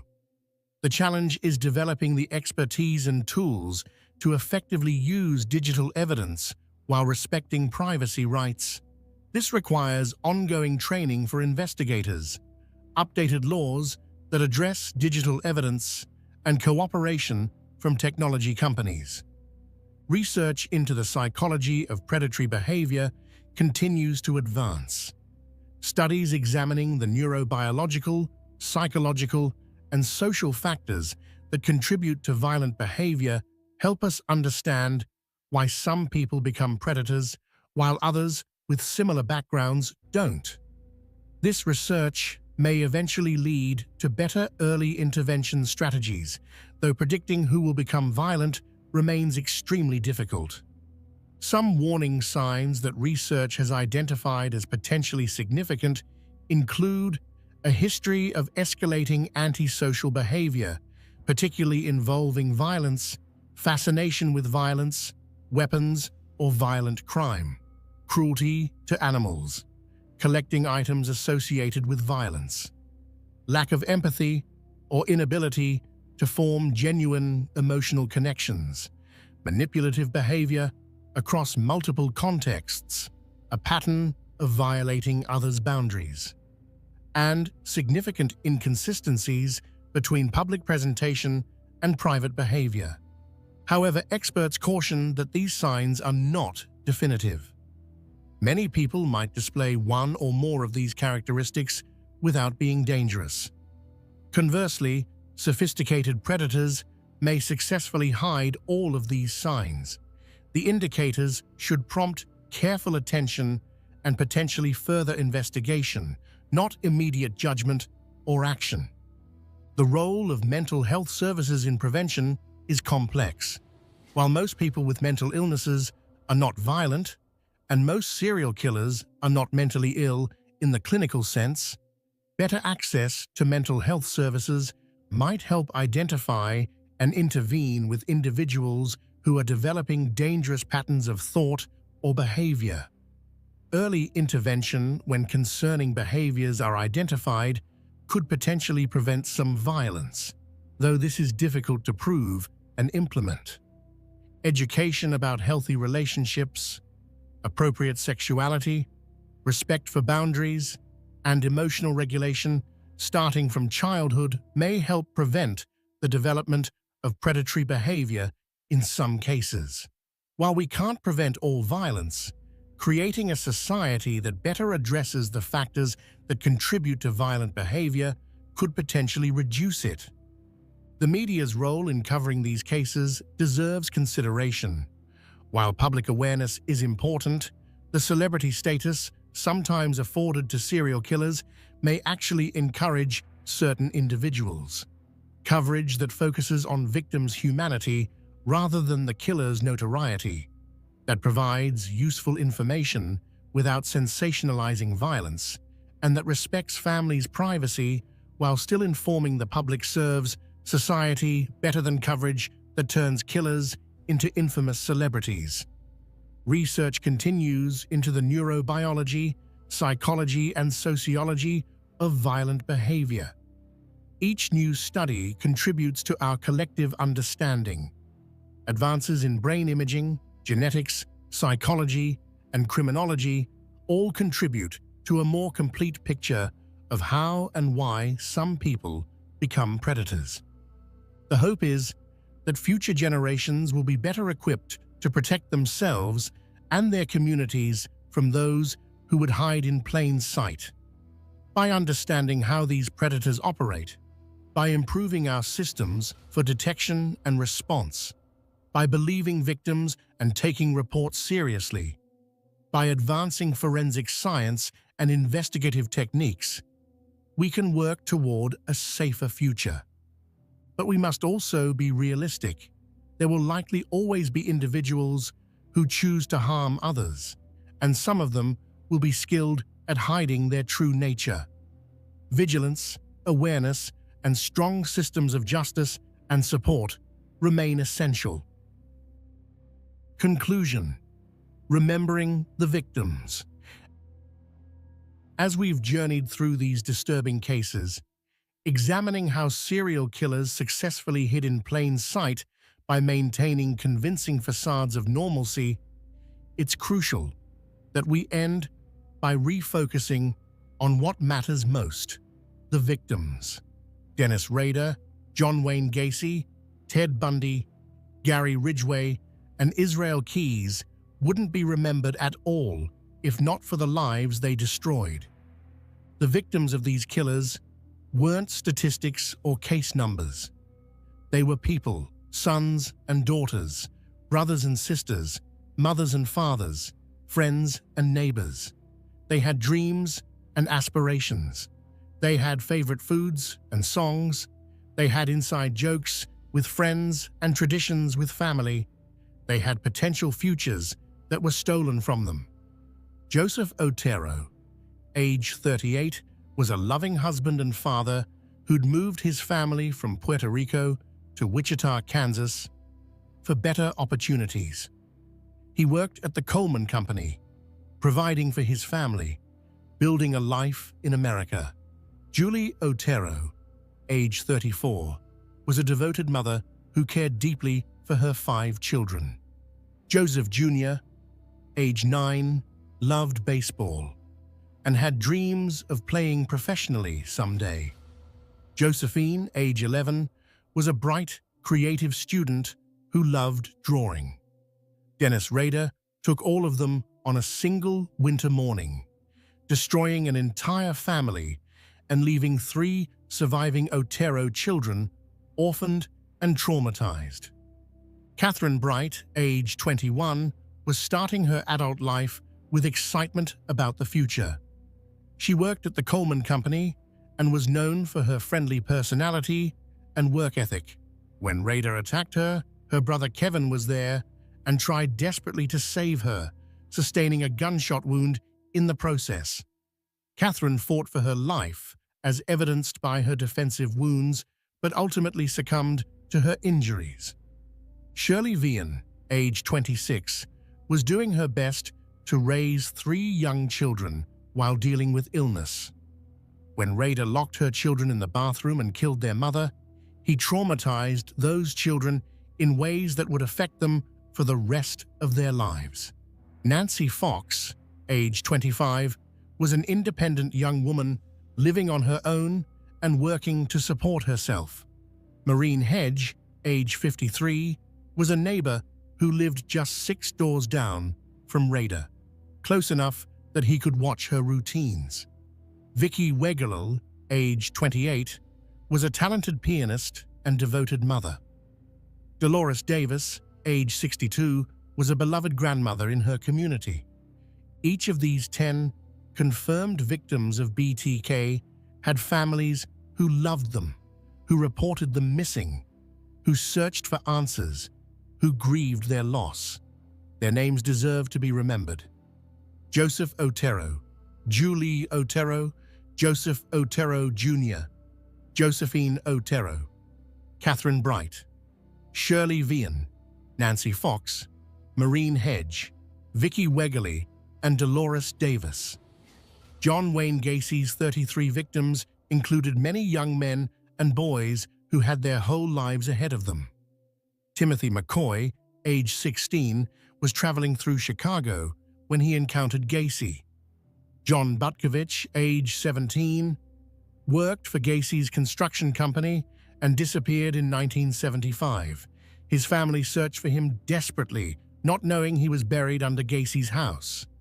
Darrell Sampson, 18, Randall Reffett, 15, Samuel Stapleton, 14. These were teenagers, some still in school, some just starting work, all with potential that would never be realized. Robert Peast, age 15, was the victim whose disappearance finally led to Gacy's capture. He was a good student, close to his family, excited about a potential job opportunity. His mother's determination to find her son and her insistence that police investigate Gacy led to the breakthrough that brought down one of America's most prolific serial killers.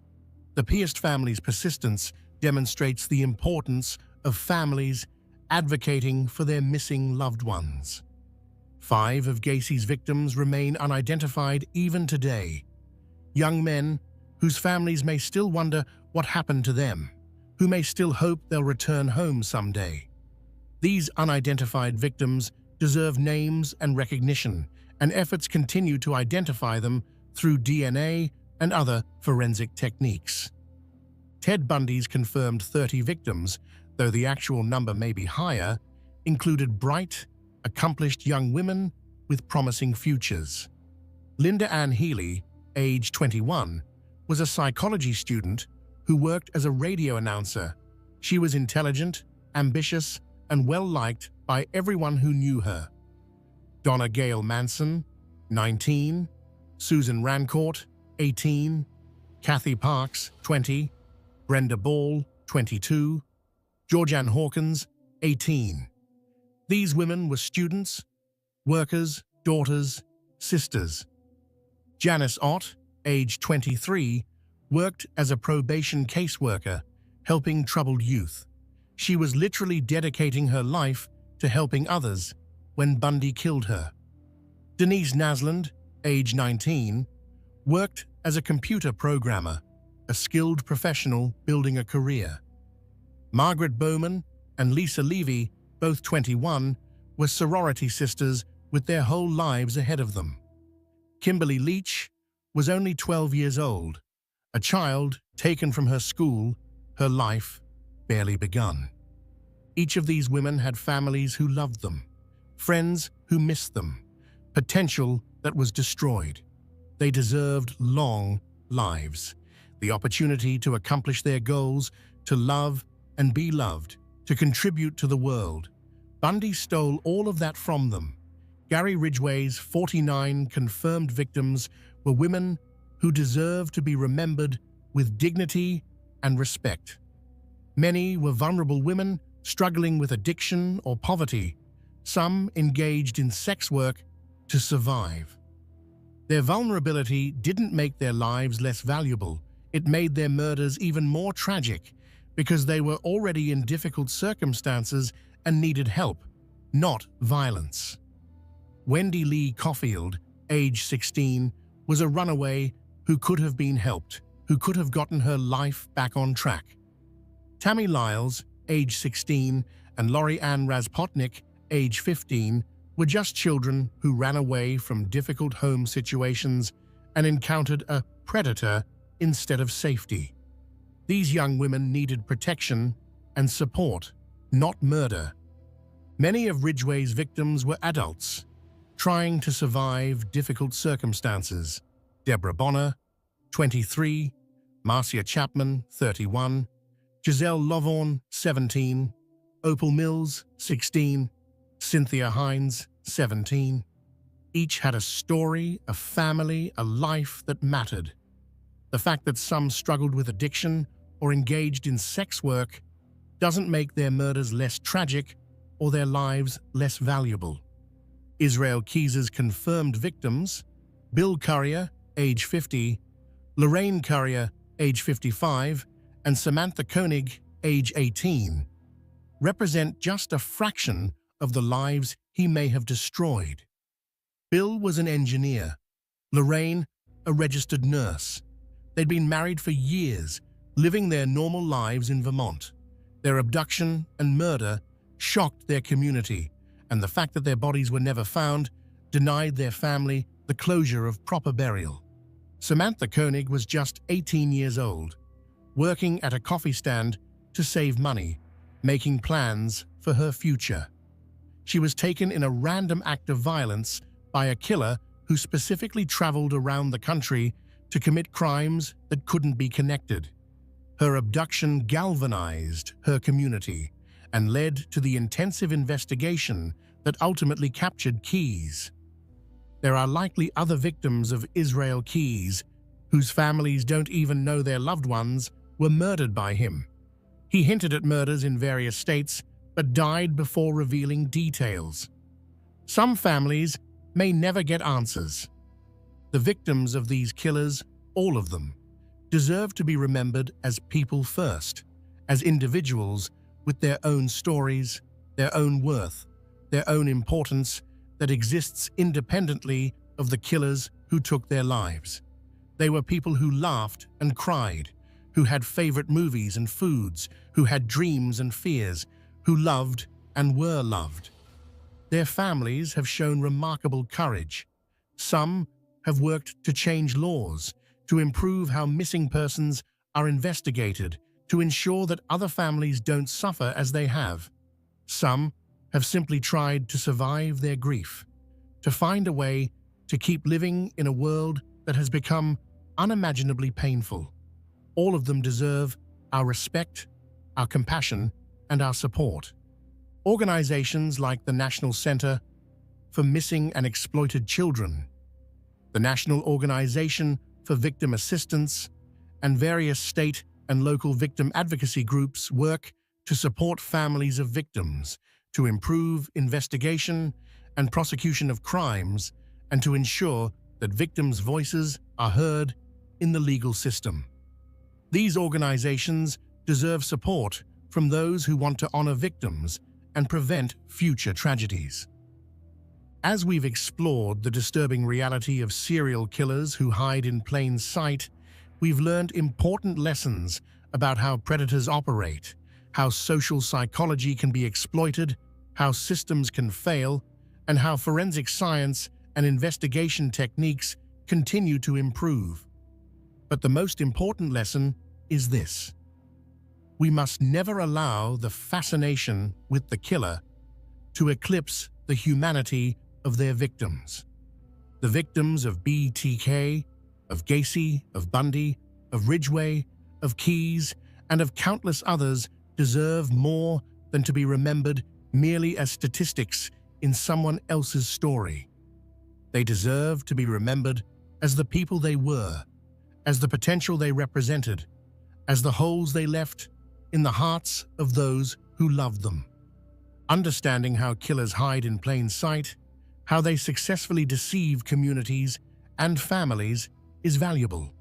This knowledge can potentially save lives by improving our ability to recognize warning signs, by enhancing investigative techniques, by making us all more aware of the realities of predatory behavior. But we must never lose sight of why this understanding matters.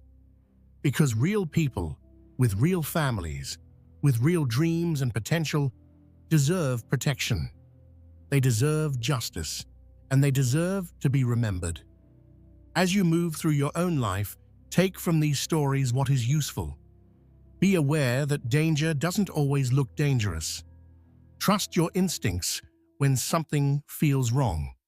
Take seriously reports of concerning behavior, especially from vulnerable people, whose reports might otherwise be dismissed. Support systems that protect the vulnerable. Advocate for adequate resources for law enforcement and victim services. Remember that the victims of violent crime deserve dignity, respect, and justice.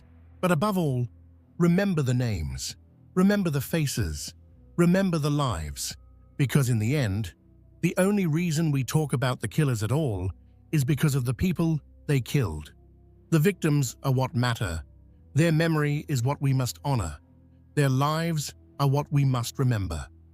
Thank you for joining me on this difficult journey through some of the darkest chapters of criminal history. These stories are painful, but they're important. They remind us to be vigilant, to be compassionate, to believe victims, and to never take safety for granted. If you found this presentation informative and handled with appropriate respect for the victims and their families, please like and subscribe to support this channel. Your support helps me continue creating well-researched, respectful true crime content that honors victims while educating about the realities of crime and justice. Take care of yourselves. Look out for each other. And remember, the most effective defense against predators is a community that pays attention, that believes victims, and that refuses to let evil hide in plain sight. This presentation is dedicated to the memory of all victims of violent crime and to their families who carry on despite unimaginable loss. Final word count, 21,847 words.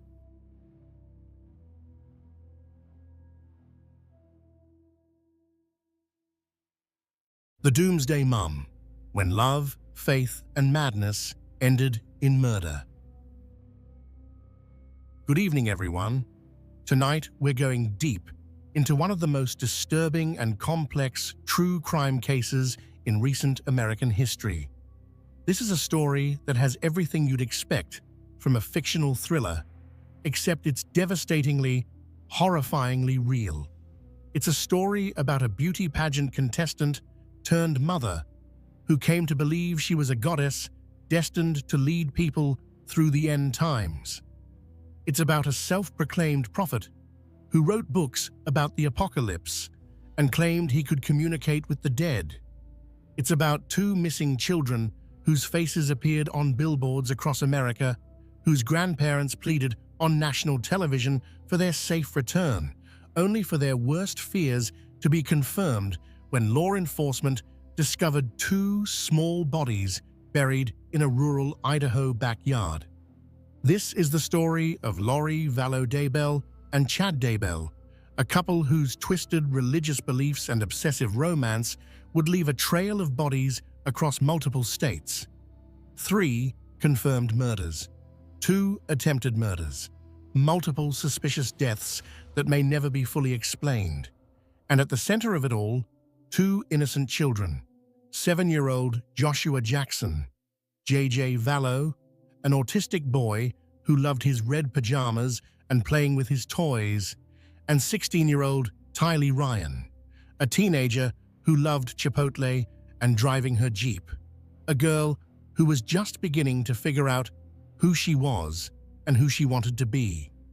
The case of the Doomsday Mom, as the media would come to call Lori Vallow Daybell, isn't just about murder. It's about how seemingly ordinary people can become radicalized by fringe beliefs. It's about how love can become obsession, how faith can become fanaticism, and how the human capacity for self-deception can lead to unspeakable evil. It's about a mother who referred to her own children as zombies, whose bodies had been possessed by dark spirits, who smiled for the camera on a Hawaiian beach just weeks after burying them in shallow graves. As we trace this story from its beginning, through the disappearance of J.J. and Tylee to the horrific discoveries that would follow, we'll explore not just what happened, but how it happened. How did a woman who friends described as a devoted mother transform into someone capable of murdering her own children? How did a seemingly harmless author of religious fiction become an accomplice to multiple homicides? And perhaps most importantly, how did they manage to operate for so long, leaving a wake of death behind them before anyone could stop them?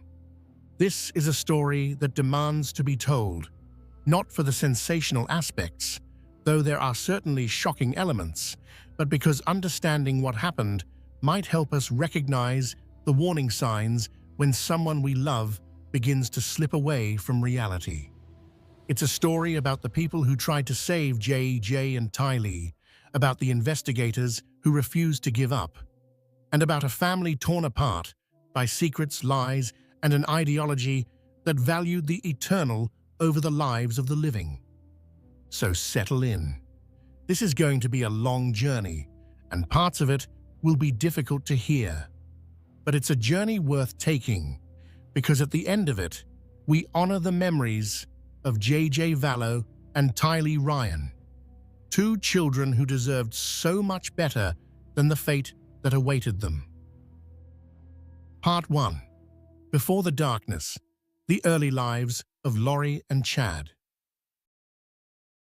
To understand how this story ends, we need to understand where it begins.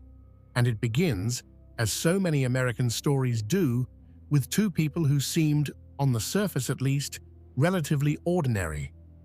Lori Noreen Cox was born on June 26, 1973, in Loma Linda, California, into a family that adhered to the Church of Jesus Christ of Latter-day Saints, commonly known as the Mormon Church. But her family wasn't just religiously conservative. They were also deeply suspicious of government authority. Her parents were tax protesters who followed sovereign citizen ideology, spending about 2 decades in conflict with the Internal Revenue Service. This anti-government sentiment, this belief that ordinary rules didn't necessarily apply to them, would be one of the threads running through Lori's entire life. Growing up, Lori was by all accounts attractive, charismatic, and ambitious. She had dreams of fame and success, dreams that seemed attainable when you looked at her. In 2004, she competed in the Mrs. Texas beauty pageant, standing on stage in evening gowns and swimsuits, smiling for judges who would assess her poise and personality. That same year, she appeared as a contestant on Wheel of Fortune, spinning the wheel and guessing letters, hoping to win cash and prizes. These weren't the actions of someone plotting murder. These were the actions of someone who wanted recognition, who wanted to be seen as special, who wanted to matter. But Lori's personal life was far less stable than her public image might suggest. Her romantic history was a series of beginnings and endings, marriages that started with hope and dissolved in acrimony. Her first marriage, in 1992 when she was just 19, was to her high school boyfriend. It ended quickly in divorce. In October 1995, she married again, and in 1996 gave birth to a son named Colby. That marriage also ended in divorce in 1998.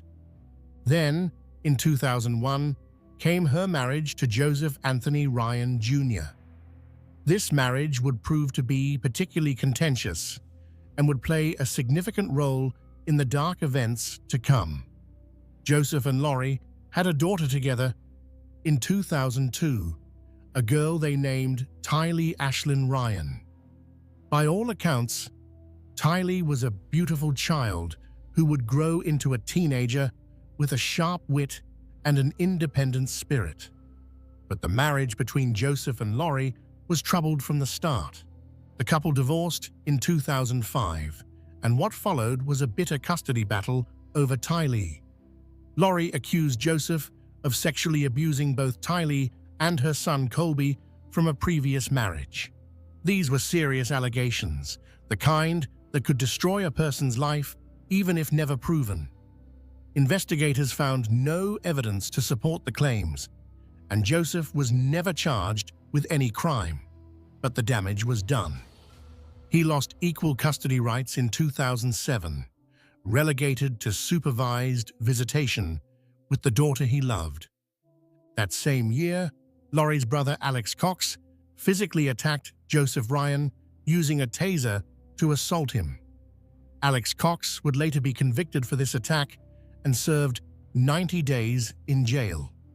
Years later, close friend Angeline Law would claim that Lori had once told her she'd hired her brother to attack Joseph because of things he'd allegedly done to the children. Whether this was true or just another layer of manipulation in Lori's growing pattern of behavior is unclear, but it established a pattern. Alex Cox was willing to use violence to protect his sister or to carry out her wishes. Joseph Ryan died on April 3, 2018, officially of arteriosclerotic cardiovascular disease, a heart attack. He was found in his Arizona apartment during a welfare check. At the time, his death was thoroughly investigated and determined to be from natural causes. Years later, after Lori's arrest in 2020, police reviewed Joseph Ryan's death with fresh eyes. A recording surfaced in which Lori mentioned wanting to kill Ryan, like Nephi killed, a reference to a Book of Mormon figure who killed a man under divine instruction. Despite this disturbing statement and the renewed investigation, authorities found no evidence whatsoever of foul play in Joseph's death. The medical evidence clearly supported natural causes. While the timing may seem suspicious given subsequent events, there is no factual basis to suggest Joseph Ryan was murdered. He died of heart disease. In 2006, between her divorce from Joseph Ryan and his eventual death, Lori married for a fourth time. Her new husband was Leland Charles Anthony Vallow, who went by the name Charles. Charles was a businessman, relatively successful, and, by all accounts, a genuinely good person. Friends described him as generous, caring, and devoted to his family. This marriage appeared, for a time at least, to offer Lori the stability she'd been seeking. In 2013, Charles and Lori made a decision that would ultimately become one of the most heartbreaking elements of this entire story. They adopted Charles's grandnephew, a little boy named Joshua Jackson Vallow, known to everyone as JJ. JJ's biological parents struggled with substance abuse, and when JJ was born with drugs in his system, spending time in the neonatal intensive care unit, it became clear he couldn't stay with them. Charles's sister Kay and her husband Larry Woodcock initially cared for JJ for nearly his first year of life, but ultimately, Charles and Laurie adopted him, giving him what everyone hoped would be a loving, stable home. JJ was diagnosed with autism, which meant he required extra care and attention. Friends and family members who knew Laurie during this time consistently described her as a patient, devoted mother. April Raymond, who met Laurie in 2015 in Hawaii, said Laurie did everything for JJ, that he and Tylee were the center of her world. The Laurie that people knew in the mid-2000s seemed like a woman who had finally found her calling in motherhood, who had put aside dreams of fame and recognition to focus on raising her children. But something was about to change. Something that would begin subtly, then accelerate with terrifying speed, transforming Laurie from a devoted mother into someone capable of unspeakable acts. Meanwhile, about 1,000 miles north, another life was unfolding. Chad Guy Daybell was born on August 11, 1968, in Provo, Utah, into a Mormon family. He grew up in the neighboring city of Springville, and by all accounts, had a relatively conventional Mormon upbringing. He was religious, studious, interested in both history and prophecy, interests that would eventually converge in his career as a writer. On March 9, 1990, Chad married Tammy Douglas in the Manti, Utah Temple, one of the sacred spaces where Mormons perform their most important religious ceremonies. This was Chad's first and, for many years, only marriage. Tammy was a school librarian, described by those who knew her as active, healthy, and devoted to her family and her community. Together, Chad and Tammy would have 5 children: Emma, Seth, Mark, Leah, and Garth. By all appearances, they were a solid family unit, raising their children in the Mormon faith and building a life together. In 2004, Chad and Tammy founded Spring Creek Book Company, a small publishing house focused on religious literature, particularly books aimed at Latter-day Saints readers. Tammy served as Chief Financial Officer and designed book covers, while Chad focused on writing and publishing. This was a modest operation, not making anyone rich, but providing a sense of purpose and a way to share Chad's increasing interest in apocalyptic prophecy and near-death experiences. In 2007, Chad published the first novel in his fictional series, Standing in Holy Places. These books weren't mainstream religious fiction. They were focused on the end times, on preparedness for catastrophic events, on the idea that believers needed to steel themselves for the coming apocalypse. As the years went on, Chad's writing became less clearly fictional and more focused on presenting his alleged visions as real prophecies. He began claiming he'd had a near-death experience that gave him the ability to receive direct messages from God. He asserted that the world would end on July 22, 2020, in a series of natural disasters that would usher in the second coming of Jesus Christ. By the mid-2000s, Chad had developed a following in certain corners of the Mormon community, particularly among those interested in preparedness culture, people stockpiling food and supplies for the end times. He positioned himself as a prophet, someone chosen by God to lead 144,000 people through the apocalypse, a number drawn from the Book of Revelation. He also claimed he possessed the ability to see people's souls, to determine whether they had light or dark spirits. Those with dark spirits, he reportedly said, were zombies whose bodies had been taken over by evil forces. These zombies, Chad taught, could only be freed if their physical bodies were killed, releasing the original soul from its prison. These weren't mainstream Mormon beliefs. In fact, they directly contradicted much of what the LDS Church teaches. But to a certain type of believer, someone seeking special knowledge, secret truths, and the promise of being among the chosen few, Chad's teachings were intoxicating. He was offering not just salvation, but significance. He was telling people they were special, that they had been selected for a divine purpose. In 2015, Chad claimed he'd received a divine message telling him to relocate to Rexburg, Idaho. This was supposedly because Utah would be devastated by an earthquake that year, a prediction that never came to pass, though apparently this didn't shake the faith of Chad's followers. That June, Chad and Tammy moved to Salem, Idaho, just outside Rexburg, purchasing a property with several acres of land. Tammy continued working as a librarian while Chad focused on his writing and his growing role as a speaker at religious conferences. Around this same time, Lori Vallow in Arizona became interested in Chad Daybell's books.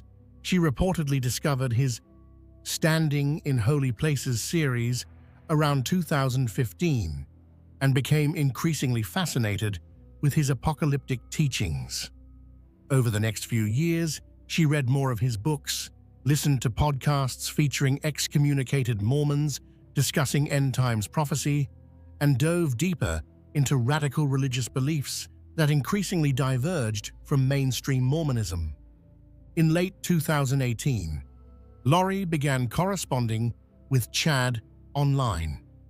Here were two people, both in what appeared to be stable marriages, both raising families, who found in each other something they'd been missing. For Chad, perhaps it was adoration and validation from an attractive woman who hung on his every word. For Lori, perhaps it was the promise of special significance, the idea that she wasn't just another suburban mum, but rather a goddess with a divine mission. In October 2018, Lori attended a Preparing a People conference where Chad was speaking and signing books. This was where they met in person for the first time. According to later testimony from Lori's friend, Melanie Gibb, the connection between Lori and Chad was immediate and intense. They began communicating constantly, and Chad started telling Lori things that would fundamentally alter her perception of reality. He told her that they had been married to each other in multiple past lives. He said they were destined to be together for eternity and that they would lead the 144,000 chosen people through the end times. He told her that various people in their lives, including their own spouses, had become zombies possessed by dark spirits. Charles Vallow, Lori told Melanie Gibb, had been replaced by a demon named Ned or Hiplos. Tammy Daybell, according to texts between Chad and Lori, had been possessed by a spirit named Viola and was in limbo. And later, horrifyingly, Lori would tell people that her own children, Jay, and Tylee, had also become zombies. This belief system, according to prosecutors and expert testimony, wasn't harmless religious enthusiasm. It provided a framework that justified murder. Because if you genuinely believe that someone's soul has been replaced by an evil spirit, and if you believe that killing their body will free their soul, then murder becomes not just justified but necessary. It becomes a mercy, an act of spiritual liberation. And so, as 2018 turned into 2019, two families, the Vallows in Arizona and the Daybells in Idaho, were headed toward a collision course that would end in death and devastation. Part 2. The First Death. Charles Vallow. Charles Vallow had been noticing changes in his wife for months, and by early 2019, he was deeply worried. The woman he'd married, the mother who had seemed so devoted to their children, was acting completely differently. She was distant, secretive, spending hours on her phone, communicating with people Charles didn't know. She was making increasingly bizarre statements about religious prophecies and the end of the world. And most disturbingly, she'd begun talking about Charles himself in frightening terms. On January 31, 2019, Gilbert, Arizona police officers responded to the Vallow home. The body cam footage from that night shows Charles, clearly distressed, trying to explain to officers that his wife had become unhinged. He told them that Lori believed she was a goddess, preparing for the end of days. He said she'd threatened to murder him. The concern on Charles's face in that footage is palpable. This was a man who knew something was terribly wrong, but didn't know how to fix it.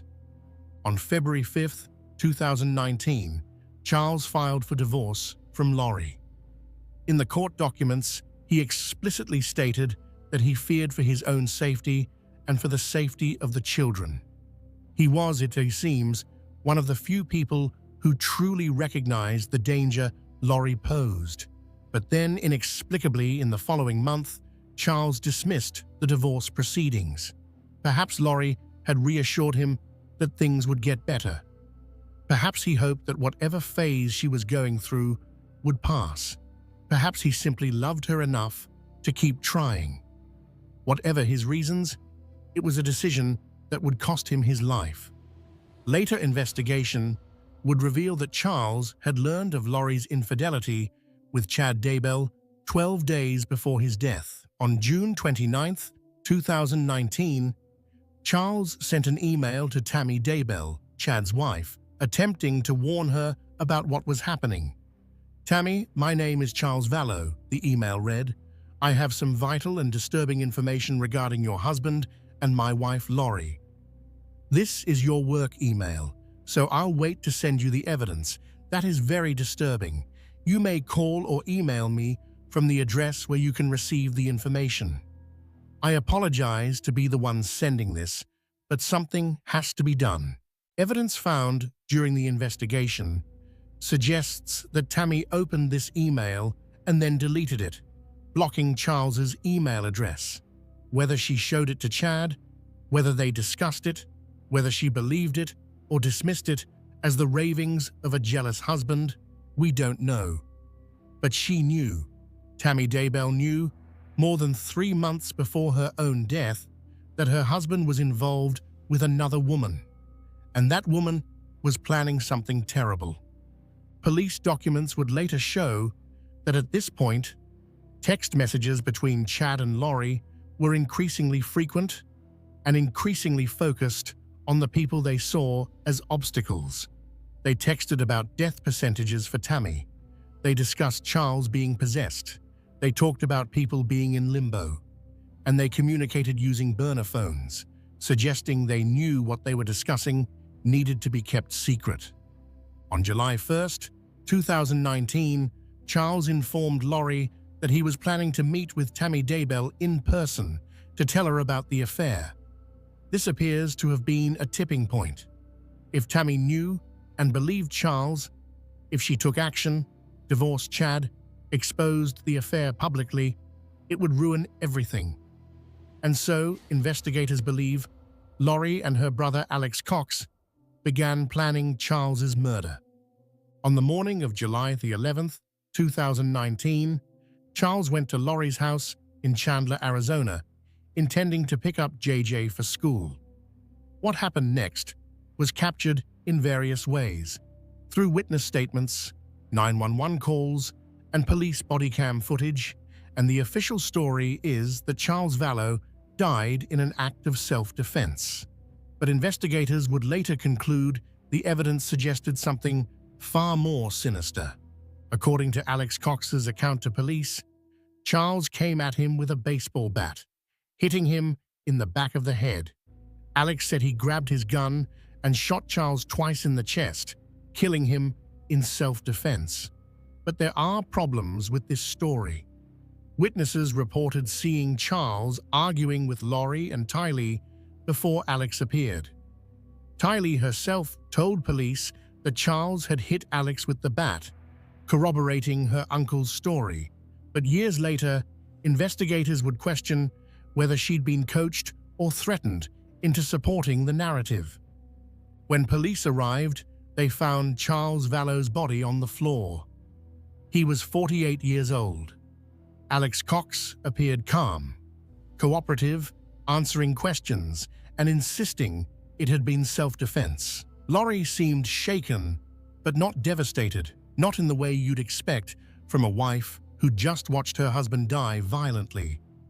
The police investigated, but without clear evidence contradicting Alex's account, and with Tylee supporting his version of events, no charges were filed. Alex Cox walked free. Looking back, there are red flags everywhere. Alex Cox had a history of violence, particularly when it came to protecting Lori from her husbands. He'd attacked Joseph Ryan with a taser years earlier. Texts between Lori and her friends around this time show her referring to Charles as a zombie who had to be stopped. The day Charles Vallow was killed, his life insurance policy named Lori as the beneficiary for $1 million. Prosecutors would later argue this was part of the motive. However, what Lori apparently didn't know was that Charles had changed his life insurance beneficiary just months earlier, removing Lori and naming his sister Kay Woodcock instead. When the insurance company denied Lori's claim, she was reportedly furious. She'd helped orchestrate the murder of her husband, and she wasn't even going to get the money she'd been counting on. But if Lori was angry about the insurance money, she didn't let it slow her down. Less than 3 weeks after Charles's death, she moved Tylee and JJ from Arizona to Rexburg, Idaho. She rented an apartment in the same complex where Alex Cox conveniently also rented a unit. And perhaps most significantly, she was now living near Chad Daybell, the man who had convinced her she was a goddess, the man who told her they were meant to be together for eternity. The move to Idaho in late August 2019 would mark the beginning of the end for Tylee and JJ. Their faces would appear on missing persons posters. Their grandparents would plead for information on national news. And eventually, 9 months after they disappeared, their small bodies would be found buried in Chad Daybell's backyard, hidden beneath the Idaho soil. But we're getting ahead of the story, because before the children disappeared, before their bodies were buried, there was a period of several weeks when they were still alive, still attending school, still appearing in photos, still capable of being saved. If only someone had intervened, if only someone had seen what was happening and stopped it before it was too late. Part 3. The Last Days of Tylee and JJ. When Lori Vallow moved her children to Rexburg, Idaho in late August 2019, it must have seemed to Tylee like just another upheaval in what had been an increasingly chaotic life. Tylee was 16 years old. At that particular age, where independence and identity are everything, where being uprooted from your friends and your familiar surroundings feels like the end of the world. According to her best friend from Arizona, Tylee hadn't wanted to move to Idaho. But she went anyway, reportedly because she wanted to protect her little brother JJ.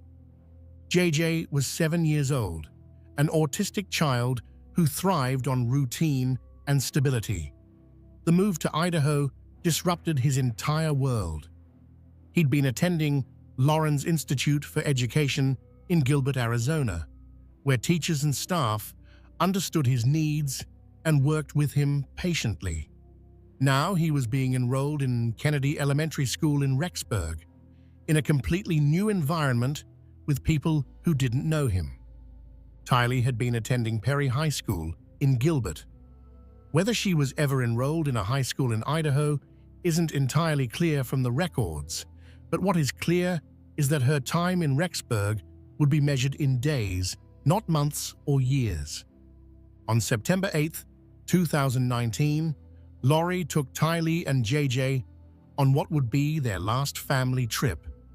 Lori's brother, Alex Cox, drove them in his Ford F-150 to Yellowstone National Park. They spent the day touring the park, taking photos, appearing for all the world like a normal family, enjoying the natural beauty of Yellowstone's geysers and hot springs and wildlife. There are photographs from this day that would later become crucial evidence.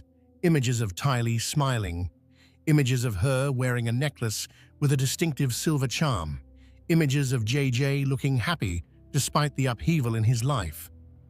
The last photo taken of Tylee shows her near a body of water at Yellowstone, her long hair blown by the wind, very much alive. The timestamp on that photo would later become significant because it established the last time anyone outside of Lori, Chad, and Alex definitely saw Tylee alive. According to phone records, Alex Cox's phone pinged at a restaurant in West Yellowstone, Montana at 8:37 p.m. that evening. By midnight, they'd returned to Rexburg. The phone records from that night paint a disturbing picture. At around midnight, Alex returned to his own apartment. But at 2:42 a.m., he went back to Lori's apartment. What happened during those early morning hours? What was discussed? We don't know for certain, but we know what happened the next morning. The morning of September 9th, 2019, data from Alex Cox's cell phone placed him at Chad Daybell's property, specifically near the pet cemetery and fire pit area on Chad's land. The phone remained at that location for approximately 2 hours. About 14 minutes after Alex's phone showed him leaving the property, Chad Daybell sent a text message to his wife Tammy, who was away from home. The text read, "I spotted a big raccoon along the fence. I had my gun handy, and he is now in our pet cemetery. Fun times." This text message would later become one of the most chilling pieces of evidence in the case. Because when investigators eventually searched Chad Daybell's property 9 months later, they wouldn't find a raccoon in the pet cemetery.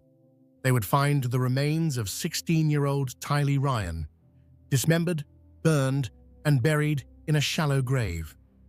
The forensic analysis would later reveal just how horrific Tylee's death had been. Her body had been burned while still whole, not in pieces, according to forensic anthropologist Dr. Eric Bartelink.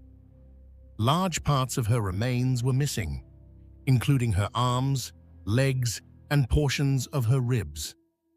What was found was examined by forensic experts who discovered evidence of blunt force trauma to many of her bones. The cause of death was officially listed as homicide by unspecified means because the extent of the burning and dismemberment made it impossible to determine exactly what had killed her. But there's no question that she died violently. Tylee's DNA would be found on a pickaxe and a shovel in Chad Daybell's garage. Surveillance footage would show Alex Cox and Lori visiting a storage unit on multiple occasions after Tylee's death, presumably disposing of evidence or moving belongings. But in the immediate aftermath, Lori said nothing. She didn't report Tylee missing. She didn't tell friends or family where Tylee had gone. She simply acted as if her teenage daughter had ceased to exist. When people asked about Tylee in the following weeks and months, Lori had various stories. Sometimes she said Tylee was at school. Sometimes she said she was with friends. Sometimes she said she'd gone to college, even though at 16, that would have been unusual. Lori's friend, Melanie Gibb, would later testify that she heard Lori refer to Tylee as a zombie, using the language Chad Daybell had taught her to describe people whose bodies had supposedly been taken over by dark spirits. If Lori truly believed this, if she genuinely thought Tylee's soul had been replaced and that murdering her daughter's body was somehow an act of spiritual liberation, it's hard to imagine a more tragic delusion.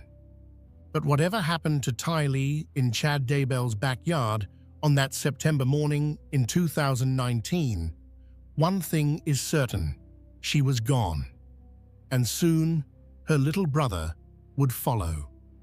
J.J. Vallow continued attending Kennedy Elementary School in Rexburg after Tylee's disappearance. Though one wonders what he was thinking, what questions he might have asked about where his sister had gone. JJ's autism meant he likely relied heavily on Tylee for emotional support and stability. Suddenly losing her must have been deeply confusing and frightening for him. On the weekend of September 21st to 22nd, 2019, Lori's friends, Melanie Gibb and David Warwick, were staying with her in Rexburg. This was about 2 weeks after Tylee had disappeared. On the evening of September 22nd, David Warwick witnessed Alex Cox carrying JJ into Lori's apartment. The boy was reportedly asleep on his uncle's shoulder. But the next morning, when Warwick asked to see JJ, Lori told him that JJ was being a zombie and that Alex had to take him away. This language, calling her own son a zombie, Bess, would later be crucial in establishing that Lori had adopted Chad's belief system completely. She wasn't just going along with Chad's ideas to please him. She genuinely believed, or claimed to believe, that her children had been possessed by dark spirits and needed to be eliminated. September 23, 2019, would be the last day anyone definitively saw J.J. Vallow alive. The next morning, according to phone records, Alex Cox's cell phone returned to Chad Daybell's property. This time, Alex was there for only about 17 minutes. 17 minutes to kill a 7-year-old boy and hide his body. 17 minutes to end the life of a child who had been born into difficult circumstances, who had overcome challenges associated with his autism, who had been adopted into what he thought was a loving family, only to be murdered by the very people who were supposed to protect him. When investigators eventually found JJ's body, the condition in which he was discovered would break the hearts of everyone who saw the evidence. JJ had been wrapped tightly in black plastic bags, his hands and feet bound with gray duct tape. His mouth had duct tape over it. A white plastic bag had been placed over his head. The official cause of death was asphyxiation. He had essentially been suffocated, wrapped up like garbage, and buried near a tree on Chad Daybell's property. Dr. Garth Warren, the forensic pathologist who conducted JJ's autopsy, noted scratch marks on the plastic bag near where JJ's hands had been. Dr. Warren testified that these could suggest JJ had tried to scratch the bag off his head, that he might have been conscious and fighting for his life as he suffocated. JJ also had bruises on his wrists and ankles, consistent with the duct tape bindings, and an abrasion on his neck. There were no signs of disease or other trauma to his internal organs.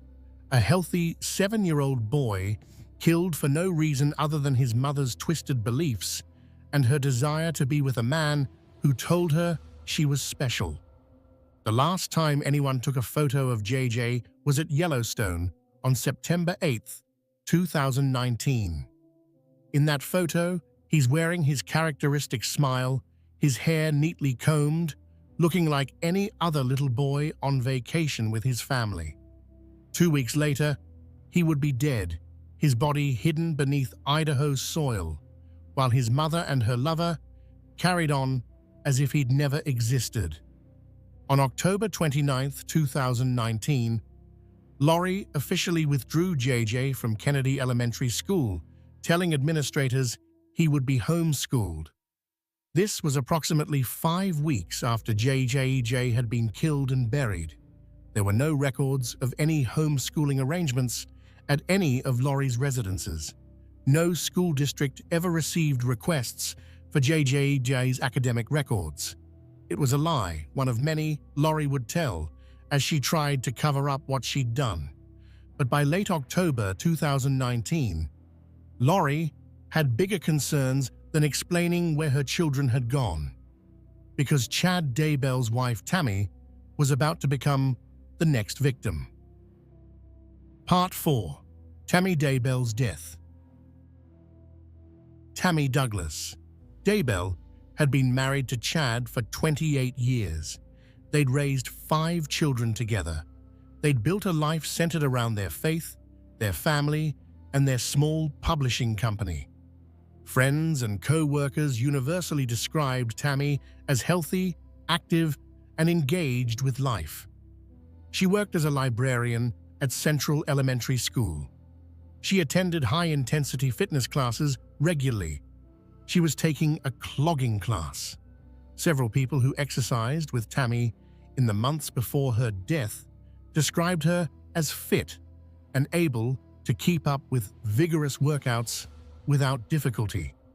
Tammy was 49 years old in October 2019. There was no indication she was seriously ill.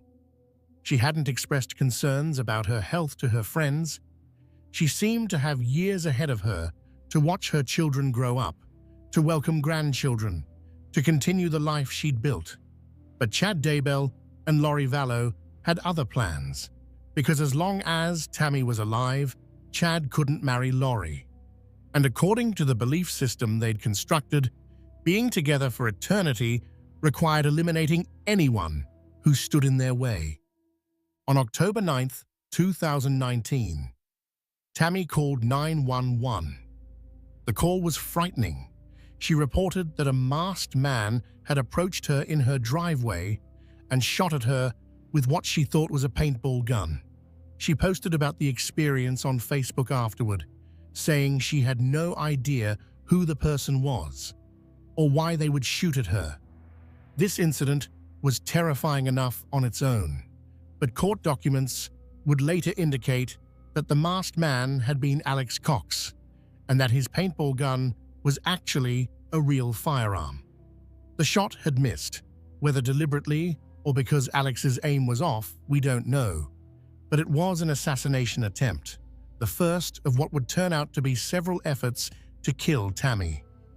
Cell phone records would later show that Alex Cox's phone was near the Daybell property on October 9, 2019.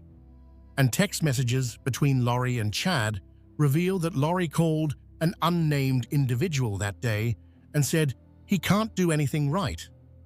Was she frustrated that Alex had failed to kill Tammy? It certainly seems possible. 10 days later, on October 19, 2019, Tammy Daybell died in her bed. Her son, Garth Daybell, said he and Chad had found her unresponsive that morning and called 911. The 911 call featured Chad sounding distressed, reporting that his wife had died. When Rexburg police officer Alyssa Greenhalgh arrived at the scene, she found Chad and Garth in the living room. She described Chad as distraught and crying. Garth was quiet and reserved, likely in shock. Chad told Officer Greenhalgh that Tammy had woken up around midnight with a coughing fit and had vomited multiple times. He said he'd helped her back to bed and then woke later that morning when she fell from the bed, pulling the blankets off him. That's when he discovered she was unresponsive. He mentioned that Tammy had fallen about a month earlier and didn't have any major medical issues, though he referenced some fainting episodes and shaking fits, that might have been seizures. Fremont County Coroner Brenda Dye was called to the scene. When she arrived, Chad was very upset, pacing around. Dye examined Tammy's body and noted that it was cold, with rigor mortis already setting in. Tammy's body showed blood pooling consistent with having died on her back. There was pink foam around her mouth, a fluid that can leak into airways when people die. Dye also noticed what she initially identified as old bruises on Tammy's body. Based on Chad's account of Tammy's recent health issues, the coughing, the vomiting, the supposed fainting spells and seizures, Coroner Dye initially ruled the death as natural causes, likely a heart attack. Tammy's body was released to the family, and no autopsy was performed. Chad and his children specifically declined to have an autopsy done. Tammy was buried 3 days later on October 22, 2019, in a cemetery in Springville, Utah, near her beloved mother. Chad's choice to bury Tammy in Utah rather than Idaho raised some eyebrows among those who knew the family. When questioned about it, Chad explained that the weather was colder in Rexburg and that Tammy would have wanted to be buried near her mother. It seemed like a reasonable explanation, but looking back, you have to wonder if Chad chose to bury Tammy in Utah to make it more difficult for investigators to exhume her body if questions ever arose about her death. Less than 24 hours after reporting Tammy's death, Chad sent a text message to Lori. "I know exactly how you feel." What did he mean by this? Was he referencing the deaths of Charles Vallow and the children? Was he acknowledging that he'd just gotten away with murder, just as Lori had? The exact meaning is ambiguous, but the timing is chilling. Approximately 2 weeks after Tammy's funeral, on November 5, 2019, Chad Daybell and Lori Vallow got married on a beach in Hawaii. Let that timeline sink in. 28-year marriage ends. Wife buried. 14 days later, beach wedding to a woman whose husband had been killed less than 4 months earlier and whose 2 children had recently disappeared. Photos from the wedding show Chad and Lori smiling, barefoot on the sand, looking for all the world like 2 people in love, starting a new life together. Text messages from around this time show Lori talking about their completed mission, about how they were now free to be together eternally. On October 2, 2019, Lori had purchased a wedding ring on Amazon, the same day as another significant event we'll discuss shortly. The ring was later seen on her finger in wedding photos.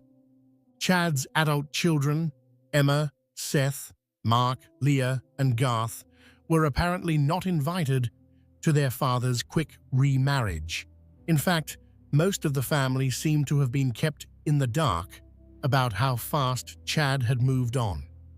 When Tammy's sister, Samantha Gwilliam, learned that Chad had remarried only 2 weeks after Tammy's death and 1 month after her burial, she was shocked.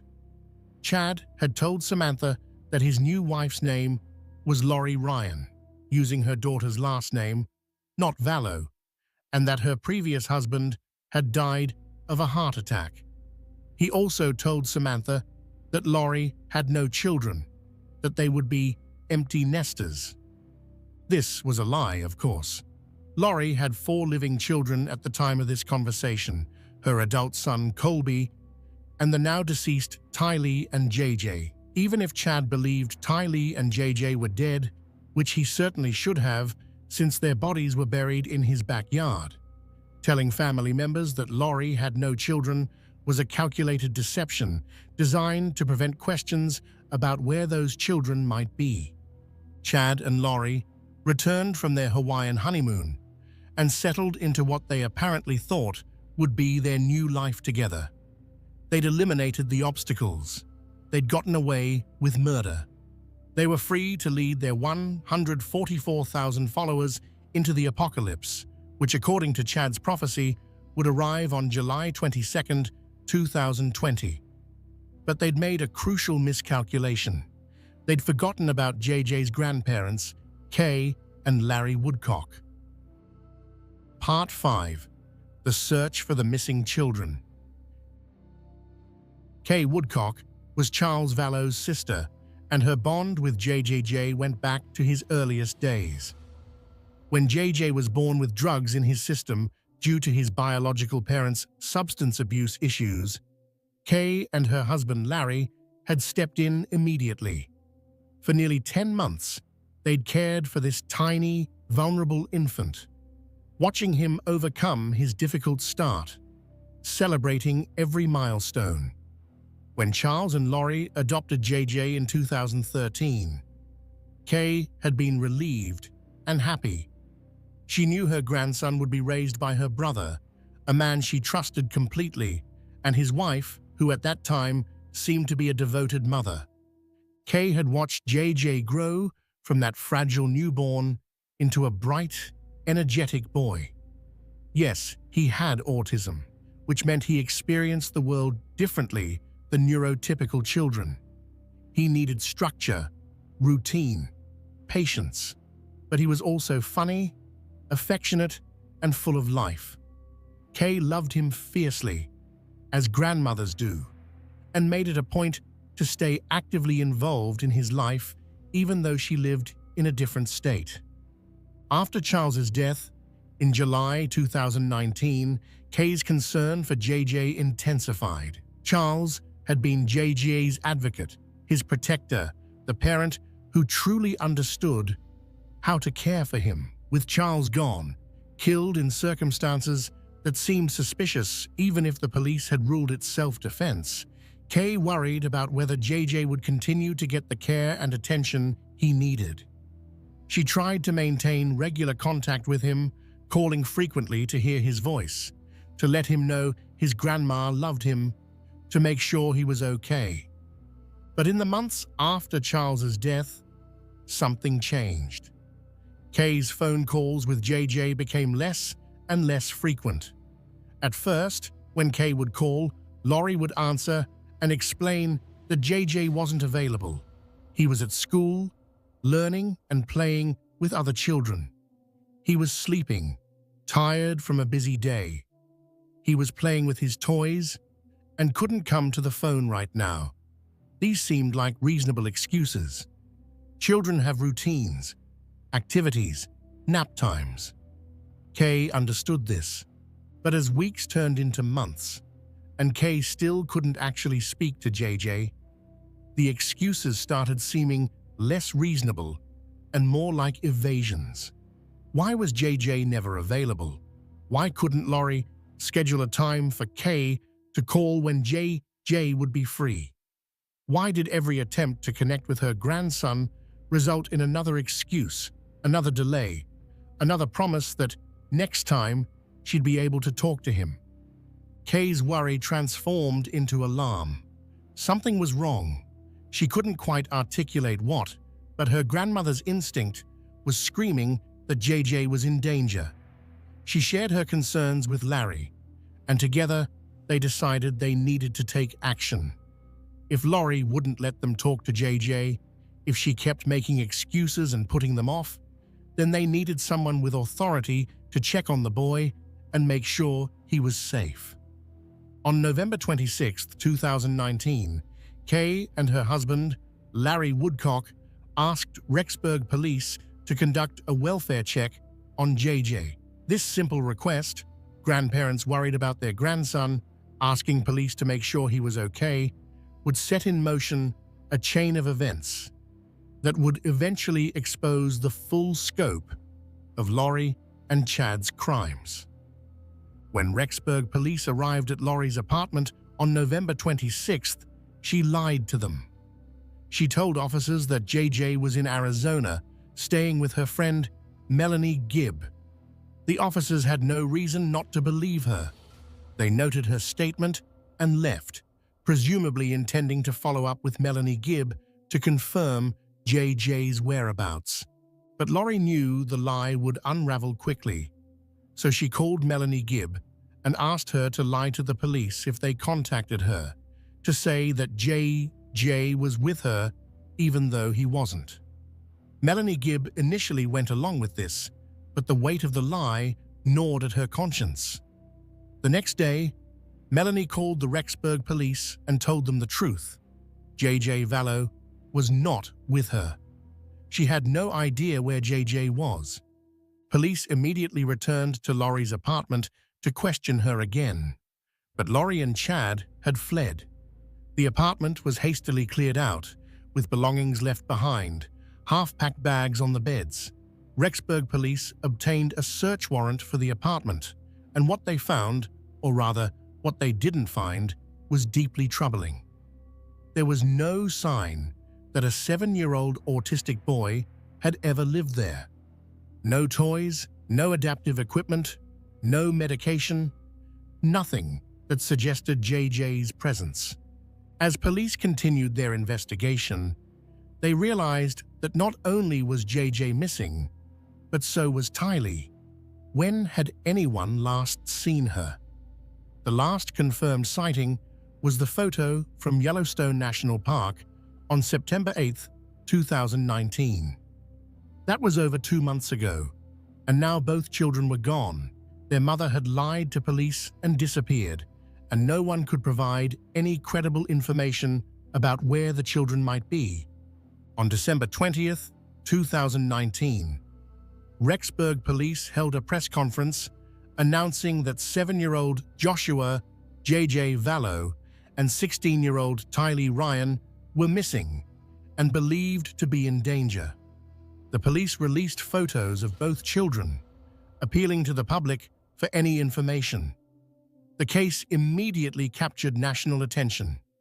2 photogenic children, a mysterious mother, allegations of cult beliefs, and doomsday prophecies. The media couldn't get enough of it. As the story spread, more troubling details emerged. Journalists discovered that Lori's brother Alex Cox had shot and killed her husband Charles Vallow. They found that Chad Daybell's wife Tammy had died suddenly just before Chad married Lori. They learned about the bizarre religious beliefs, the talk of zombies and dark spirits, the claims about being married in past lives. Each new revelation made the case stranger and more disturbing. By late December, police had traced Lori and Chad to Kauai, Hawaii, where they were living in a rented condo, apparently enjoying an extended honeymoon. On January 25, 2020, Lori was formally served with a court order to produce Tylee and JJ within 5 days to authorities in Madison County, Idaho, or face legal consequences. Lori ignored the order. She didn't produce the children. She didn't provide any information about where they might be. She simply continued her Hawaiian vacation as if nothing was wrong, as if 2 children weren't missing, as if their grandparents weren't sick with worry, as if the entire nation wasn't watching and waiting for answers. On February 20th, 2020, Lori was arrested in Kauai and charged with 2 counts of desertion and non-support of dependent children, as well as resisting or obstructing officers, solicitation of a crime, and contempt of court for violating the order to produce the children. Video footage from her court appearance shows Chad sitting in the gallery behind her, showing his support. Outside the courthouse, as Lori was being transported, investigative reporter Morgan Lowe called out questions. "Where are your kids? How come you're not telling anybody where your kids are?" Lori said nothing, her face impassive. Lori was extradited from Hawaii back to Idaho to face the charges. Bail was set at $1 million, which she couldn't afford. She remained in jail while Chad returned to Idaho, moving back into the home where Tylee and JJ's bodies lay buried just 50 feet from the house. The investigation continued to expand. In December 2019, suspicious about the circumstances of Tammy Daybell's death, Fremont County investigators obtained permission to exhume her body from the cemetery in Utah. On December 11, 2019, Tammy's coffin was disinterred and her remains were transported to the Utah Medical Examiner's Office for an autopsy. Dr. Eric Christensen, Utah's chief medical examiner at the time, performed the autopsy alongside Dr. Lily Marsden, then a fellow at the office. What they found contradicted the initial determination of natural causes. Tammy had bruising on her chest and arms that appeared to be recent, not old injuries. The pattern of bruising was consistent with someone being restrained or having pressure applied to them. The doctors also found evidence that contradicted Chad's story about Tammy's supposed health problems. Chad had told coroner Brenda Dye that Tammy had been experiencing fainting spells and seizure-like activity, but Tammy's medical records showed no history of seizures. There was no structural defect in her heart. She was a healthy, 49-year-old woman who had no business being dead. After thorough examination, including microscopic analysis of the bruised tissue, the medical examiners determined that Tammy Daybell had died of asphyxiation, specifically asphyxiation by suffocation. The manner of death was changed from natural to homicide. Someone had killed Tammy Daybell, most likely by smothering or strangling her, then positioned her body to make it look like she died peacefully in her sleep. The pink foam found around Tammy's mouth, which Coroner Dye had noted at the scene, is actually fluid that leaks into the airways during certain types of death, including asphyxiation. The fact that Tammy's body showed blood pooling consistent with lying on her back for some time after death suggested she'd been killed in bed, or at least positioned there very soon after death. Chad's story about her falling out of bed was likely fabricated to explain why he supposedly discovered her body. All of this evidence pointed to one conclusion: Chad Daybell had murdered his wife of 28 years, smothering her in their bed while she slept, so that he could marry Lori Vallow and pursue their twisted vision of leading the faithful through the apocalypse. But while investigators now had strong evidence of Tammy's murder, they still didn't know where Tylee and JJ were. Were they alive somewhere? Hidden away? Were they dead? If they were dead, where were their bodies? These questions tormented everyone working the case, and they especially tormented Kay and Larry Woodcock, who clung to increasingly faint hope that their grandson might still be saved. The breakthrough came from cell phone data. Investigators had been meticulously tracking the locations of Alex Cox's phone through cell tower pings and GPS data, and they noticed something significant. On both September 9th and September 23rd, 2019, the days immediately after Tylee and JJ were last seen, Alex Cox's phone had pinged for extended periods from Chad Daybell's property in Salem, Idaho. This wasn't just a quick visit. On September 9th, Alex's phone was at Chad's property for approximately 2 hours. On September 23rd, it was there for about 17 minutes. These time periods and locations corresponded with suspicious activity that would make sense if someone were burying bodies. In early June 2020, investigators obtained a search warrant for Chad Daybell's property. The warrant was based on the cell phone evidence, the suspicious circumstances of Tammy's death, and the fact that 2 children had been missing for 9 months and had last been in the care of Chad's wife, Lori. On the morning of June 9, 2020, a large contingent of law enforcement officers descended on Chad Daybell's home in Salem. FBI agents, detectives from multiple jurisdictions, forensic specialists, and cadaver dogs All arrived to conduct what everyone feared would reveal the worst-case scenario. Chad Daybell was home when the search began.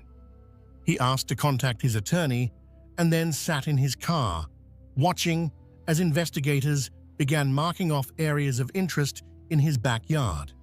He watched as they brought in equipment, as they carefully photographed every inch of the property, as they began the painstaking process of excavating areas where the cadaver dogs had indicated possible human remains. Detective Ray Hermosillo would later testify in chilling detail about what they found that day. The first discovery came near a tree in the backyard. They removed the top layer of earth, revealing grass that was shorter than the surrounding area, as if it had been recently disturbed. Beneath the sod and topsoil, they found 3 large, flat, white rocks. Under the rocks were thin pieces of wood paneling, and beneath that, a layer of black plastic. One of the crime scene investigators cut a hole in the black plastic. Beneath it was white plastic, like a bag, and inside that bag was the small body of a child. They could see brown human hair through the plastic. Carefully, methodically, they continued the excavation. The child was wrapped tightly in plastic, with duct tape binding the hands and feet. There was duct tape over the mouth, a white plastic bag over the head. It was J. Vallow. He was wearing red pajamas and black socks. His small body had been wrapped up like garbage and buried beneath rocks and wood paneling. The care taken to hide him, the layers of earth and stone and plastic, contrasted horrifically with the violence of how he'd been killed. His arms and legs were bound. He'd been suffocated, fighting for breath, scratching at the bag over his head, while his mother and her accomplices had snuffed out his young life.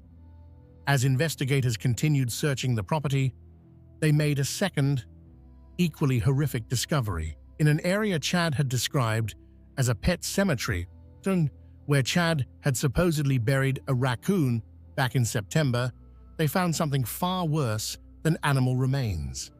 The excavation in this area revealed charred remains, burned bone fragments, tissue that had been melted by intense heat.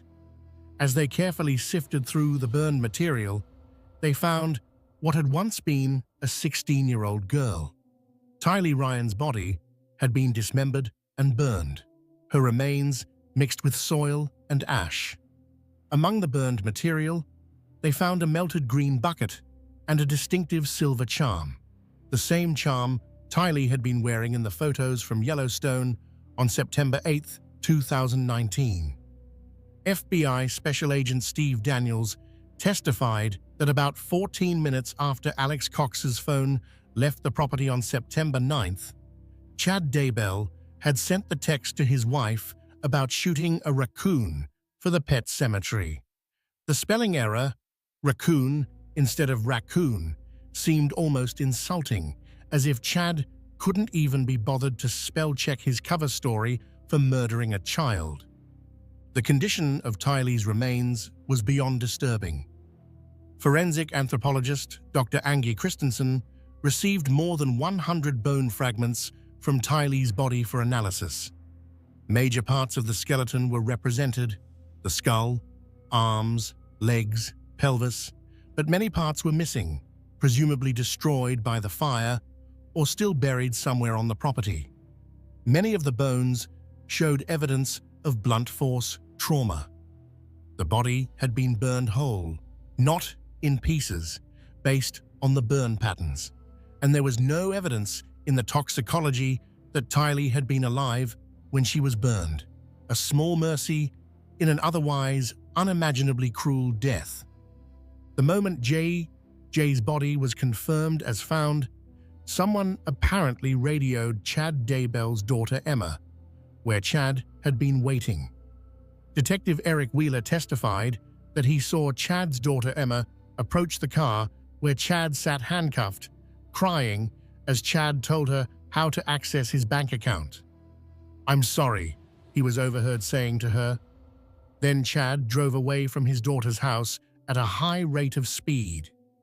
Detective Wheeler pursued him and stopped him, placing Chad under arrest and informing him that Jay's remains had been found. Chad Daybell was taken into custody on June 9, 2020, and charged with 2 counts of destruction, alteration, or concealment of evidence. Additional charges, including murder charges, would come later as the investigation continued and more evidence was gathered. The discovery of the children's bodies answered the question everyone had been asking. Where are Tylee and Jay? But it raised 100 more questions. Who exactly had killed these children? When? How? Had they suffered? Did they know what was happening to them? And most painfully for those who loved them, could they have been saved if someone had intervened sooner? The news of the discovery spread quickly. Within hours, every major news organization in America was reporting the story. The images of the small graves being excavated, the footage of Chad Daybell being arrested as he fled his daughter's home, the photographs of Jay and Tylee that had been displayed on missing persons posters for months. All of it flooded television screens and social media feeds across the country. The public reaction was intense and visceral. People who had followed the case from the beginning felt devastated but not surprised. There had been little hope the children were still alive after so many months, but having that hope finally, definitively extinguished was still crushing. Those who were learning about the case for the first time were horrified, struggling to comprehend how a mother could kill her own children and then go on vacation in Hawaii as if nothing had happened.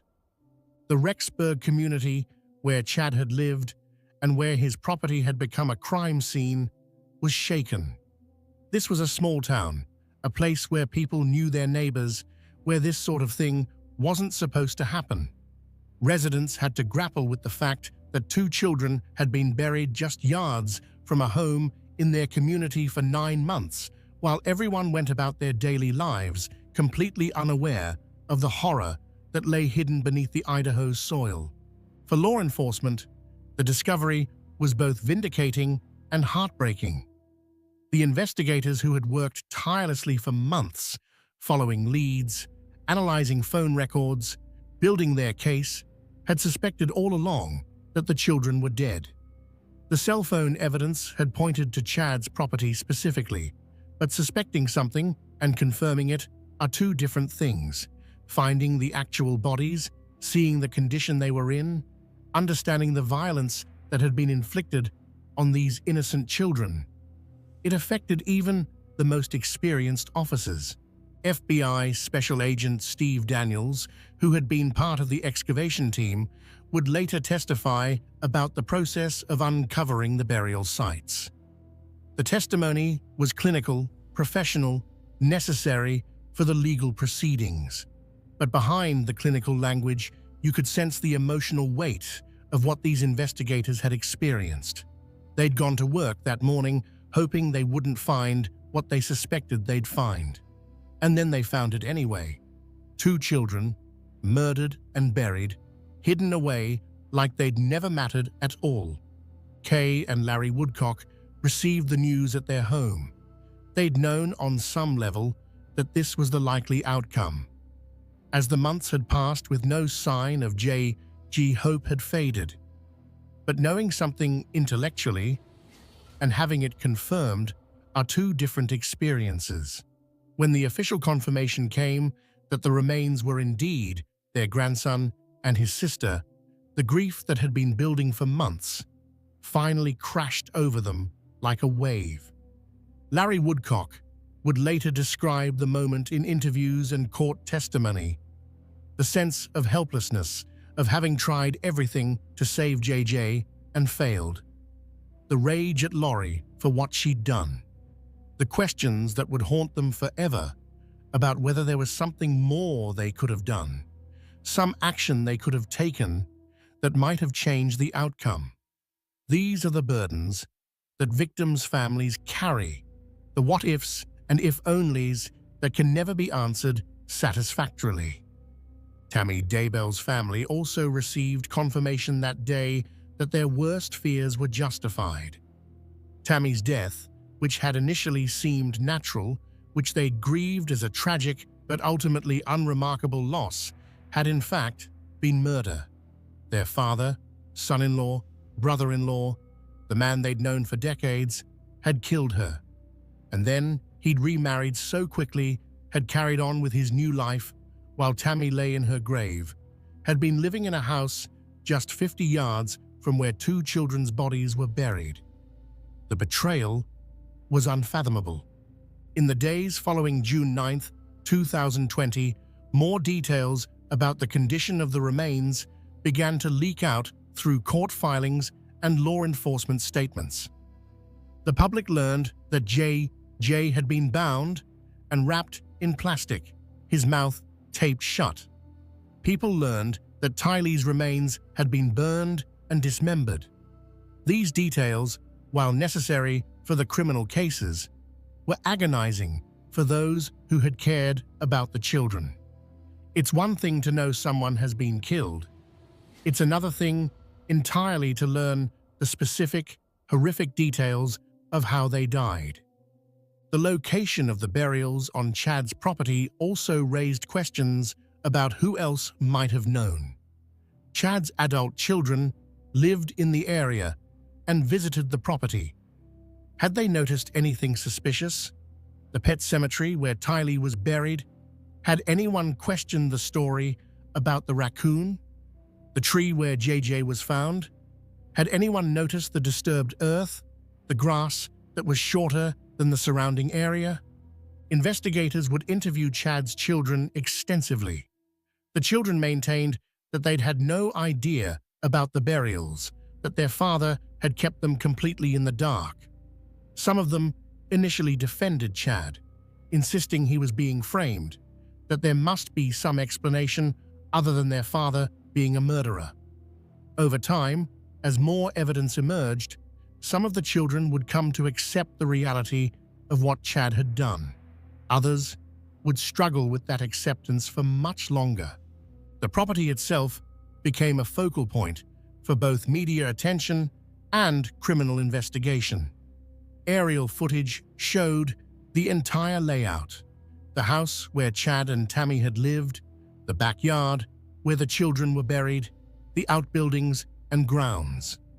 Forensic teams would continue processing the scene for weeks after the initial discoveries, searching for additional evidence, documenting everything meticulously for the upcoming trials. Meanwhile, attention turned to Lori Vallow Daybell, who was still in jail in Idaho on the child desertion charges. She had now been in custody for about 4 months, having been arrested in February and extradited from Hawaii.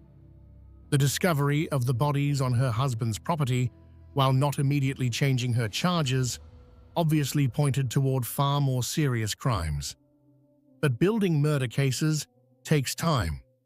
Prosecutors needed to analyze all the evidence, establish timelines, prove not just that the children were dead, but that Lori was criminally responsible for their deaths. Public sentiment toward Lori, which had already been largely negative, became even more hostile after the bodies were found. People who had given her the benefit of the doubt, who thought perhaps the children were alive somewhere, hidden away for reasons we didn't understand, now had to confront the reality that she'd been lying all along. She'd known exactly where the children were because she'd helped put them there. The smiling photos of Lori on the beach in Hawaii, taken while her children's bodies decomposed in an Idaho backyard, became symbols of her callousness and depravity. The legal process was moving forward, but slowly, as major criminal cases often do. Prosecutors were building their cases methodically. The evidence was complex, cell phone records, text messages, financial documents, witness statements, forensic analyses. Everything needed to be organized, authenticated, prepared for presentation at trial. And throughout this process, both Chad and Lori were being held in custody, unable to flee, unable to communicate with each other, waiting for the justice system to run its course. Part 6. More victims, more crimes.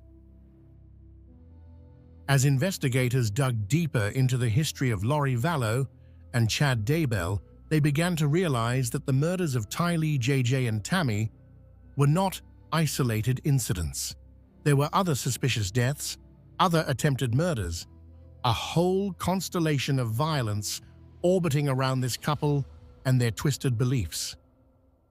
On October 2nd, 2019, the same day Lori purchased a wedding ring on Amazon, approximately 17 days before Tammy Daybell's death, Brandon Boudreaux was driving home from the gym in Gilbert, Arizona, when someone shot at his vehicle.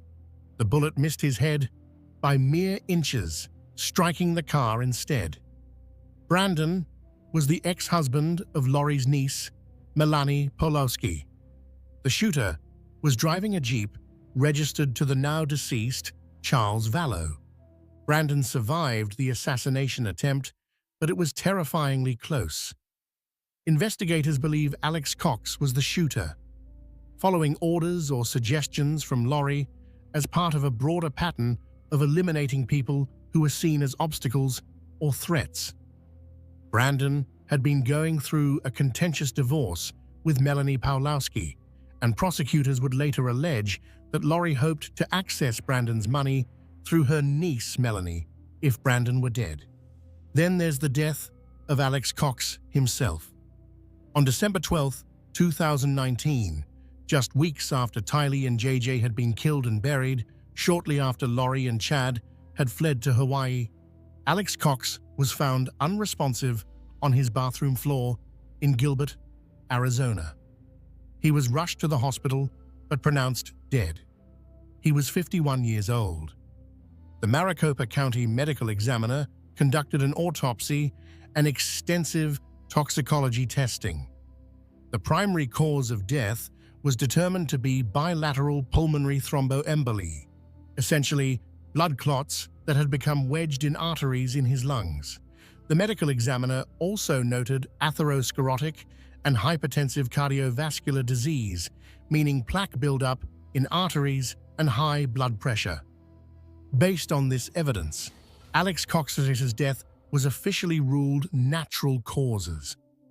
Alex's widow, Zulema Pastens, whom he'd married just weeks before his death, along with other family members, issued statements saying they'd always maintained Alex's death had no sinister aspect. They seemed genuinely relieved that the medical examiner had confirmed natural causes, validating what they'd believed all along. However, many people following the case remained suspicious. The timing was awfully convenient. Alex Cox died before he could be questioned about the children's disappearance, before he could be charged with any crimes, before he could potentially testify against his sister. Some speculated that Lori or Chad had somehow poisoned Alex, perhaps fearing he would crack under pressure and expose their crimes. But the medical examiner's report was clear. The blood clots and heart disease were real, and there was no evidence of homicide. Sometimes, even in cases as complex and sinister as this one, people just die naturally.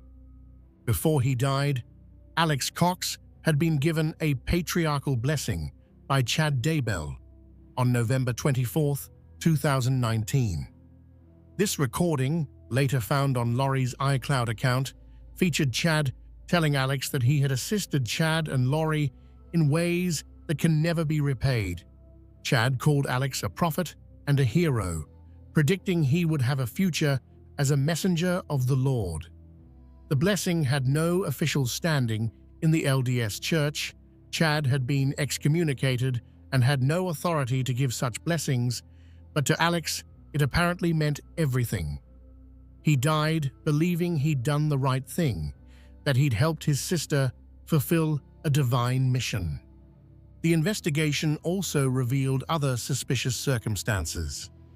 Joseph Ryan, Lori's third husband and Tylee's biological father, had died in April 2018 of what was officially ruled a heart attack. After Lori's arrest, police reviewed Joseph's death, particularly in light of the recording where Lori mentioned wanting to kill him, like Nephi killed. But investigators found no evidence suggesting foul play. Joseph's death appeared to be natural, though the timing, dying when Lori might have found him inconvenient, certainly makes one wonder. Prosecutors also examined the complex web of financial motives underlying these crimes. Charles Vallow's life insurance policy would have paid out $1 million to Lori if she'd still been the beneficiary when he died. Chad Daybell had increased Tammy's life insurance policy shortly before her death. Lori was receiving Social Security survivor benefits for both J.J. and Tylee even after they were dead, essentially stealing money meant to care for them. The theft charges in the indictments reflected this ongoing fraud. And then there were the religious conferences, the followers, the people who bought Chad's books and attended his speaking events. Chad and Lori weren't just committing crimes for money or even just for each other. They were operating within a belief system that justified everything they did, a system where they were the heroes, the chosen ones, the people destined to save humanity. Part 7. The Trials and Verdicts. The legal proceedings against Lori Vallow Daybell and Chad Daybell would take years to unfold, involving multiple jurisdictions, complex legal maneuvering, and intense public interest. The sheer scope of the alleged crimes, 3 murders, conspiracy charges, insurance fraud, child desertion, meant the cases would be exceptionally complex. In May 2021, Chad and Lori were finally indicted together on multiple counts of conspiracy to commit murder and first-degree murder for the deaths of Tylee Ryan, J.J. Vallow, and Tammy Daybell. They were also charged with grand theft for fraudulently obtaining money meant for the children's care. However, the cases would not be tried together.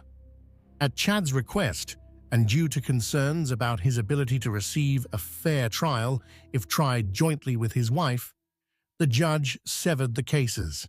Lori would be tried first, and Chad's trial would follow later. But before Lori could stand trial, there was a significant delay. On May 27, 2021, she was found incompetent to stand trial after mental health evaluations. The judge stayed her case, sending her for treatment at a mental health facility. This was a controversial decision.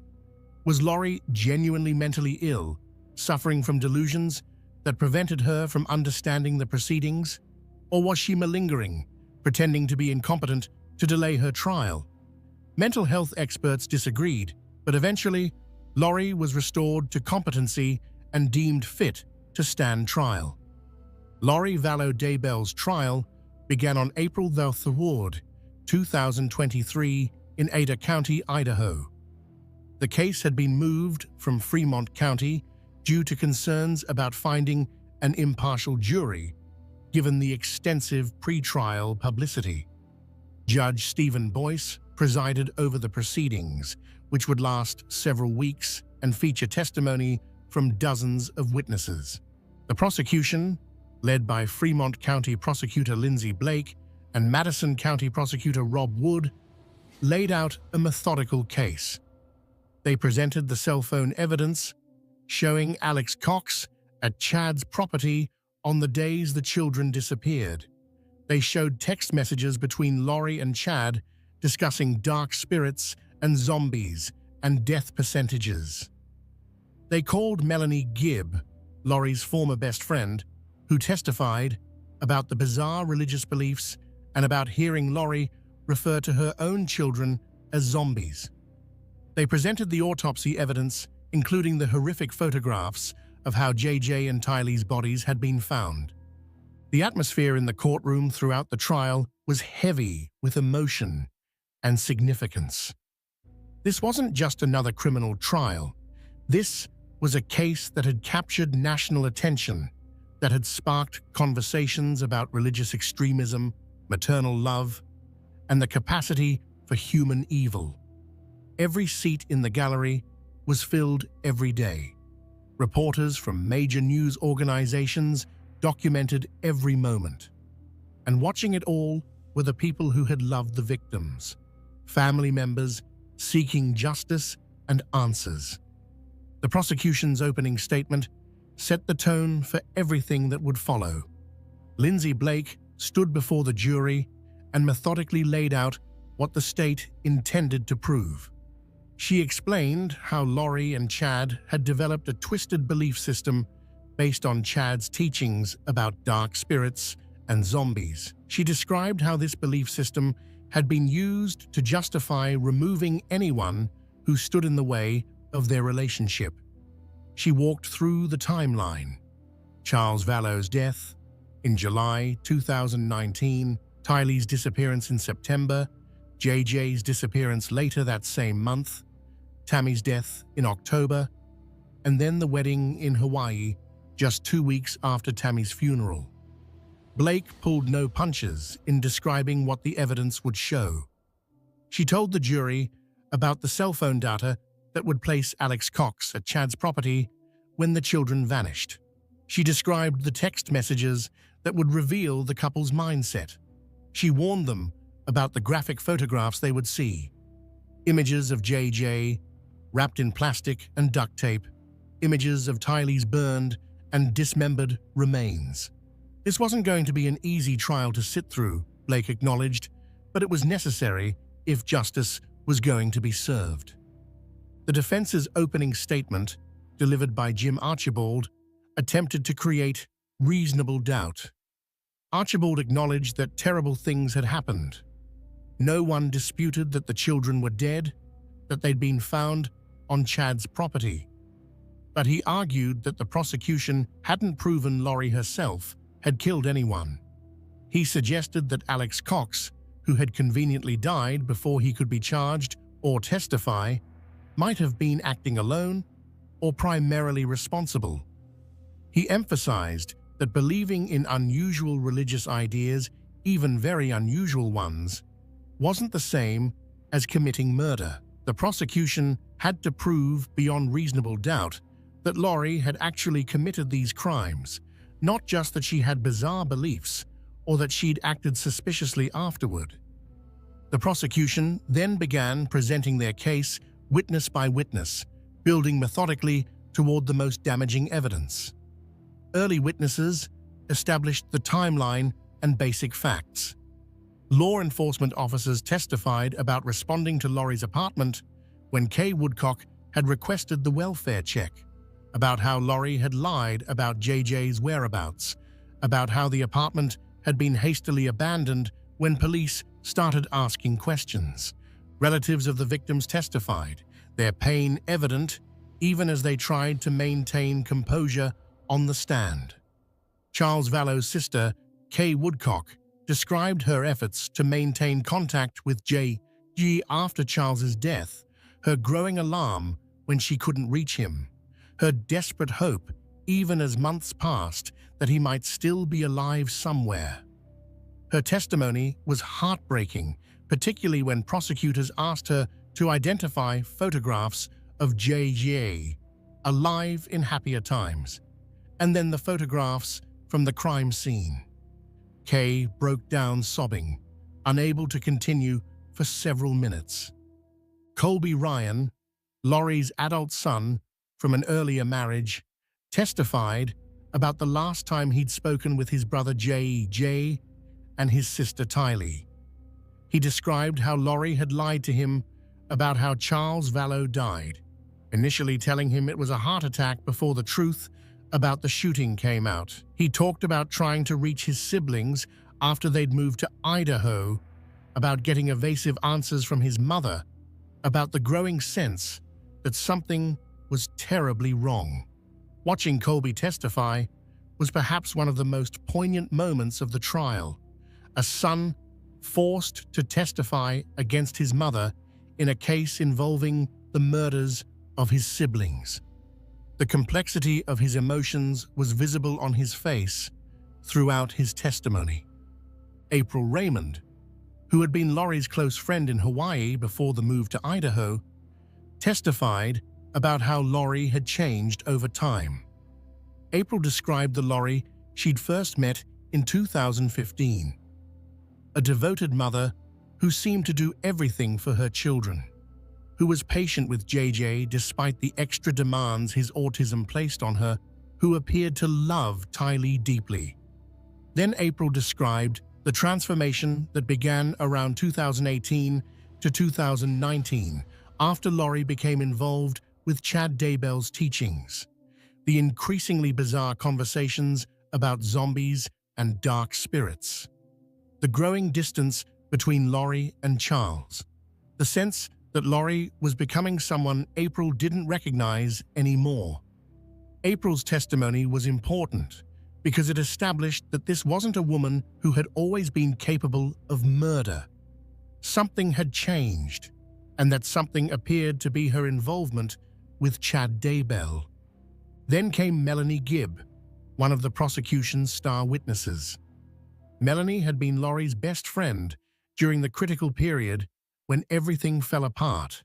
She'd attended the Preparing a People conference where Lori first met Chad in person. She'd been staying with Lori in Rexburg in September 2019 when JJ disappeared. She'd received the phone call from Lori asking her to lie to police about JJ being with her. And crucially, Melanie had heard firsthand the language Lori and Chad used to describe people, the references to zombies, to dark spirits, to people needing to be eliminated. Melanie's testimony spanned multiple days and covered extensive ground. She described the belief system that Chad had taught and that Lori had embraced. Chad claimed he could see people's light or dark ratings on a numerical scale. People with higher dark ratings were supposedly possessed by evil spirits and had become zombies. Melanie testified that she heard Lori refer to both Tylee and JJ as zombies, using Chad's language to describe her own children as no longer truly human. The defense aggressively cross-examined Melanie, trying to undermine her credibility. John Pryor, who would later represent Chad Daybell, questioned her about her own involvement in the group's beliefs. Hadn't she initially believed Chad's teachings? Hadn't she participated in discussions about dark spirits and demons? Hadn't she initially lied to police herself when Lori asked her to? Melanie acknowledged all of this, but she was clear that she'd eventually recognized how dangerous these beliefs were, that she'd ultimately chosen to tell the truth to police, even though it meant betraying her friend, and that she deeply regretted not seeing the danger sooner. The forensic evidence was presented next, and this was when the trial became truly difficult to witness. FBI Special Agent Steve Daniels walked the jury through the process of excavating the burial sites on June 9, 2020. He used diagrams, photographs, and careful descriptions to explain what investigators had found: the layers of soil and rock covering JJ's body, the plastic bags and duct tape, the condition of the remains. Photographs were shown to the jury, photographs so graphic that they were blocked from the live stream and public viewing, visible only to those physically present in the courtroom. Larry and Kay Woodcock, who had attended most of the trial, left the courtroom during this testimony. They couldn't bear to hear the detailed descriptions of how their grandson had been found. Other family members stayed but were visibly distraught, some crying quietly, others staring straight ahead with expressions of devastation etched on their faces. Agent Daniels also described finding Tylee's remains in the pet cemetery area. The burned bone fragments, the melted green bucket, the silver charm from Tylee's necklace, the sheer violence evident in how her body had been treated even after death. The testimony was clinical and professional, as it needed to be for legal purposes, but the horror of what was being described hung heavy in the courtroom air. Dr. Garth Warren, the forensic pathologist who had conducted the autopsies on both children, testified next. His testimony was perhaps the most difficult of the entire trial. Warren explained in medical detail what he'd found when examining the children's remains. For JJ, he described the plastic bag over the head, the duct tape over the mouth, the bindings on the hands and feet. He explained how he'd determined the cause of death was asphyxiation. JJ had been suffocated. Warren pointed out the scratch marks on the plastic near where JJ's hands had been, suggesting the boy might have been conscious and fighting to remove the bag, trying desperately to breathe as he died. Warren also testified about JJ's bruises on his wrists and ankles from the duct tape bindings, on his arms, and abrasion on his neck. These weren't injuries from disease or accident. They were injuries consistent with someone restraining a struggling child. The implication was clear. JJ had known what was happening to him. He had fought, and his efforts to save himself had been futile because he was a 7-year-old boy being killed by adults who were supposed to protect him. For Tylee, Warren's testimony was different because the condition of her remains made determining an exact cause of death impossible. The burning and dismemberment had destroyed too much evidence. Warren explained that Tylee's death had been ruled homicide by unspecified means. They knew she'd been murdered, but they couldn't determine precisely what had killed her before her body was burned. The toxicology showed no evidence she'd been alive when burned, which Warren noted was at least a small mercy. She hadn't suffered the additional horror of being burned alive. Throughout Warren's testimony, Lori sat at the defense table, showing virtually no emotion. She took notes occasionally, conferred with her attorneys in whispers, but never showed visible distress at the descriptions of how her children had died. This lack of affect, this apparent absence of normal human emotion, was noted by many observers and seemed to harden the jury against her. How could a mother sit unmoved while hearing clinical descriptions of her children's violent deaths? The prosecution also presented evidence about Charles Vallow's death and Tammy Daybell's death, establishing the broader pattern of people dying when they became inconvenient to Lori and Chad. Detective David Stubbs from Chandler, Arizona, testified about the investigation into Charles's shooting. He described the scene, Alex Cox's claim of self-defense, Tylee's statement supporting her uncle's version of events. He acknowledged that police at the time had believed it was self-defense, but that looking back with the benefit of hindsight and additional information, there were red flags they'd missed. Dr. Eric Christensen, the medical examiner who'd performed Tammy Daybell's autopsy after her exhumation, testified about finding evidence of asphyxiation. The bruising on Tammy's arms and chest, the pattern suggesting she might have been restrained, the pink foam around her mouth consistent with asphyxiation, the absence of any medical condition that would have caused natural death. Christensen was clear. Tammy Daybell had been murdered, almost certainly smothered in her own bed. The cell phone evidence was presented through multiple witnesses. FBI analysts who'd examined the records, law enforcement officers who'd interpreted the data. Maps and timelines showed Alex Cox's phone at Chad's property on September 9th and September 23rd, 2019, the days immediately after Tylee and JJ were last seen alive. The phone had remained at the location for extended periods, 2 hours in one case, long enough to dig graves and bury bodies, 17 minutes in the other case, long enough to kill a small boy and hide him under a tree. Text messages between Lori and Chad were read aloud in court. Messages sent while both were still married to other people.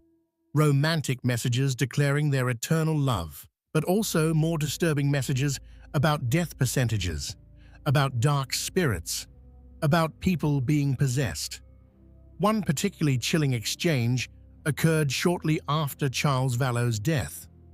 About a month after Charles's passing, Lori's asking Chad, "Do you think there is a perfectly orchestrated plan to take the children?"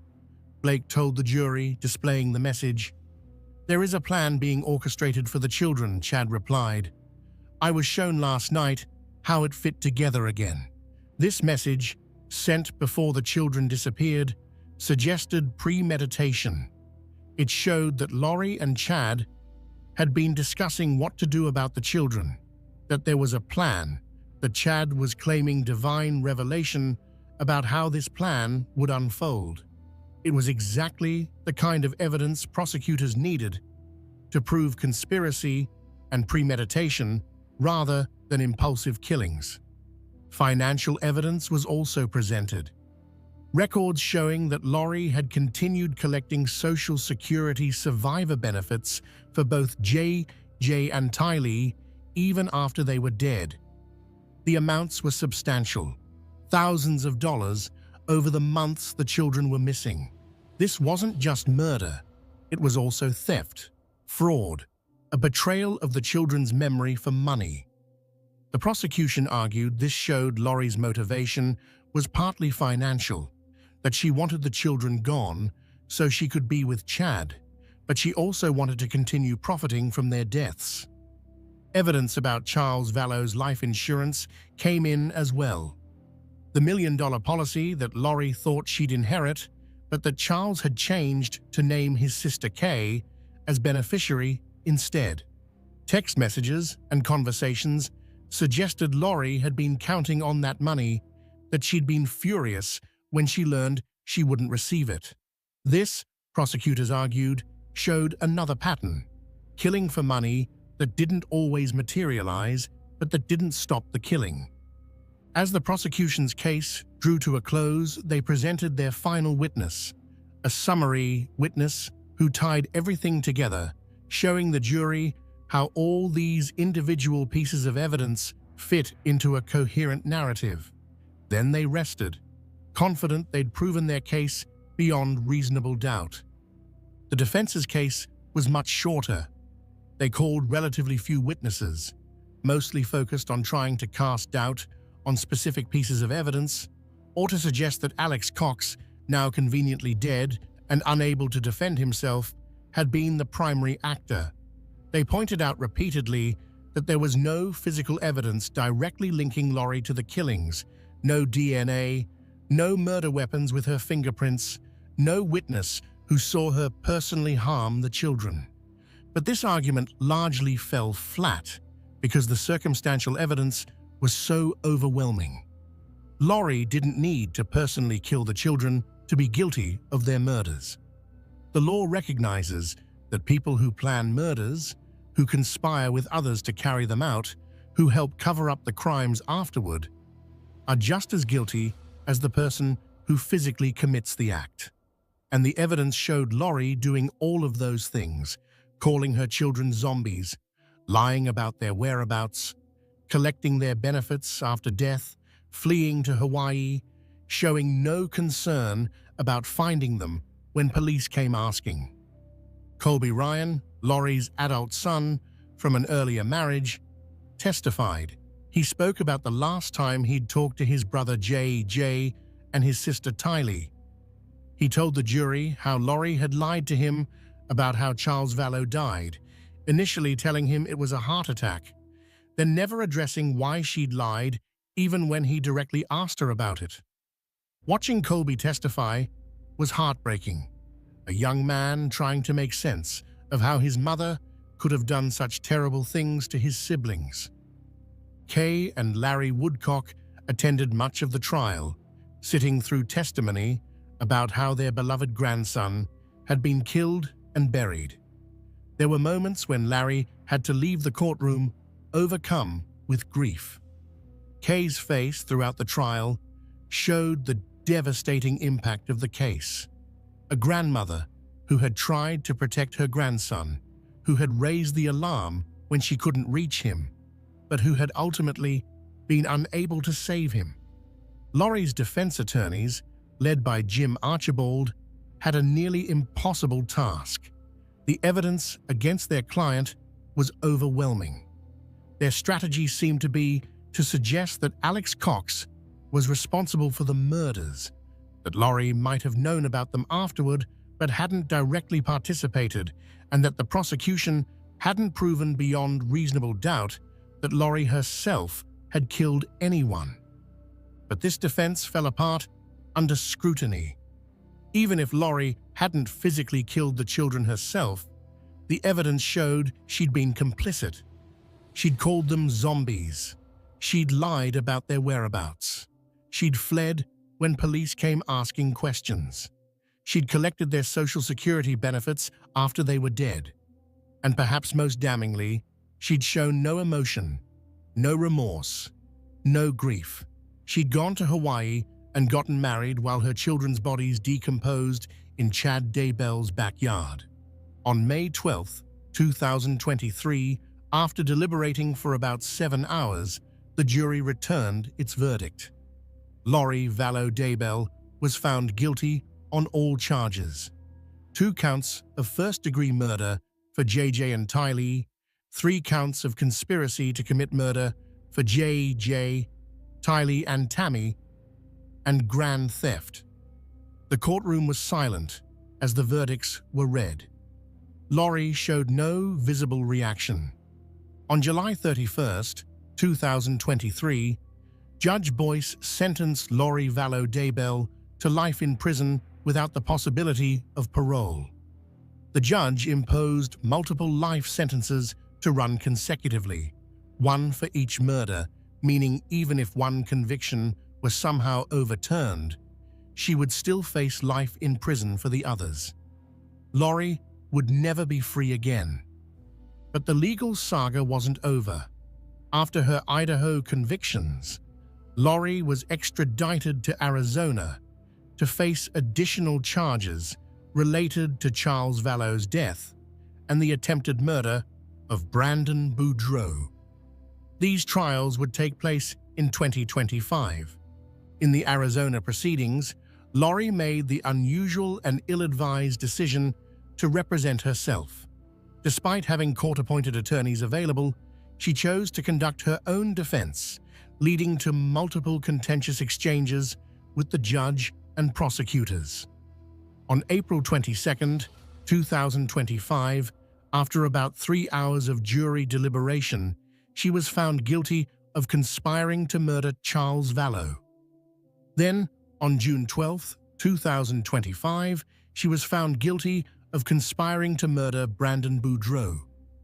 At her sentencing hearing on July 25, 2025, victim impact statements painted a devastating picture of the harm Laurie had caused. Colby Ryan spoke about losing his father, Charles, whom he described as generous and caring. Larry Woodcock, in an emotional statement, told Laurie, "I will never call or speak of your name again, murderess. You are nothing." Brandon Boudreaux said he would never feel safe if Laurie wasn't kept in prison. Judge Justin Boreski, before imposing sentence, addressed Laurie directly, saying she had left a wake of destruction stretching across multiple states and that she should never be released from prison. He then sentenced her to 2 additional consecutive life terms with the possibility of parole after 25 years. Combined with her Idaho sentences, Laurie Vallow Daybell would almost certainly die in prison. While Laurie's trials concluded, Chad Daybell's case was still pending. His trial finally began on April 1st, 2024, in Boise, Idaho, after being moved from Fremont County for the same reason as Lori's trial. Pre-trial publicity made finding an impartial jury difficult in the area where the crimes occurred.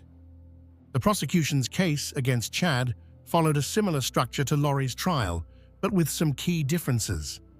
They could present evidence from Lori's trial, including her testimony in her own defense, which she'd ultimately declined to give.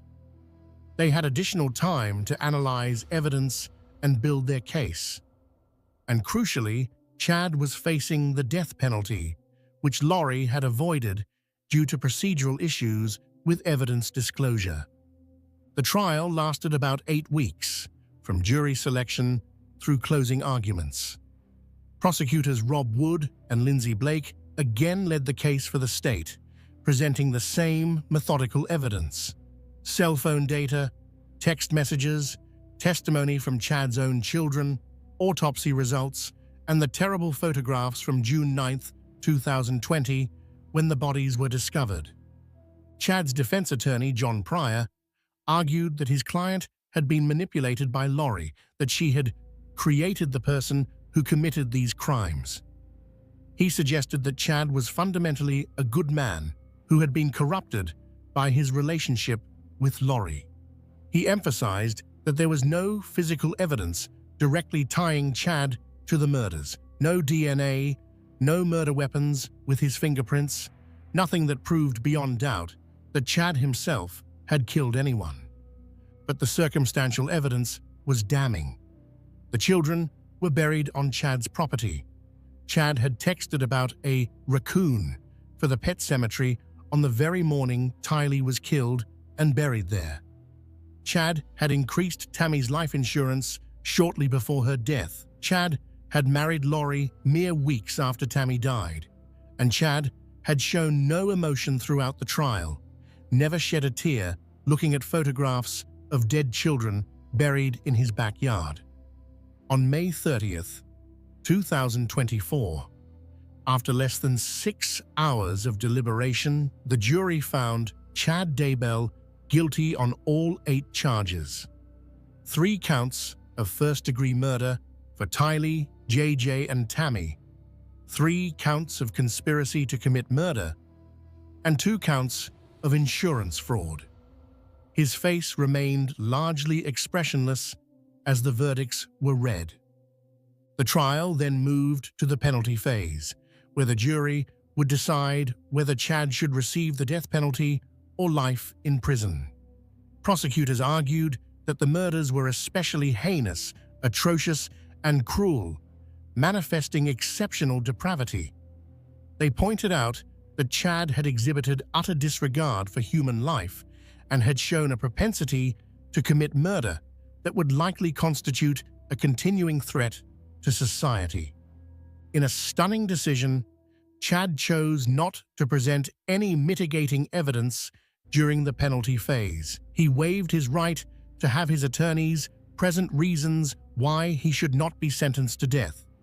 No evidence of mental illness, no troubled childhood, no remorse, nothing. When Judge Boyce confirmed this decision with Chad, asking if he understood he was giving up the opportunity to present evidence that might save his life, Chad simply responded, "That is my choice." Victim impact statements were presented on Friday, May 31st. Tammy's father, Ron Douglas, spoke about his daughter being treated how she was and finding comfort knowing she was resting peacefully in Utah, buried alone and near her beloved mother. Kay Woodcock spoke about the immense pain the family continued to endure daily, about milestones JJ would never reach. Without any mitigating evidence to consider, the jury deliberated on Chad's sentence. On June 1st, 2024, they returned with their decision: death. All 12 jurors had unanimously agreed that Chad Daybell should be sentenced to death for his crimes. Judge Boyce formally imposed the death sentence on Saturday, June 1st, 2024. Chad showed no emotion as the sentence was announced, his face remaining blank as it had throughout most of the trial.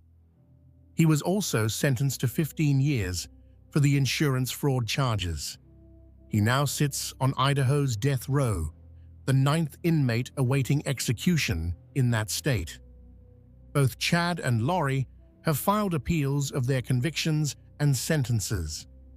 These appeals will likely take years to wind their way through the court system. Idaho has a mandatory post-conviction review process for death penalty cases, and defendants can pursue additional appeals after death warrants are filed. Given that Idaho hasn't executed anyone since 2012 and that a recent execution attempt was halted due to medical complications, it's possible Chad Daybell will die of natural causes before the state executes him. Part 8. Understanding the Tragedy: Belief, Manipulation, and Evil. As we step back from the specific events of this case, we're left with difficult questions. How could this happen? How could a mother murder her own children? How could seemingly intelligent people convince themselves that killing was not only acceptable, but divinely ordained? And perhaps, most importantly, what can we learn from this tragedy to prevent future ones? The case of Lori Vallow Daybell and Chad Daybell represents a perfect storm of factors that led to horrific violence. Let's examine each element. First, there's the role of fringe religious beliefs. Chad and Lori weren't mainstream Mormons. They'd gravitated toward increasingly extreme ideas, apocalyptic prophecies, communication with the dead, the ability to identify dark spirits, and the concept of zombies whose bodies had been possessed. These beliefs provided a framework that justified murder. If you genuinely believe someone is no longer human, that their body is merely a prison for their soul, that killing them is actually an act of liberation, then murder becomes not just acceptable, but necessary. This is a pattern we see in other cases involving cult-like groups or extreme religious movements. When people become convinced they have special knowledge, that ordinary moral rules don't apply to them, that they're acting on divine instruction, the normal inhibitions against violence can evaporate. Jim Jones convinced his followers to murder a congressman and then commit mass suicide. The Heaven's Gate cult convinced its members to kill themselves, believing they'd ascend to a spaceship. Charles Manson convinced his followers they were starting a race war. In each case, a charismatic leader with a compelling ideology convinced others to commit acts they never would have considered on their own. Chad Daybell positioned himself as a prophet, someone with direct communication with God. This gave him enormous influence over Lori and others who followed his teachings. When he declared someone a zombie, he was essentially issuing a death sentence. And Lori, seeking significance and special status, embraced this role enthusiastically. She wasn't just a suburban mom anymore. She was a goddess destined to save humanity. That sense of importance, of cosmic significance, can be intoxicating. Second, there's the role of romantic obsession. Lori and Chad weren't just religious partners. They were intensely romantically involved. They believed they'd been married in past lives, that they were soulmates destined to be together for eternity. This romantic obsession blinded them to reality and gave them motivation to eliminate anyone who stood between them. Charles Vallow was killed shortly after he planned to expose Chad and Lori's affair. Tammy Daybell was killed so Chad would be free to marry Lori. Even the children's deaths can be seen through this lens. They were obstacles to Lori and Chad's perfect life together. If Lori was going to run away to Idaho with Chad, what would she do with two children, one of whom required special care for his autism? The cold calculation is horrifying, but it's consistent with how people in the grip of obsessive romantic attachment can rationalize nearly anything. Third, there's the financial motivation. Multiple people in this case were killed or targeted for killing partly because of insurance money or financial benefits. Charles Vallow's $1 million life insurance policy, which Lori thought she'd receive. Tammy Daybell's increased insurance policy that Chad would receive. The Social Security benefits Lori continued collecting for JJ and Tylee long after they were dead. The attempted murder of Brandon Boudreaux, through which Lori allegedly hoped to access money through her niece Melanie. Money isn't usually the sole motivation for murder, but it certainly helps push people over the edge. If murdering someone not only removes an obstacle, but also provides financial resources to start your new life, the temptation becomes stronger. This is why insurance fraud charges were included in both Chad and Lori's indictments. The murders weren't just crimes of passion or religious fanaticism, they were also calculated financial crimes. Fourth, there's the role of enablers and accomplices. Alex Cox was central to carrying out these crimes. He shot Charles Vallow. Cell phone evidence places him at Chad's property when the children were killed and buried. He likely attempted to shoot Tammy Daybell and definitely shot at Brandon Boudreaux.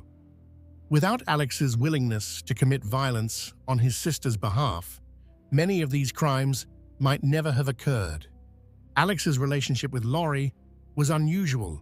He'd attacked her husband Joseph Ryan years earlier.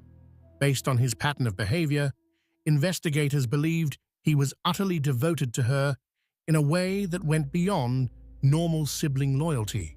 Some have speculated about whether their relationship was inappropriately close, though this has never been confirmed. What is clear from the evidence is that Alex saw himself as Lori's protector and was willing to commit violence on her behalf. His death from natural causes in December 2019, while preventing him from facing justice, may have actually saved lives without Alex as their enforcer. Chad and Lori's ability to kill was substantially limited.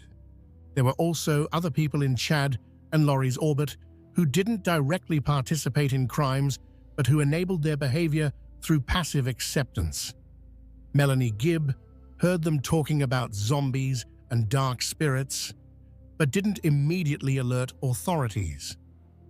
Zulema Pastenes, who later married Alex, was aware of some of the group's beliefs. Other members of their religious circle heard Chad's teachings and didn't recognize how dangerous they were. None of these people are criminally responsible, but their passivity allowed Chad and Lori to operate longer than they otherwise might have. Fifth, and this is important, there's the question of mental illness. Mental health experts who evaluated Lori came to different conclusions at different times. Initially, she was found incompetent to stand trial. Later, she was deemed competent. During her trials, she showed no remorse, no emotional response to seeing photographs of her dead children. This lack of empathy could suggest antisocial personality disorder, commonly called sociopathy or psychopathy, though no formal diagnosis was made public. There's also evidence that could suggest genuine delusion.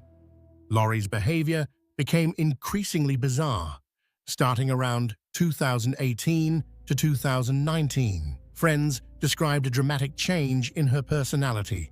She went from being described as a devoted mother to someone capable of killing her children.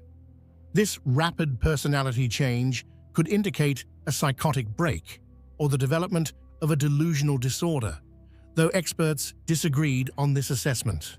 The truth is probably complex.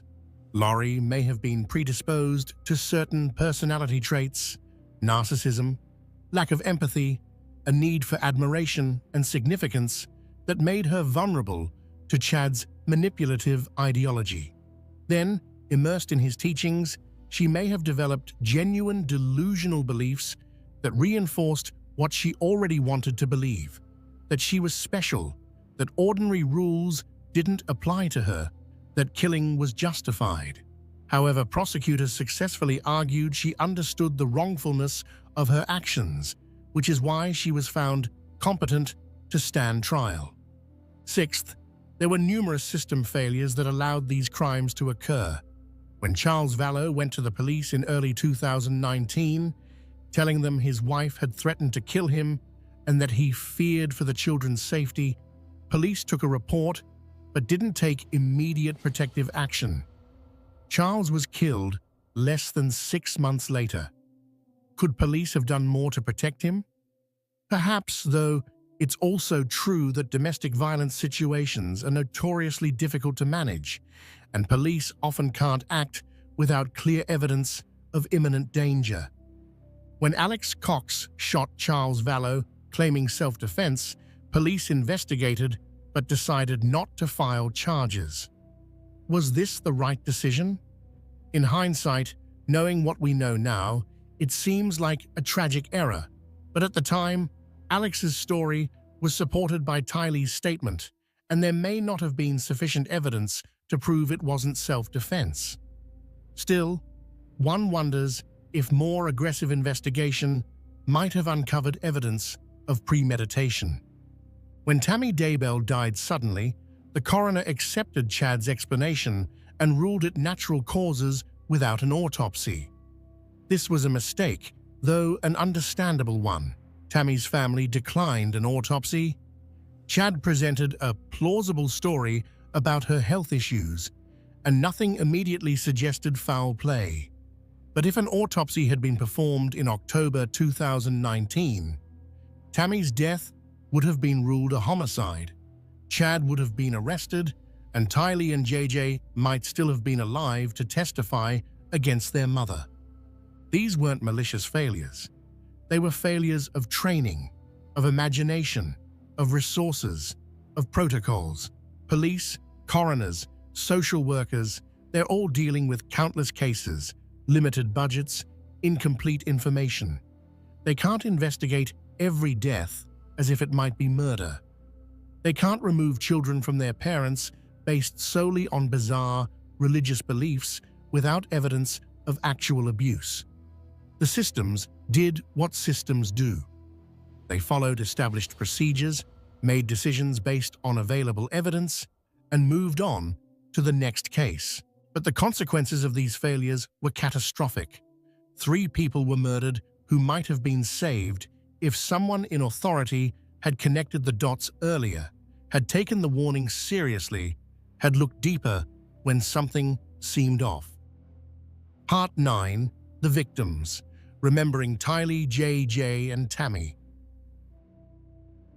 In discussing this case, it's easy to focus on the perpetrators, the twisted beliefs, the murders, the investigations, the trials. But we should never forget that at the center of this story are 3 innocent victims whose lives were cut short. Tammy Douglas Daybell was 49 years old when she was murdered by her husband of 28 years. She was a school librarian who loved working with children. She was physically fit and active, taking exercise classes and clogging lessons. She was a devoted mother to her 5 children and had been looking forward to becoming a grandmother. Friends described her as kind, helpful, and engaged with her community. Tammy's death was particularly cruel because it was carried out by someone she trusted completely. She went to sleep in her own bed next to her husband and never woke up. Chad Daybell, the man she'd built a life with, the father of her children, smothered her while she slept. The bruising found on her body suggests she may have struggled, that she may have woken during the attack and fought for her life. The terror she must have felt in those final moments is unimaginable. Tammy's family attended the trials and spoke about the impact of her loss. Her father talked about finding comfort in knowing she was at rest near her beloved mother. But no amount of comfort can erase the fact that she was murdered, that her husband betrayed her in the most fundamental way possible, that her children lost their mother years before they should have.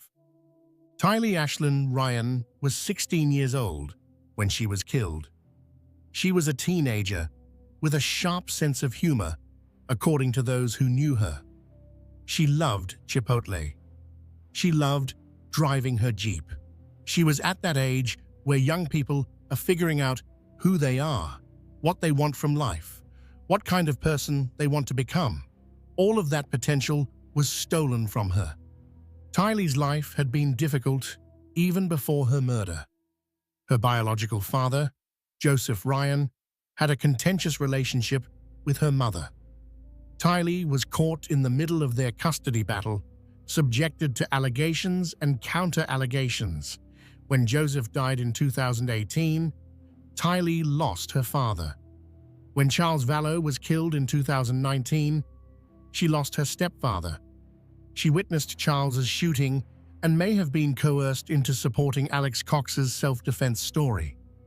By the time Lori moved Tylee to Idaho, the girl had been through more trauma than most adults experience in a lifetime.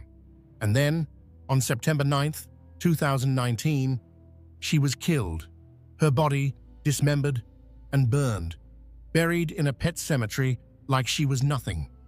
The cruelty of how she was treated, both in death and in the disposal of her remains, is staggering. Tylee's older brother Colby spoke movingly about her during the trials. Her best friend from Arizona, Vaisia Itaiho, talked about their friendship, about how she'd always hoped Tylee was alive somewhere, how she couldn't bear to believe otherwise. Tylee deserved so much better than the life and death she got. Joshua Jackson, J.J. Vallow, was 7 years old when he was murdered. He was born with drugs in his system due to his biological parents' substance abuse and spent time in the neonatal intensive care unit. Despite this difficult start, J.J. was adopted by people who were supposed to love and protect him. He was diagnosed with autism, which meant he needed extra care and patience, but people who knew him described him as a happy boy who loved to play and laugh. JJ had already lost so much by September 2019. His adoptive father Charles, who truly loved him, had been killed. His sister Tylee had disappeared. He was in a new state, attending a new school, away from everyone familiar. And then, one night, he was suffocated, bound with duct tape, wrapped in plastic bags, and buried under rocks and dirt. The evidence suggests JJ may have been conscious as he was being killed, that he scratched at the bag over his head, trying to get it off, trying to breathe. A 7-year-old autistic boy, confused and terrified, fighting for his life, while the adults who should have protected him instead murdered him. It's a level of cruelty that defies comprehension.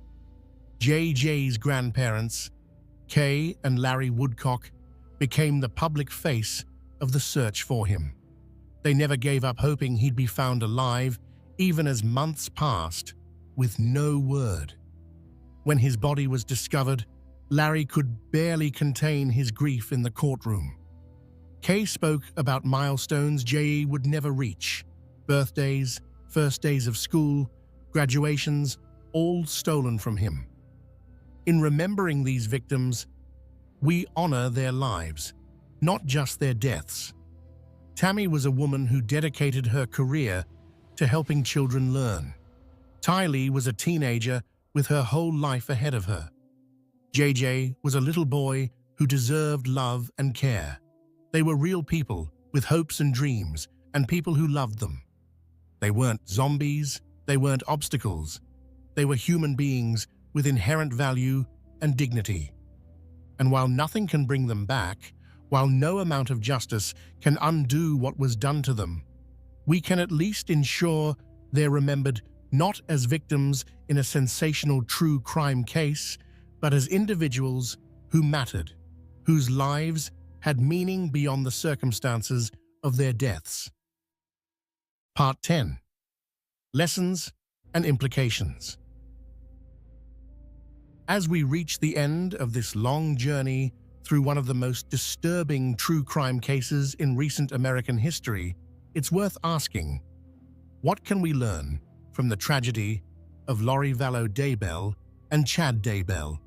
How can we honor the memories of Tammy, Tylee, and JJ by ensuring something like this doesn't happen again? First, we must recognize the warning signs of radicalization.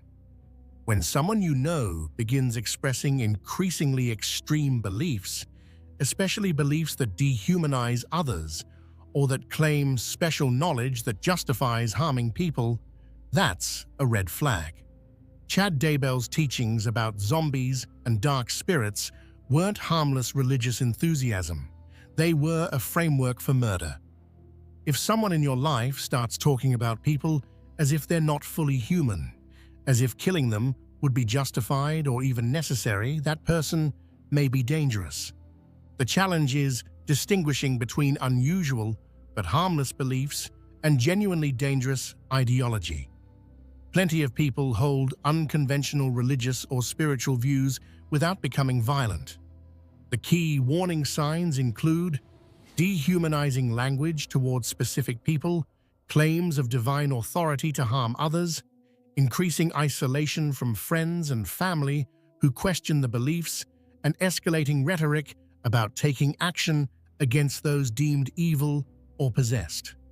Second, we must take domestic violence threats seriously. When Charles Vallow went to the police in January 2019, telling them Lori had threatened to kill him, that should have triggered more intensive intervention. Domestic violence doesn't always escalate gradually. Sometimes there's a sudden shift, where someone who has never been physically violent before makes credible threats. Those threats should be taken seriously, investigated thoroughly, and responded to with appropriate protective measures. The problem is resources. Police departments are overwhelmed with domestic violence calls. They can't investigate every case to the degree it might deserve. They have to make judgment calls based on limited information. But Charles Vallow's case had specific warning signs: bizarre religious beliefs, threats of murder, concerns for children that in hindsight should have prompted more action. Third, we need better coordination between different jurisdictions and different agencies. The crimes in this case spanned multiple states: Arizona, Idaho, Hawaii. Different police departments investigated different incidents: the shooting of Charles Vallow in Chandler, the disappearance of the children in Rexburg, the death of Tammy Daybell in Salem, the shooting at Brandon Boudreaux in Gilbert. For a long time, no one was connecting these dots because they were happening in different places, investigated by different agencies. Better information sharing, better coordination, better systems for flagging when the same names keep appearing in suspicious incidents across jurisdictions. All of these could help catch serial offenders before they rack up multiple victims. This is particularly important in our mobile society, where people can easily move from state to state, starting over in new communities where no one knows their history. Fourth, we need to reform how we handle suspicious deaths. Tammy Daybell's death should never have been ruled natural causes without an autopsy. A healthy 49-year-old woman doesn't just die in her sleep without explanation. The coroner's willingness to accept Chad's story about health problems that Tammy's medical records didn't support, combined with the family's refusal of an autopsy, resulted in a homicide being missed. Some states have laws requiring autopsies in certain circumstances, sudden death of someone under a certain age, deaths in police custody, suspicious circumstances. Perhaps those laws need to be expanded and more strictly enforced. Perhaps coroners need more training to recognize red flags. Perhaps there need to be protocols that prevent families from refusing autopsies when there are suspicious circumstances, even if that interferes with religious beliefs about handling the dead. Fifth, we need better mental health intervention systems. If Lori Vallow was genuinely mentally ill, experiencing delusions that made her believe she was a goddess and her children were zombies, she needed treatment, not just legal consequences. But our mental health system is notoriously inadequate. It's difficult to get someone involuntarily committed for treatment even when they're clearly a danger to themselves or others. Privacy laws prevent sharing mental health information even with family members who might be able to help. Insurance often doesn't adequately cover mental health treatment. These systemic problems mean that people in mental health crisis often don't get help until they've already committed crimes. By then, it's too late for prevention. We're in the realm of punishment and incapacitation. We need a system that can intervene earlier, that can recognize when someone is becoming dangerous and provide treatment before violence occurs. Sixth, we must be more vigilant about protecting vulnerable populations, particularly children with special needs. J.J. Vallow was autistic, which made him particularly vulnerable. He couldn't advocate for himself, as well as a neurotypical child might. He relied completely on adults to meet his needs. When those adults decided he was an inconvenience, he had no way to protect himself or escape. Schools, doctors, social workers, anyone who works with special needs children should be trained to recognize signs of abuse or neglect. They should be empowered to intervene when something seems wrong. And the systems for checking on these children need to be robust enough that they can't simply disappear without someone noticing and investigating. Seventh, we need to address the role of social media and online communities in radicalizing individuals. Chad Daybell built his following largely through online channels, self-published books sold on Amazon, podcasts, online discussion groups. These platforms allowed him to find an audience for his extreme views and to connect with people like Lori who were susceptible to his influence. This isn't an argument for censorship or restricting free speech, but we should recognize that the internet makes it easier for people with dangerous ideologies to find each other, to reinforce each other's beliefs, and to create echo chambers where increasingly extreme views seem normal. As a society, we need to figure out how to balance free expression with preventing radicalization, how to allow religious freedom while stopping dangerous cults from forming.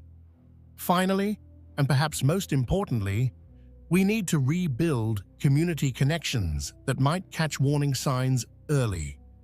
In older, more tight-knit communities, someone would have noticed when Tylee and J.J. disappeared. Neighbors would have known the family, would have asked questions, would have raised alarms. But in our modern, mobile, individualistic society, people often don't know their neighbors well. We can live next door to someone for years without really knowing them. This anonymity allows predators to operate. Lori could move from Arizona to Idaho, and no one in Idaho knew her history. Chad could tell neighbors in Idaho that he was marrying a woman with no children, and no one would know to question it. The community ties that once might have protected vulnerable people have frayed, and we're all more isolated as a result. Rebuilding those connections, knowing your neighbors, being part of community organizations, watching out for each other's children might seem old-fashioned, but it's also protective. It creates webs of relationship that make it harder for predators to operate undetected. Part 11. Where they are now and final reflections. As of October 2025, Lori Vallow Daybell is serving multiple life sentences without the possibility of parole in the Pocatello Women's Correctional Center in Idaho. She will never be free again. Her Arizona sentences, which technically allow for parole after 25 years, are moot given her Idaho sentences. She has filed appeals of her convictions, arguing that there were errors in her trials, but these appeals face long odds. The evidence against her was overwhelming. The trials were carefully conducted, and appellate courts typically defer to jury verdicts when proper procedures were followed. Chad Daybell sits on Idaho's death row at the Idaho Maximum Security Institution in Boise. He is the 9th inmate awaiting execution in Idaho, though the state hasn't successfully executed anyone since 2012. A recent botched execution attempt where officials couldn't establish an IV line to deliver lethal drugs has raised questions about whether Idaho can effectively carry out executions. Chad has also filed appeals and given the typical timeline for death penalty appeals. It's likely he'll be on death row for many years, possibly decades, before any execution could occur, if it occurs at all. Chad and Lori have both lost appeals to have their convictions overturned or their cases retried. The evidence against them was simply too strong, the trials too well conducted, for appellate courts to find reversible error. Unless the U.S. Supreme Court abolishes the death penalty entirely, an unlikely prospect given the current composition of the court, Chad's death sentence will likely be upheld. Kay and Larry Woodcock have become advocates for crime victims' rights and for protecting children. They've spoken publicly about their experience, about the importance of staying vigilant, about never giving up, even when situations seem hopeless. JJ's remains have finally been released to them, and they were able to give him a proper burial with his family. Tylee's remains have also been released and laid to rest. Colby Ryan, Lori's oldest son, has had to process the unimaginable truth that his mother murdered his siblings and conspired to murder his stepfather. He testified against her, helping to ensure justice was served. He's spoken about the importance of remembering Tylee and JJ as the people they were, not just as victims of a horrific crime. Tammy Daybell's 5 children have been placed in an impossible position. Their father murdered their mother, and they've had to grapple with that reality while also processing their grief. Some of them initially defended Chad, believing he was being framed. Others came to accept his guilt more quickly. The family has been torn apart by these events in ways that may never fully heal. Melanie Gibb, who testified for the prosecution in both trials, has had to live with the knowledge that she was close to Lori during the time when these horrible plans were being made. She's expressed remorse for not recognizing the danger sooner, for not alerting authorities earlier. Her testimony was crucial in securing convictions, showing that even when it's difficult, even when it means betraying a friend, sometimes coming forward is the right thing to do. The case has had broader implications beyond the individuals directly involved. It's prompted discussions about religious extremism, about how seemingly normal people can become radicalized, about the warning signs of dangerousness. It's led to calls for reform in how suspicious deaths are handled, how mental health crises are managed, and how child welfare systems operate.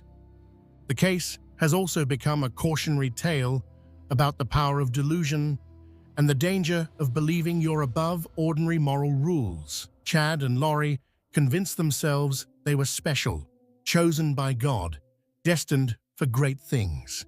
This sense of cosmic significance allowed them to commit horrific acts while feeling righteous about it. They weren't monsters in their own minds. They were heroes in a spiritual war against dark forces. But whatever they believed about themselves, the reality is simpler and more damning. They were murderers. They killed innocent people, including 2 children, for selfish reasons dressed up in religious language. And now they're paying the price, spending the rest of their lives behind bars, their names forever associated with one of the most disturbing family annihilation cases in American history. As we close this exploration of the Doomsday Mum case, we're left with profound questions about human nature, about how easily we can deceive ourselves, about how far people will go when they believe their cause is just. The case of Lori Vallow and Chad Daybell shows us the dark side of faith, the danger of charismatic leaders, and the tragic consequences when the vulnerable are left unprotected. But perhaps it also shows us something else: the importance of people like Kay and Larry Woodcock, who refused to give up searching for their grandson, like Melanie Gibb, who ultimately chose truth over loyalty, like the investigators who painstakingly built the case, and like the prosecutors who ensured justice was served. Evil exists in this world, but so does courage, determination, and the refusal to accept injustice. Tylee Ryan deserved a full life, a chance to grow up, to fall in love, to pursue her dreams. J.J. Vallow deserved to be protected, nurtured, allowed to develop to his full potential despite the challenges his autism presented. Tammy Daybell deserved to grow old with her children and grandchildren, to continue serving her community, to die naturally many years from now. They didn't get what they deserved, but in making sure their killers were caught, convicted, and imprisoned, we can at least ensure their deaths mattered, that justice was served, and that their memories are honored not just as victims, but as human beings who deserved better than the fate that found them. Thank you for staying with me through this difficult but important story. The case of Lori Vallow and Chad Daybell is one that demands to be told, not for the sensational elements, but because understanding what happened might help us prevent future tragedies. If you found this deep dive valuable, please consider subscribing to the channel. More importantly, if you or someone you know is in a situation where someone is making threats, expressing violent ideologies, or acting in ways that seem dangerous, please reach out to appropriate authorities. Don't assume someone else will handle it. Don't wait until it's too late. And remember, children like JJ and Tylee depend on adults to protect them. If you see something that doesn't seem right, speak up, ask questions. Don't be afraid to be wrong if it means potentially saving a life. Until next time, take care of yourselves and take care of each other. And hold your loved ones close, because we never know how much time we have with the people we love.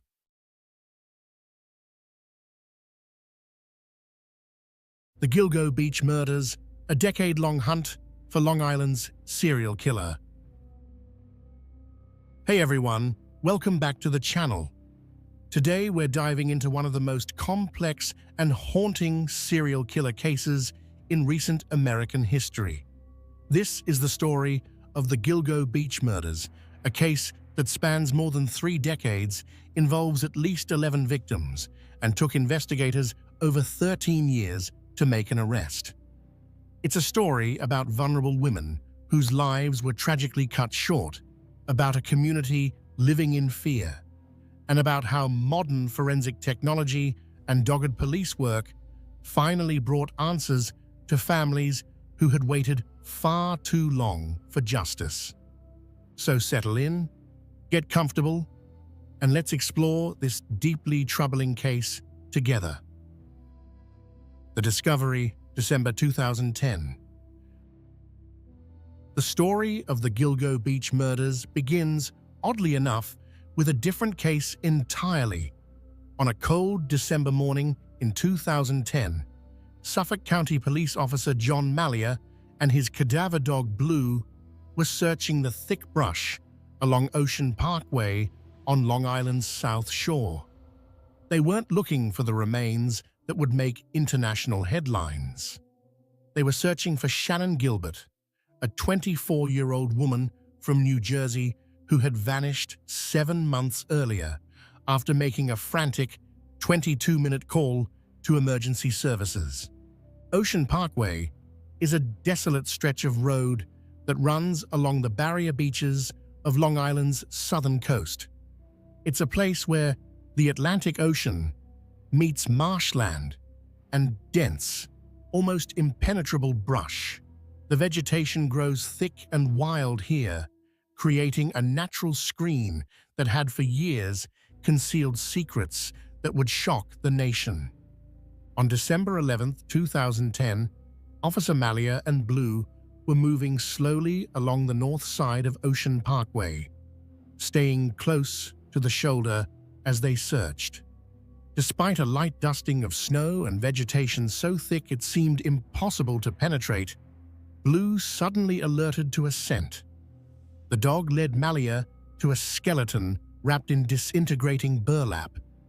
The remains would later be identified as those of Melissa Barthelemy, a 24-year-old woman who had disappeared more than a year earlier. But this was just the beginning. Over the next 2 days, as investigators combed through the area with renewed intensity, they would make 3 more grim discoveries. Within a quarter-mile stretch of that lonely highway, they found the remains of 3 more women, all wrapped in burlap, all positioned within 500 feet of each other. These 4 victims would become known as the Gilgo Four, and their deaths would launch one of the most extensive and frustrating serial killer investigations in Long Island history. The Gilgo Four were Maureen Brainerd Barnes, Melissa Barthelemy, Megan Waterman, and Amber Lynn Costello. Each of these women had advertised escort services on Craigslist. Each had disappeared between 2007 and 2010, and each had been found in remarkably similar circumstances, their bodies bound and wrapped in burlap sacks hidden in the dense underbrush just off a public highway. The similarities between the cases were immediately striking to investigators. All 4 women were relatively petite, standing between 4 feet 10 inches and 5 feet tall. All 4 had worked as escorts. All 4 had vanished after arranging meetings with clients, and all 4 had been disposed of in the same manner, their bodies carefully concealed but positioned close enough together to suggest a single perpetrator. As the investigation expanded in the spring of 2011, the scope of the horror became even more apparent. Between March and April of that year, investigators discovered 6 additional sets of remains along Ocean Parkway and in nearby areas. These discoveries included partial remains of women whose bodies had been found years earlier in other locations, an unidentified Asian male dressed in women's clothing, and the remains of a female toddler who would later be connected through DNA to one of the adult victims. In total, the remains of 11 people would be found in the area. Some had been there for more than a decade. Some appeared to be the victims of the same killer responsible for the Gilgo Four. Others seemed to represent different cases entirely, suggesting the possibility that this remote stretch of Long Island had been used as a dumping ground by multiple killers over many years. The question that haunted investigators and the public alike was simple but terrifying. Who was responsible for these murders? And more urgently, were they still active? For more than a decade, those questions would remain unanswered. The case would become one of the most high-profile, unsolved serial killer investigations in the country, spawning documentaries, books, and endless speculation. Families of the victims would wait years for answers, their grief compounded by the frustration of watching leads go cold and years pass without an arrest. Then, in July of 2023, everything changed.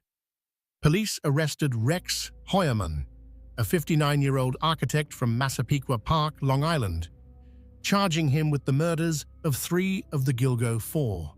The arrest would shock Heuermann's neighbors, who knew him as a quiet, if somewhat odd, family man.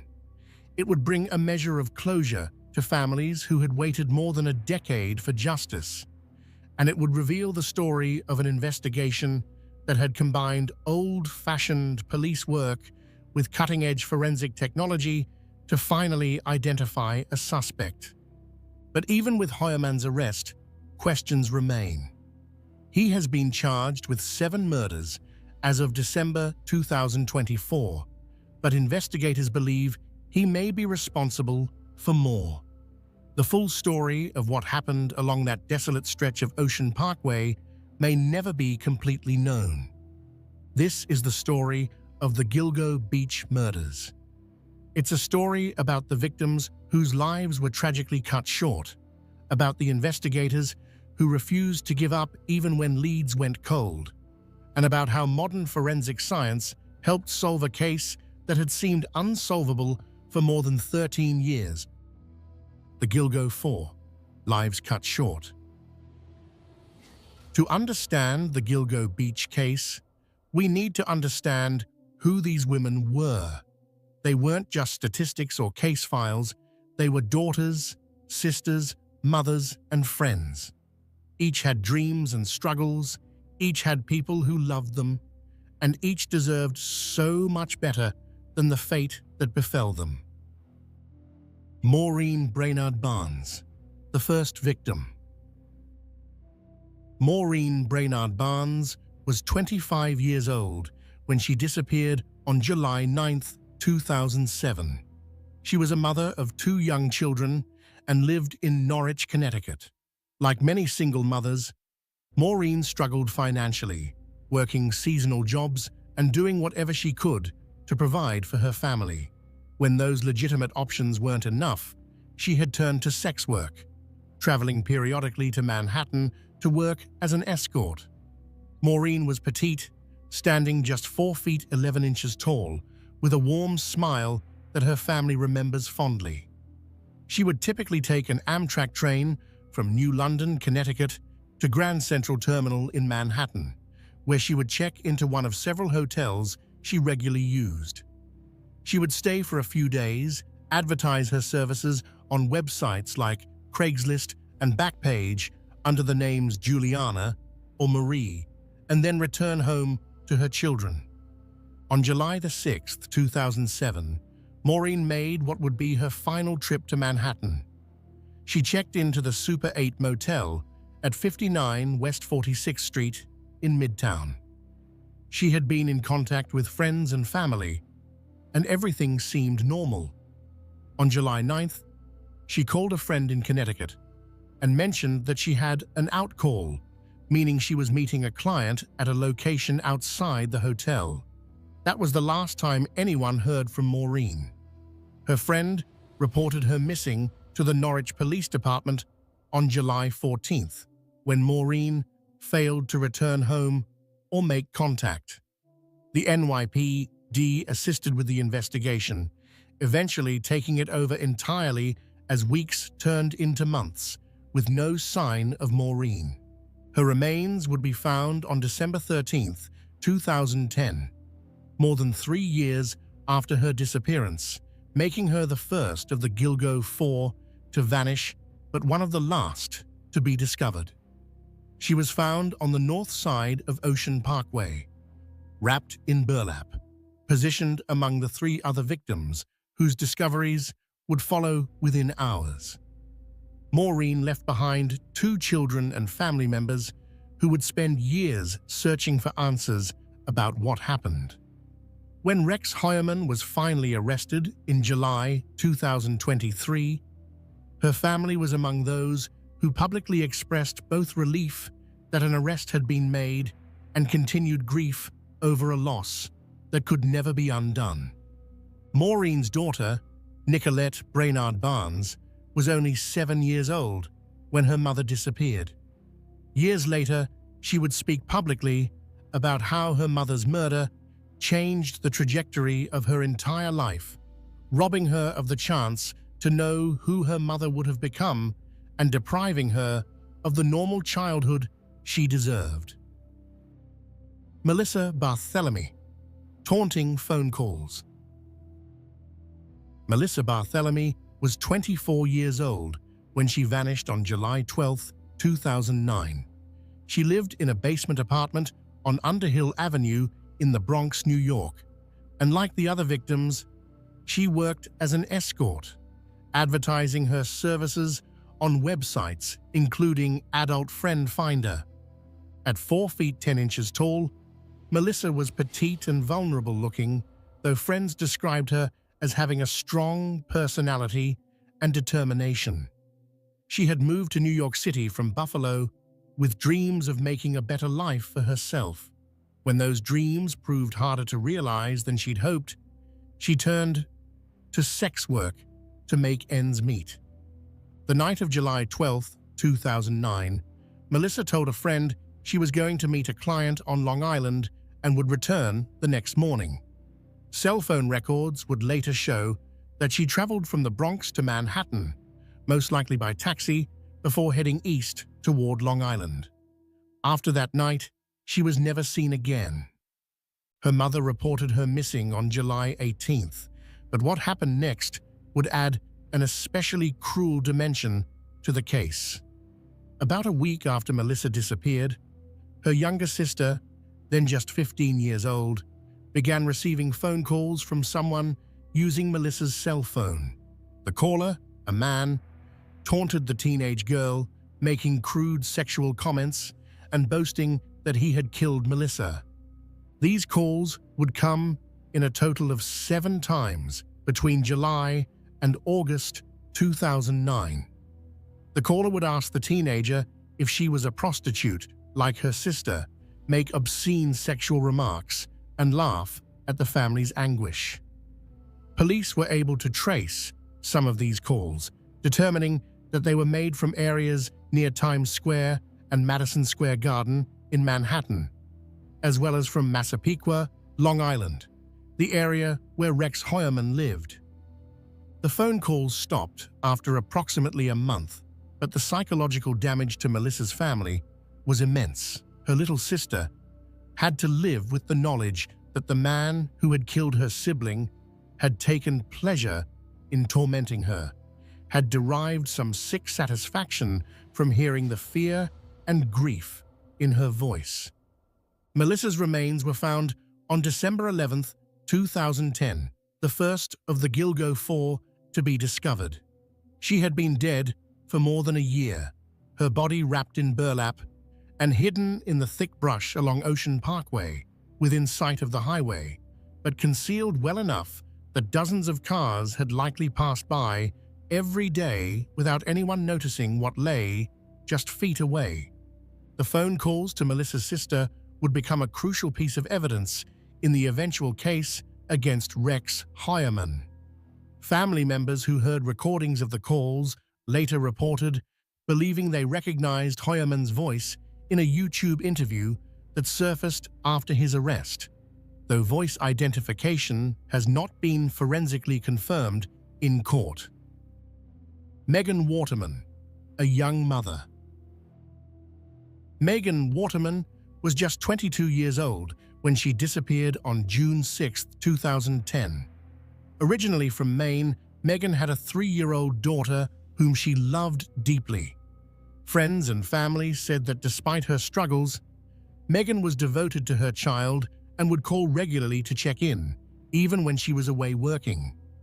Like the other victims, Megan worked as an escort, advertising on the same websites and platforms the others had used. On the evening of June 6th, she was staying at a Holiday Inn Express in Hauppauge, Long Island. Surveillance video would later show her leaving the hotel, presumably to meet a client. She was never seen alive again. Her family reported her missing on June 8, 2010, when she failed to call and check in on her daughter, as she always did. Her family knew immediately that something was terribly wrong. Megan would never have gone this long without contacting her little girl. Megan's disappearance came just a month after Shannan Gilbert's frantic call for help had set in motion the search that would eventually reveal the Gilgo Four. Tragically, Megan vanished during the very period when police were beginning to search for Shannan, unaware that multiple serial predators might be hunting in the same area. Her remains would be found on December 13, 2010, wrapped in burlap like the others, positioned within that horrifying quarter-mile radius where all four women had been left.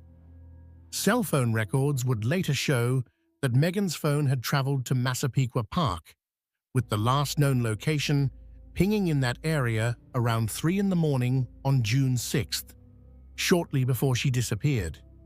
Prosecutors would later allege that DNA evidence connected Rex Heuermann directly to Megan's murder. A male hair found on the burlap that wrapped her body would be tested using advanced DNA technology, yielding results that prosecutors said were a 99.96% match to Heuermann's DNA profile. Megan's daughter was too young at the time to fully understand what had happened to her mother, but as she's grown older, she's had to grapple with the loss and the knowledge that her mother was taken from her by violence.